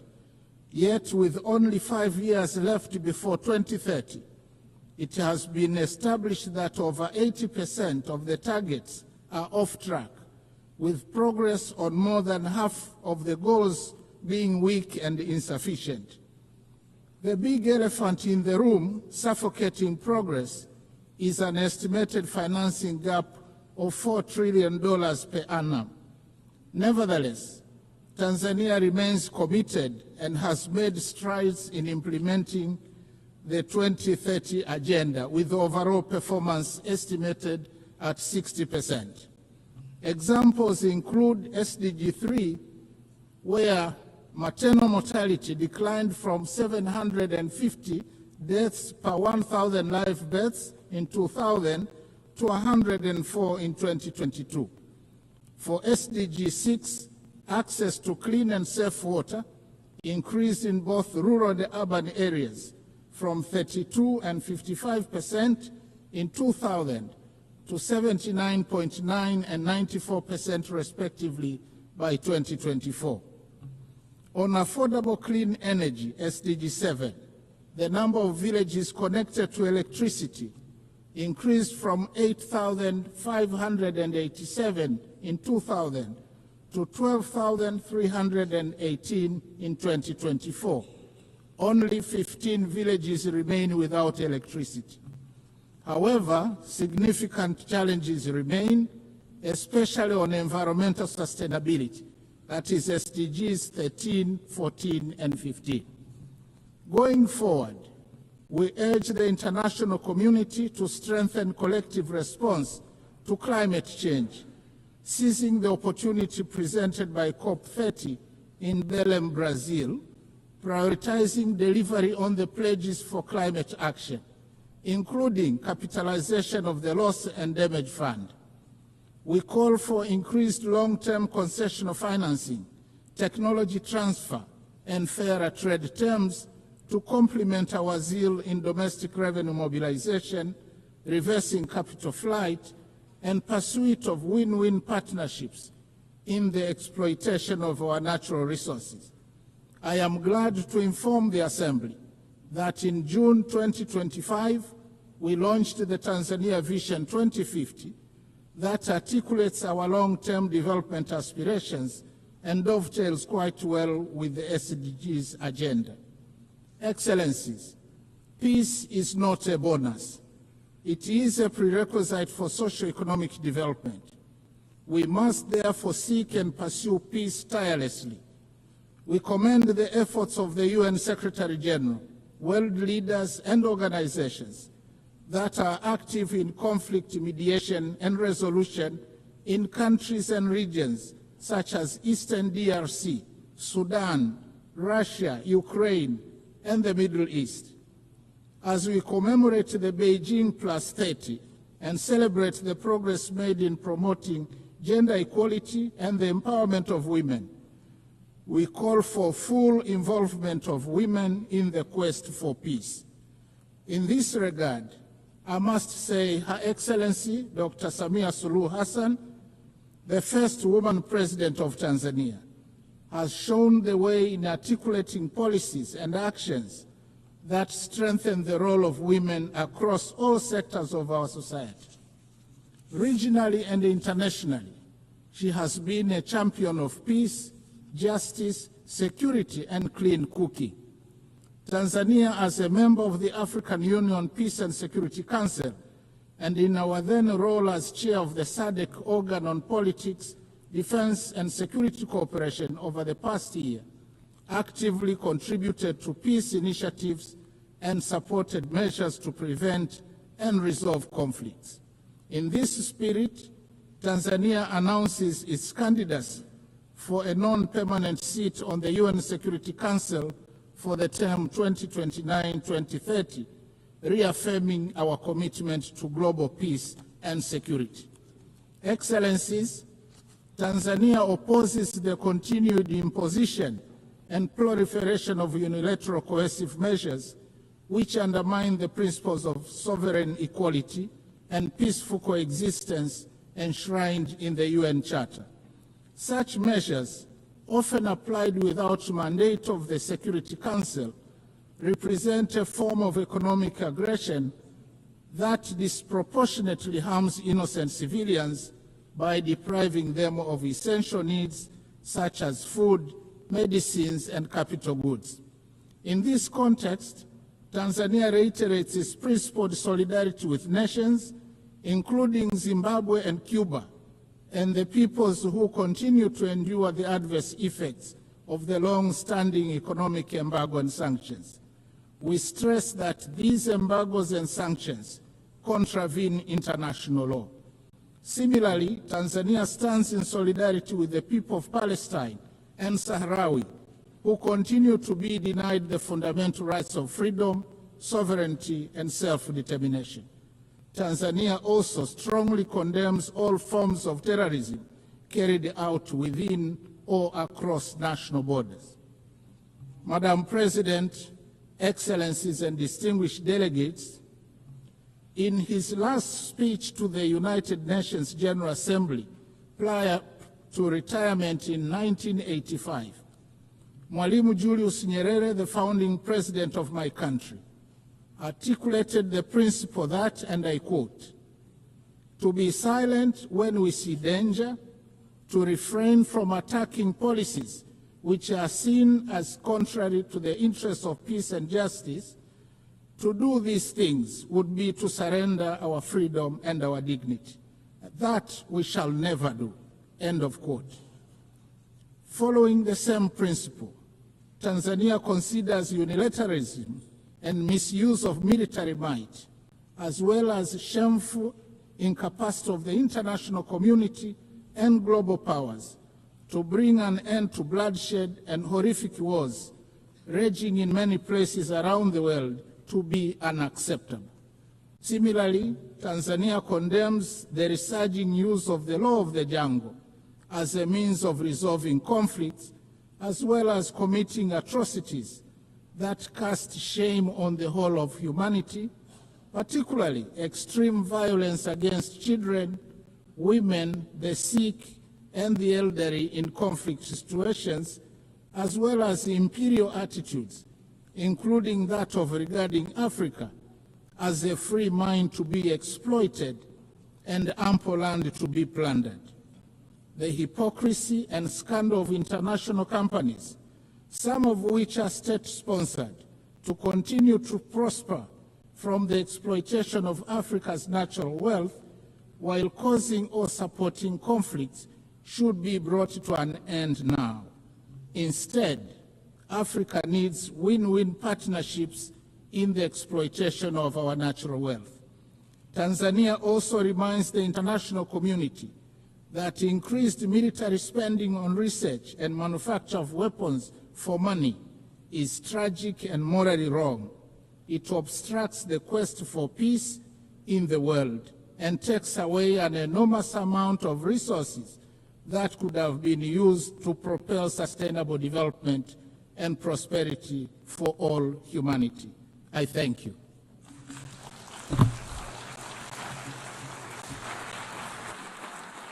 On behalf of the Assembly, I wish to thank the Vice President of the United Republic of Tanzania. The Assembly will now hear an address by Her Excellency Jessica Rose Epelalupo, Vice President of the Republic of Uganda. I request protocol to escort Her Excellency and invite her to address the Assembly.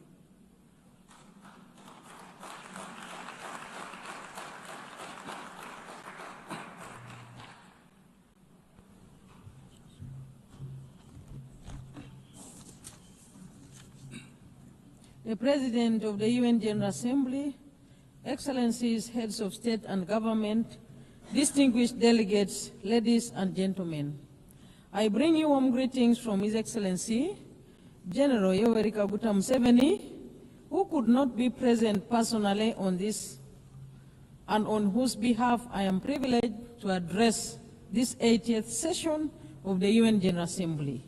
Madam President, let me begin by warmly congratulating you on your election as the President of the 80th session of the UN General Assembly. Uganda assures you of its full support throughout your tenure, and I also extend our appreciation to His Excellency Philomen Yang for his capable leadership during the 79th session. We commend the Secretary General, His Excellency Antonio Guterres, for his continued commitment to the roles and responsibilities of the United Nations.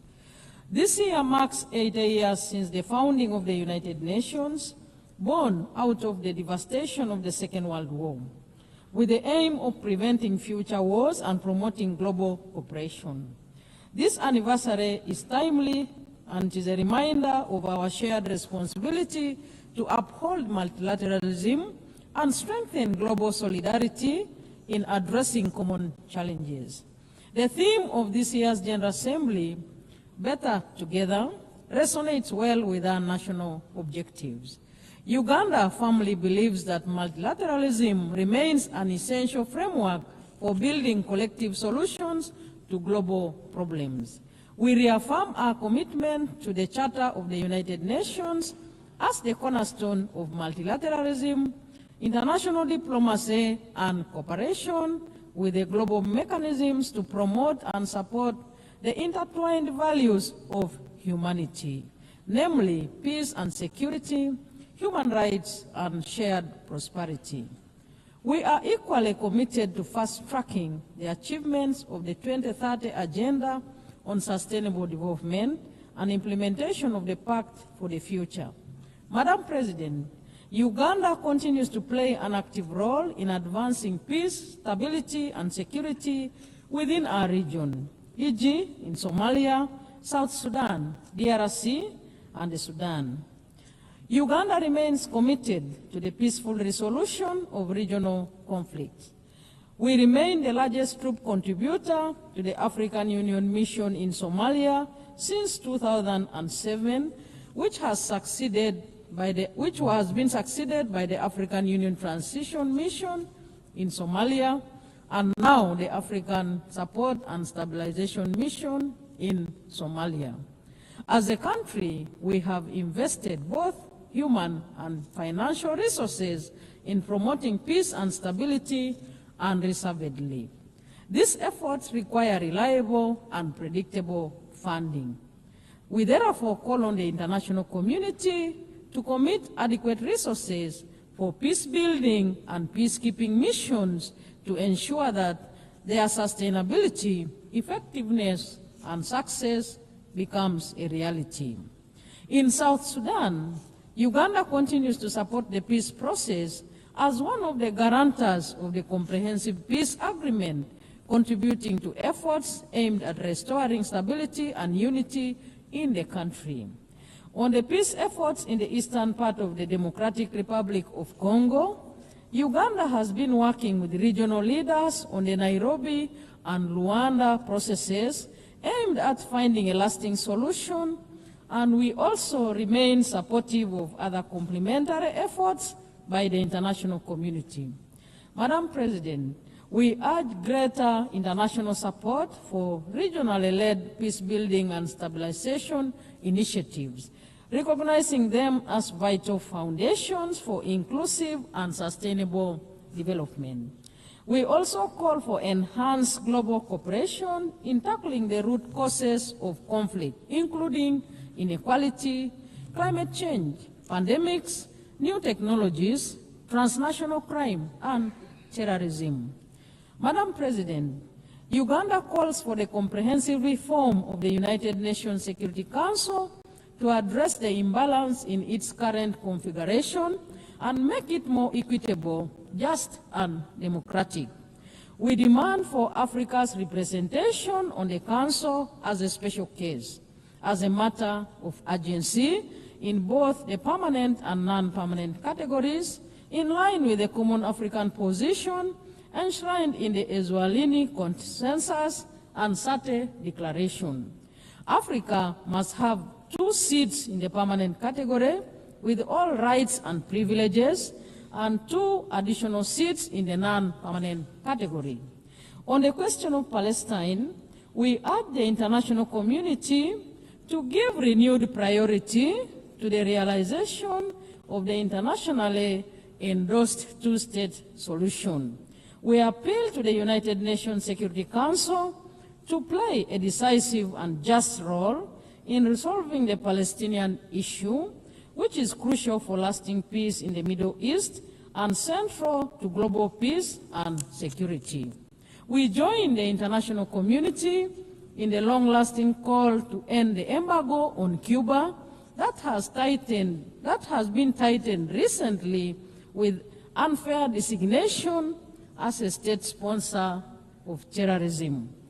Uganda is recognized globally for its progressive refugee policies. Madam President, we host the largest number of refugees in Africa, currently standing at 1.9 million. Uganda allocates land to refugees and integrates them into our national systems, sharing public services such as education and healthcare, etc. However, this model is under serious pressure due to declining international support amidst rising global geopolitical tensions. The drop in partner funding has strained our already limited resources, affecting both host communities and our ability to meet national development targets, including SDGs. Uganda remains committed to upholding its obligations, but we cannot do this alone, as it diverts vital resources from our national development needs. Madam President, we therefore urge the international community to meet its obligation and support host countries like Uganda. Refugee hosting should not become a debt burden. Uganda should not be expected to borrow money to care for displaced population fleeing conflict. Madam President, with just 5 years remaining to achieve the 2030 Agenda for Sustainable Development, progress in many developing countries remains far off track. Bridging the estimated $4 trillion annual financing gap is crucial. The failure to mobilize adequate resources highlights the shortcomings of current international financial cooperation. We call on the international community to fully implement existing commitments, including the Sevilla Commitment, the 2015 Addis Ababa Action Agenda, the 208 Doha Declaration, and the 202 Monetary Consensus. These agreements provide a framework for enabling developing countries to expand their physical and policy space and drive balanced and inclusive development. Accelerating the SDGs requires renewed commitment to multilateralism, global solidarity, and the strengthening of international cooperation mechanisms to ensure that no one is left behind. Madam President, Uganda's commitment to the promotion and protection of human rights remains central to our national development agenda. Our Constitution guarantees civil and political rights, freedoms of association, assembly and expression, and the right of every citizen to participate in democratic governance. Since the introduction of multi-party democracy, Ugandans have enjoyed regular, free and fair elections at all levels in Uganda. Madam President, Uganda was the first country in the sub-Saharan Africa to introduce universal free primary education in 1987 and universal free secondary education in 2007, an endeavor which has enabled our children to attain basic education and has improved the literacy and numeracy levels in our country, and all the associated benefits and multiplier effects. Health remains at the core of our development strategy. Uganda is scaling up investments in primary health care and deploying digital health solutions to improve service delivery and accountability. Our HIV/AIDS response remains a global model of political will and community engagement. Under the Presidential Fast Track Initiative, Uganda has reduced HIV prevalence to 5.5%, achieved 96% treatment coverage among those diagnosed, and over 90% viral suppression. Madam President, as the current chair of NAM, Uganda is committed to advancing the principle of unity, peace, and solidarity among its members. We support stronger collaboration between NAM and the UN in promoting the interests of developing countries. In this context, we call for accelerated progress on the adoption of the long overdue Covenant on the Rights to Development. Uganda looks forward to welcoming honorable ministers of NAM member states and observers at the 19th Midterm Ministerial Conference scheduled to take place in Kampala between 15th and 16th October 2025. Madam President, as I conclude, the United Nations has stood as a pillar of development. a pillar of peace and human dignity for the last 8 decades. It remains indispensable. It would be impossible to imagine the world today without the United Nations. Uganda acknowledges the UN's many achievements, its legitimacy, convening power, and normative influence. Madam President, more must be done to adopt and adapt and strengthen multilateralism. We must redouble our efforts to uphold international cooperation and ensure that the United Nations system is reflective of the current realities and capable of addressing the intertwined global challenges of peace and security, human rights, and sustainable development. Let us commit to leaving no one behind. Better together. I thank you. On behalf of the Assembly, I wish to thank the Vice President of the Republic of Uganda.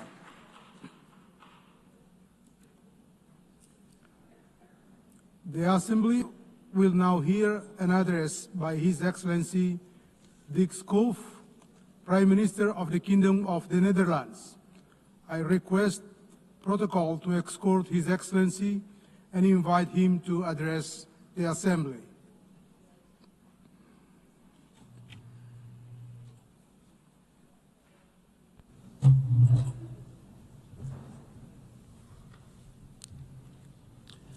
Mr. President, Your Excellencies, ladies and gentlemen, back in 1947, a 7-year-old boy, a Dutch boy called Dirk Sallemans, and his father made a long car journey to the German city of Cologne.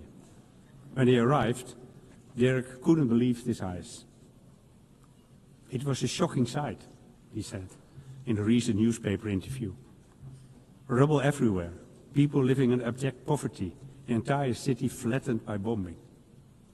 Today, almost 80 years later, those images are still seared in Dirk's memory, and that was precisely his father's intention. He wanted to show me what war can do to a city, Dirk recalled in the interview. At the same time, he added, we were also hearing radio reports about the establishment of the United Nations in New York, and all my father's hope was invested in that. When the interviewer asked what exactly the hope was based on, Dirk recalled the opening words of the United Nations Charter, we the peoples. And indeed, it is the peoples of the world, the people, who task their governments with saving them from war, human rights violations and armed conflicts. We the peoples. It was those words on that day in Cologne that inspired Dirk Sallemans to embark on a career as a UN diplomat that spanned almost 30 years. And it is those same words, 80 years on from the UN Charter, that still remind him and us of that task. Of course, the world has changed dramatically since then, and unfortunately we must acknowledge that the mission, no more war, has failed. In fact, this year, even as we celebrate the United Nations 80th anniversary, we have heard it said that the UN can no longer justify its existence. Anyone who says that, however, has forgotten where we came from. Without the UN, there will be no disarmament treaties, no International Court of Justice, no climate agreements on sustainable development goals. Without the UN, which is often the only organization capable of supplying aid in the toughest places on the earth, millions of people will be deprived of food, clean water, and medical aid. Over the past 80 years, we've taken the UN's achievement for granted. We've neglected to look back on where we've come from and all the milestones we have achieved along the way. And although the situation right now might be especially difficult, I know this too. It has never been easy. Every achievement was preceded by the lengthy confrontations. Countries were often at loggerheads, and sometimes they were tempting to throw in the towel. But that never happened. And the reason can only be that, despite our many differences, we all understand what's at stake. That's the context in which I view the increasingly frank debate on the UN future. Yes, the world has changed. Yes, international relations have changed. And yes, The way we work together has changed. But I believe that this can lead us to only one conclusion, that we must change with times.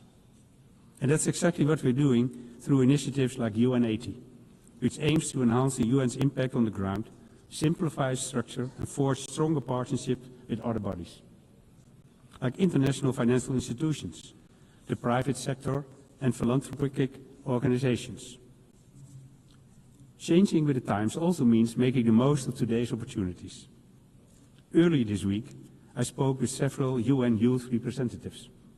They are growing up in a different time to you and me, with new concerns, but also new opportunities. We need their insights, not only because our decisions will affect their future, but above all, because they are the future. So if we are to move forward, we must work together by using AI and other technologies wherever possible. And the Kingdom of the Netherlands has already taken the lead on this by teaming up with donors and partners to explore new ways of boosting the efficiency and effectiveness of multilateral institutions. New ways, but not new principles. Because the guiding principles, as laid down in the UN Charter 80 years ago, remain unchanged. And today I'd like to reflect with you on the most important one of all, the protection of the international legal order. Back then, that inspired everything we stand for today, leading to a multilateral system of agreements and providing a powerful counterweight to the idea that might is right. In my part of the world, as well for a long time, but now we know that this is not a given. We've seen that in Ukraine, whose people have been suffering under Russian attacks for 3.5 years now. As Ukrainian troops continue fighting every day to protect their country, their families and their right to self-determination, people in the areas occupied by Russia are enduring systematic oppression and grave human rights violations on a daily basis. We've seen several initiatives aimed at bringing peace closer since spring, such as the talks in Saudi Arabia, Turkey and the US. But peace still seems like a very distant prospect. Ukraine has adopted a constructive stand, but so far Russia has shown no real willingness to accept the US proposals. And in the meantime, the war of aggression and the suffering continue unabated. But in case you're thinking, there goes another European who only wants to talk about European problems, let me assure you, that is not the case. If the UN 80 years have taught us anything, it's that all the big issues are closely interlinked. As a kingdom of different countries in different parts of the world, we know that better than anyone. Take food security. In the European part of our kingdom, we are approaching the limits of what the earth can sustain, while the Caribbean part of the kingdom has seen how vulnerable people are when they're dependent on others for their food security. And there are those other matters that we hear far too little about, even though they give cause for grave concern. Just look at what's happening in Sudan. Since April 23, more than 150,000 people have been killed, and 40 million more have had to flee their homes. All trade routes and aid corridors have been cut off, so for the past year, humanitarian organizations have been unable to provide more aid. As a result, half the Sudanese population is living with the reality of food insecurity. And in parts of Darfur and Kordofan, a famine has been declared. This has to stop. The Netherlands, together with the EU and donor countries, is therefore calling on all the warring parties to respect international law and allow humanitarian aid to reach those who need it. The Netherlands will continue supporting these humanitarian efforts for Sudan, not only by working via the UN and the Red Cross, but also by giving 60 million euros to the Sudan Humanitarian Fund this year, and almost 7 million euros to the Dutch Relief Alliance in Sudan. As I've said, the horrors unfolding in Sudan have barely registered in the outside world. The same cannot be said of the horrors unfolding in Gaza. Every day we see more heartbreaking images emerging from the region. Images we scarcely thought possible. Images that defy our understanding and even our faith in humanity. And there is only one appropriate response. This war, this suffering, must end now. That starts with the safe, independent and unlimited access of humanitarian aid for the suffering people of Gaza, including UN aid. And we will continue, at both national and European level, to urge the Israeli government to drastically change its course. The annexation of the West Bank and Gaza City is unacceptable, We condemn any move in this direction. In addition, we are supporting the European Commission's proposal to restrict investment in Israeli companies that develop dual-use technologies. And we're also stating clearly that we want to suspend the EU-Israel Association Agreement, refuse goods from illegal settlements, and stop issuing export licenses for arms. At the same time, these actions must not obscure another truth. Hamas is a terrorist organization that must lay down its arms. There is no place for Hamas in the future governance of the Gaza Strip. What's more, the only route to a lasting peace is through negotiations that ultimately lead to a two-state solution. And with the signing of the Nuremberg Declaration in this high-level week, including by the Netherlands, we are taking a step on the path to a lasting peace.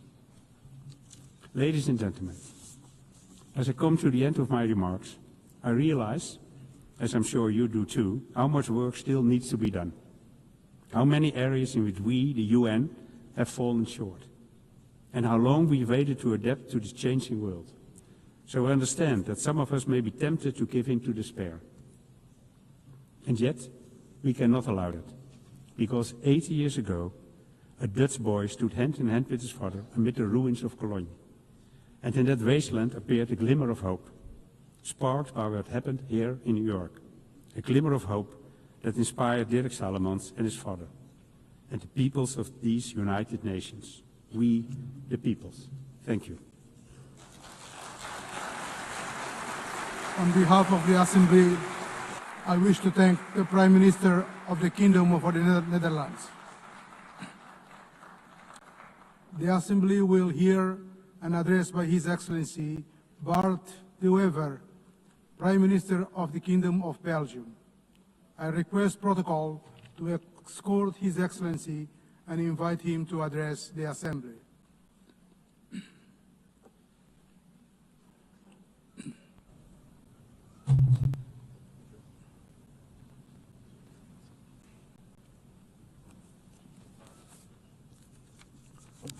Mr. President, esteemed colleagues, ladies and gentlemen, it is the first time that I stand before you. I am 54 years old, which means that I was a teenager in the 1980s, when Ronald Reagan was president of this great country, a man that I admired and that I still admire. Today, I'm nostalgic of that time, because then I truly believed that the Western world was bound together by shared values and mutual respect. And I also believed that these values would eventually rule the entire world. Today, we are reminded of the Melian dialogue of the Greek historian Thucydides. He described how envoys from Athens forced the small neutral island of Melos to choose sides in the Peloponnesian War. If Melos refused, Athens would destroy it. Thucydides captured the brutal logic of power in one single sentence. The strong do what they can, and the weak suffer what they must. He may have been right about human nature, but that is not the world we want to live in today. Civilization means striving to be better than our basic instincts, to rise above them. The United Nations was born out of the most destructive war in human history to embody precisely that aspiration. And yet today, international organizations are under pressure. International law is under pressure. Respect for sovereignty is under pressure. Geopolitics often boil down to sheer ego politics, and I regret this deeply. That is why I stand before you today to advocate for a world anchored in mutual respect, a world of free and fair trade, a world of strong partnerships, respect and cooperation, a world based on international law, a world that tackles climate change, a world of peace, prosperity and progress. The United Nations remain crucial in pursuing that ambition. The United Nations are far from perfect, and this is why we support the UN 80 reform agenda, because the challenges we face are immense. And I would like to highlight two domains in which we urgently need to move forward: our security and our prosperity. First, security. All who cherish freedom must work to build resilient and vigilant societies. We face new forms of imperialism, new military threats, and violent conflicts that destabilize entire regions. This is not the path we choose, but neither can we afford to be naive. Those who wish for peace must be prepared to defend it. That is why we stand firmly with Ukraine. We must erect a barrier against those who look at us the way the Athenians looked at Melos. Belgium is therefore assuming its full responsibility, investing more in defense. Together with our European partners, we are striving for greater integration of our armed forces and defense industry. At the same time, we must strengthen ties with all countries committed to peace and stability. We must also confront the rise of international organized crime. Criminals know no borders. Criminal networks exploit the gaps between police forces and legal systems. They fuel terrorism, human trafficking, and the illegal arms trade. But there is hope. Across Europe and in Latin America, I have witnessed a new willingness to deepen cooperation. And I am convinced that many African and Asian countries struggle with the same problems.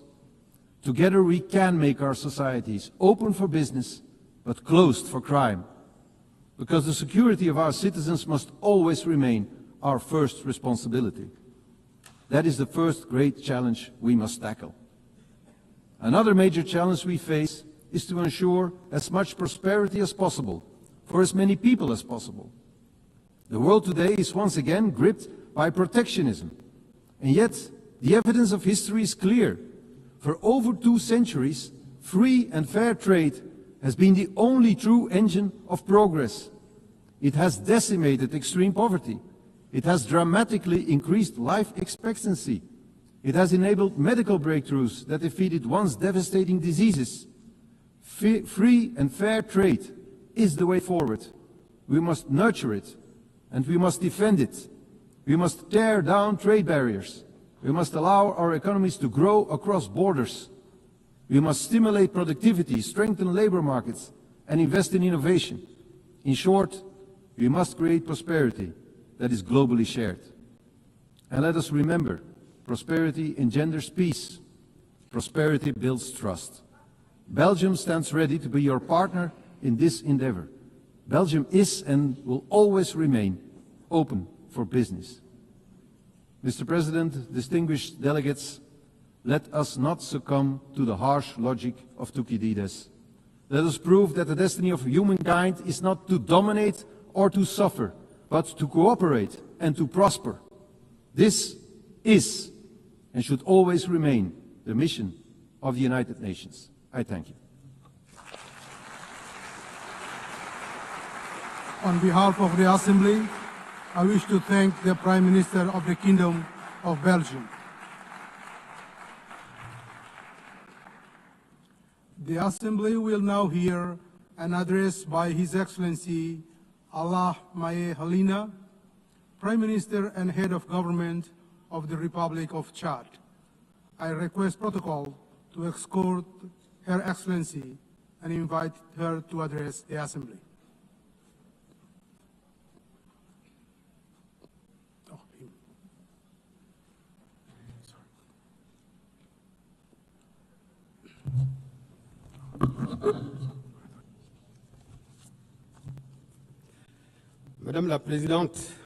Madam President of the General Assembly, ladies and gentlemen, heads of state and government, Secretary General of the United Nations. Because of constraints linked to his national agenda, Marshal Mohamed Idriss Déby Itno, President of the Republic of Chad, head of state, who wished to be involved in this important meeting at the United Nations, has not been able to come to New York. He would like to convey his sincere regret for not being here and has conferred upon me the task of delivering his message, which reaffirms Chad's commitment to the principles of multilateralism and the sovereignty of peoples. It is therefore for me a great honor to deliver to this august assembly the message of the President of the Republic of Chad, Head of State, and I quote, "Madam President of the General Assembly, ladies and gentlemen, heads of state and government, Secretary General of the United Nations, I would like at the outset to honor God, the all-powerful force of wisdom and strength that enabled us to come here together in a spirit of dialogue to look at the challenges of our time and of our world, primarily the questions of development, but also international peace and security. I would like to convey our congratulations to Madam Annalena Baerbock, President of the 80th session of the General Assembly, on her election, and assure her of the full support of my country in carrying out her mandate.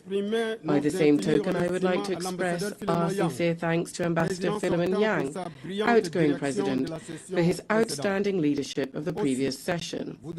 Thus, I would also like to express our sincere appreciation and our full support to Secretary General Mr. Antonio Guterres for his unfailing efforts to fly the flag of multilateralism high, embodied by the UN, whose mission and even raison d'etre is currently being tried by numerous challenges that are constantly affecting our common bedrock of humanity. Madam President, Your Excellencies, ladies and gentlemen, I am speaking to you before this august assembly with a great weight of history and the force of a sincere conviction. The United Nations, 80 years after it was born, in the pain, so to speak, of wars, must come to life once again in the truth of our hopes. Better Together, 80 years for peace, development and human rights is more than just a celebration. It is something that strikes us an invitation to re-examine the role, the relevance and the political and moral legitimacy of our shared organization. It would be wrong to deny the historic merit of the UN. The UN has contributed to preserving global peace. It has helped decolonization. It has fostered human rights and provides a multilateral cooperation framework. Nonetheless, we need to underscore that 80 years after it was established, the UN is still far from having accomplished the aims that were conferred upon it by the Charter. Despite undeniable progress that I have mentioned, we have to note that the UN has never disappointed as much as it is today, in particular because of its inability to stop bloody conflicts that continue to prevail in several areas of the world, in Africa, in Asia, in South America. There is increasing defiance because too often major decisions taken by this organization seem to serve the interests of some great powers to the detriment of the aspirations of the countries of the South, because the Security Council remains a very fixed structure, a legacy of the post-war period, where Africa, the cradle of a fifth of humanity, remains excluded for all major representation, because sanction and intervention mechanisms are often selective, and indignation seems to be conditioned on where it's happening geographically. We need to be bold enough to say here, peacekeeping missions of the UN have often failed in their promises and in their duty, be this in Haiti, in the CAR, in the Democratic Republic of Congo, or in Mali. The blue helmets, in certain cases, have been accused of inaction and even behavior that runs counter to the very principles of the organization that they represent. How can we understand that instead of protecting, some have been complicit in violations? How can we explain that after being there for decades, conflicts still persist and in some cases are worsening? These failures, often tragic, erode the legitimacy of the UN on the ground and in people's hearts. It is crucial for peacekeeping operations to be reformed very deeply and evaluated in a transparent way, refocused on their fundamental mission to protect civilians. Madam President, ladies and gentlemen, for more than 7 decades, the world is witness powerless to a human and political tragedy. I'm talking to you about the Israeli-Palestinian conflict, the current situation in Gaza with indiscriminate bombing, millions of, thousands rather, of civilian deaths, and the systematic destruction of vital infrastructure is a collective failure of the international community. We're not just talking about a conflict anymore. We're talking about a humanitarian scandal and an unprecedented moral challenge. The latent war between Israel and Iran, regional tensions and the inability of the UN to bring a lasting solution undermines not only stability in the Middle East, but peace throughout the entire world. As long as justice has not triumphed in Jerusalem and Gaza, there will be no clear, people's consciences will not be clear here in New York. As long as international law is flouted in Palestine, it will be weakened elsewhere.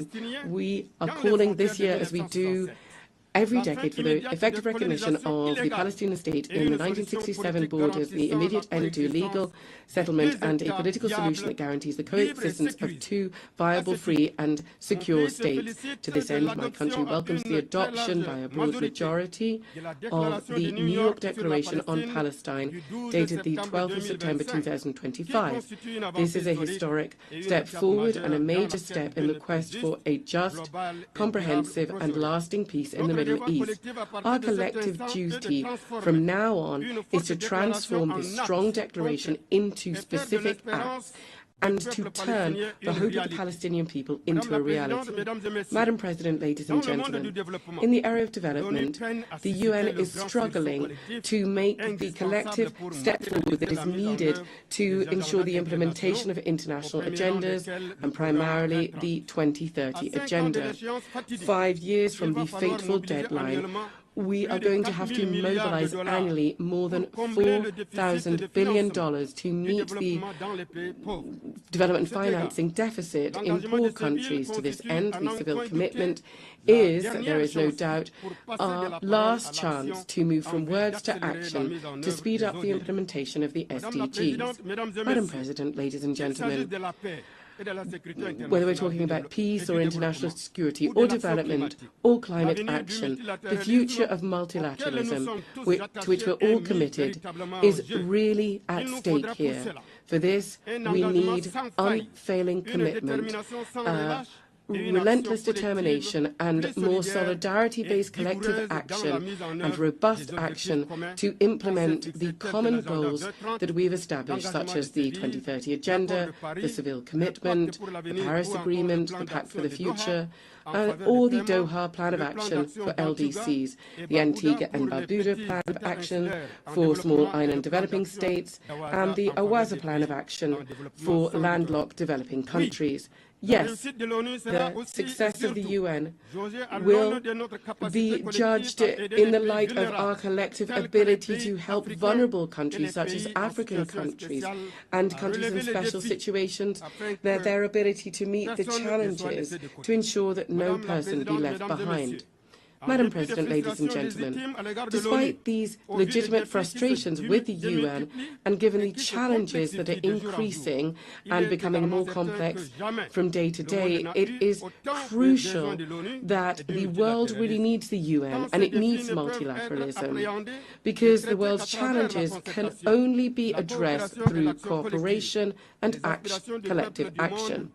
The aspirations of the peoples of the world for a peaceful life, a healthy planet, and equal opportunities, access to well-being and prosperity, all whilst human rights are upheld, are valid, as are everybody's right to live in a just, fair, and safe society. But they can only be ensured through multilateralism. Therefore, we have the Pact for the Future and the civil commitment. And these are exciting because they really translate this thirst, this desire for the UN. So it cannot disappoint or betray the legitimate aspirations of the people of the world. We cannot go it alone. We cannot stop this collective impetus. Of course, we're fully aware of the troubles that are there in the world because of the increase in unilateral actions and geopolitical tensions. But development aid here is seeing drastic cuts that are having a significant impact on the most vulnerable countries and communities and are really hitting at the heart of the operations of the entire UN system. UN entities and agencies have had to cut off vital services that were benefiting the most vulnerable in the most fragile of countries, refugees, women, children, AIDS sufferers just overnight have been found cut off from treatment and healthcare, and therefore their lives are now in danger. It is crucial to preserve what has been achieved in carrying out the reform of the UN very painstakingly, because a fatal blow must not be brought to the UN, because it must carry out its most noble task to assist the most vulnerable. Madam President, ladies and gentlemen, strengthening and preserving multilateralism, and it's something that we all want, also involves a long-expected reform of global governance. My country, therefore, has quickly implemented the recommendations of the Pact on the Reform of the International Financial Architecture and the UN by improving the working methods and strengthening the General Assembly. But also, we very much want to see the reform of the Security Council, and it is an extremely urgent matter. It goes without saying that if there is one body that really embodies all frustrations, all injustices, and all double standards, it is the inability of the UN to respond to the expectations of the people, then that is embodied in the Security Council. It is totally unacceptable that Africa, the cradle of humanity, the demographic lungs of the entire world, the strategic driving force of the 21st century, remains marginalized in the highest echelons of international governance. This exclusion is not just a political aberration. It is a historic injustice, and this injustice must be addressed without delay. For several years now, Africa has been calling consistently and with dignity for what is its right. 2 permanent seats in the United Nations Security Council with a veto right in line with the Esselwini consensus. This is not a favor or a concession. It is a call for justice, for representation, and for coherence. The world cannot claim to be in favor of peace, balance, and legitimacy while more than 1 billion people are held to one side, kept to one side of vital decisions for the future of the planet. We are not asking for permission in Africa. We are reaffirming our voice, our vision, and our vocation in Africa.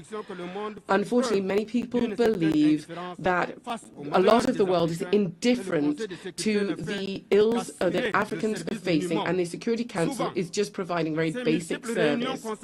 There are multiple meetings on issues pertaining to the continent, but they have very little impact on people.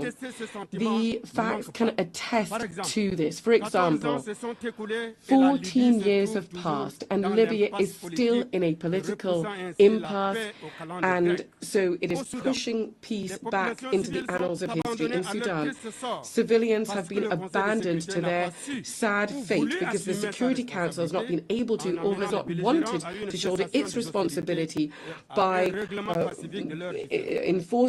bringing the warmongers to cessation of hostilities and to ensuring and bringing about a peaceful settlement of their disputes. This inability of the Council to fully play its role as the guarantor of international peace and security is a reason to speed up its reform, to adapt to the reality of today's world, and to make it more inclusive, more representative, more democratic, and therefore more effective. Ladies and gentlemen, Madam President, in a world that is constantly changing, where there is increasing interdependence and challenges transcend borders, my country, Chad, would like to reaffirm from this rostrum a fundamental truth. State sovereignty is the bedrock of international order. Sovereignty is not a privilege or a concession. It is an inalienable right enshrined in the United Nations Charter. It guarantees that each people can take ownership of their own destiny. It ensures the free determination of its political, economic and cultural choices and the respect for its own identity. In this body of nations, each state is one particular note bringing about global harmony. Nobody should be silent. Nobody should be constrained to be uniform. Sovereignty is the very precondition for dialogue, peace and international justice. This is why we are calling for more fair global governance, where the states of the South, emerging nations, voices that have long been marginalized, can fully enjoy their rights to speak, to take part in decisions and to enjoy dignity. Africa is calling for its legitimate place in global governance. The United Nations cannot just accept symbolic arrangements anymore. A root and branch institutional reform is necessary. Madam President, my country, Chad, in the heart of Africa, is both witness to and part of the struggle for peace and security. We're at the crossroads of all contemporary challenges: security, humanitarian, climate challenges, but also major sources of hope. Our country is facing the persistent threat of terrorism, which is destabilizing the region of the Lake Chad Basin. Given the threat posed by Boko Haram, Chad has not received any external support and has had to deal with this on our own. This sacrifice bared by the people of Chad, which has often been done without receiving gratitude, bears witness to our country's commitment to bring about peace and security. It is time for the international community to recognize this reality and to support us in this struggle. Above and beyond security, Chad is also facing the tragic effects of climate change. We are seeing droughts and natural disasters affecting our food security and undermining our development. We are calling for heightened solidarity to provide equal access to financing, to green technologies and vaccines, which are critical to build resilient and fair societies. In this context, we urgently need to step up efforts to preserve our ecosystem, notably around the Lake Chad Basin, where the retreat of this lake is directly threatening the life of millions of people. Chad and many other countries in Africa have virtually no greenhouse gas emissions, and nevertheless they are bearing the brunt of a crisis that they did not cause. That is why we're calling for fairer global governance, where Africa can have its legitimate place. We're calling for effective climate justice and equal access to financing, to green technologies and vaccines. Madam President, distinguished ladies and gentlemen, Chad has been through many different political convulsions and is part of a sub-regional context which is marked by crises, conflicts and wars. But we were able to overcome this transition, holding our head high. Our country has been able to overcome the most pessimistic predictions, and we have been able to make progress based on dialogue, which has been part and parcel of this transition. From this rostrum, I would like to express our gratitude to God and to the people of Chad who have made this success possible. We would like to thank our partners, and in particular the UN, for their decisive support.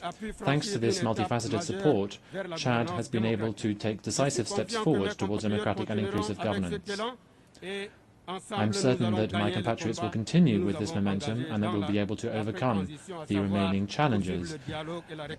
And in so doing, we will continue dialogue and national reconciliation to bring about peace and national unity, to defend our territory, and to overcome the challenge of achieving socio-economic development. All of these measures are part and parcel of the political program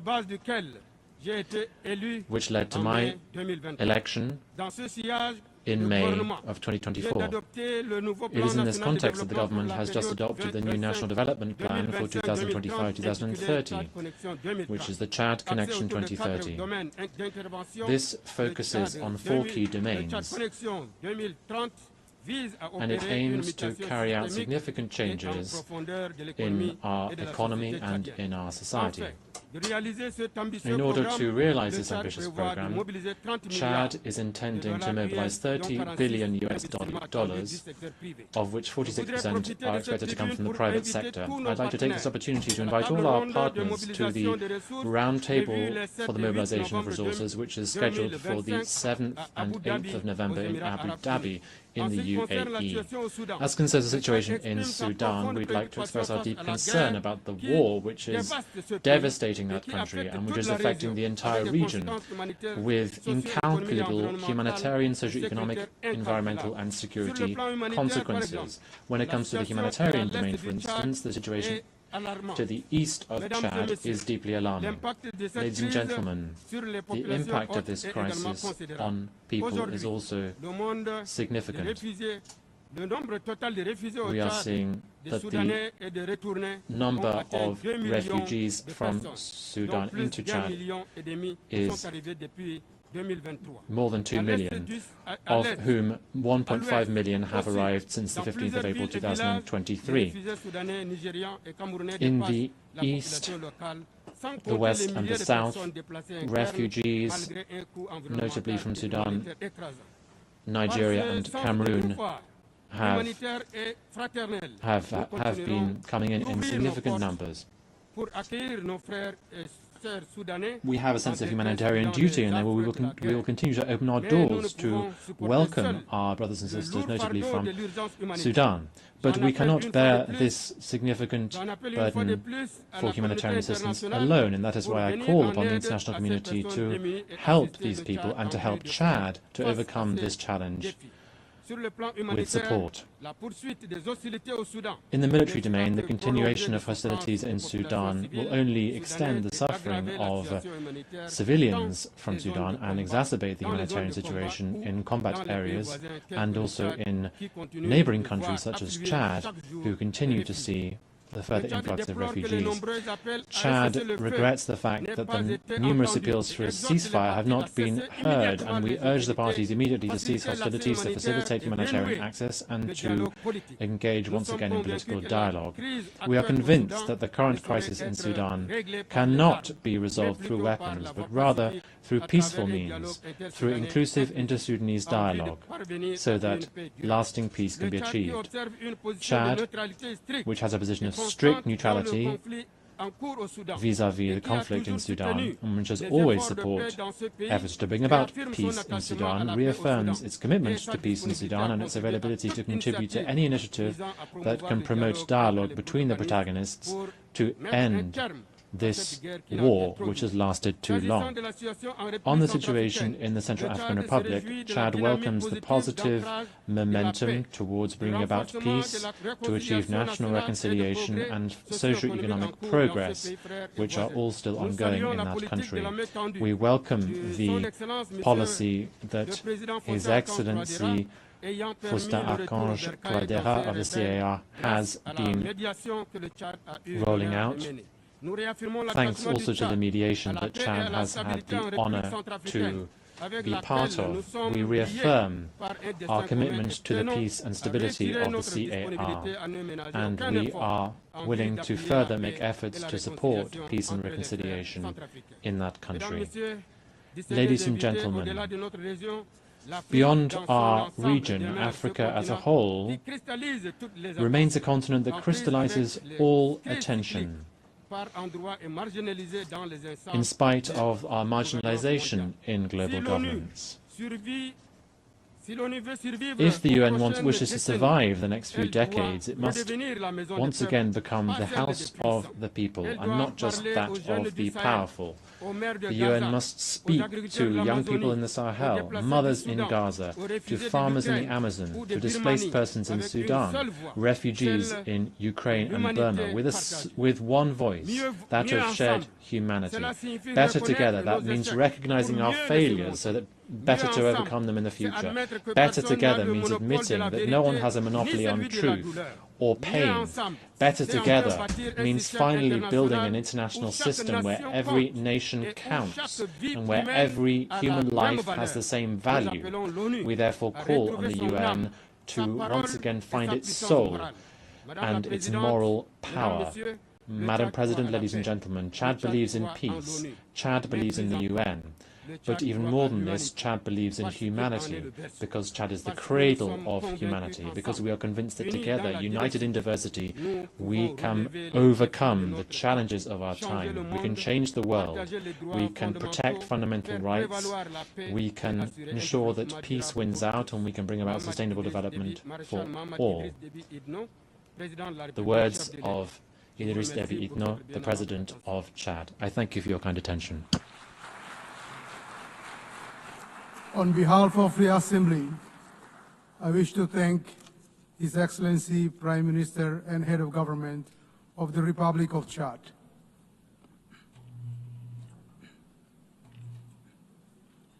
The Assembly will now hear an address by His Excellency Kamal Al-Tayeb Idris, the Transitional Prime Minister of the Republic of Sudan.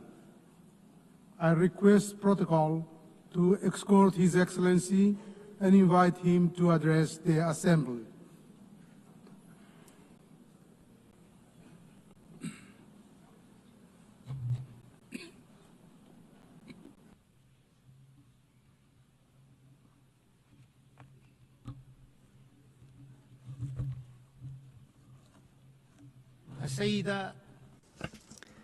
Madam Annalena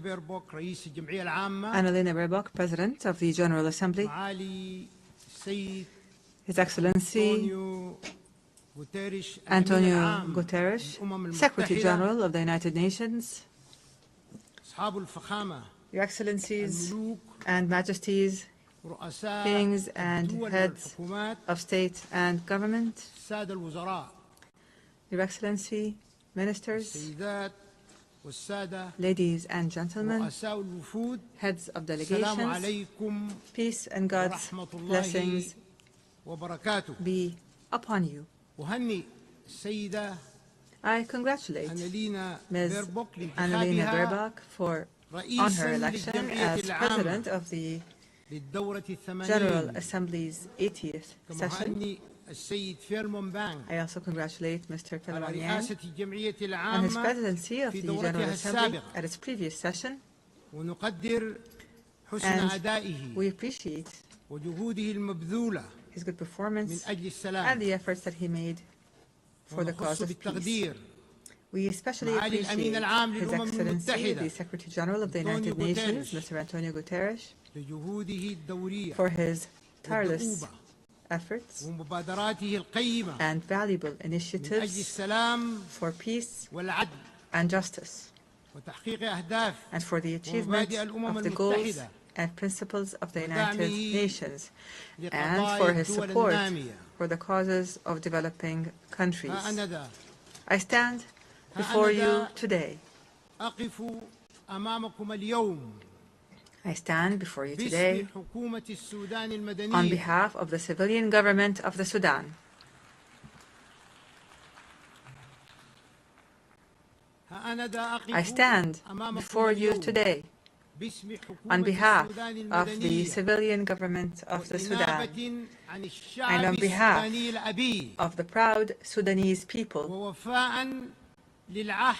to fulfill the pledge made by His Excellency President Abdel Fattah al-Burhan, Chairman of the Sovereignty Council, at this August Global Forum, a pledge to appoint a civilian Prime Minister with independent powers to consolidate the values of civilian governance and democratic transition.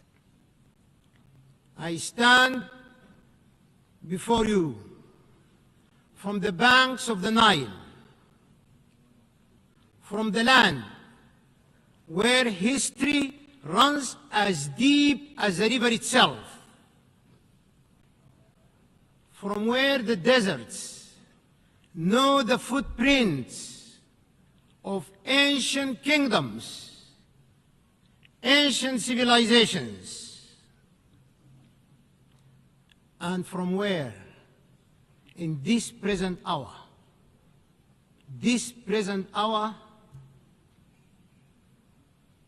the dust still carries the scent of war.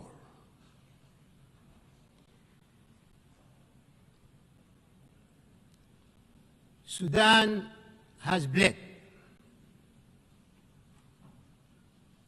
Our villages and cities have fallen silent under the shadow of unprecedented war, unprecedented invasion in the history of mankind.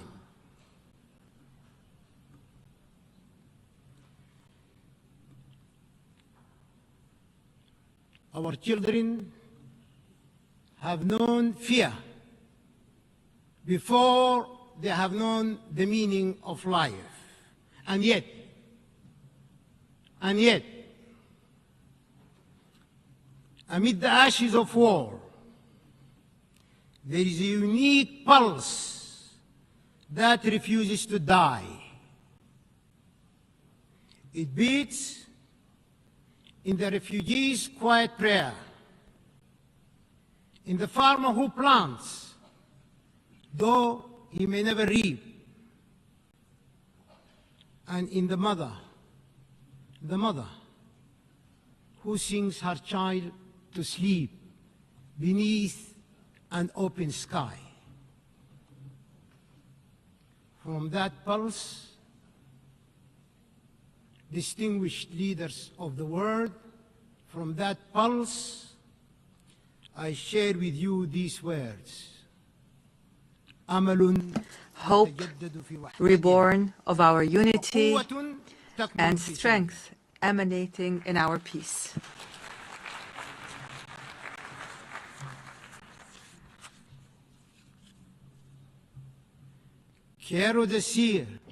I wish to say, in addition to this, that Sudan is a great civilization. Its resources are necessary for the entire world. Madam President, we are witnessing great challenges.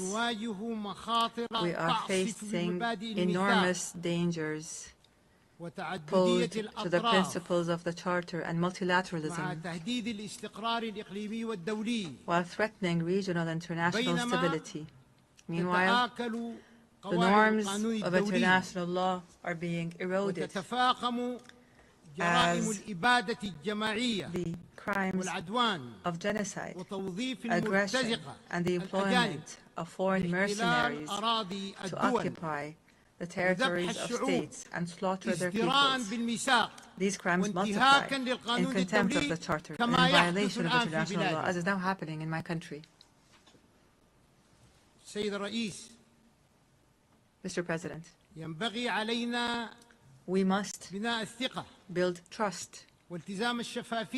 We must reinforce transparency and strengthen the role of the General Assembly, preventive diplomacy, and the peaceful settlement of conflicts.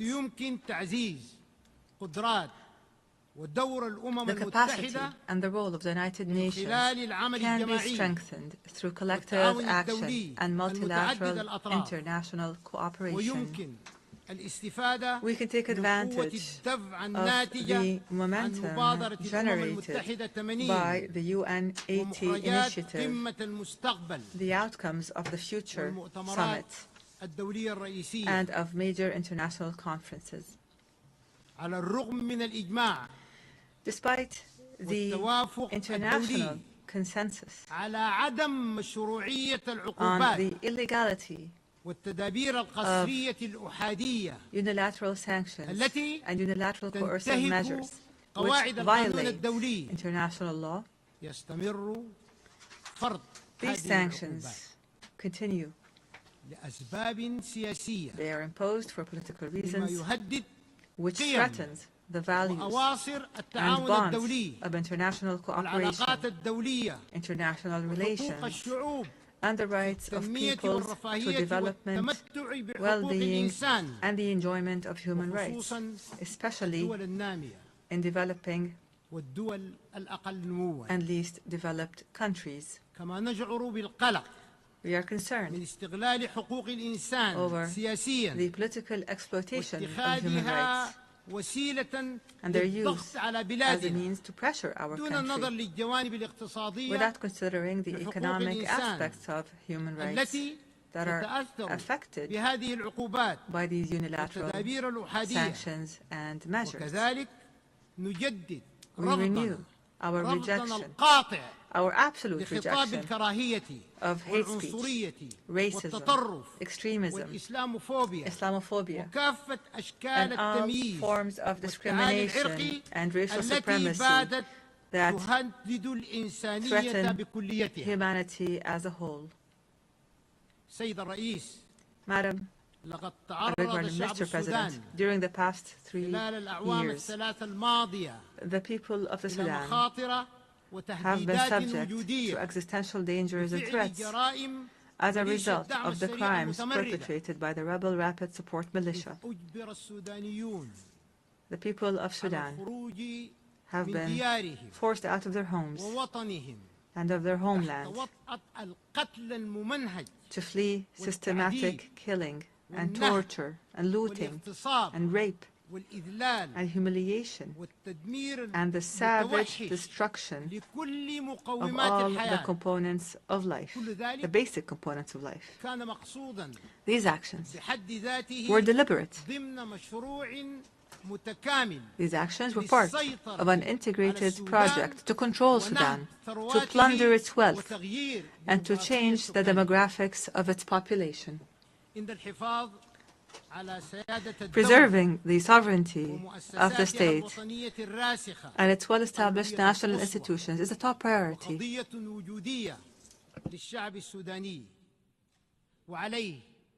It is an existential issue for the Sudanese people.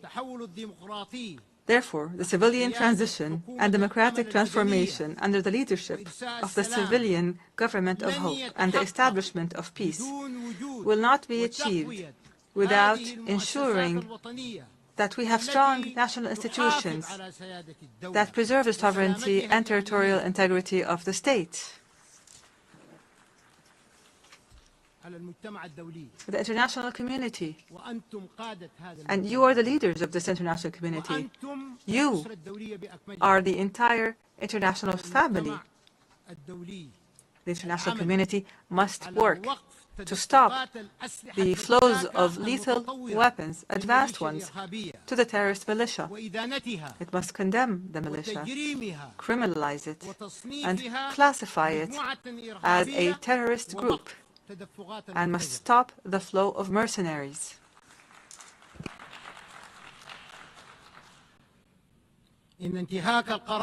Violating Resolution 1591 threatens to prolong the war and prolong the suffering of civilians with it.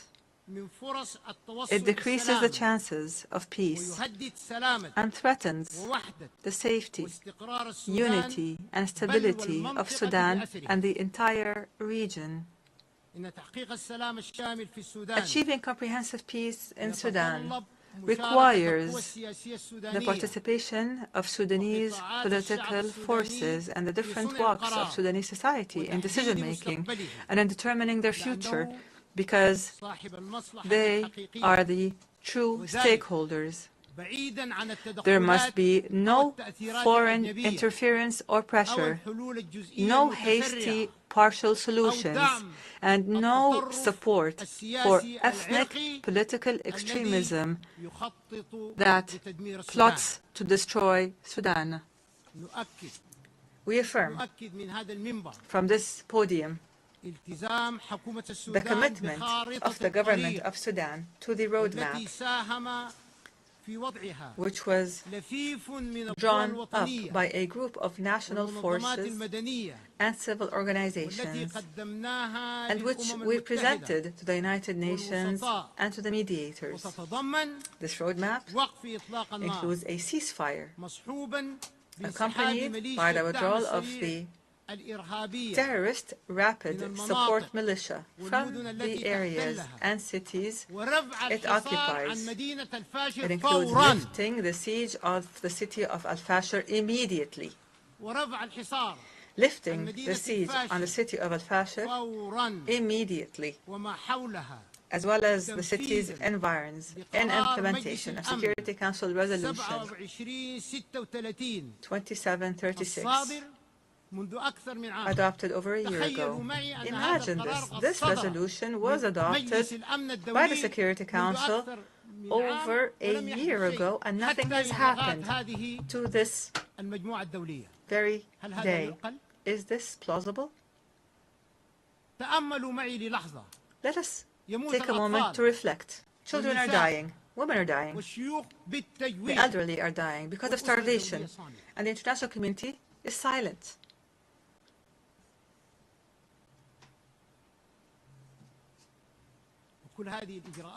All of these measures include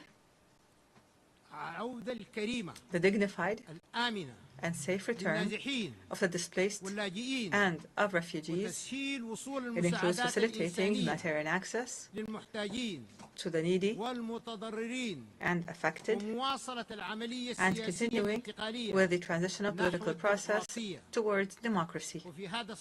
Here, advanced steps, truly advanced ones, have been taken to implement this roadmap. I have formed a civilian government of technocrats that will engage in a Sudanese national dialogue that includes all political and societal forces to lay the groundwork for elections that are free and fair, and to engage positively with regional and international communities.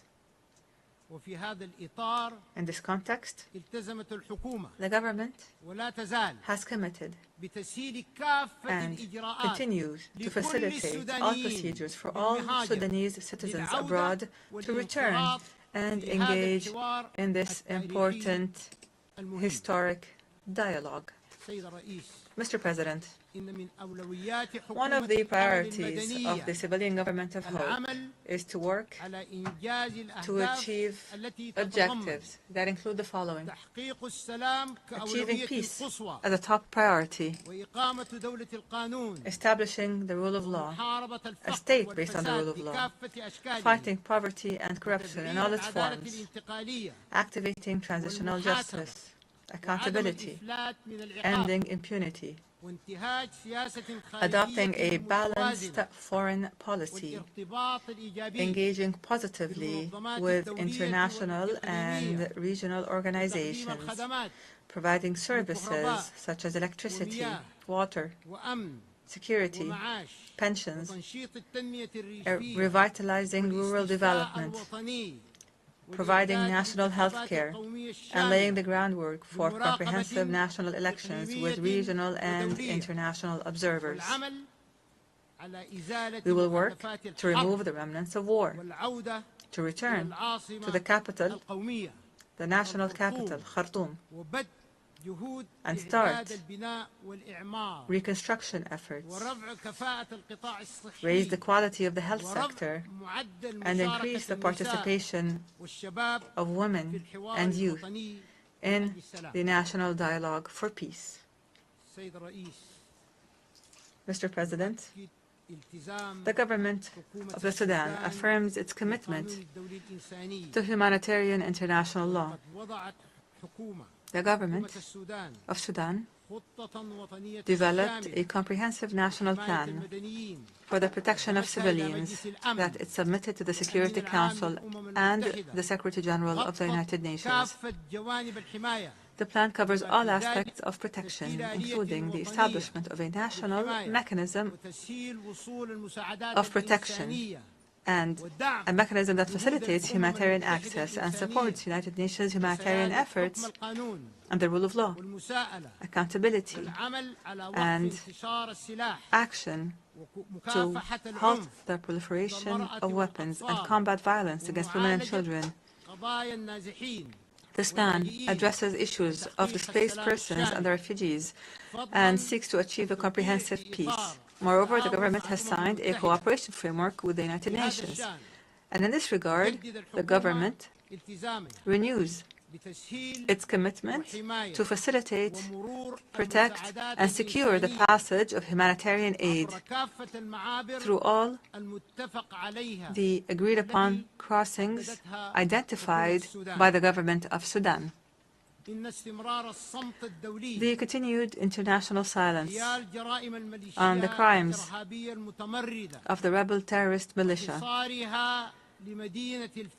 and their siege of the city of Al-Fashir and their bombing of IDP camps and places of worship and educational institutions, their looting of markets and of public and private property, and the destruction of health facilities throughout the country.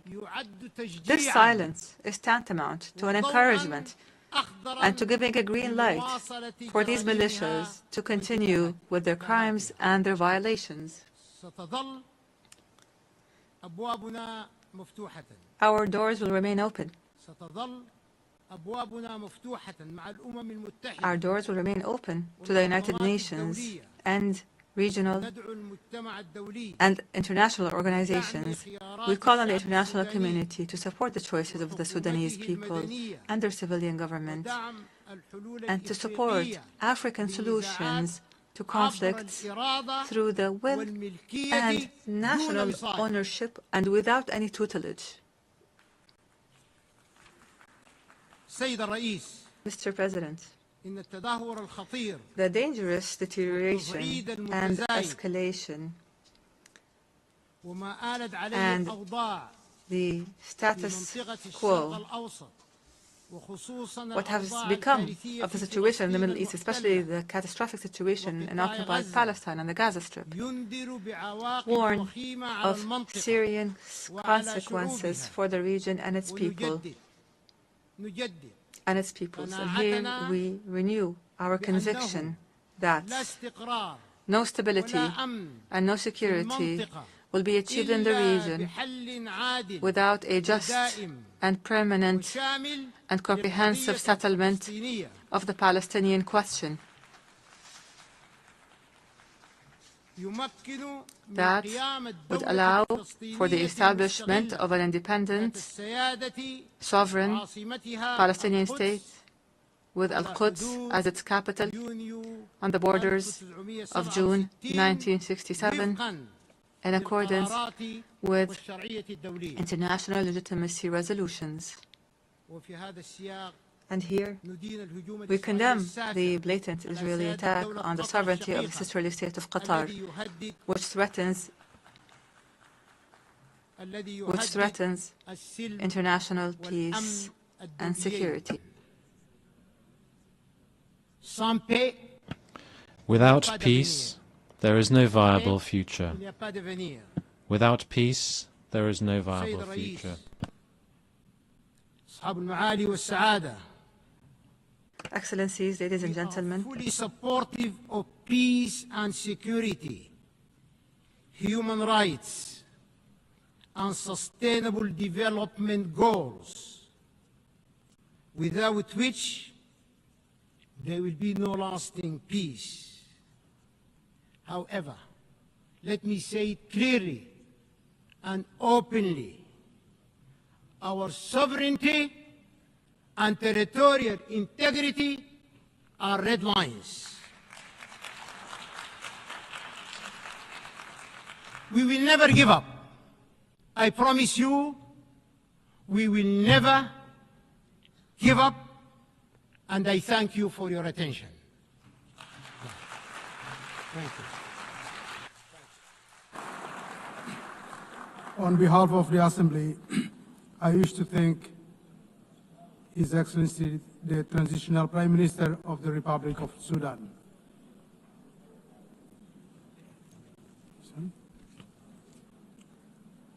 The Assembly will now hear an address by His Excellency Américo de Oliveira dos Ramos, Prime Minister and Head of Government of the Democratic Republic of São Tomé and Príncipe.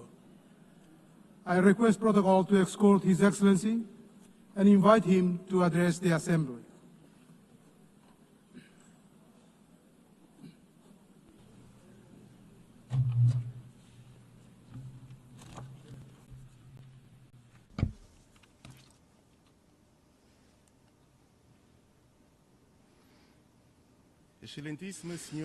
Madam President of the 80th session of the United Nations General Assembly, Mr. Secretary General of the United Nations, Your Excellencies, Heads of State and Government, distinguished delegates, ladies and gentlemen. Allow me, Excellencies, to express the profound honor of addressing this distinguished assembly on behalf of the Democratic Republic of São Tomé and Príncipe, at a time when the international community faces challenges of unprecedented complexity. The theme of the 80th session, Better Together, resonates not only as an ideal, but as an imperative necessity for humanity, for collective development and prosperity. On this solemn occasion, we express our solidarity with all nations that, in recent months, have endured natural disasters, conflicts, and humanitarian crises. Here we speak not of mere statistics, but of real human lives, of broken families, of entire communities forced into suffering. Your losses are felt by us all, and your resilience inspires us to redouble our efforts in pursuit of a safer and fairer world. In the same spirit, I take this opportunity to warmly congratulate Your Excellency, Madam President Annalena Baerbock, on your election to preside over this august and historic session. Your vast diplomatic experience and commitment to multilateralism are guarantees of wise and effective leadership. I assure you, Madam President, of the full support of São Tomé and Príncipe in the fulfillment of your mandate. Likewise, I extend warm congratulations to the outgoing President, Philemon Yang, for his very successful leadership of the previous session, which greatly honored the legacy of all those who came before him. I could not fail to pay a well-deserved tribute to the Secretary General António Guterres, whose tireless and persistent voice in defense of peace, human rights, and sustainable development continues to serve as a moral compass for our organization. His visionary leadership has contributed to revitalizing the United Nations and adapting it to the pressing challenges of the 21st century. Madam President, Heads of State and Government, Excellencies, São Tomé and Príncipe comes before this Assembly with a message of hope and a call to action. In recent years, our country has made remarkable progress in consolidating democracy, promoting peace and defending human rights. We are an example that even with limited resources, it is possible to build an open, pluralistic, and tolerant society and to sow the seeds of a better future. The privileged geographical position of São Tomé and Príncipe in the heart of the Gulf of Guinea grants us an added responsibility in promoting regional stability and security. Our country has sought to establish itself as a natural bridge between continental Africa and the Atlantic island communities, facilitating dialogue, cooperation, cultural and economic exchange, combating piracy, and promoting safe trade routes that benefit the entire international community. Our democratic journey, which has become a reference in our sub-region, is marked by the regular holding holding, under existing law, of free and transparent elections by the active participation of political actors and civil society and by the guarantee of freedom of the press.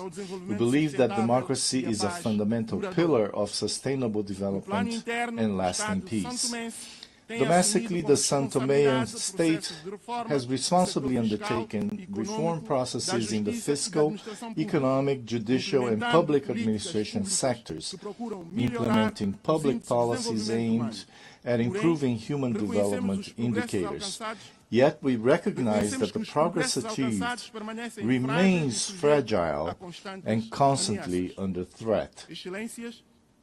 Excellencies, the recent graduation of São Tomé and Príncipe to the category of middle-income country in December 2024, becoming the 8th to achieve such milestone, constitutes without a doubt a significant achievement and a just recognition of the efforts made by our people. This graduation is the fruit of concrete and measurable gains that attest to our progress. Between 2020 and 2022, our gross national per capita income reached $2,271, significantly surpassing the graduation threshold set at $1,306. At the same time, our Human Development Index showed remarkable progress, rising from 59.3 in 2002 to 91.4 in 2024, far above the threshold of 66 points. These indicators reflect advances in fundamental areas such as health, education, and macroeconomic stability. Nevertheless, while this achievement honors us, it also places us before new and demanding challenges that require appropriate responses. It is in this context that we appeal to the international community to ensure that this transition is carried out gradually and harmoniously, accompanied by continuous and transformative support, so that we may advance in the economic and productive sectors, preserve the gains achieved, and prevent our hard-won progress from being undermined.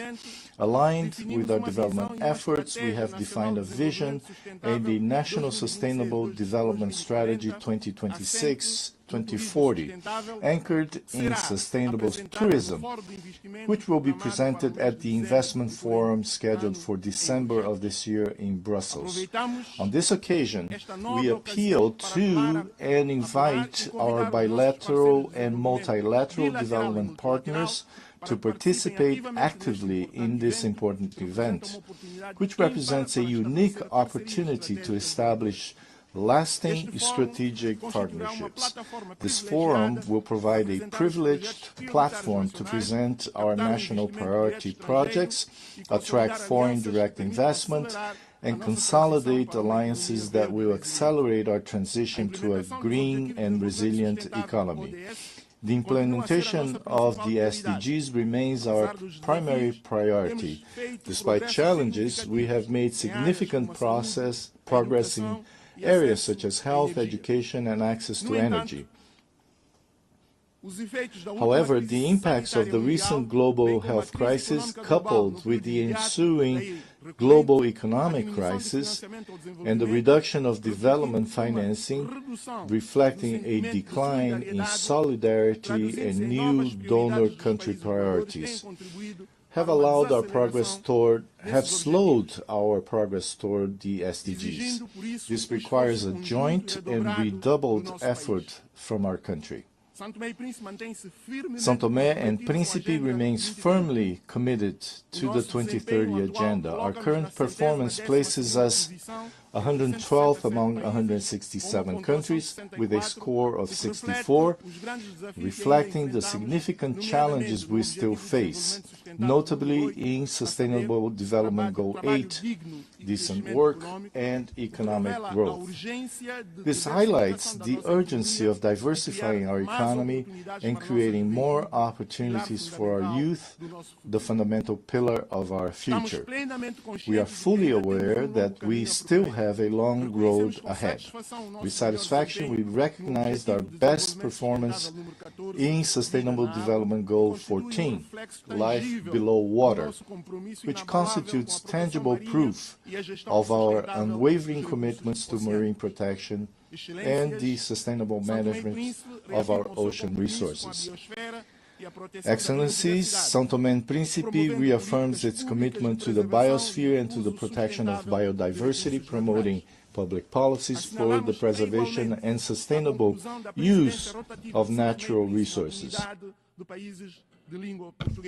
We also note the conclusion of our rotating presidency of the Community of Portuguese-speaking countries, exercised under the theme Youth and Sustainability, which reflected our vision of a future built on inclusion, youth empowerment, and collective responsibility for protecting the environment.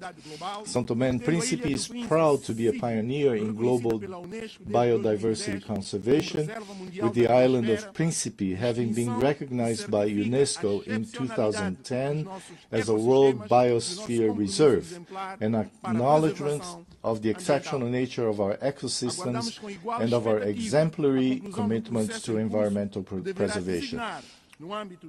We now look forward with equal anticipation to the conclusion of the ongoing process that will, at the 5th World Congress of Biosphere Reserves, designate the island of São Tomé as a World Biosphere Reserve, along with the creation of 8 marine protected areas. Once completed, these initiatives will make São Tomé and Príncipe the first country in the world with its entire national territory designated as a World Biosphere Reserve, alongside extensive marine biodiversity protection areas. This will represent an unprecedented milestone in global conservation history and position our archipelago as a living laboratory of sustainability and global model for small island developing states. I also highlight the decision of the Economic Community of Central African States to establish in São Tomé and Príncipe the regional headquarters dedicated to the blue economy. This initiative reflects our vision of sustainable development that balances economic growth with the preservation of marine ecosystems, a vital heritage for all humanity. Ladies and gentlemen, as a small island developing state, we face one of the greatest injustices of our time. We are among the main victims of climate change, despite not contributing to this global scourge. Our greenhouse gas emissions are practically negligible on the global scale, yet we suffer from heavy rains, floods, the destruction of infrastructure, displacement of populations, and social problems, all consequences of climate change driven by the irresponsible actions of the world's largest polluters. In light of this reality, we need new approaches to financing mechanisms that incorporate multidimensional vulnerability criteria, integrating environmental, climate, and structural risks that do not focus solely on per capita income.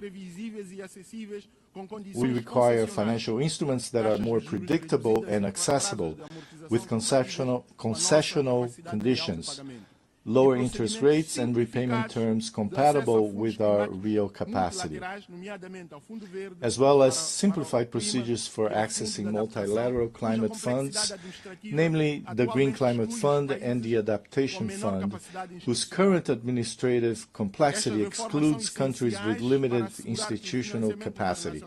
These reforms are essential to ensure that international financing translates into tangible resilience and sustainable development for small island developing states. Excellencies, development requires a context of peace and security. We are deeply concerned by the proliferation of conflicts in various regions of the world, from Ukraine to Sudan, including the Sahel, the Great Lakes, and the Horn of Africa, causing immense human suffering and undermining development efforts in those regions of the continent. In this regard, we advocate for the peaceful resolution of all these conflicts, because only silencing the guns can create an environment in which a better future with peace and development for all peoples can be built. São Tomé and Príncipe strongly condemns all forms of violence and aggression. We stand for full respect of international law and the Charter of the United Nations.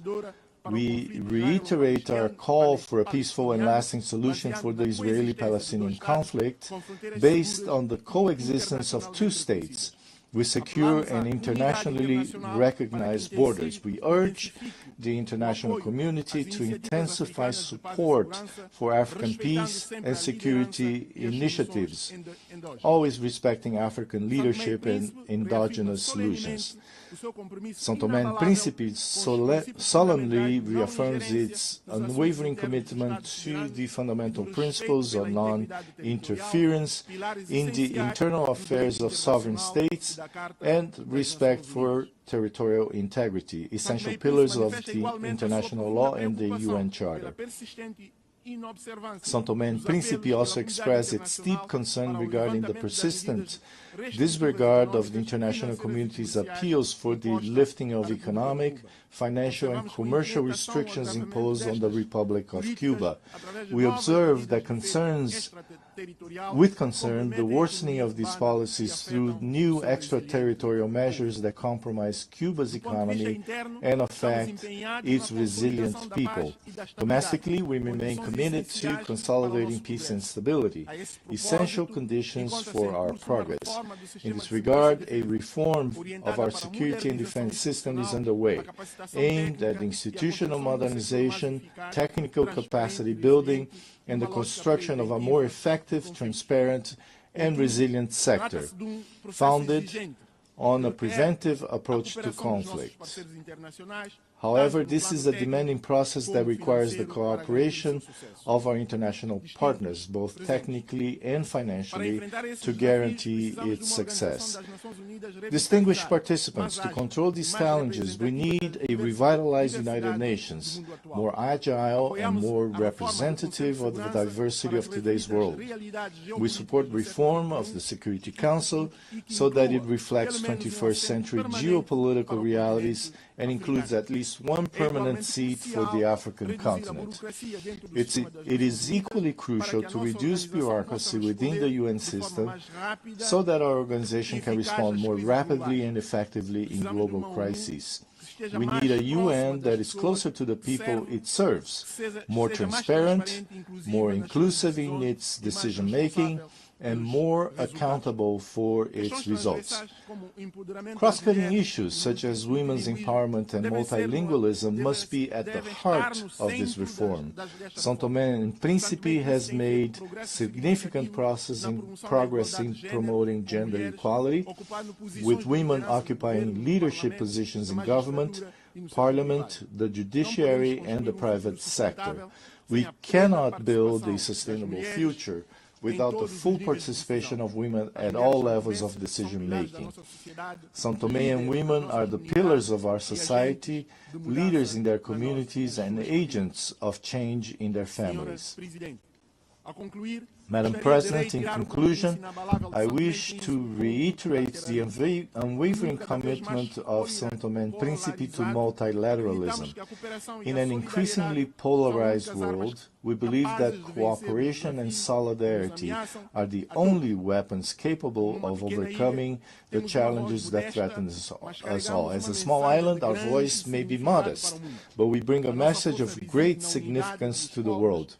Our strength lies in the unity of peoples and in our capacity to converge efforts toward a common destiny. Our hope is nourished by the conviction that, united, we can build a more just, sustainable, and harmonious future for all, and by our resolve truly to be better together.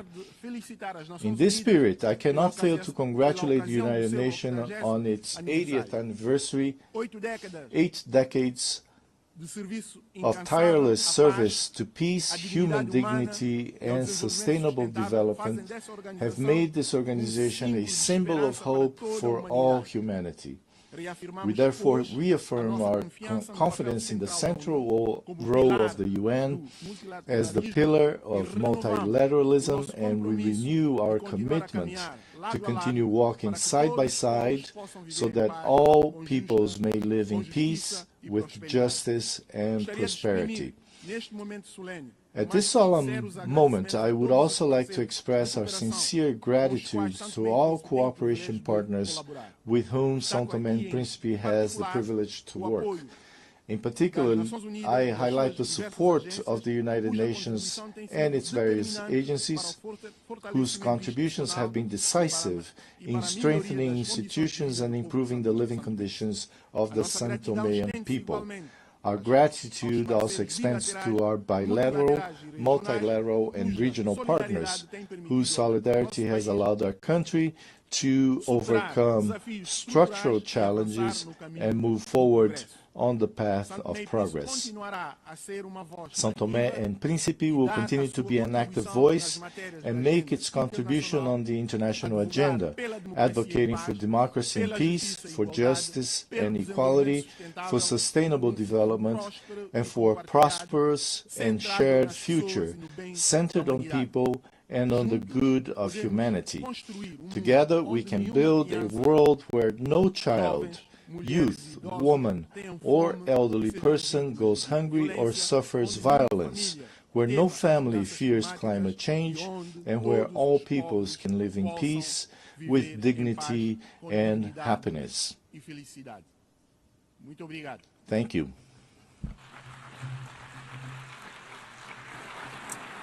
On behalf of the Assembly, I wish to thank the Prime Minister and Head of Government of the Democratic Republic of São Tomé and Príncipe.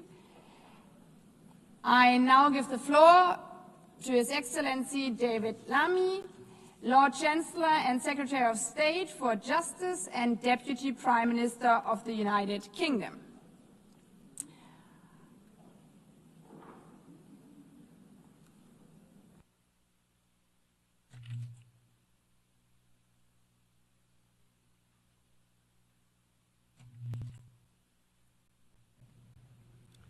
Well, thank you, President, Your Excellencies, colleagues and friends. Having witnessed the United Nations work throughout his life, His Majesty the King has asked me to offer a personal message of his congratulations to the UN on its 80th anniversary. The United Nations is a powerful testament to our collective determination for a better world. The King recalls that on the eve of the first UN General Assembly, His Majesty's grandfather, King George VI, told the delegates gathered in London, "In the long course of our history, no more important meeting has ever taken place within its boundaries. Millions of people across the United Kingdom, the Commonwealth, and the wider international community share the view that the UN's founding principles and the work of its organizations remain essential, particularly as the world must face new and pressing challenges. Let us affirm these principles as the United Nations responds to today's reality and evolves for tomorrow's challenges." My friends, today I echo His Majesty's sentiments, and I join him in celebrating the remarkable institution's proud 80 years as we reaffirm our historic commitment to the United Nations. We must face the challenges of the present. A present in which we in the United Kingdom Do not stand up for one nation's rights whilst ignoring others, but act resolutely, with the Charter as our compass. This is why I want to address directly the Israeli-Palestinian tragedy. What is happening in Gaza is indefensible. It is inhumane. It is utterly unjustifiable. And it must end now.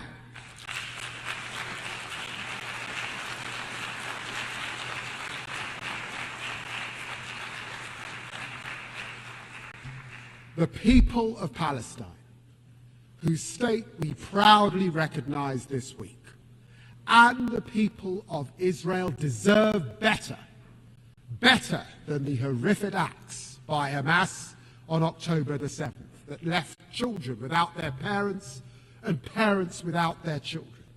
Better than the torment of families waiting desperately for the return of their loved ones from the most barbaric captivity.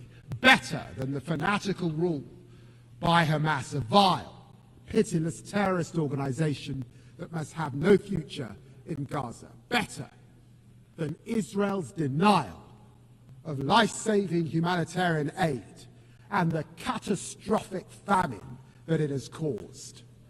As Israel escalates its military operations and displaces Palestinian families again and again and again, there can be no answer to these horrors but concerted diplomatic action to keep the hope of peace alive. As we work with leaders from across the region and beyond in support of the US's efforts to build a consensus around a durable plan for peace, we commend the momentum achieved by the United States, Arab and Muslim states. Annexation must be prevented, a process for peace advanced, and this terrible, terrible war ended. There can be no answer except for the hostages out now, aid in now, and a ceasefire now. And I vow to you that we will not rest until this day has come, and there are two states living side by side in peace and security. Friends, we stand with Palestine because we believe in the values of the UN Charter, in equal rights, self-determination, and the dignity of all peoples. We stand with Ukraine because we must defend the core values of the UN Charter: sovereignty, territorial integrity, and the respect for international law. And because the world will suffer if aggression is allowed to pay.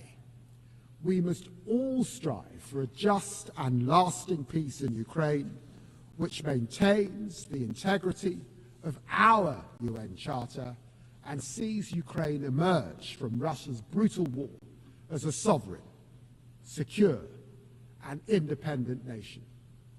President Zelensky has shown his commitment to that peace at every turn, while President Putin savagely rains down ever more missiles and drones on the Ukrainian people. Our message to Ukraine is clear. We will stand with you today, tomorrow, and 100 years from now. We also stand with the people of Sudan because we never forget the values of the UN Charter, of human rights, and the pursuit of peace for all men and women. This is a conflict waged against Sudan's civilian population, millions displaced, more facing famine. As I speak, the long-besieged city of El Fasher is falling, its people facing unspeakable atrocities. The people of El Fasher and all across Sudan need the international community to come together to make renewed efforts to achieve peace and allow aid to reach those who desperately need it now. We do all this with our charter as our guide, in the name of the equal rights of men and women and nations large and small. The United Nations and its reform are vital, because we need our United Nations more than ever to confront these tragedies and to face our historic opportunity as we are living through a moment of revelation. A new technological frontier is coming into view.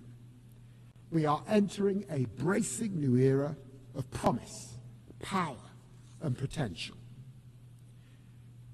You know, my friends, to live through the Industrial Revolution was to see the first iron bridges that mankind had made, the first railways, the first smokestacks. And to live today through the technological revolution as we are, it is to witness the coming of the internet, the spread of smartphones, and now the dawn of super powerful AI. This is a lightning strike of change, a technological revolution which our leading scientists think could only be compared to the Industrial Revolution, compressed into a decade. This is a moment of truth for us, our institutions, and our ability to work together. And I believe we must act. I see promise on this technological frontier. AI is the most powerful new lever we have to advance the Charter's vision of social progress, better standards of life. This is why it is at the very heart of my own country's growth plan. I believe that by embracing artificial intelligence, we can all build better businesses. We can better fight crime. Look, for example, at dirty money. By spotting fraud in real time, we can crack down on illicit finance, a fight we will lead at a UK-hosted summit next year. And AI is not hypothetically making lives better, it is already saving them. At Imperial College, a new AI stethoscope detects major heart conditions in seconds. In our National Health Service, AI mammogram trials double the speed of diagnosis. And AI research tools are unlocking new drug combos to fight cancer. On the horizon, the promise of fusion power, powering limitless servers through quantum computing, enabling ever stronger AI, could unleash ever more advanced biotech. This is the defining opportunity of our generation, and we must run towards it with hope. I believe in this promise. I believe in our UN values, which is why this promise must now be shared. We are witnessing a truly historic surge in investment in AI. This investment promises outstanding productivity gains, and with it growth of historic proportions. Yet while this promise may well be diffuse, for now it remains concentrated. But there's not just possibility on the technological frontier. There are profound challenges as well, as AI is being used to consolidate repression, fuel disinformation, empower criminals across the internet. Authoritarian states, notably Russia, are manipulating large-scale, large language models so that chatbots answer in the voice of their propaganda across the world. Organized crime is using AI to supercharge their scams, deceiving victims on an unprecedented scale. This is the truth. AI can empower freedom, or it can entrench repression. AI can empower truth, or it can entrench lies. AI can empower law, or it can empower crime. Only by cooperation together can we set artificial intelligence on the right millennia-defining course. So my question is this: how can we most effectively share the glittering prizes of this new era across our global community? Well, this is how. We must invest. Invest, invest. We must partner, partner, partner. Because without a concerted effort, we risk a world of ever deeper inequality, where the benefits of this technology fail to reach those who need it most. That revolution in healthcare, that revolution in education, that revolution in opportunity, this we must share. This is the world we face, and we take it and its challenges as it is, but never lose sight of the world as it can be. This is why our approach to foreign policy is one of progressive realism, patiently advancing progress through pragmatism and persistence. I see this in the United Nations as it approaches the technological frontier. I salute the Secretary General for championing the Global Digital Compact, which embodies both progress and realism. And this is why I commend the new independent international scientific panel on AI, which will provide evidence-based assessments to all. And I welcome the new global dialogue on AI governance. It is in this spirit of progressive realism that the UK champions AI as a bridge builder across the Atlantic, across the Commonwealth, and across continents, seeking everywhere to share its extraordinary potential. This is why we invest so heavily in the AI Security Institute, with more dedicated researchers than anywhere else in the world, and this is why we launched OpenBind and its gigantic data set. And this is why we champion AI for development, working with 10 African partners, creating AI ecosystems that empower thousands of communities to meet the Sustainable Development Goals. And this drives our digital access programs, which seek to narrow the technological divide for millions. I have seen this happening with my own eyes. I've been so moved to see in Africa, the continent of my ancestors, the young entrepreneurs using artificial intelligence to launch and scale so many businesses that I know will astonish the world, like the UK-funded startup Vinsight, supported by our Assistive Technologies program, which is using its AI-powered app to help thousands of blind Nigerian students read, learn, and live more independently. This is the promise of tech, the promise of growth, the promise of a better world.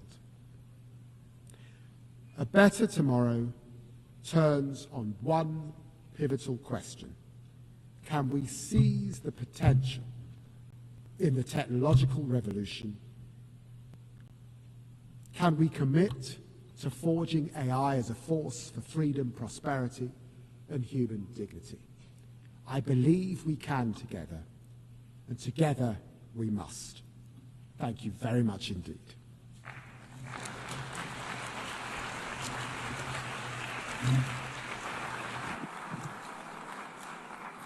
I thank the Lord Chancellor and Secretary of State for Justice and Deputy Prime Minister of the United Kingdom.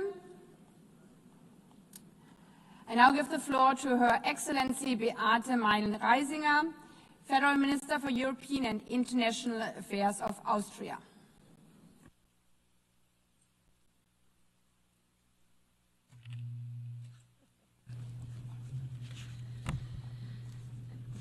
Madam President, Excellencies, ladies and gentlemen, dear friends.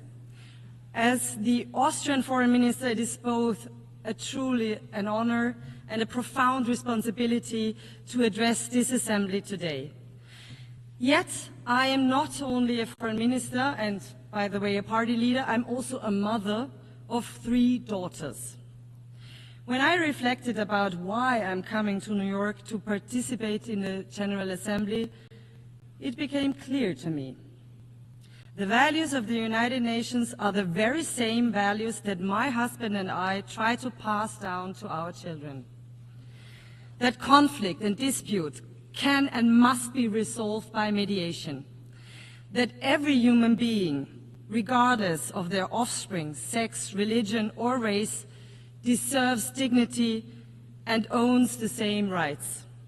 That rules have to be followed by everyone, and big problems can only be solved together, and that every one of us has the responsibility to act not only in their own interest, but to work for a better future for everyone. I suppose that all parents around the globe share a common wish for their children to grow up with the promise of a bright future, especially now, especially in critical times like these, especially in times when these values and simple rules are threatened by disrespect. Madam President, Excellencies, when I listen to my oldest daughter, a teenager, I sometimes get the feeling that weighs really heavy on me. Namely, that for our children, for my children's generation, the future does not seem brighter than the present. We all can sense that there are fundamental fears. Fears of war and conflict, fears of climate change, of radicalization, of fundamentalism, and the division of our societies. That burdens me deeply as a mother, but also as a leader. I believe that the most powerful and most important promise leaders can make is to do everything in their power to ensure that our future is at least a little better than the present. Yet today we cannot close our eyes to the gap between this aspiration and the harsh reality we live in. For example, in Gaza, where devastation, starvation, and despair have reached terrible proportions. For Austria, it is clear the attacks of Hamas on Israel on October 7th were horrible and beyond imaginable brutality. They must be condemned by all of us. We have said it from day one and will continue to do so. Hamas must immediately and unconditionally free all hostages and its rule in Gaza and hand over its weapons. At the same time, nothing justifies the devastating humanitarian catastrophe we are witnessing in Gaza. Civilians must be protected at all times. There is no justification for violating international law, including international humanitarian law. Austria is, not only because of our own historical responsibility, a friend of the people of Israel, but the actions and decisions of the Israeli government break my heart. This war must end now. The hostages must be freed and humanitarian aid must reach the suffering civilians in Gaza as soon as possible. Our vision, the Austrian vision, is clear: a comprehensive, just and lasting peace in the Middle East. 2 states, Israel and Palestine, living side by side in peace and security within recognized borders. Austria's support for the 2-state solution is not just words. We have supported the Palestinian Authority for many decades. At that point in the future, when this step can make the most meaningful contribution to peace, and when the right conditions have been met, we will also recognize Palestine as a state. We welcome President Abbas' condemnation of the October 7th attacks, his call to free the hostages, the prospect of elections, and his demand to disarm Hamas. We thank all those who took a huge effort to end this war and bring solutions for peace and security to this region. These are steps towards peace, and Austria will work with all partners to turn them into reality. Madam President, Excellencies, we all see the basic principles of the Charter challenged in Ukraine, where Russia has been waging an illegal and unprovoked war of aggression against its neighbor. a very brutal war with horrific numbers of dead and wounded, soldiers and civilians. We support US and all efforts to end the war through high-level diplomacy. Since the beginning of the war, and especially since March, many initiatives have been launched to end this war. Ukraine showed several times that they are ready for peace. But instead, Russia continues its attacks on cities and villages, on schools, on hospitals and kindergartens. Russia even escalates now towards the EU and NATO countries, and this is unacceptable. Austria calls urgently for an immediate ceasefire as a precondition for genuine talks to end this war. Russia cannot simply talk peace during the day and bomb during the night. And it is absolutely clear that it is up to Ukraine and Europe to decide on our hopefully common future and security architecture. But Ukraine and Gaza are not alone. In Sudan, civilians face massacres while a humanitarian catastrophe unfolds on an unparalleled scale. In Haiti, gang violence and organized crime hold an entire nation hostage. In Afghanistan, women and girls are denied their most basic human rights. Against the backdrop of rising insecurity and armed conflicts, countries are now heavily investing in security and defense, also in Europe, also in Austria. We all have the duty to protect our citizens. This is necessary as we are confronted with the biggest war on our continent since 1945. But let us not fool ourselves. Growing nuclear arsenals or uncontrolled autonomous weapons systems will not make our world a safer one. While we all must ensure the safety and security of our populations, we must never give up on international humanitarian law, and we must ban weapons which kill randomly. Excellencies, today we face growing disregard of the UN Charter itself, a rising tide of coercion and unilateralism, a dangerous erosion of trust. The United Nations were born out of the ashes of war and the promise of never again. Does the UN still live up to this promise? Is the UN still fit for purpose? What we do today matters. We must not fail our ancestors. We must not fail our population. We must not fail our children. We must therefore ensure our activeness, an active world community and effective United Nations that can deliver. Austria is ready to do its part to fulfill the UN's promise, to engage in open and fair dialogue, to build true partnerships, to rebuild trust that has been eroded by reckless actions of one country without considerations of others. It is about time to rebuild partnerships. It is about time to rebuild trust. That is why Austria presented its candidacy for the UN Security Council for 27-28 already back in 2011. We strongly hope to count on your valuable support at the elections in June next year. Why should you support us? Austria is a rather small country and a military neutral one. We are a reliable host country, proud host country, of one of the UN headquarters in Vienna and support the Secretary General's reform efforts.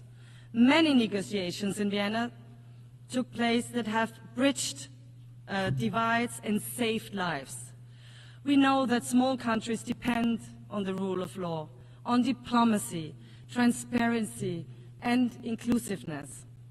That's why we will serve the entire international community if elected. We champion international law, the protection of civilians, disarmament, and UN peacekeeping. More than 100,000 Austrians have served as peacekeepers around the world since the 1960s. We are a reliable development partner and make our contribution to the enormous challenge of climate change. And no, denial will not help us to adapt to this challenge. This is why Austria is proud to co-chair the UN Climate Security Mechanism this year. Excellencies, the people of the world, our populations, the children of the world, rely on us. They trust us to protect peace, prosperity, stability, and healthy United Nations that delivers answers to global challenges. 80 years ago, our predecessors gave the world a charter and a promise for a better future.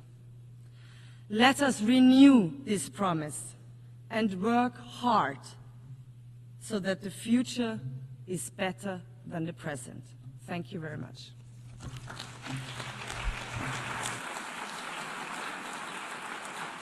I thank the Federal Minister for European and International Affairs of Austria. I now give the floor to His Excellency Juan Ramón de la Fuente Ramírez, Minister for Foreign Affairs of Mexico.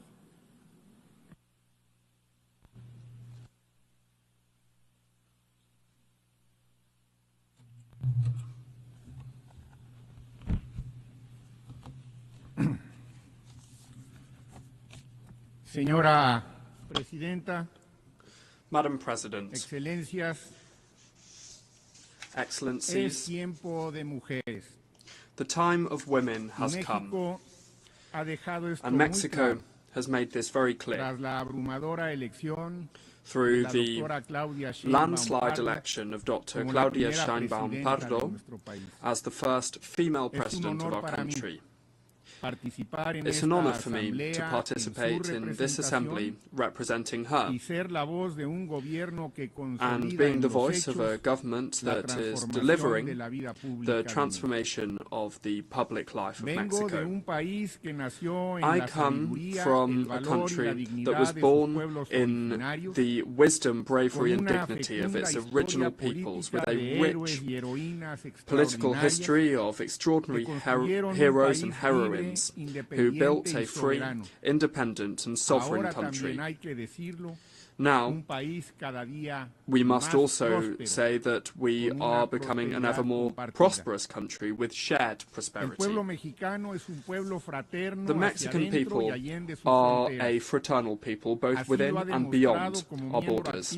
We have shown this being an active and responsible member of the United Nations community under the premise of defending the dignity and the rights of individuals and nations who love peace, with full respect for the sovereign equality of states. The historic time that we are living through in Mexico, under the leadership of our first female president, is rooted in a vision that we have called Mexican humanism. The trail blazed over the last 7 years is a clear one and has a universal vocation, that is, to build a society based on democracy, freedom, equality and shared prosperity for the benefit of everyone, putting the poor first.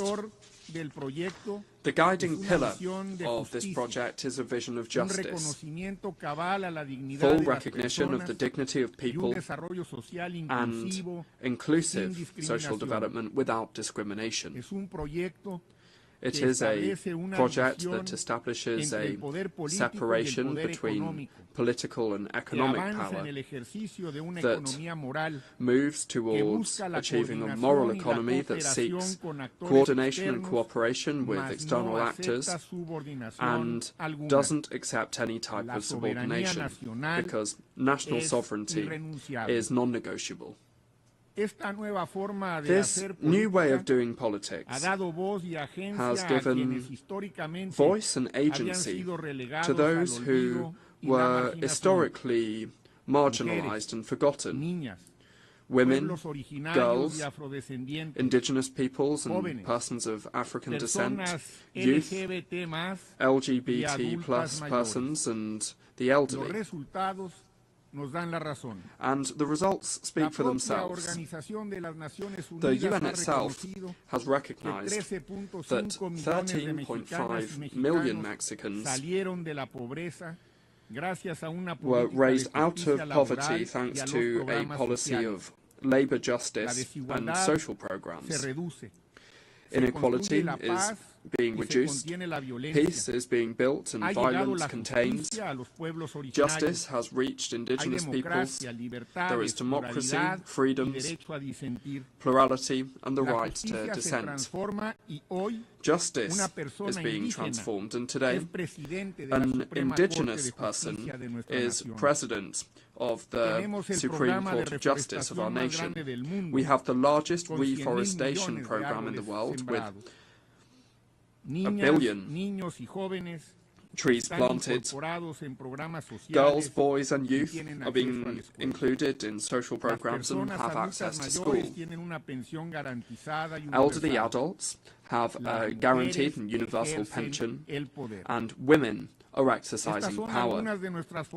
These are some of the good things that we have achieved in this fourth transformation of public life in Mexico, and that deserve to be proudly proclaimed loud and clear from this podium, from this rostrum. As members of the international community, the challenges that we face are huge. Poverty persists in a world of exorbitant wealth. There are countries that spend more servicing their debt than they do in investments in health and education for their peoples, and expenditure on arms has tripled, has grown at tripled the rate of the global economy, just to mention a few. And the diagnostic has always been clear: the arms race, the immoral concentration of wealth, violations of international law and of human rights are the fuel that fuel the flames of war and violence. Mexico has not forgotten the lessons of history. 80 years ago, we participated in founding the United Nations, convinced of the moral obligation that we have as a nation to contribute to avoiding the scourge of wars. It is not a coincidence that many of the purposes and principles of the United Nations Charter are reflected in the constitutional principles of our foreign policy. The self-determination of peoples, the peaceful settlement of disputes, prohibiting the threat or the use of force, the legal equality of states, cooperation for development and the defense of human rights. Without seeking to be exhaustive, please allow me to share some of the premises that can contribute to getting the international community back on track. Number one, the world needs a moral economy of well-being. It's necessary to mobilize regional coalitions around well-being in order to deliver effective cooperation for development that acknowledges that fighting poverty is the investment that gives the best return, both financially and socially speaking. An international financial architecture that includes criteria of collective well-being and trade that is grounded in clear rules with shared benefits between peoples. Number two, peace. Peace is built from the bottom up. Ensuring well-being involves addressing the structural causes of violence. Solving conflicts often begins in the home. It continues in education, and then in decent jobs with fair wages and social security that enables the inclusion of the whole of the social fabric. The international community must take a look with a more critical and innovative spirit at what youth today have as alternatives. Similarly, it's the role of the international community to put an end to the arms race, not only when it comes to nuclear weapons, but also the illicit trafficking of firearms and the spiral of expenditure on arms that is feeding poverty and exacerbating conflict. In response to the staggering proliferation of weapons, it is necessary to respond with politics, mediation, diplomacy, law and dialogue. The United Nations must play a much more active role in the prevention and the solving of these conflicts. Multilateralism must become again the space where disputes are settled. And this leads us to our third premise. Number 3, it's necessary to uphold international law alongside human rights. If we really want to avoid the proliferation of conflicts that have an impact on the lives and the dignity of people, we must respect international law, including international human rights law and international humanitarian law, whether it's in the Middle East, in Europe, in Africa, in Latin America, or in any other part of the world. War is taking an intolerable toll, and it threatens triggering an even larger escalation of conflict that could even be profoundly destructive for the whole world. The wars in Gaza, in Ukraine, and in all the other places that they're taking place must end now. We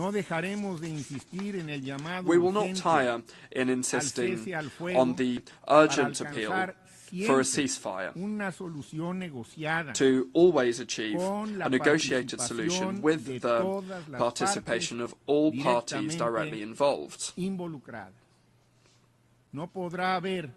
There can be no negotiated solution if any of the parties are excluded. The solution must be a diplomatic one, otherwise it will be hardly achievable. Mexico will always advocate for the peaceful settlement of disputes, and that's why we reject sanctions and trade embargoes that only harm the well-being of peoples and do not contribute to building regions of peace or prosperity. We reiterate unambiguously our historic position against the embargo on Cuba and our appeal to remove this country from the list of countries that sponsor terrorism, state sponsors of terrorism. Respecting international law is safeguarding peace. It's the antidote to a logic of power that makes the weakest nations even more vulnerable. In the words of our Benemérito de las Américas, our eminent Benito Juárez Garcia, everything through reason and law and nothing by force. Madam President, the struggle for justice is rooted in the conviction that all people are equal before the law, compelled by fraternity to understand each other and to respect each other as equals in dignity and in rights. Mexico has a tireless commitment to human rights, to freedoms, and to non-discrimination in the world. We condemn classism, racism, and all forms of discrimination, including discrimination based on sexual diversity or gender identity. We particularly reject the criminalization of people who, for whatever reason, have been forced to leave their homes and forced to migrate, whether it's to seek refuge or to escape conditions of injustice or poverty. For us, migrants are people with rights who care for their families and who contribute with their efforts to improving and strengthening their host communities. It's only by understanding the phenomenon and addressing its structural causes that we will be able to move towards a framework of global and regional collaboration that will enable us to move towards a safer and more orderly mobility. Let there be no doubt, Mexico will not tire in ensuring the attention to and protection of Mexican nationals who are outside of our country and those that deserve all of our support and assistance.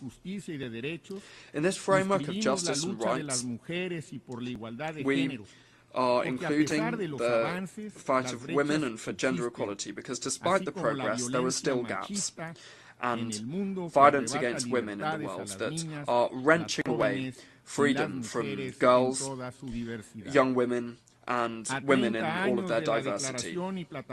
30 years since the Beijing Declaration and Programme of Action, the diagnostics and the roadmap are clear, and we invite all nations to mobilize to accelerate the progress towards gender equality. In my country, the transformation of consciences has been intrinsically linked to the fight for gender equality. Today in Mexico, we are seeing gender parity prevail in the legislative and judicial branches of government, in public policies. We are including a strict gender perspective, and that has been enshrined in our constitution. Madam President, 80 years since the United Nations was created, we must recognize the grave dilemma that it faces, and this is something that cannot be delayed. The United Nations must assert itself once again as an institution that not only helps to contain war and prevents pandemics, but also shapes narratives that leads to public policies for human dignity. We believe that the United Nations must go back to its purposes and its principles and return to its fundamental pillars, which are the maintenance of international peace and security, sustainable development, and the protection and promotion of human rights. It is necessary to get back to these objectives, and everything must revolve around this, from working on the budget to reviewing the thousands of mandates that we have given to the Secretariat, many of which really are not that useful today. The legitimacy of the United Nations will depend increasingly more on its ability to respond to the grave challenges that the world faces. We trust that the next Secretary General, who we hope will be a woman from our region, will accelerate progress, will accelerate the transformation process that we set forth with the objective of ensuring peace and justice, as well as the well-being and freedom of people, the sustainability of the planet, and shared prosperity. In Mexico, Excellencies, colleagues, Madam President, in Mexico, the time of women has come, and it's going very well for us. We think that at the United Nations also the time for women has come. Thank you very much.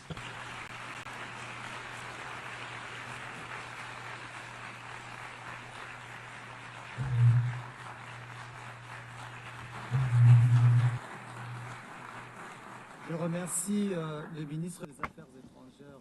I thank the Minister of Foreign Affairs of Mexico, and I now give the floor to His Excellency Olivier Nduhungirehe, Minister of Foreign Affairs and International Cooperation of Rwanda.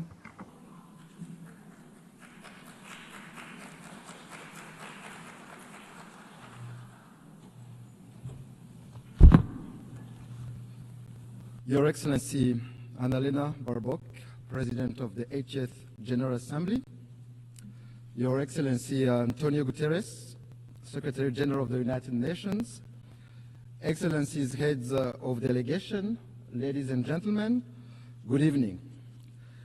Allow me to begin by congratulating Her Excellency Annalena Baerbock on her election as President of the 80th session of the United Nations General Assembly. I take this opportunity to thank His Excellency Philemon Yang, the outgoing President, for his work and dedicated service to multilateralism. Rwanda extends its gratitude to Secretary General Antonio Guterres for his comprehensive report on the work of the United Nations aimed at improving its efficiency. In this regard, Rwanda has formally expressed interest in hosting UN agencies as part of our shared commitment to a cost-effective and decentralized UN system. We reiterate our support to the work of the United Nations and the Secretary General, particularly in advancing peace and security and drive progress on sustainable development goals. Excellencies, this year, the United Nations turned 80. This journey has not been without challenges. Fast-changing realities, including economic shocks and the legitimate aspirations of regions long denied a voice, compel us to quickly adapt to make the UN fit for purpose. That is why Rwanda strongly supports reforms, especially of the Security Council. The composition of this body does not reflect current realities. Africa is a 1.2 billion people strong continent where most of the conflict of the Security Council's agenda reside. Therefore, it cannot remain excluded from permanent membership. Excellencies, the United Nations development pillar remains central to advancing peace, prosperity, and dignity for all. We commend the UN development system and its partners for their tireless efforts in supporting countries to address pressing development challenges, from poverty eradication to climate resilience, and in driving forward the ambition of the 2030 Agenda. This 2030 Agenda for Sustainable Development embodies our collective aspirations for a just, inclusive, and prosperous world where no one is left behind. Rwanda remains firmly committed to its full implementation, recognizing that connectivity, innovation, and inclusive development are indispensable drivers of progress. Despite global challenges such as the existential threat of climate change and widening technological inequalities, Rwanda has taken bold steps to align national priorities with the SDGs. These efforts demonstrate that development, connectivity, and environmental stewardship can move forward hand in hand. Yet, the persistence of unequal access to finance, technology, and markets threatens to widen the gap between those with means and those without. In this context, solidarity among nations through development cooperation has contributed to bridging development gaps. However, we believe that it is time to transition from aid to trade, enabling developing countries to become self-reliant in a win-win partnership. Mr. President, Excellencies, Rwanda regrets the politicization of development cooperation, which is used by some development partners for partisan political reasons and interests. Let me recall that every nation is sovereign and cannot be forced to choose between its security and development. Development aid must serve as a tool for solidarity and progress, not as a weapon of coercion. Excellencies, the history of the 1994 genocide against the Tutsi in Rwanda called on us to become global advocates for a peacekeeping that always puts civilians first. We pay tribute to the men and women who have worn the blue helmet and who have paid the ultimate sacrifice in the service of humanity.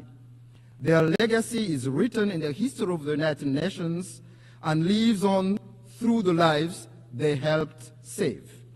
But peacekeeping must be judged by its results. For the sake of the millions who look to the UN for protection, we must ensure that peacekeeping remains true to its purpose.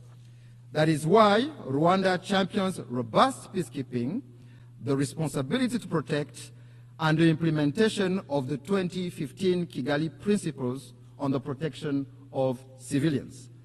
Moreover, Rwanda has led calls for sustainable peace financing both in Africa and globally. Among milestone achievements is the revitalization of the African Union Peace Fund, which now mobilizes over $400 million. As a direct result, the Security Council decided to finance 3/4 of African Union peace operations for the first time. Excellencies, beyond the UN, Rwanda contributes to peace support operations on a bilateral basis in the Central African Republic and Mozambique in an effort to promote South-South cooperation and Pan-African solidarity. Major progress has been recorded in both countries in the restoration of state authority, capacity building of local security forces, and the fight against terrorism.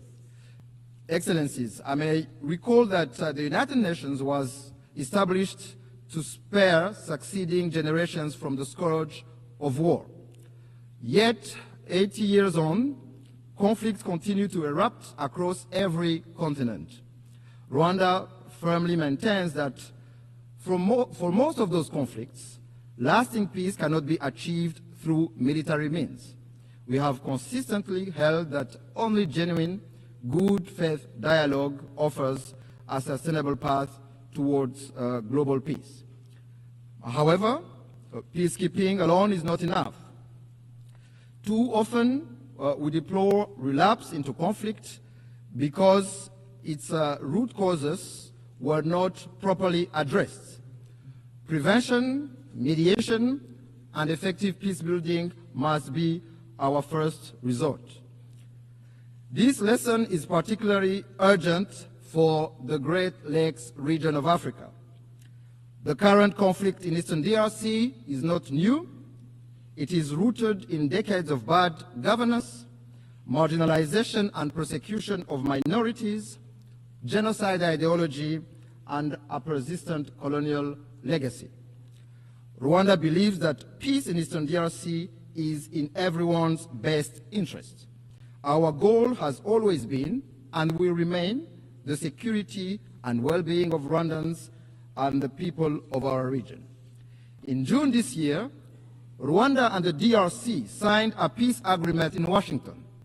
It provides for a comprehensive framework encompassing security, political, and economic components.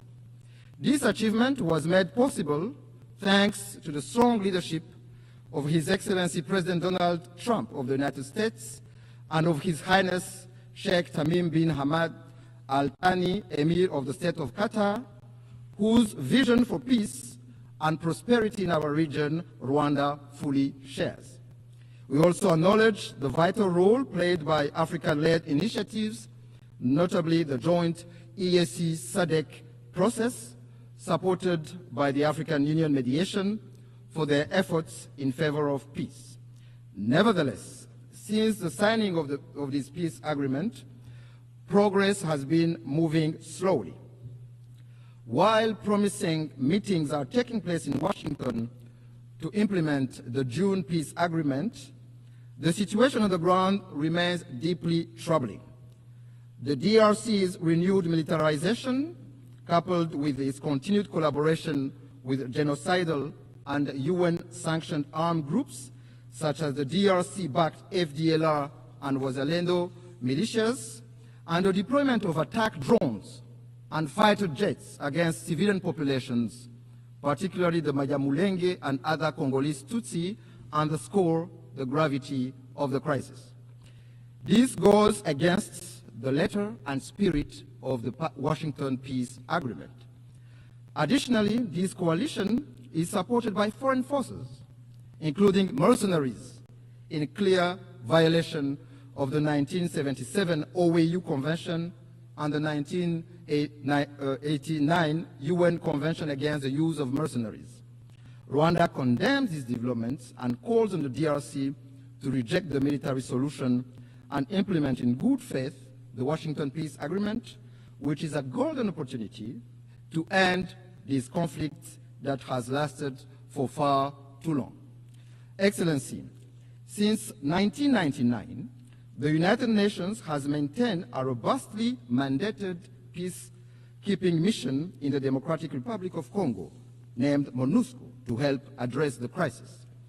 Yet, despite its efforts, the mission has not succeeded in halting the proliferation of armed groups, especially the eradication of the DRC-backed FDLR.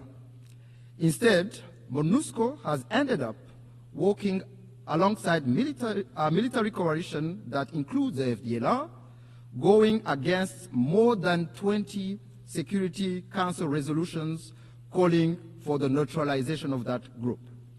There is an urgent need to review the legal conformity of MONUSCO's mandate. Of particular concern to Rwanda is the emergence of Wazalendo militia, armed and supported by the DRC government, which are committing countless abuses, including burning down whole villages of Congolese Tutsi, lynching and burning alive civilians and military officers, as well as arming children for ethnic cleansing.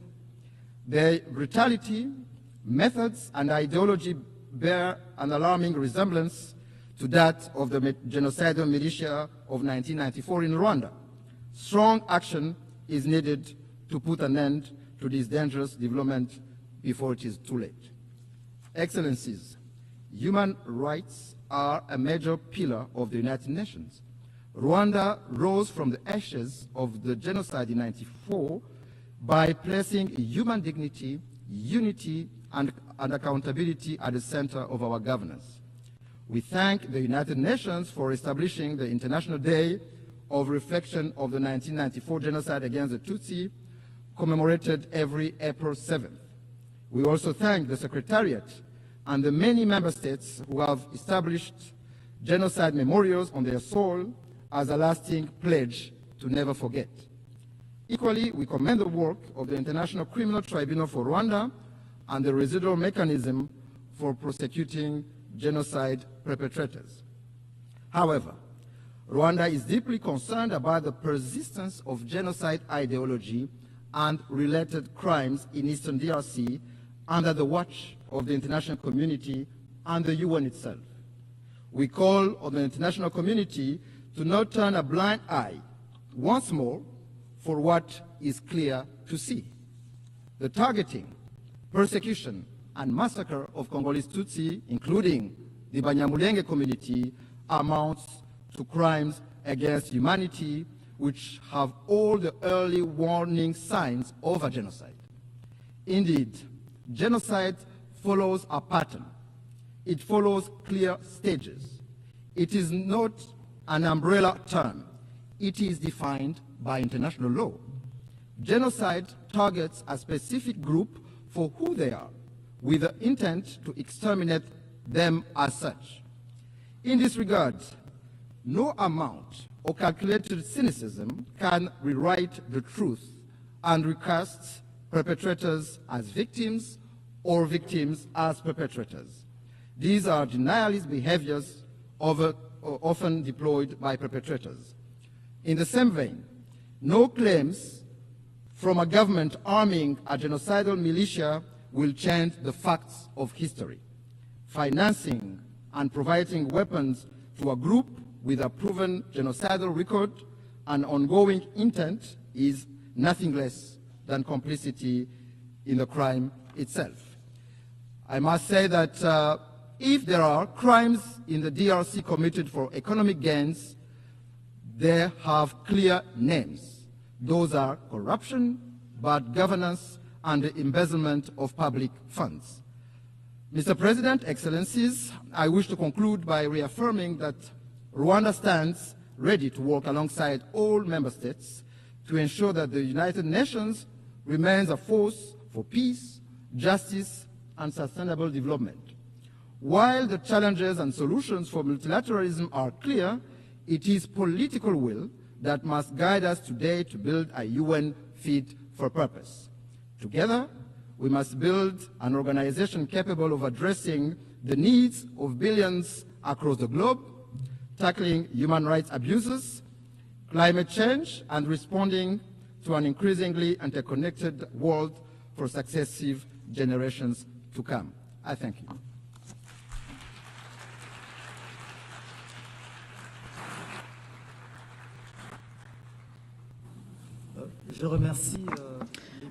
I wish to thank the Minister for Foreign Affairs and International Cooperation of Rwanda. I now invite Her Excellency Maria Gabriela Sommerfeld Rosero, Minister for Foreign Affairs and Human Mobility of Ecuador, to address the Assembly.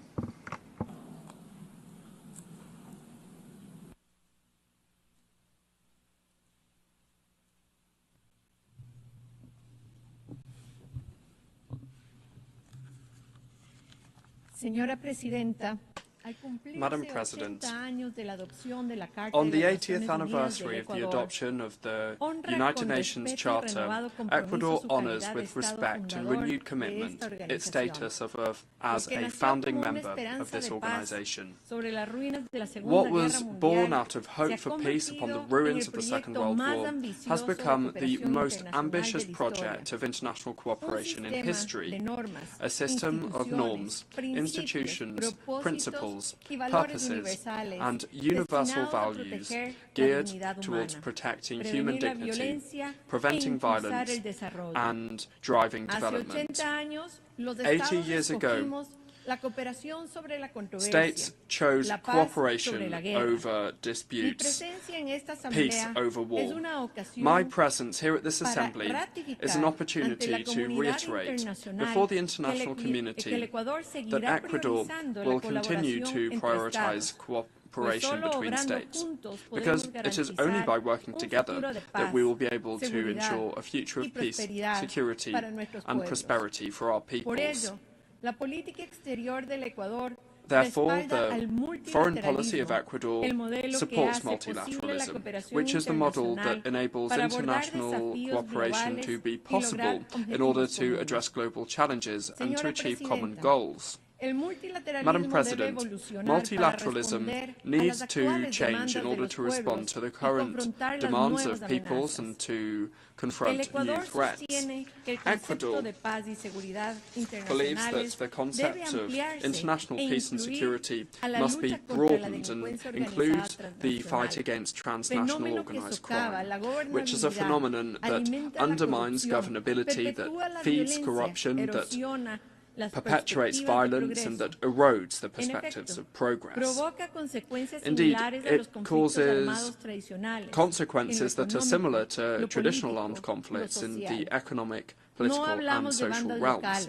We're not talking about local gangs here, but rather international networks and logistic chains that move thousands of tons of drugs, that exploit illegal mining and that traffic weapons, people and even human organs. In light of the rise of the many acts of violence and narco-terrorism, the government of Ecuador recognized the existence of a non-international armed conflict in January 2024 and designated several of these groups as terrorists. We have deployed huge efforts and resources in order to safeguard our security and to put our citizens first. We are doing this by adopting programs focused on the prevention of youth violence, including the recruitment, use and utilization of boys, girls and adolescents. At the same time, we are implementing public policies to attract investment and jobs in order to ensure sustainable security. I wish to insist on the fact that Ecuador, without having sought this out, but due to the fact that we are very close to the main producers of cocaine in the world, is on the front line of the battle against transnational organised crime and is waging an existential war against narco-terrorism. Milestones in the fight of Ecuador against transnational organised crime and narco-terrorism includes the seizure of 295 tons of illicit drugs in 2024, as well as the decision to call on friendly countries to provide their support in different areas of this confrontation, because given the potential of joint military operations fully respecting the constitutional framework. The Ecuadorian government has called a national and democratic debate on foreign military bases, by way of a referendum that will take place in November next, providing strategic areas that can serve to help us to control and monitor criminal activities in order to achieve peace and international peace and security. This referendum will be coupled with a call for a constituent assembly that will be tasked with drafting a new fundamental charter that will contribute to defeating narco-terrorism and lead us inexorably down the path of prosperity and social peace.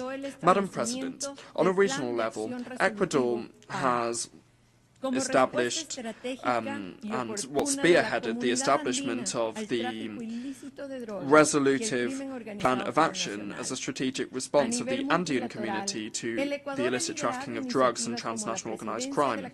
On a multilateral level, Ecuador has spearheaded initiatives such as the presidency of the Latin American Community of Security and Intelligence, where we have promoted the updating of the operational action plans and organised the Latin American Security Summit, consolidating strategic alliances with the European Union and Ameripol. We agree that transnational organised crime and narco-terrorism are global scourges that know no borders, and no country can act against them alone. It's therefore essential to coordinate our efforts to reach cooperation agreements with countries and with international bodies that include financial assistance and technological equipment. Madam President, over the last 8 years that the UN has been in existence, it has been shown that lasting peace can only be built upon solid foundations: security, development, and human rights. These three pillars, which are independent and indivisible, represent the pillars of the international order and multilateralism that are currently seeing cracks in them that are compromising their stability. Indeed, today multilateralism is being called into question, and rightly, because it hasn't been able to address the contemporary conflicts and challenges effectively. Ecuador advocates for a more innovative, inclusive and representative multilateralism that takes account of the realities of countries, in particular those of the developing world, that promotes the equality of men and women, and that finally opens up a space for youth in decision-making. It's essential to strengthen the respect of the fundamental principles of international law enshrined in the United Nations Charter, that is the bedrock of this organisation and whose strength depends on our adherence to its spirit and letter. Abandoning it would lead us back to a time in which the only source of law was force. It is therefore our role to reform it and update it, so that it can respond to the current challenges we face on a global level, so that precisely we can strengthen these principles. In summary, this institution is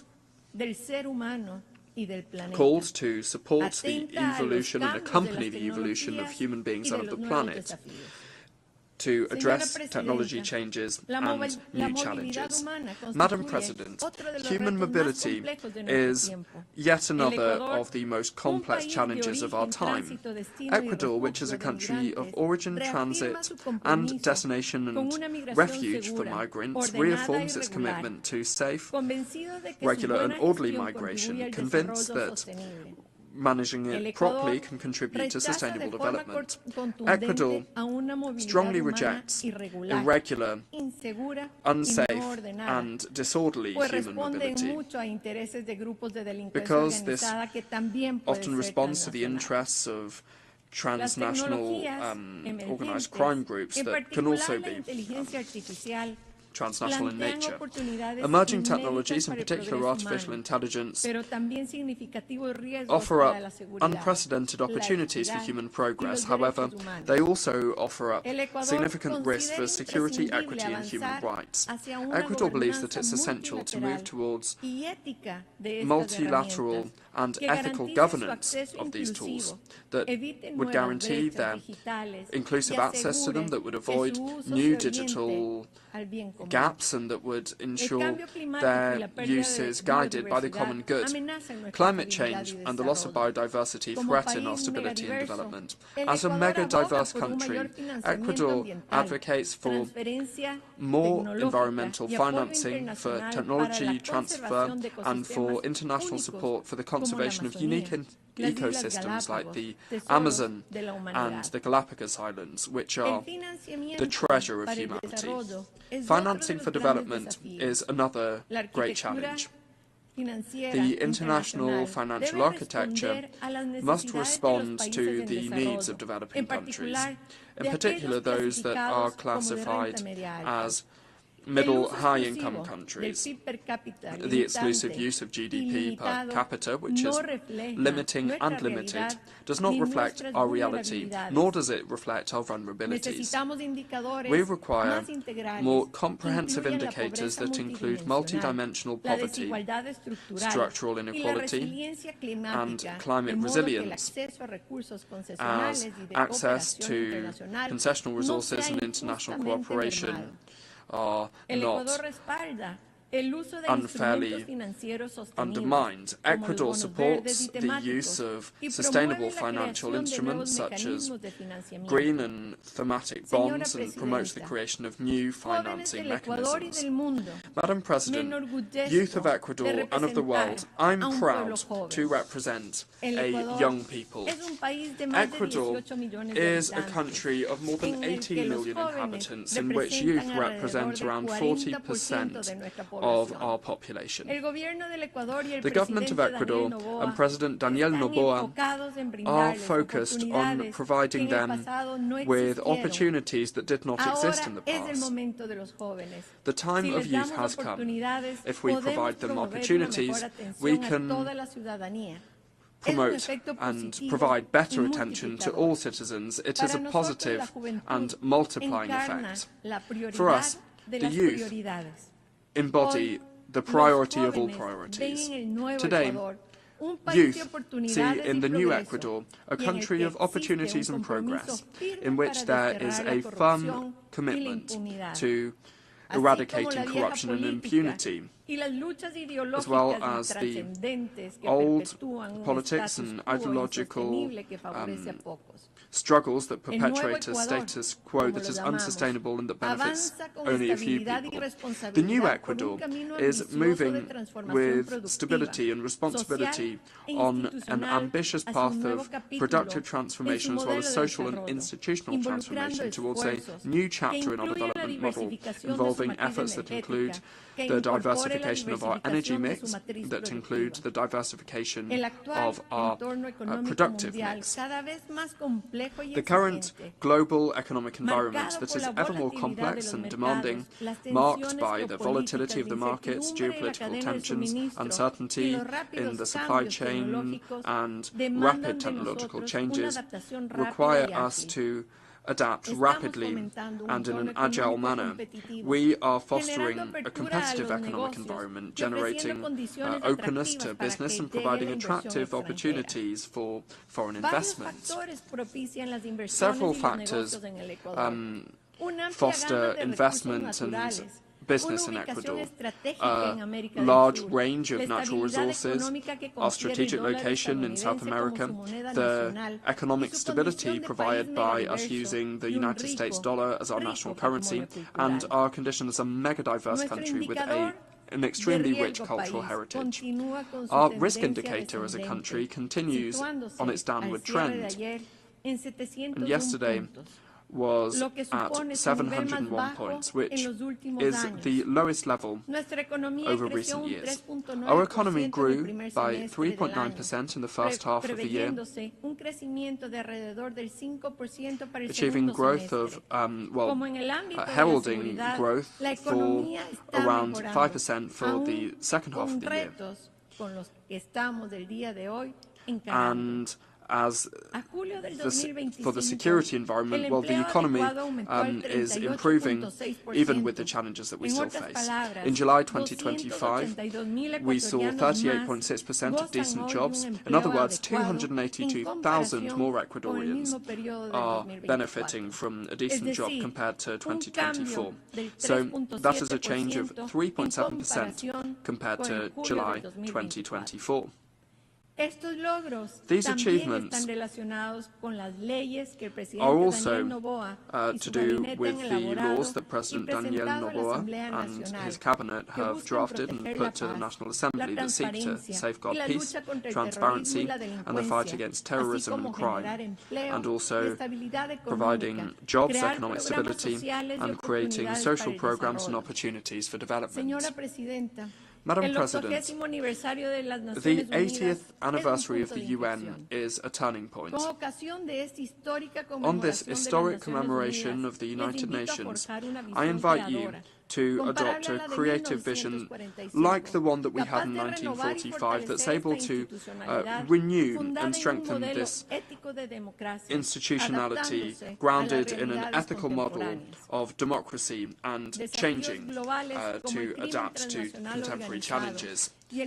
Global challenges such as transnational organised crime, narco-terrorism, migration and climate change require more multilateralism, more cooperation and more collective action. Ecuador reaffirms its commitment to the defence of peace and security, human rights and development. Thank you very much.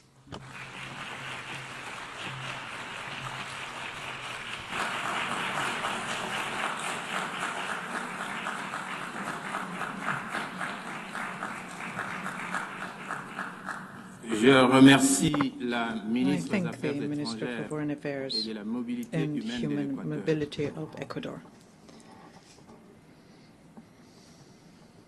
Je donne maintenant la parole à son Excellence, Maria Malmer Stenegard, Minister for Foreign Affairs of Sweden. Je remercie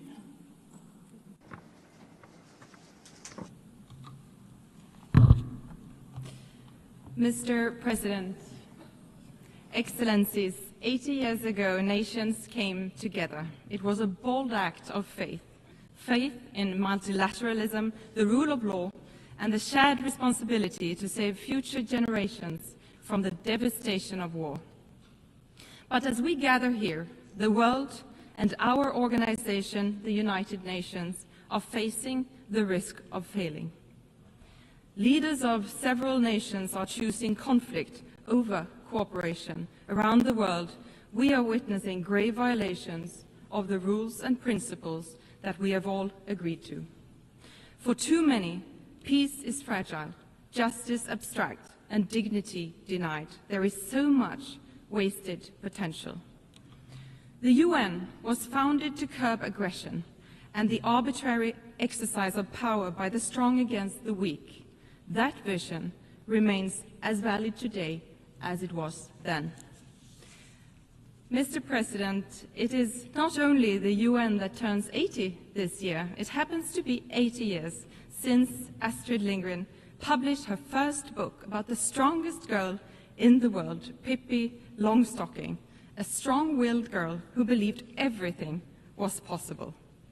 Pippi has inspired generations of children, especially girls, to believe that strength and independence are not confined by expectation or tradition. I have never tried that before, so I should definitely be able to do it. Although not a direct quote, it captures the spirit of Pippi. Let us use the coincidence of anniversaries as a reminder that even in the face of unprecedented challenges, we must approach the impossible with boldness and resolve. Mr. President, Sweden is a committed defender of international humanitarian law, principles that safeguard human dignity even in the darkest of times, and they must be upheld without exception. We cannot be deterred by a few states' disregard for our charter. This is our time to act and to defend these fundamental rules and principles for us and for future generations. We need an efficient UN that defends the right of every state, big or small, to uphold its sovereignty, territorial integrity, and political independence. We need a strong UN that helps member states deliver on their commitments to respect, protect, and promote the human rights of every individual. And we need a focused UN. The UN must remain true to its core, securing peace, advancing human rights, driving sustainable development, and providing humanitarian relief. Mr. President, as a steadfast partner and major donor to the United Nations, Sweden remains committed to addressing global development challenges and to humanitarian efforts to provide protection and life-saving assistance. Sweden is also a strong supporter of UN peacekeeping and peace-building efforts. We actively take part in the Peacebuilding Commission. We chair the Liberia configuration, and we have contributed substantially to the Peacebuilding Fund since its creation. The Security Council must evolve to better reflect today's global realities. Sweden supports a balanced expansion of the Security Council by adding permanent and non-permanent seats, including African countries. We need to act together based on our shared principles and common goals. These include our commitments under the Pact for the Future adopted last year. Looking ahead, we will seek a candidate for the next UN Secretary General who leads the way and builds on important reform initiatives. And let me be clear, Sweden's choice is always merit-based. But isn't it strange that for 80 years,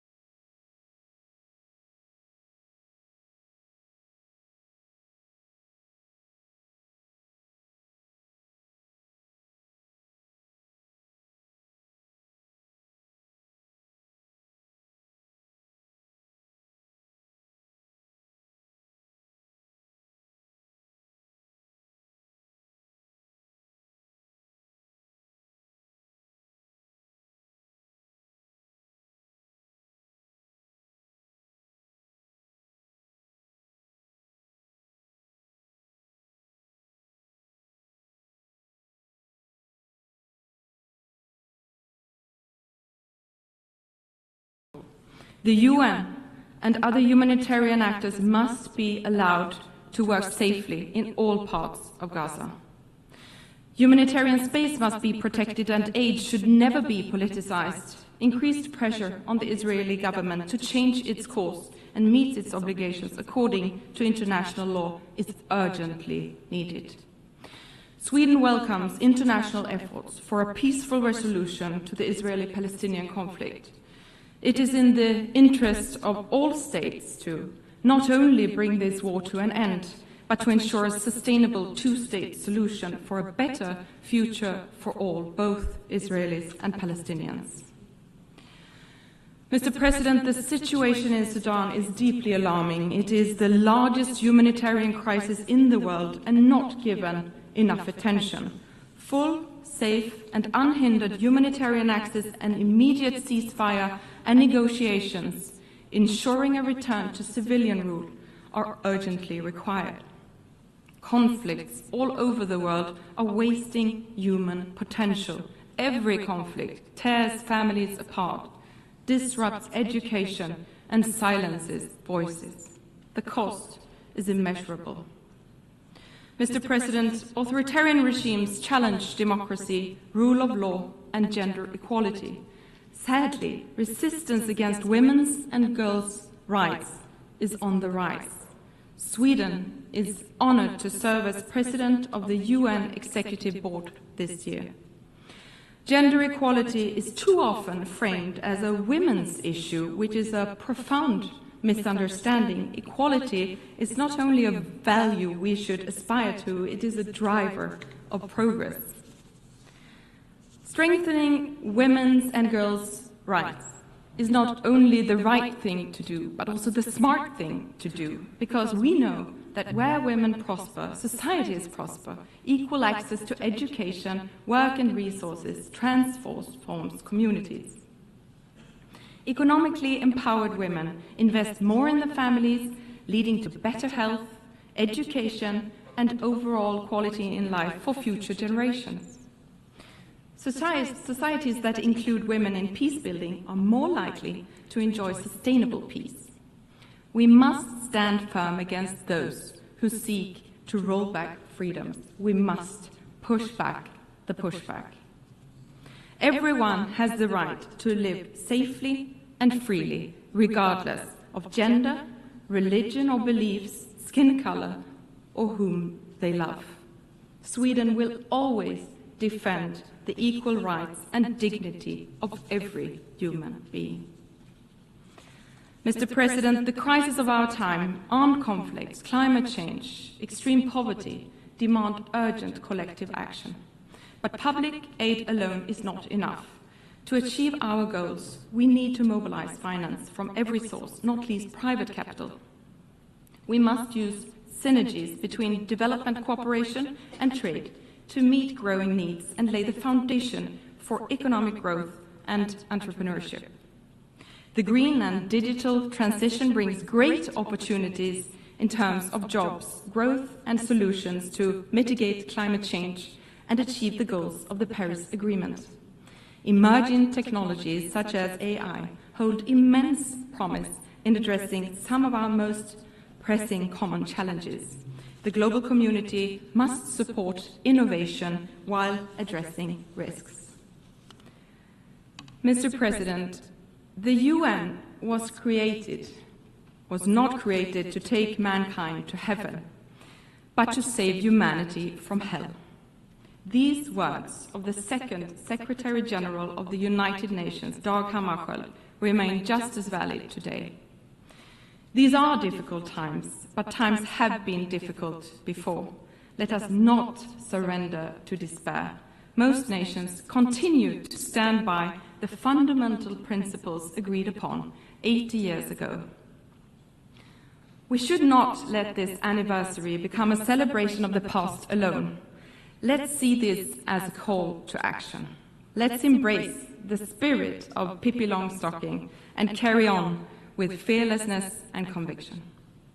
Together we must act for ourselves and for future generations. Let them inherit a better, freer, and fairer world than the one we found. for my son, Christian, and for my daughter, Kaisa, for all our sons and daughters who deserve to grow up in a world where their paths are not limited by their gender, tradition, or violence. We must not let potential go to waste. We must not let them down. I thank you.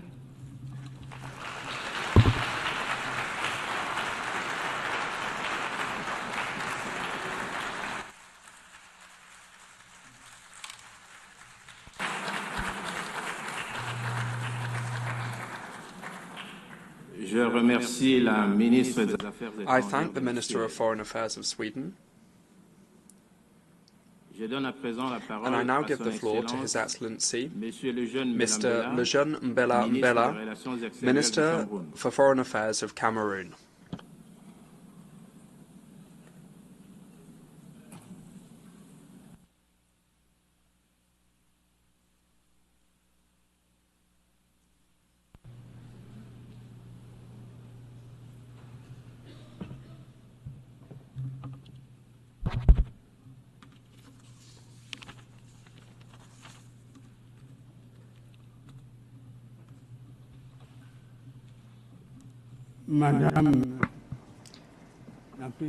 Madam President,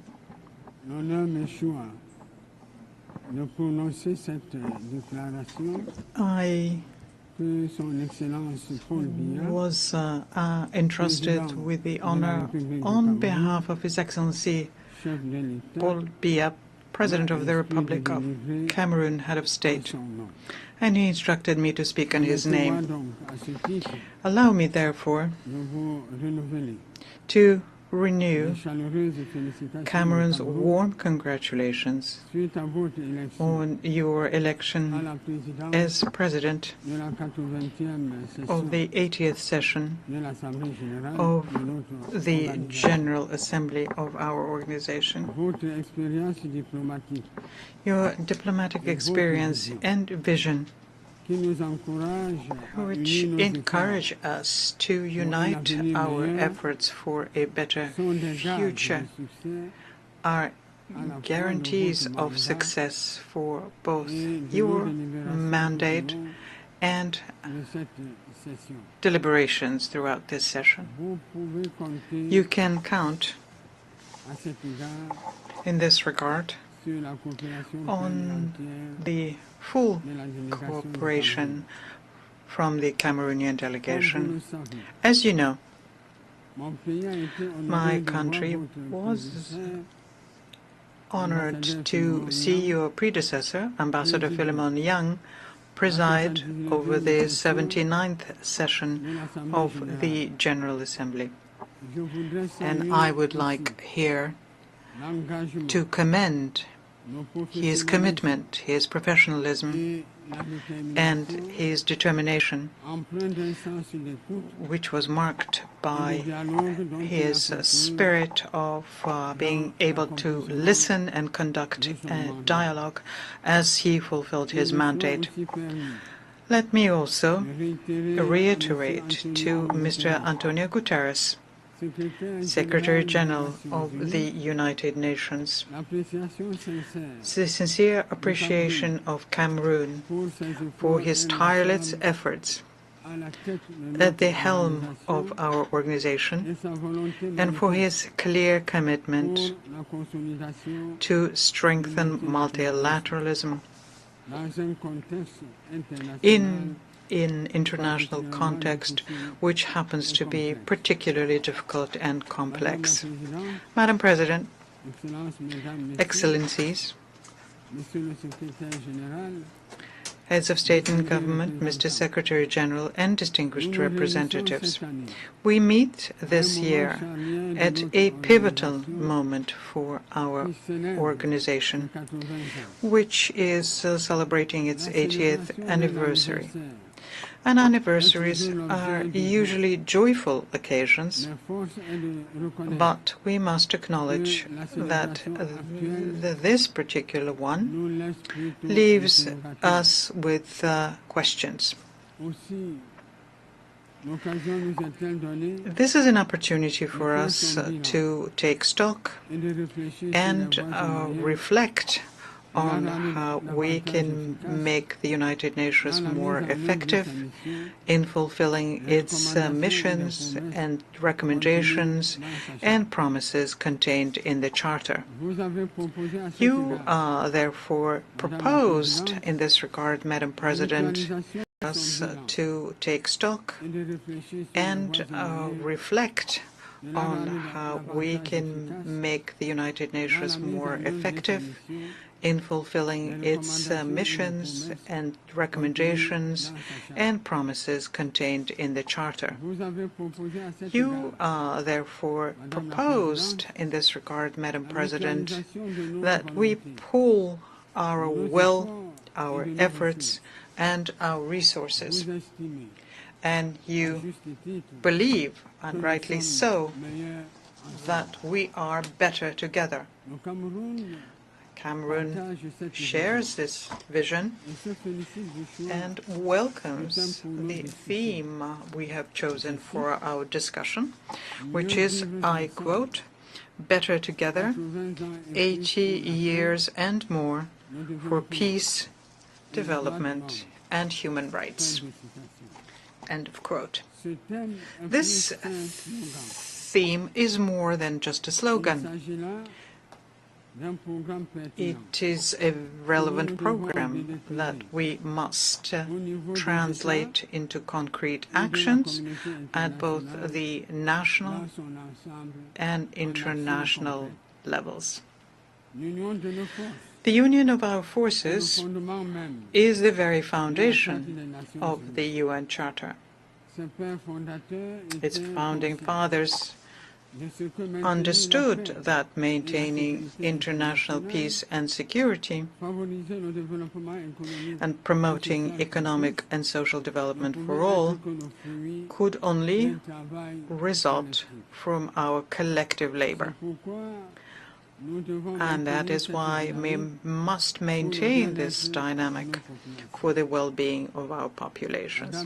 Madam President, the UN was created to be, at the same time, a beacon of hope, a forum for dialogue, and a catalyst for concrete actions so as to build a more just, safer, and more united world.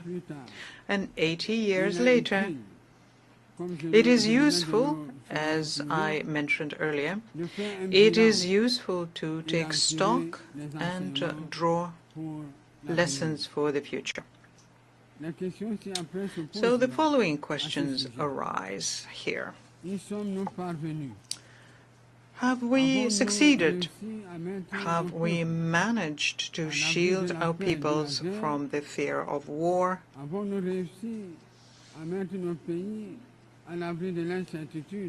Uncertainty about their future?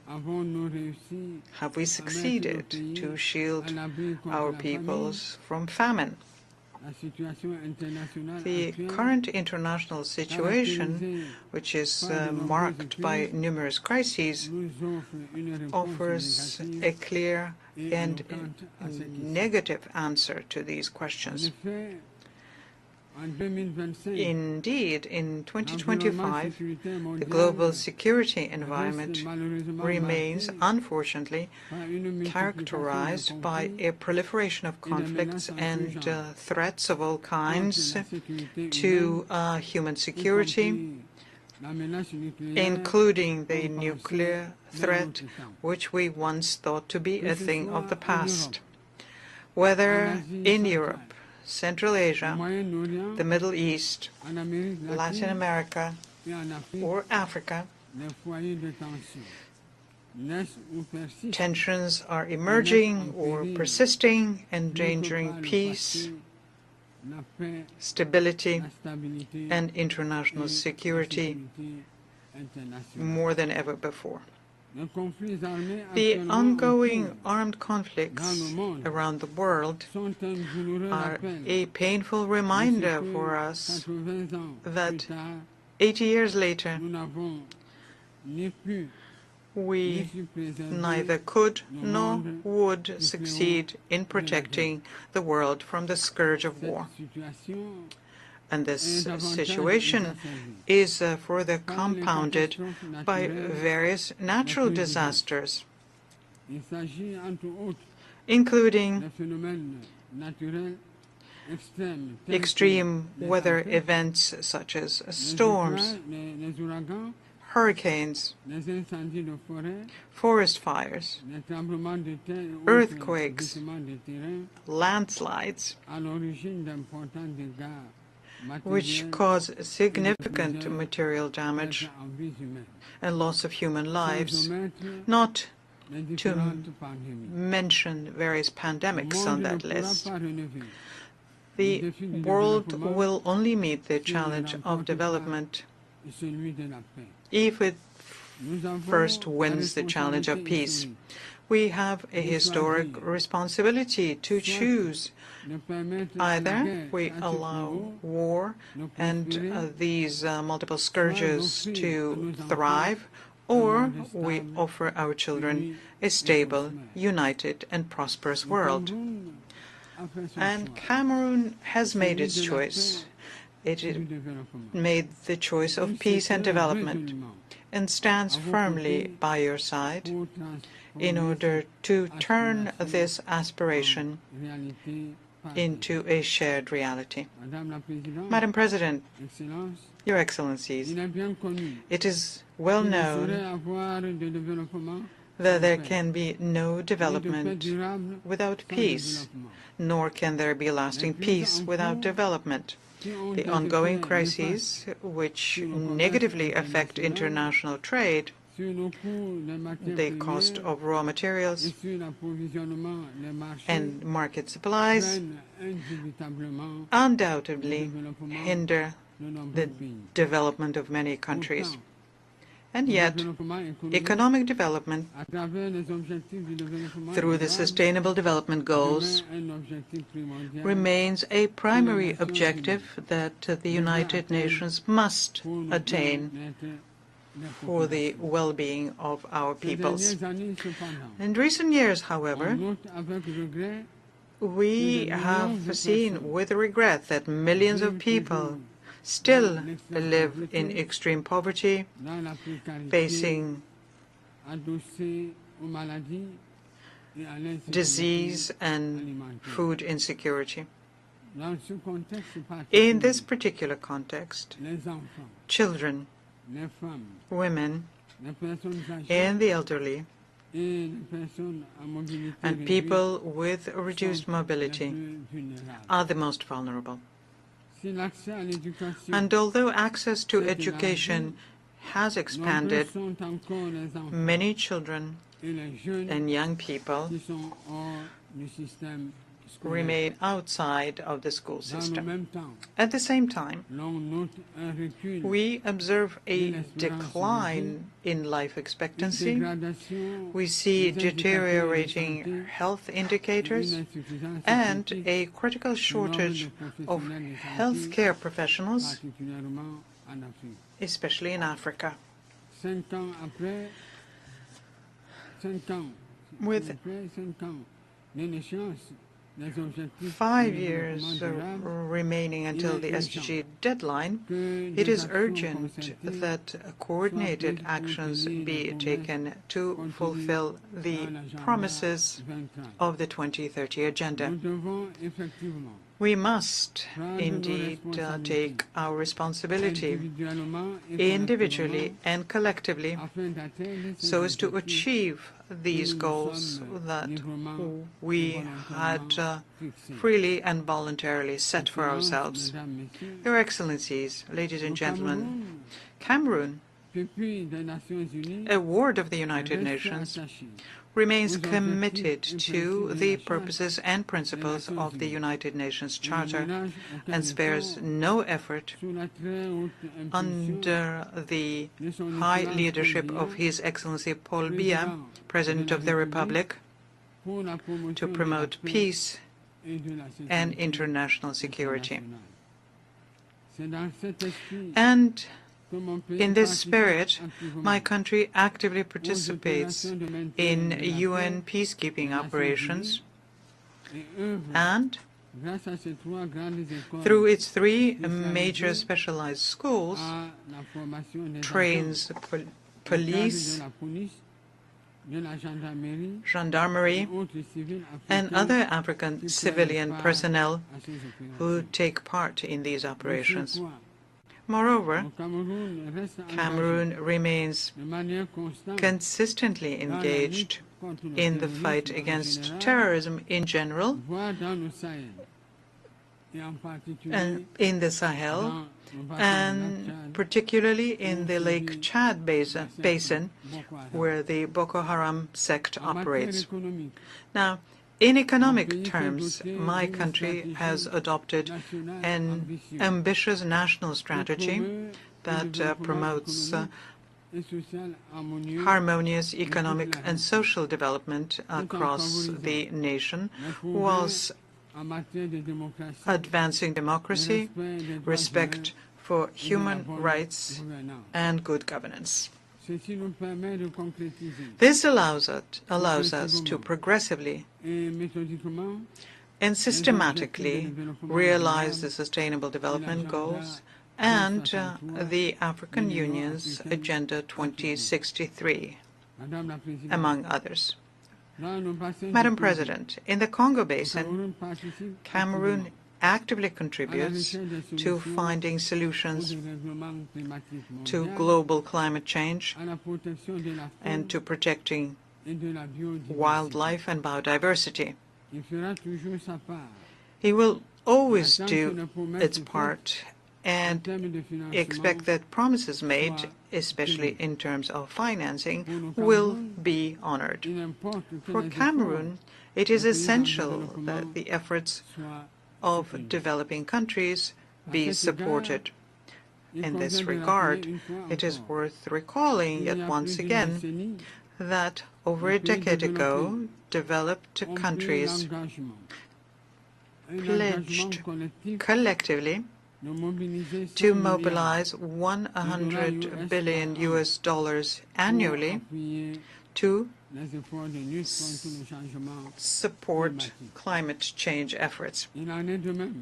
The same applies to development aid, which was set at 0.7% over 50 years ago. To date, none of these promises have been fulfilled. Cameroon believes that it is time for these funds, which were expected to be effectively mobilized to support the substantial efforts made by developing countries, especially in Africa, to preserve our shared environment for the benefit of all. On another front, Cameroon is mobilizing resources for major projects in education, health, infrastructure,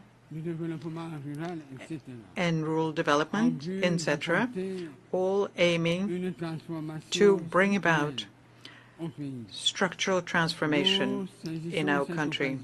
We take this opportunity here to thank our multilateral and bilateral partners who support us in this endeavor. Then we encourage them to strengthen this partnership to help us achieve our goals. Your Excellencies, the Pact for the Future and its two annexes, namely the Digital Compact and the Declaration for Future Generations, require that we implement them. Similarly, the recent final documents that came out of the Nice and the Seville conferences, as well as the Yaoundé Declaration on Sustainable Blue Economy in the Gulf of Guinea, reaffirm commitments regarding financing and access to technologies, especially in this digital and artificial intelligence era, as decisive factors for promoting sustainable development. Cameroon welcomes these advances and the commitments made during these occasions for reforming the international financial architecture and advancing energy transition. My country aspires very much to see the realization of other long-awaited reforms, notably that of the United Nations Security Council, to allow Africa to occupy its rightful place in line with the Al-Alimi consensus and the Sirte Declaration. When it comes to human rights, Cameroon welcomes the drafting of the International Pact on the Right to Development. The eventual adoption of this important instrument will mark a milestone in human history by unequivocally affirming that development is a fundamental right and not a privilege. Madam President, Your Excellencies, ladies and gentlemen, at this pivotal moment in the history of the United Nations, we must act. It is an imperative obligation that we cannot ignore. This requires, in my view, respecting our commitments to development financing, fulfilling our promises for peace, and ensuring the effectiveness of our choices in human rights and humanitarian assistance. In the years to come, we must strengthen the foundations of lasting peace, rooted in prevention, resilience, and justice. And we have the means to do so, especially now when global wealth in 2025 has reached unprecedented levels and technological development allows for significant improvements in living conditions for all. In conclusion, and as a call to action, we must do better and we must do more so that the United Nations fulfills the promises made to the peoples of the world and becomes, more than ever, the engine of strengthened multilateralism, fair and equitable cooperation, and reimagined solidarity in the face of the concerning rise of multipolarity. I thank you for your kind attention.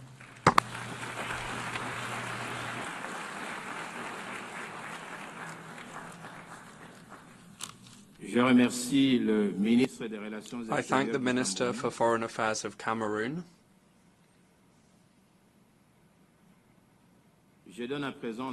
I now give the floor to His Excellency Mr. Espen Barth Eide, Minister for Foreign Affairs of Norway.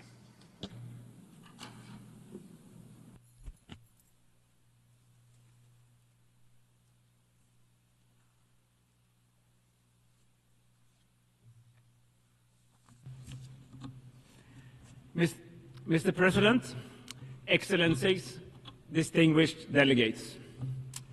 80 years ago, against the backdrop of the Second World War, world leaders gathered in San Francisco to sign the UN Charter, to save succeeding generations from the scourge of war. This once-in-a-lifetime, once-in-a-generation moment brought the idea of the United Nations to life. Let us imagine for a moment that we are there, in San Francisco, in 1945, as the UN was negotiated.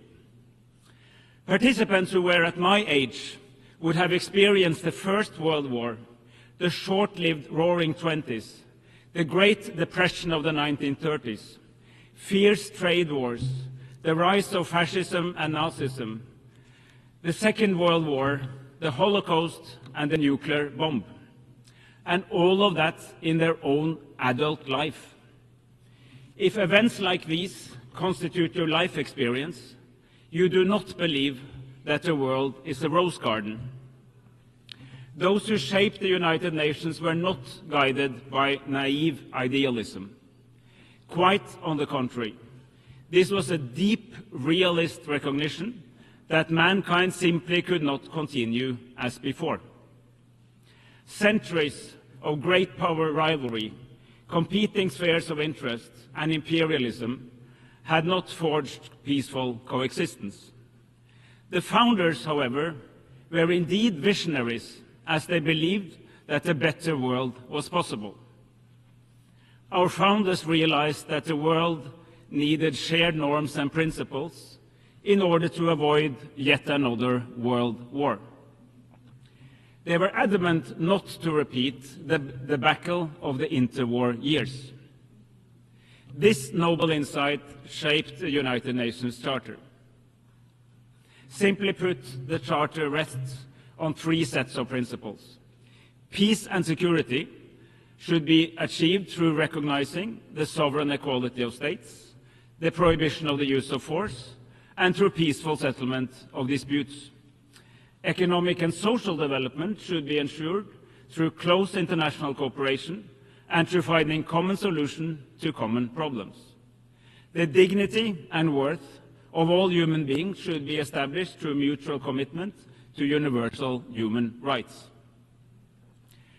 Our United Nations, imperfect as it is, has since provided an unrivaled global arena for seeking common solutions to common challenges. There is little doubt that the world would have been a more brutal and less prosperous place without the United Nations. Since 1945, interstate wars have been fewer and farther apart. Former colonies gained independence and became sovereign states of their own.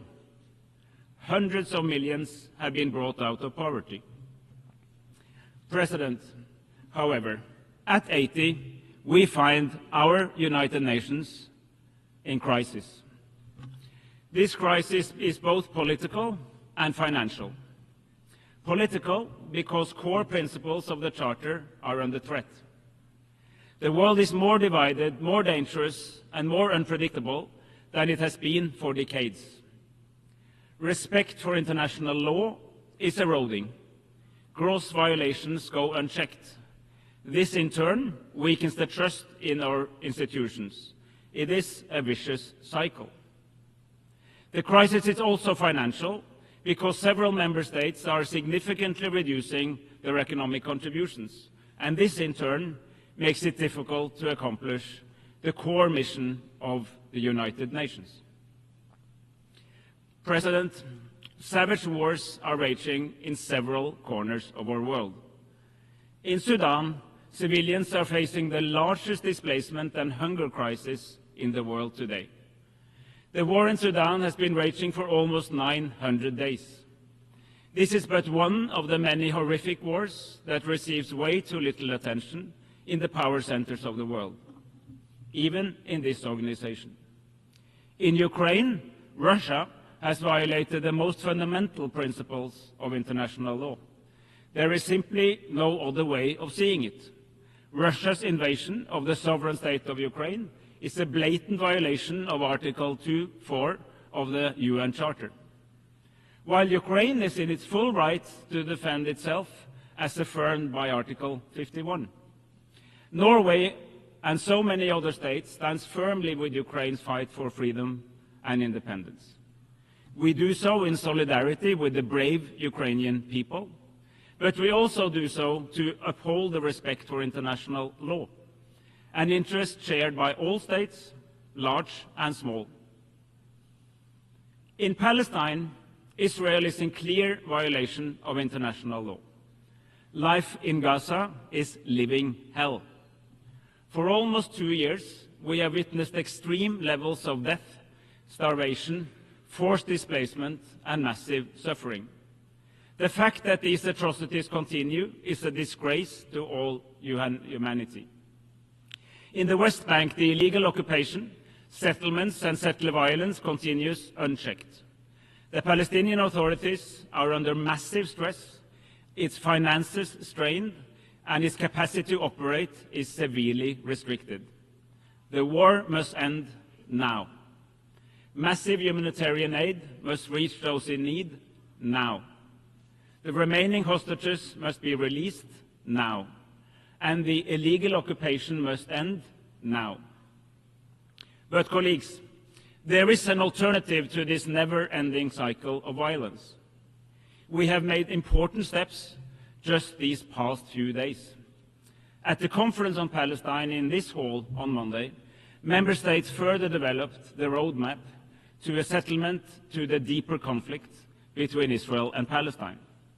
By now, 159 member states have recognized the state of Palestine as a contribution to the realization of the two-state solution. However, the recognition of Palestine is only one of the elements needed to reach such a two-state solution. There are many pieces in this puzzle. Palestinian governance and economy must be strengthened. Hamas must be demobilized. We need security guarantees to both Israel and Palestine. And key Arab states aim to normalize their relation with Israel as part of a broader agreement. In order to put together these pieces of the puzzle, the Global Alliance for the Implementation of the Two-State Solution was launched here in New York last year during the last UNGA. It continues to gather support for a comprehensive settlement. It is our firm conviction that both Israel and Palestine have the right to live in peace and security, side by side in two states. Excellencies, ladies and gentlemen, a world order based on international law is not a luxury, it's a necessity. When we condemn Russia's blatant violations of international law in Ukraine, we must also speak just as clearly against Israel's violation of the rules in Palestine. International law cannot be applied with double standards. It must be upheld universally, regardless of who commits the violations and regardless of where they take place. This is not optional, this is fundamental. We must also defend the institutions that safeguard accountability, the International Court of Justice and the International Criminal Court. Just as important as the sacrosanct integrity of borders and the sovereign equality of states is our mutual commitment to human rights. The UN Charter commits us to respect and promote these fundamental freedoms for all, without distinction to race, gender, language or religion. Human rights are universal. They are our best hope for a world that rejects injustice, inequality, violence and brutality. A more equal world where women and girls participate on equal footing with men and boys is a more peaceful and a more prosperous world. President, in these times of crisis, the United Nations must reposition itself to meet a new political and financial reality. The UN80 initiative gives us a unique chance to turn this crisis into an opportunity and to build a United Nations that is not only stronger, but also smarter. As a country with an unwavering commitment to the United Nations, I can say this with conviction. It is time for some tough love.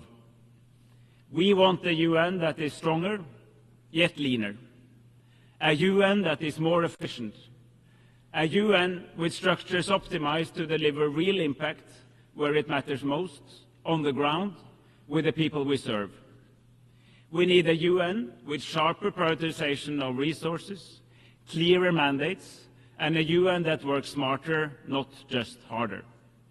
This is also a moment for self-reflection for all of us as member states and for our United Nations. As member states, we have contributed to a proliferation of mandates.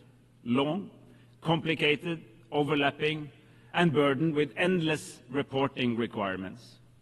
My country, Norway, is not exempt. We too are guilty as sin. The time has come to change this. We need bold and ambitious reform. We must stand firmly behind the Secretary General to drive this forward. We need a UN that can continue to uphold the rules and the principles that have underpinned our international order for the past 80 years. And we need a UN 80 process with a roadmap for the next Secretary General. When she assumes office in 15 months, she must be able to head the reformed UN fit for the next 80 years. President, we need a global convention on tax cooperation. States have the primary responsibility to provide essential service to their people. But then we must enable states to fulfill this duty. The capacity to tax both citizens and companies is paramount. It is the backbone of public service delivery, the engine of resource redistribution, and the cornerstone of sustainable development. We know what works, but we must assure that it can work for all. Colleagues, let there be no doubt. The climate crisis is real. It is here, it is man-made, and it's affecting the lives of millions of people around the world. As an Arctic nation, we experience some of the fastest paces of climate change anywhere on the planet, and we feel its impacts in our everyday life. The science is irrefutable. Observed warming is outpacing predictions. Curbing global warming and making peace with nature is the greatest collective challenge of mankind. We have no time to lose. Yet over the past decade, the world has achieved significant progress in this area. At COP28 in Dubai, nations united around the goal of phasing out fossil fuels in a just, orderly, and equitable manner. Today, countries, regional organizations, companies, and investors are beginning to recognize a fundamental truth. Embracing the technologies of the future, low on carbon, high on circularity, and responsible resource management, is not an obstacle to growth. It is an opportunity for growth, innovation, and a sustainable future. Now we must build on this momentum. COP30 in Belém presents a crucial opportunity to reconnect the climate, biodiversity, and pollution agendas into a coherent, integrated approach. President, as we mark the 80th anniversary of our United Nations, let us protect the foundations for peace, human rights, and development. The norms and the principles are not the problem. They are just as relevant for the world today as they were back then. What does deserve scrutiny is the system we have established to protect and enforce these norms and principles. And that is what the UN 80 is all about. Let us make sure that these principles apply for all people, everywhere, all the time, so that in another 80 years, future generations do not have to build a new version from the ashes of another devastating world war. It is up to us to find the answers that fit the 21st century. But when it comes to the core purpose, we should take the cue from our founders. We are, indeed, better together.